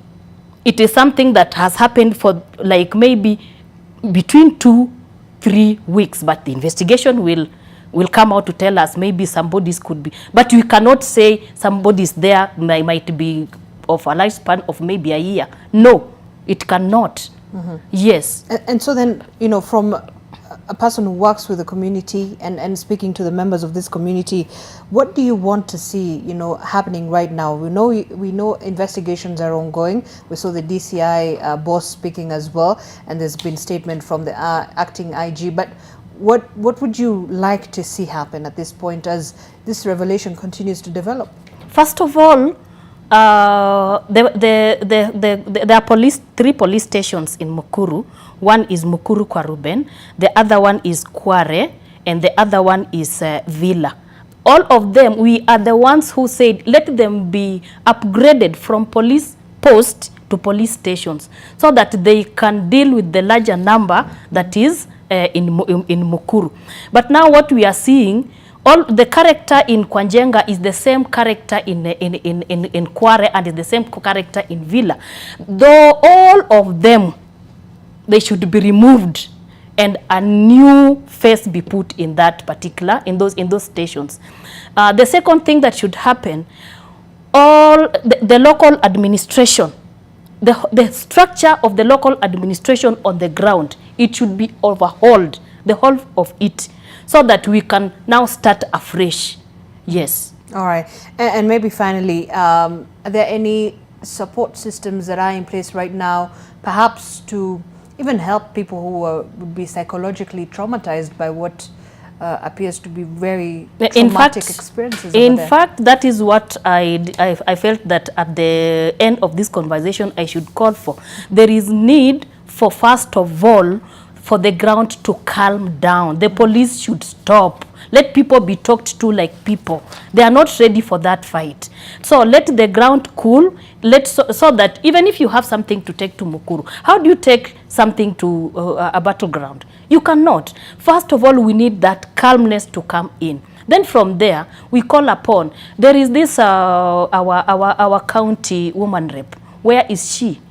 Has she said anything? Has she visited the scene of crime? Has she asked what happened to these women? We want to see her come on the ground and support and give the psychosocial support. Organizations doing the social support, can they come on the ground? Okay. People are starving in their houses. Can we try to find out how we can get food to households around that particular area? Because children will, at the end of the day, we wanted to prevent. But at the end of the day, we will not prevent more, or the damage will extend. Thirdly, I would say that quarry, even if you hear the statements being given by the government, none of them is ending by saying we need to close that quarry immediately. All quarries in this country, why are they open? Quarries should be closed. In peace building, we say it should never happen again. Put measures in place to ensure it doesn't happen again. Okay. Yes. And so what we are saying right now, the government should not transfer a mess. And in this country, we want to get to a point where we can say, leave alone death. Just threatening, you should not have peace, even in public. Leave alone going to court. We should not have peace if you are threatening someone. So when something happens and you as an officer, you are found to be to have engaged in an error of omission or commission, you should not be transferred. Okay. You should be compelled to go on compulsory leave. After investigation has acquitted you, you can always come back, even with compensation. All right. Thank you. Thank you, Rosaline Asena, for that. She's a community paralegal who works in Mukuru Kwa Ruben. Yes, Embakasi South constituency. All right. Thank you so much for that. But we'll continue to keep you abreast of the developments there in Mukuru Kwa Njenga, where 2 more bodies were retrieved today. Now, President William Ruto has assured Kenyans that he will appoint a cabinet suitable to deliver his promise to Kenyans. Speaking during a church service in Nyandarua County, the president likened the recent national protest to a painful child-birthing process whose reward will be felt later. Deputy President Rigathi Gachagua, on his part, called on his boss to be cautious when appointing the upcoming cabinet to avert trouble from Kenyans. Ruth Sarmoi Chesenge tells us more.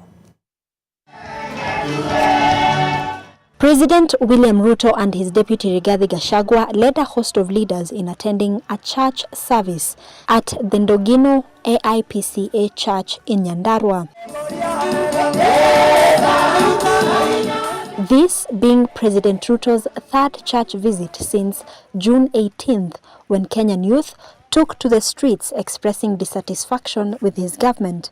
Ruto asked for prayers as he appoints a new cabinet. Si mimi nimefungua ukurasa mpya. Sasa mimi nitapanga kabisa. Hii serikali iko hapa mbele. Mniombe. Ndio nipange kabisa, nipate wafanyikazi watakao nisaidia kutimiza ahadi ambazo tuliwekea na mimi na nyinyi. His sentiments follows 2 weeks of radical changes in his government, among the rejection of the 2024 finance bill, dissolution of 47 state corporations, as well as the elimination of the budgets of his wife's office and the offices of the spouse of the deputy president and the prime cabinet secretary. Gachagua asked the president to choose his cabinet wisely. Kiongozi anaweza kuwa na bidii sana vile uko na bidii, lakini ukikosa timu nzuri ya kukushikilia na kukusaidia, rais, utapata matatizo. Umepata nafasi mwafaka, uunde serikali, utafute watu wazuri ambayo watakusaidia. Ruto defended his move to appoint a task force to audit the public debt, despite the unit being suspended on Monday last week after 2 petitioners moved to court, terming his move as unconstitutional. Hata nimeweka jopo maalum ichunguze hii madeni hii madeni ya Kenya ni kiasi gani, hii madeni ya Kenya ilifanya kazi gani, na hii madeni ya Kenya tutazuia isiharibu nchi yetu kwa njia gani. Similarly, the president likened the country's current situation as a rebirth. Kenya tutaisimamia vizuri mpaka Kenya hii ibadilike. Nyinyi mnajua, kwanza nyinyi wa mama, mnajua saa ya kuzaa mtoto si rahisi. Iko maneno hapo. Ndio hii transformation ya Kenya tunajaribu kuizalisha. Ndio mnaona iko msukosuko kidogo. Lakini saa ile mtoto amepatikana, si mambo inakuwa sawa sawa. Na furaha inakuwa tele. Kwa hivyo msikuwe na wasiwasi. Huyu mtoto wa Kenya, transformation ya Kenya tutaizalisha. Na Kenya itakuja kufurahi. Na mimi nataka kuomba hao viongozi wetu ambao wamechaguliwa, tafadhali mrudi mashinani. Kujeni mkae na hao raia. The way to help our president is to come here and listen to what people are saying and then go and inform him what the people are saying. Musikae Nairobi kwa mikutano. Despite the changes that have come in the past 3 weeks due to the nationwide protest, the youth have vowed to continue with demonstrations this coming Tuesday. Ruth Sarmoi Chesenge, NTV. All right, let's take our first break here on NTV Weekend Edition this Sunday. We'll be back with more.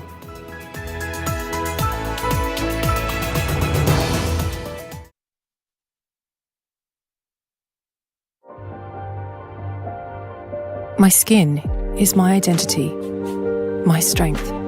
It's unique and deserves care made specially for me. New Nivea Radiant and Beauty Advanced Care with 5 oils and 5 vitamins. 48-hour nourishment. Helps reduce appearance of stretch marks in just 2 weeks. New Nivea Radiant and Beauty Advanced Care for your shade of beautiful. The thrilling world of businesses in the city. Mato, you go on speed dial. Looking for help with his LPO, he needs to deliver laptops fast. Enter Stanbic Bank, the game changer in LPO financing. Ana get to expand his horizons. Huyu hapo ni Max, aki-import bills, lakini yuko in a tight fix, like his favorite pair of tight sweatpants. Working capital solution from Stanbic Bank in a come through. Sasa and expand his fashion empire to the max. Literally. When our dada, a mobile money super agent, gets frantic calls to hawana float, through our digital solution, MJK Dada Boss can send floats to a sea of agents to keep them all afloat. Grow your biashara and unlock your horizons with our payments and collections, vehicle and asset financing, unsecured bid bonds, LPO financing, insurance, cross-border solutions, and so much more. Stanbic Bank is regulated by the Central Bank of Kenya. Acne-prone skin? Marks? Stop! Try new Garnier Charcoal Serum with 4% AHA, BHA and charcoal. The first black serum with no residue. Clinically proven to reduce pimples and acne marks. New Garnier AHA, BHA Charcoal Serum. Approved by dermatologists by Garnier Naturally. Not for the first time at Euro 2024, England's campaign teetered on the brink of elimination. When Switzerland went 1-0 up in the quarter-final with 15 minutes of normal time remaining, the Three Lions desperately needed a saviour. Up stepped Bukayo Saka, making 2 telling contributions when England needed him most, while banishing ghosts of the past.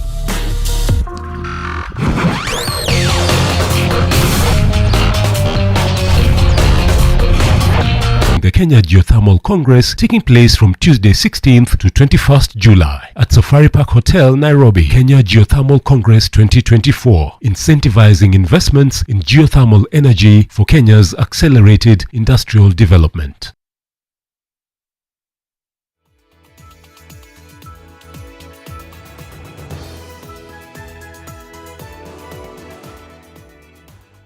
All right, thank you for staying with us. Now, in news across the region, all eyes are on Rwanda as they head for the presidential and legislative elections on Monday. The 3 presidential candidates made their final push on Saturday after 3 weeks of intense campaigns. NTV's Duncan Khaemba is in Kigali, Rwanda, and now joins us for an update ahead of the voting. Duncan, good to see you. How's the mood tonight in Kigali on the eve of the opening of the polls tomorrow?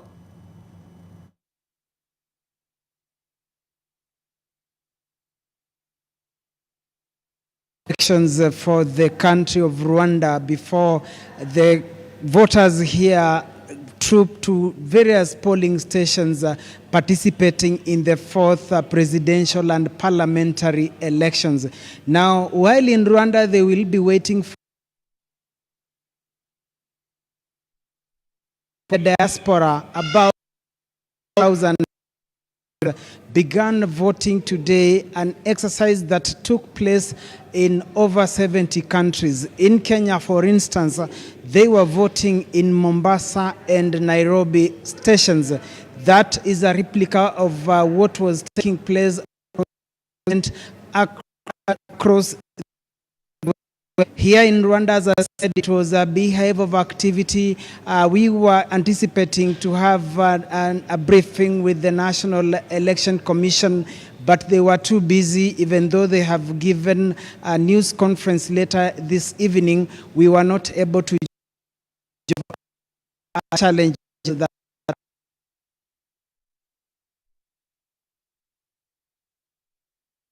Initially scheduled media briefing early in the day was pushed to 6:45 p.m., which was a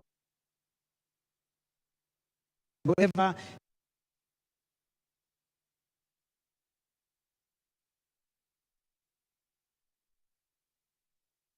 he will move. And we will follow it. Rwanda is set for its presidential and parliamentary elections that will take place tomorrow, July 15th. The total number of registered voters is 9.5 million. That includes 53,000 diaspora voters. The country has a population of 13.7 million people spread in her 30 districts, as well as the diaspora. This will be the fourth election since the nation went through a dark and painful phase 30 years ago, the 3-month genocide against Tutsis that began on April 6, 1994. Hundreds of thousands were brutally killed. Hezron Imanishimwe is a survivor of that blood-chilling period. Mimi naweza sema ya kwamba maisha yangu ilibadilika kwa sababu nilipoteza uncles, auntie, mama yangu, baba yangu, watu wote waliuawa katika genocide ya Watutsi hapa Rwanda. In the previous elections of 2010 and 2017, he voted in Nairobi. But this time round, he has traveled back to his home country. Lakini kaona mimi nisafiri nije hapa kupiga kura hapa Nyamirambo nyumbani. Sababu nimeona watu wa nyumbani pale na mimi angalau nikiwa pale itakuwa ni nzuri. In Rwanda, a registered voter can cast his or her vote anywhere. Hospitals will set up polling stations to enable those admitted and are eligible voters exercise their civic duty. As President Paul Kagame seeks his fourth term in office, the economy, national unity, democracy, and diplomacy are some of key challenges Rwanda continues to grapple with. Kenya's immediate former Chief Justice David Maraga is leading the East Africa Community Observer Mission and says they are ready for the exercise.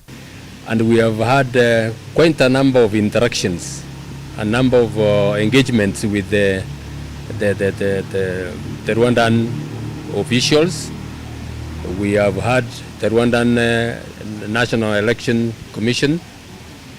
We have engaged 2 presidential candidates to get their views and what comes out. And the police. The police also came and met us here. What comes out is that security is not an issue. On Sunday, the delegation visited several polling stations to check on preparations. And so far, there is nothing amiss which we have noticed. So on preparedness, I think we are happy that they are prepared. Rwanda, the land of 1,000 hills, has 4 provinces: the north, east, west, and the south. It is all systems go as Rwanda goes to the polls on Monday. Now, up to 2 million voters will be participating in the election for the first time.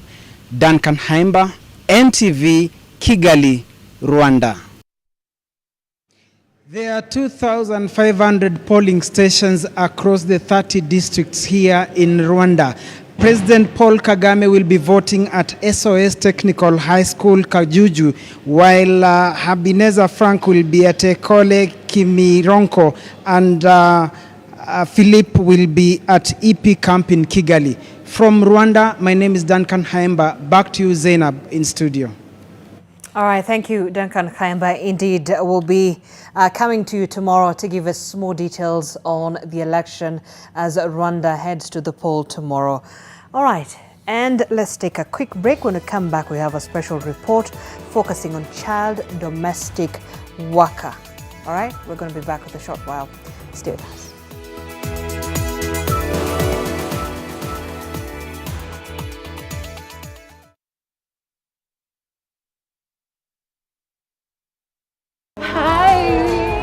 Ngozi yako ina glow. Nilijipaka mafuta leo asubuhi nikikam, lakini skin yangu ishaparara and it looks so dull. Sis, see, it's the new Nice and Lovely Lemon Extract Body Lotion. Hiyo ndo secret yangu to a moisturized and bright skin. Usimix. New Nice and Lovely Lemon Lotion, enriched with vitamin C and sunflower seed oil for 48-hour nourishing glow and brighter skin. Try Nice and Lovely Lemon Lotion today.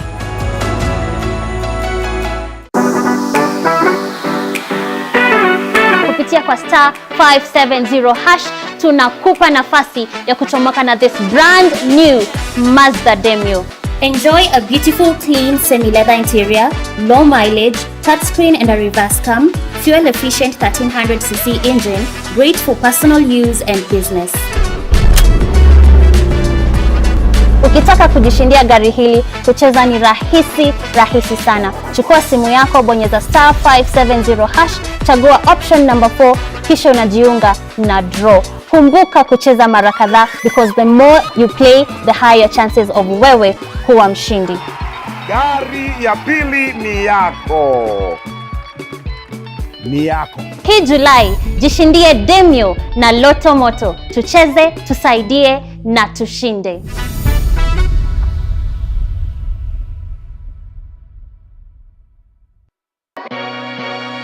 At Urban Pulse Real Estate, we guarantee that what you see is what you get.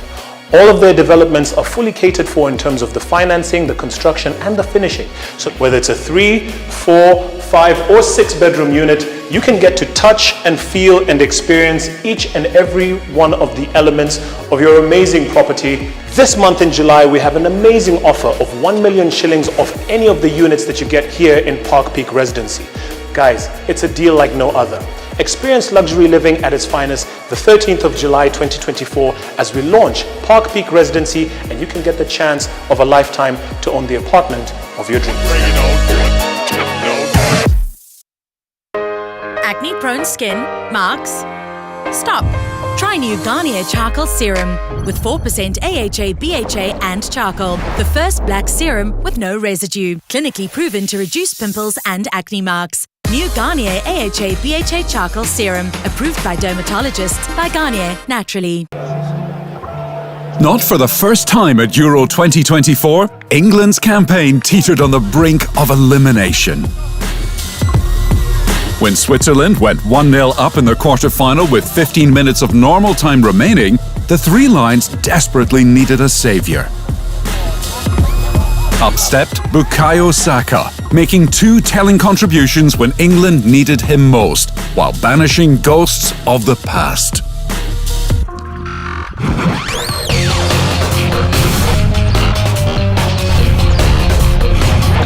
The Kenya Geothermal Congress taking place from Tuesday 16th to 21st July at Safari Park Hotel, Nairobi. Kenya Geothermal Congress 2024, incentivizing investments in geothermal energy for Kenya's accelerated industrial development. Ngozi yako ina glow. Nilijipaka mafuta leo asubuhi nikikam, lakini skin yangu ishaparara and it looks so dull. Sis, see, it's the new Nice and Lovely Lemon Extract Body Lotion. Hiyo ndo secret yangu to a moisturized and bright skin. Usimix. New Nice and Lovely Lemon Lotion, enriched with vitamin C and sunflower seed oil for 48-hour nourishing glow and brighter skin. Try Nice and Lovely Lemon Lotion today.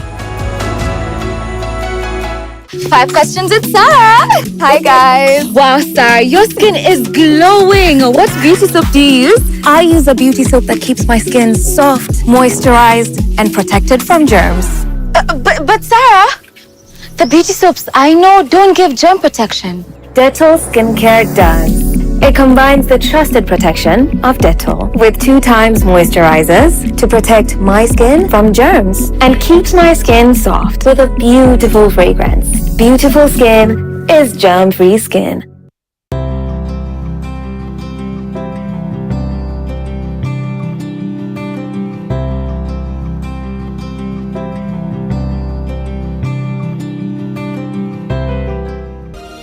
The moment I feel my pain starting to fade, it's like I'm going back to myself on a really good day. Panadol Extra releases you from strong pain. Panadol, release starts here. Not for the first time at Euro 2024, England's campaign teetered on the brink of elimination.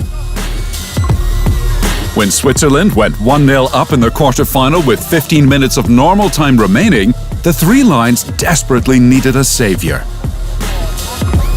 Up stepped Bukayo Saka, making 2 telling contributions when England needed him most, while banishing ghosts of the past.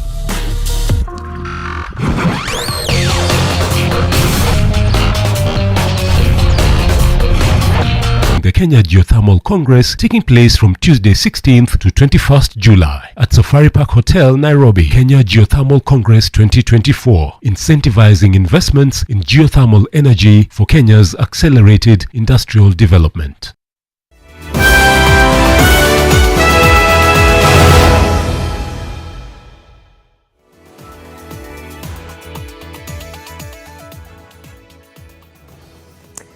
All right, thanks for staying with us. Now, over 1 million children in Kenya are trapped in child labor, with domestic work being one of the most severe forms.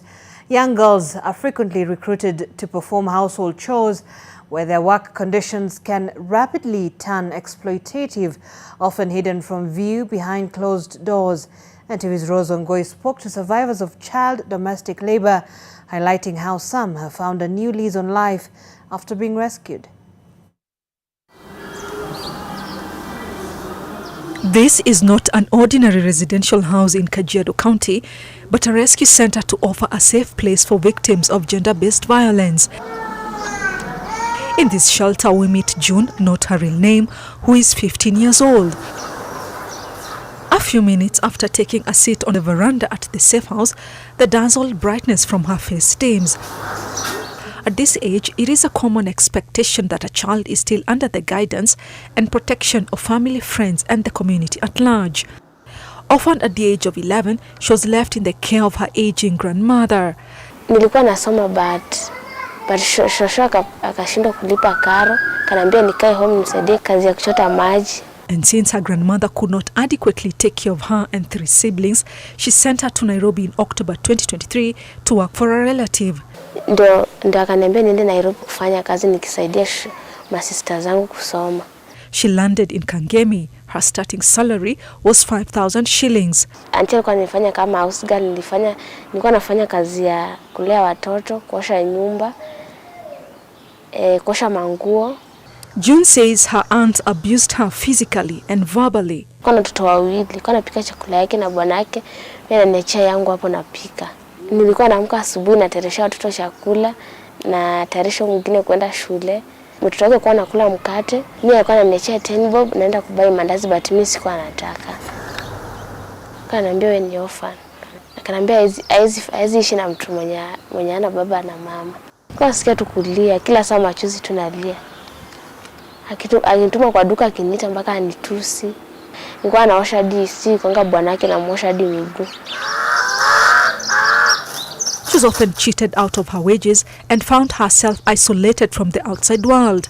But mimi nikamwambia mimi sitaki kazi, nataka kwenda shule na hataki. Auntie yangu nikamuuliza pesa zinanifanyia kazi ziko wapi. Kaniambia natumia shosh kusomesha hao siblings wangu. After 3 months of enduring the torture and oppression from her aunt, she got fed up. kunitesa. Sasa mimi nikakuwa root kwake. Alinichapanga na cooking sick, nikafura, nikavunjikanga mguu nikedanga. Mimi mwenyewe nikajipeleka kwa police station. Kaenda kumsema. Social worker kanileta kwa shelter. June has lived at the shelter since February this year. The rescue center represents safety and a hope for a better tomorrow. Sasa ndo nakaa mimi naona ni kuzuri. Pia wamenisaidia na venye walinipeleka shule nikafurahi. Her story is not different from that of 13-year-old Naomi, not her real name. She was brought to the shelter in June 2023. Naomi has been living a life of misery despite the happy front she presents. She was referred to us by the children's officer from Kamkunji. She was abandoned by her mother when she was 2 years old, and her maternal grandmother took her in. And last year, her maternal grandmother was not able to take care of her, so a male relative took her and brought her to Nairobi and promised to take her to school. However, because of economic challenges, his business collapsed. He was not able to take care of her. And so she was forced to go and seek for casual jobs, cleaning houses for the neighbors, cooking, and other domestic work. Community health worker came across her when she was just roaming around and rescued her. So she came to our shelter. She received some medical support and counseling. She had a rough childhood, but now she's picking up the pieces. She has also been taken back to school, and she's a very bright girl, and she has been performing well. So we are going to continue offering her the counseling support and also following her case in court. And we are hopeful that she's going to recover and bounce back. These two cases are a tip of the iceberg. Many other survivors at Talia Agla Girls Shelter have harrowing tales to tell. The shelter was started in 2012 as a response to the distressing cries of girls and women in need of urgent rescue. It is at this sanctuary for healing, a home full of love, that June and Naomi will rise from and hopefully live a full life. Currently, the rescue center is hosting 62 girls who are survivors of sexual gender-based violence, human trafficking, forced migration, and child labor. And out of those 62 survivors, 17 of them are survivors of child labor. So we normally work with partners like non-governmental organizations, we work with the police, we work with children's offices to rescue these girls, and then they are brought to the shelter. The center offers the girls food, shelter and education. They are also taken through counseling and mentorship. While some get reintegrated with their families after a short period, others stay at the center until they are through with their studies, get jobs and are able to sustain themselves. Apart from giving the girls a roof over their heads, the shelter seeks justice on their behalf, teaches them on how to remain consistent when testifying in court. Through our legal aid support, we are able to follow up these cases from the point where they are reported to the police station. And so we follow up the cases until the cases are concluded. In some cases, the ones who have given out these girls to work as domestic workers are relatives or parents, and these girls are very protective of their family, understandably where they come from, and so they do not want to see them being arrested. And so sometimes those cases can be very challenging, especially when the survivors will not cooperate in the cases. Sometimes the cases have actually had to be, thrown out of court. Since its inception, the shelter has rescued more than 18,000 girls and young women aged between 10 and 25. At the moment, we have a girl who is going to join a university later this year to pursue a degree in law. And she's doing well now, and we are hopeful. And we have seen so many girls bounce back, reclaim their lives.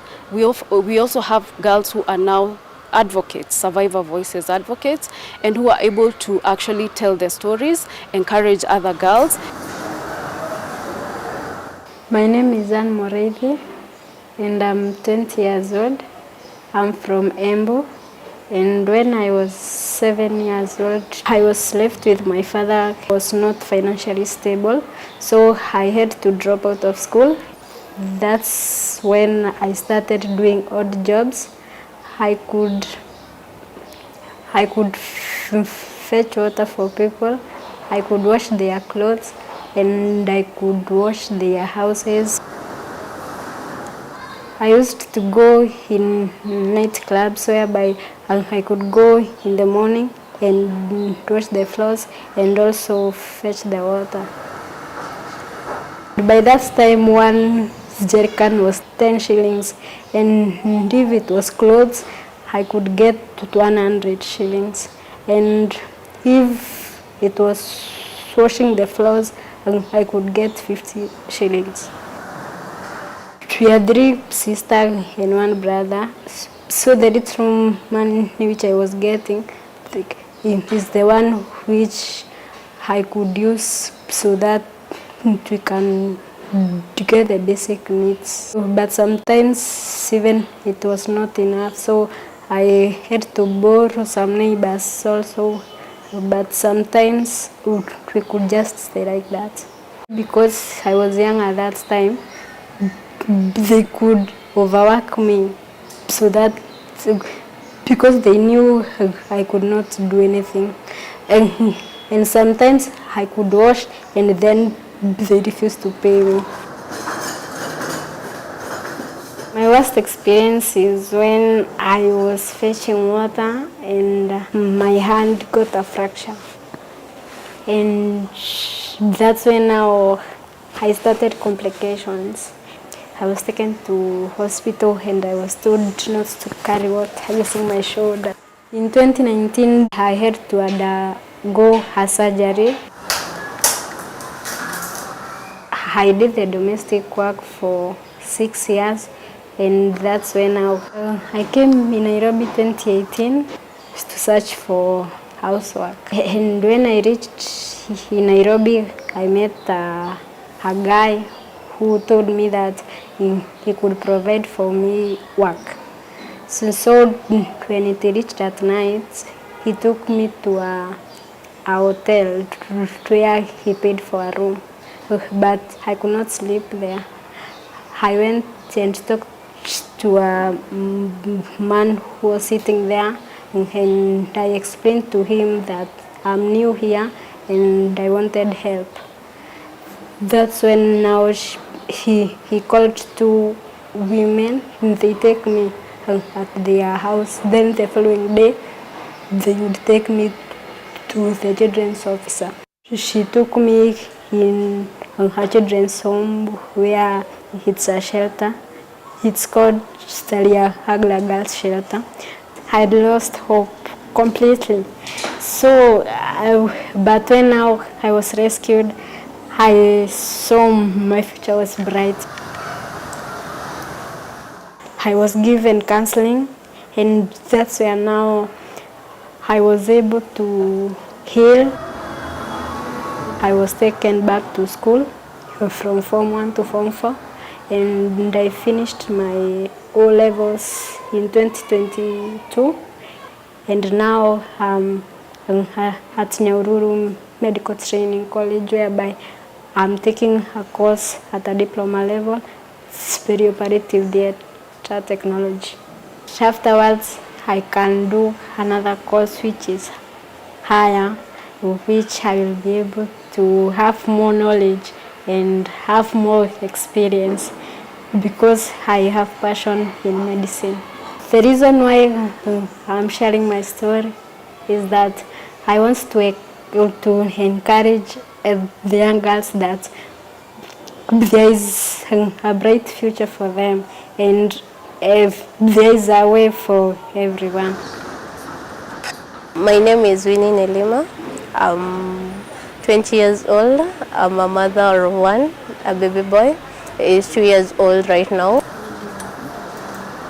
I grew up in Nairobi. We grew up with our mom since they separated with our dad while young. I started schooling early, so I finished my O-level while I was 16 years old. My mom passed, so we had no one else to turn to.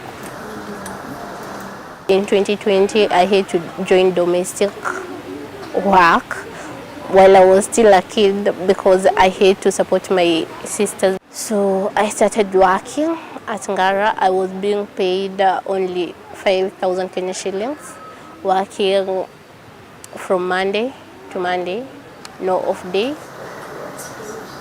I used to wake up at 4, prepare the baby to go to school, then come back in the house, do all the house chores, prepare dinner at night, wash clothes. It was sometimes hard for me because I was still young and I needed someone who can be there to understand me, but there was no one. When you are insulted, you don't have anyone to go and tell how you're feeling. The stress, this school kid, let me call them that, they don't like eating a lot, but their mom normally force these domestic workers to give their babies a lot of food. Now when their food is given to them, then there is leftovers. They tell you that is a wastage and you have to pay for that wastage. I got another job in South Sea. This lady in the house told me that you can have your offs on Saturday evening, you can be going to see your sister. So in February, I decided that I'll go visit my sister. Reaching this stage, I told these boda raiders, that I want you guys to take me to this place. And the boda raider was wearing a helmet. So since it was late at night, the guy took advantage of me. And then he left me there. So I had to call my sister. And my sister came, took me to the house. I took a shower. Then after that, I slept. Because we didn't have any money to go report. You are going to report, you don't know the person, you don't have money. So months passed and I noticed that I am pregnant. I can't tell my sister, I can't tell the person I'm working for. I'm just there so much depressed. I tried killing myself several times, but through all those attempts, nothing was successful. So I sat down and I was like, I'm working.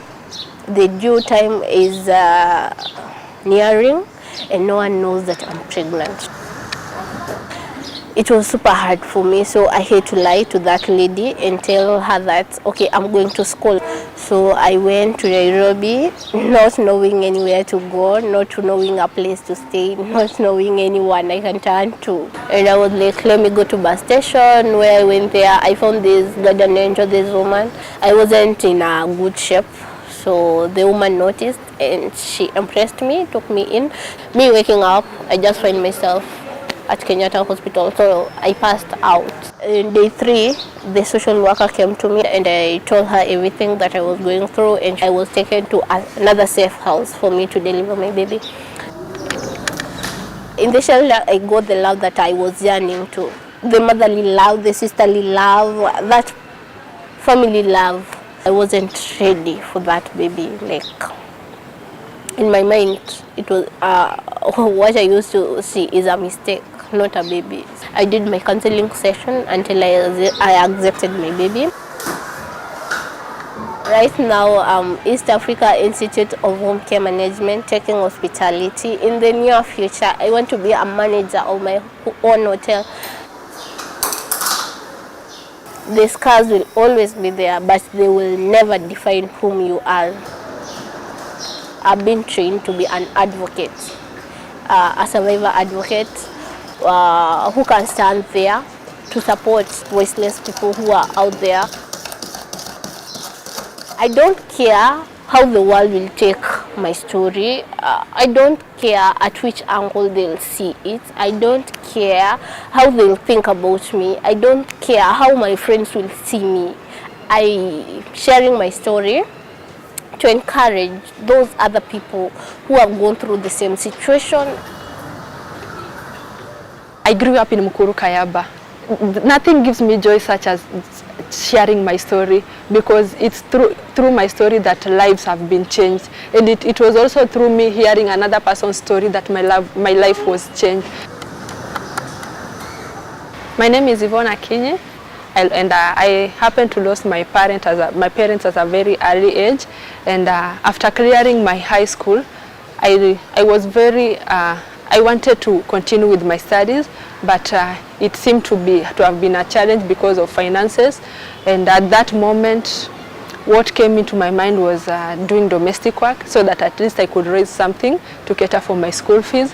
So I started doing domestic work at the age of 16 years. My salary was 5,000 a month. My then employer had a tendency that wherever it's about 20th or 25th, they could claim that there is a day I cooked a food and it had a lot of salt. Sometimes I'd broken some glasses. So towards when it's payday, the salary would be deducted. So at times I would even end up with 3,000 Kenyan shillings. But since I had no choice, I had to persevere. I worked there for a minimum of 1.5 years. I experienced a lot of abuse. I worked as a domestic worker for 3 years, but by the end of 3 years I'd only saved around 5,000, which could not clearly cater for my tuition fee. I happened to come across a church which paid for my certificate, and I did certificate in social work and community development. Monday to Friday I used to go to school. Then Saturday, weekends, that is on Saturday and Sunday, I had a client that I was doing for them, the domestic work. Folding or hanging? Yes. I was informed by my classmates that there is a seminar for women, and in Mukuru I attended the seminar, and that was a game changer. It was in that seminar that I realized even domestic workers have their rights, and it was in that seminar that I realized that domestic workers have minimum wage. We were trained about laundry work, housekeeping, child care, and they saw the potential in me. And can I say that I was promoted from just a regular participant to a hub leader? So I was in charge of mobilizing domestic workers to attend forums, to attend trainings. So I did that for 2 years. When it happened, an opportunity came from the organization where they wanted a field officer under the domestic workers transformation pillar. And since I had a certificate in social work and community development, I sent in my CVs, and I was shortlisted for interview, and here I am today. I work at Center for Domestic Training and Development as a project officer under the domestic workers transformation pillar. I'm very passionate about domestic work because actually most of people see domestic work as the last option, but we are working towards ending the narrative that demeans domestic work, because actually domestic work is a profession just like other professions. I saw the need of upgrading myself. Right now I'm pursuing a diploma in social work and community development. I'm going to degree, and I just want to be all-rounded in this field. Most domestic workers in Kenya begin employment before they're adults due to poor implementation of laws exposing children to exploitation. Domestic work involving children is considered among the worst forms of child labor. Preliminary findings from a study by Freedom Fund reveal that 55.7% of child domestic workers surveyed were 15 and 18 years old, and nearly half were aged between 11 and 17. The majority, accounting for 72.5%, surveyed were female, and 58.3% had already been a child domestic worker for more than 5 years. The vast majority of child domestic workers are girls who are directly sent from their villages to urban areas, completely alien to them by poverty-stricken parents who perhaps leap at the opportunity of turning an economic burden to a source of income. There is a phenomenon where children are migrating within the country, but also outside the country, and in search of work.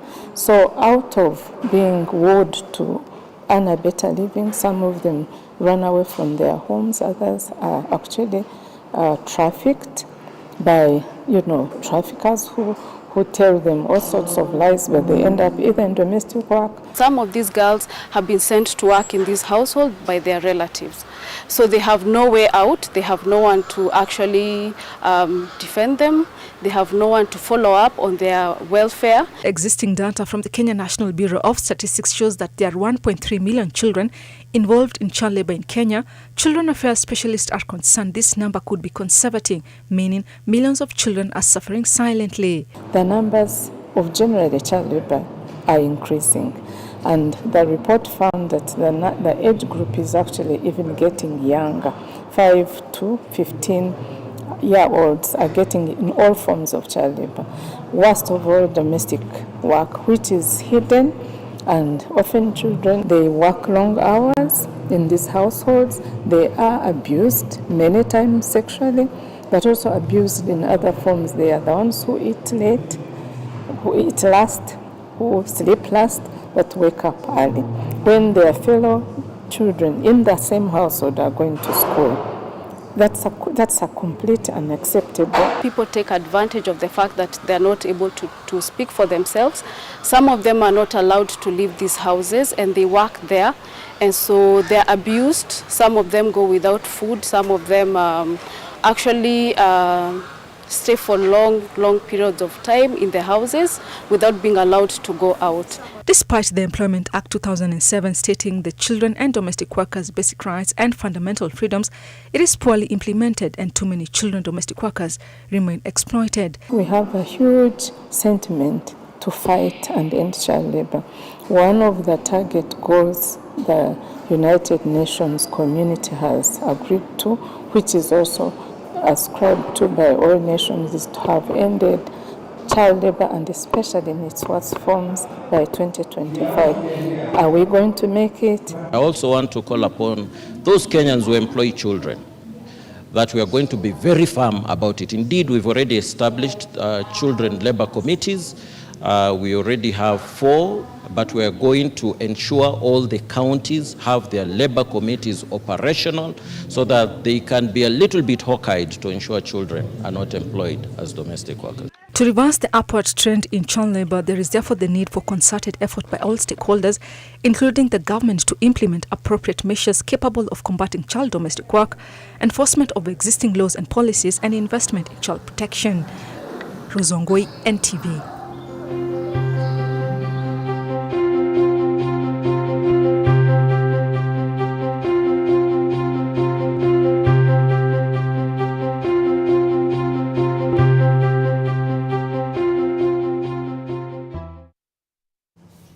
Thank you, Rozongwe, for that special report. In case you missed it, you can find it on our website, ntvkenya.co.ke, and you can also have a conversation with us online. We'd like to hear your views on the same. The hashtag NTV Weekend Edition at NTV Kenya, at Rozongwe. You can also X me at Zainab Ismail. All right, let's now have a look at what's been happening in the world of sports.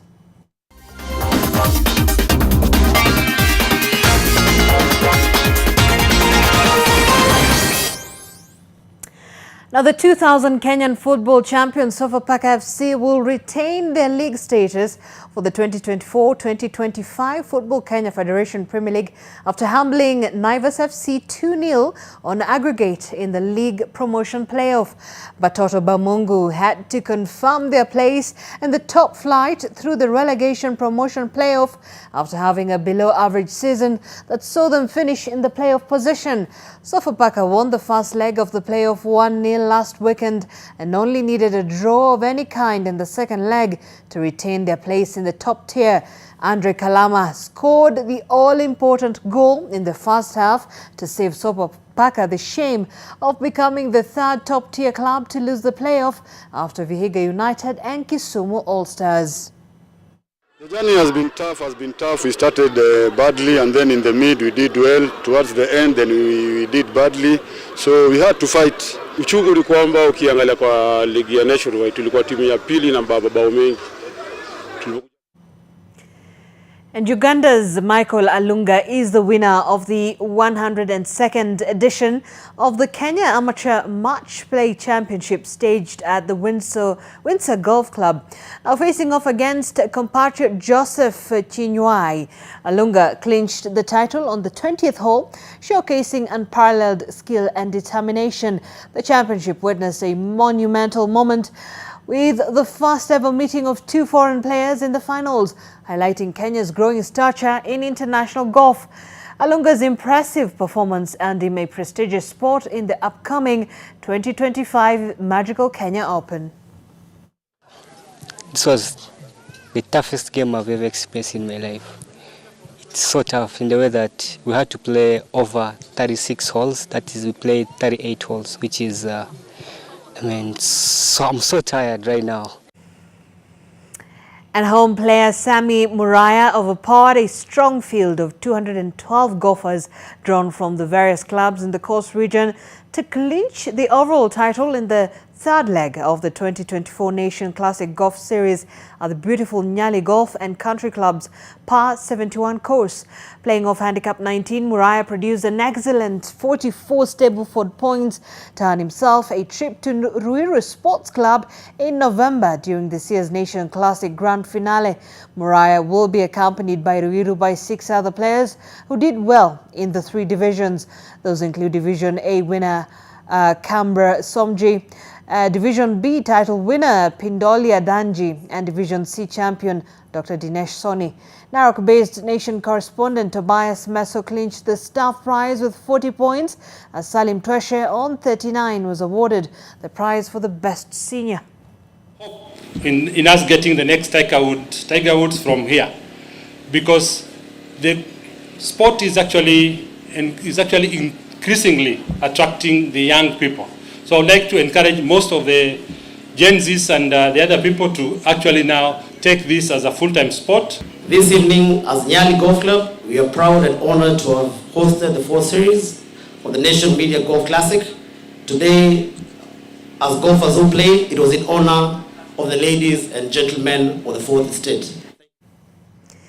And the Olympic torch relay arrived to Paris on Sunday after almost 2 months of zigzagging through France and French overseas territories. Former French international soccer player and the coach of France's Olympic squad, Thierry Henry, kicked off the relay in the French capital. The relay will pass by some of Paris' most iconic landmarks, including the Notre Dame Cathedral. Henry said it was an emotional moment to carry the Olympic flame down the Champs Avenue on Bastille Day, France's National Day. The relay will culminate with the lighting of the cauldron in Paris during the opening ceremonies of the Paris Games.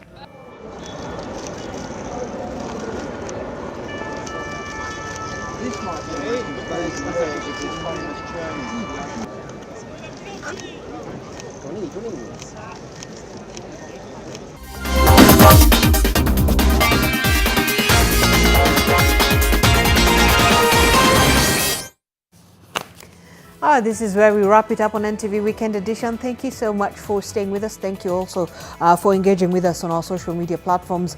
On the sign language interpretation bit was David Agondoa. My name is Zainab Ismail from the entire team. Good night.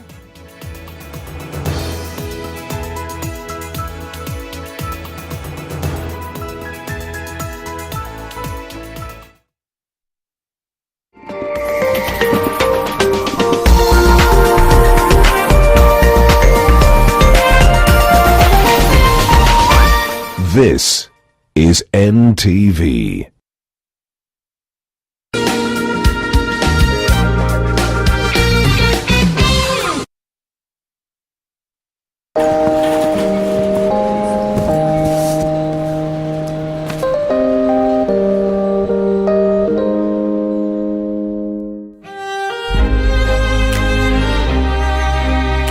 The moment I feel my pain starting to fade, it's like I'm going back to myself on a really good day. Panadol Extra releases you from strong pain. Panadol, release starts here. Kupitia kwa *570 hash, tunakupa nafasi ya kuchomoka na this brand new Mazda Demio. Enjoy a beautiful, clean, semi-leather interior, low mileage, touchscreen and a reverse cam, fuel-efficient 1300cc engine, great for personal use and business. Ukitaka kujishindia gari hili, kucheza ni rahisi sana. Chukua simu yako, bonyeza *570 hash, chagua option number 4, kisha unajiunga na draw. Kumbuka kucheza mara kadhaa, because the more you play, the higher chances of wewe kuwa mshindi. Gari ya pili ni yako. Ni yako. Hii Julai, jishindie Demio na Loto Moto. Tucheze, tusaidie na tushinde.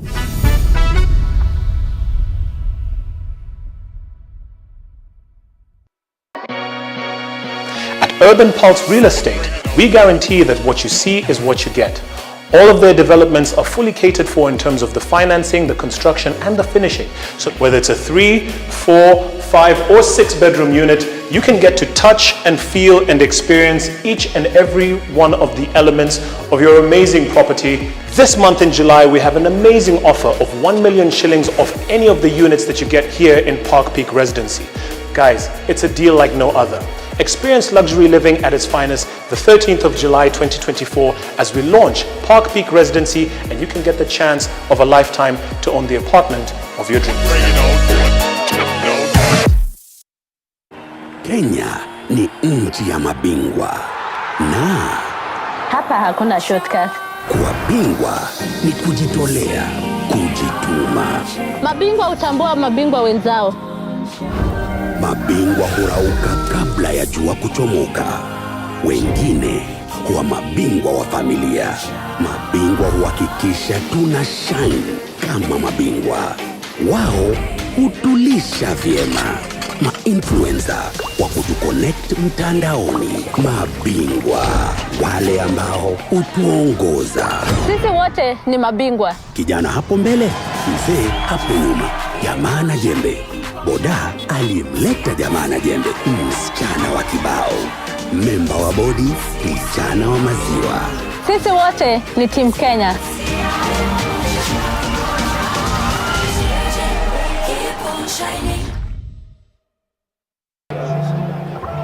Not for the first time at Euro 2024, England's campaign teetered on the brink of elimination.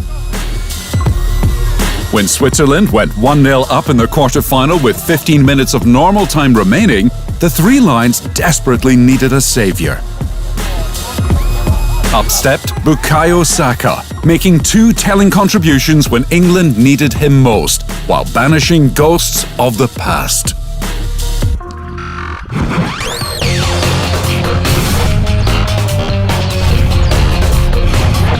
The Kenya Geothermal Congress taking place from Tuesday 16th to 21st July at Safari Park Hotel, Nairobi. Kenya Geothermal Congress 2024, incentivizing investments in geothermal energy for Kenya's accelerated industrial development. You asked women empowerment, business ideas, careers, fashion, men's mental health, neno la Mungu, parenting. Vijana wanaweza pata tu do. We listened. I'm a bit scared because the rate of divorce is really high. Marriage is a scam.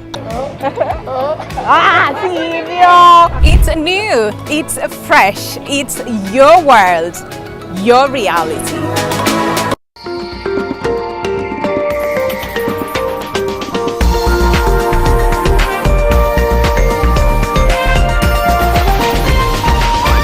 NTV, turning on your world.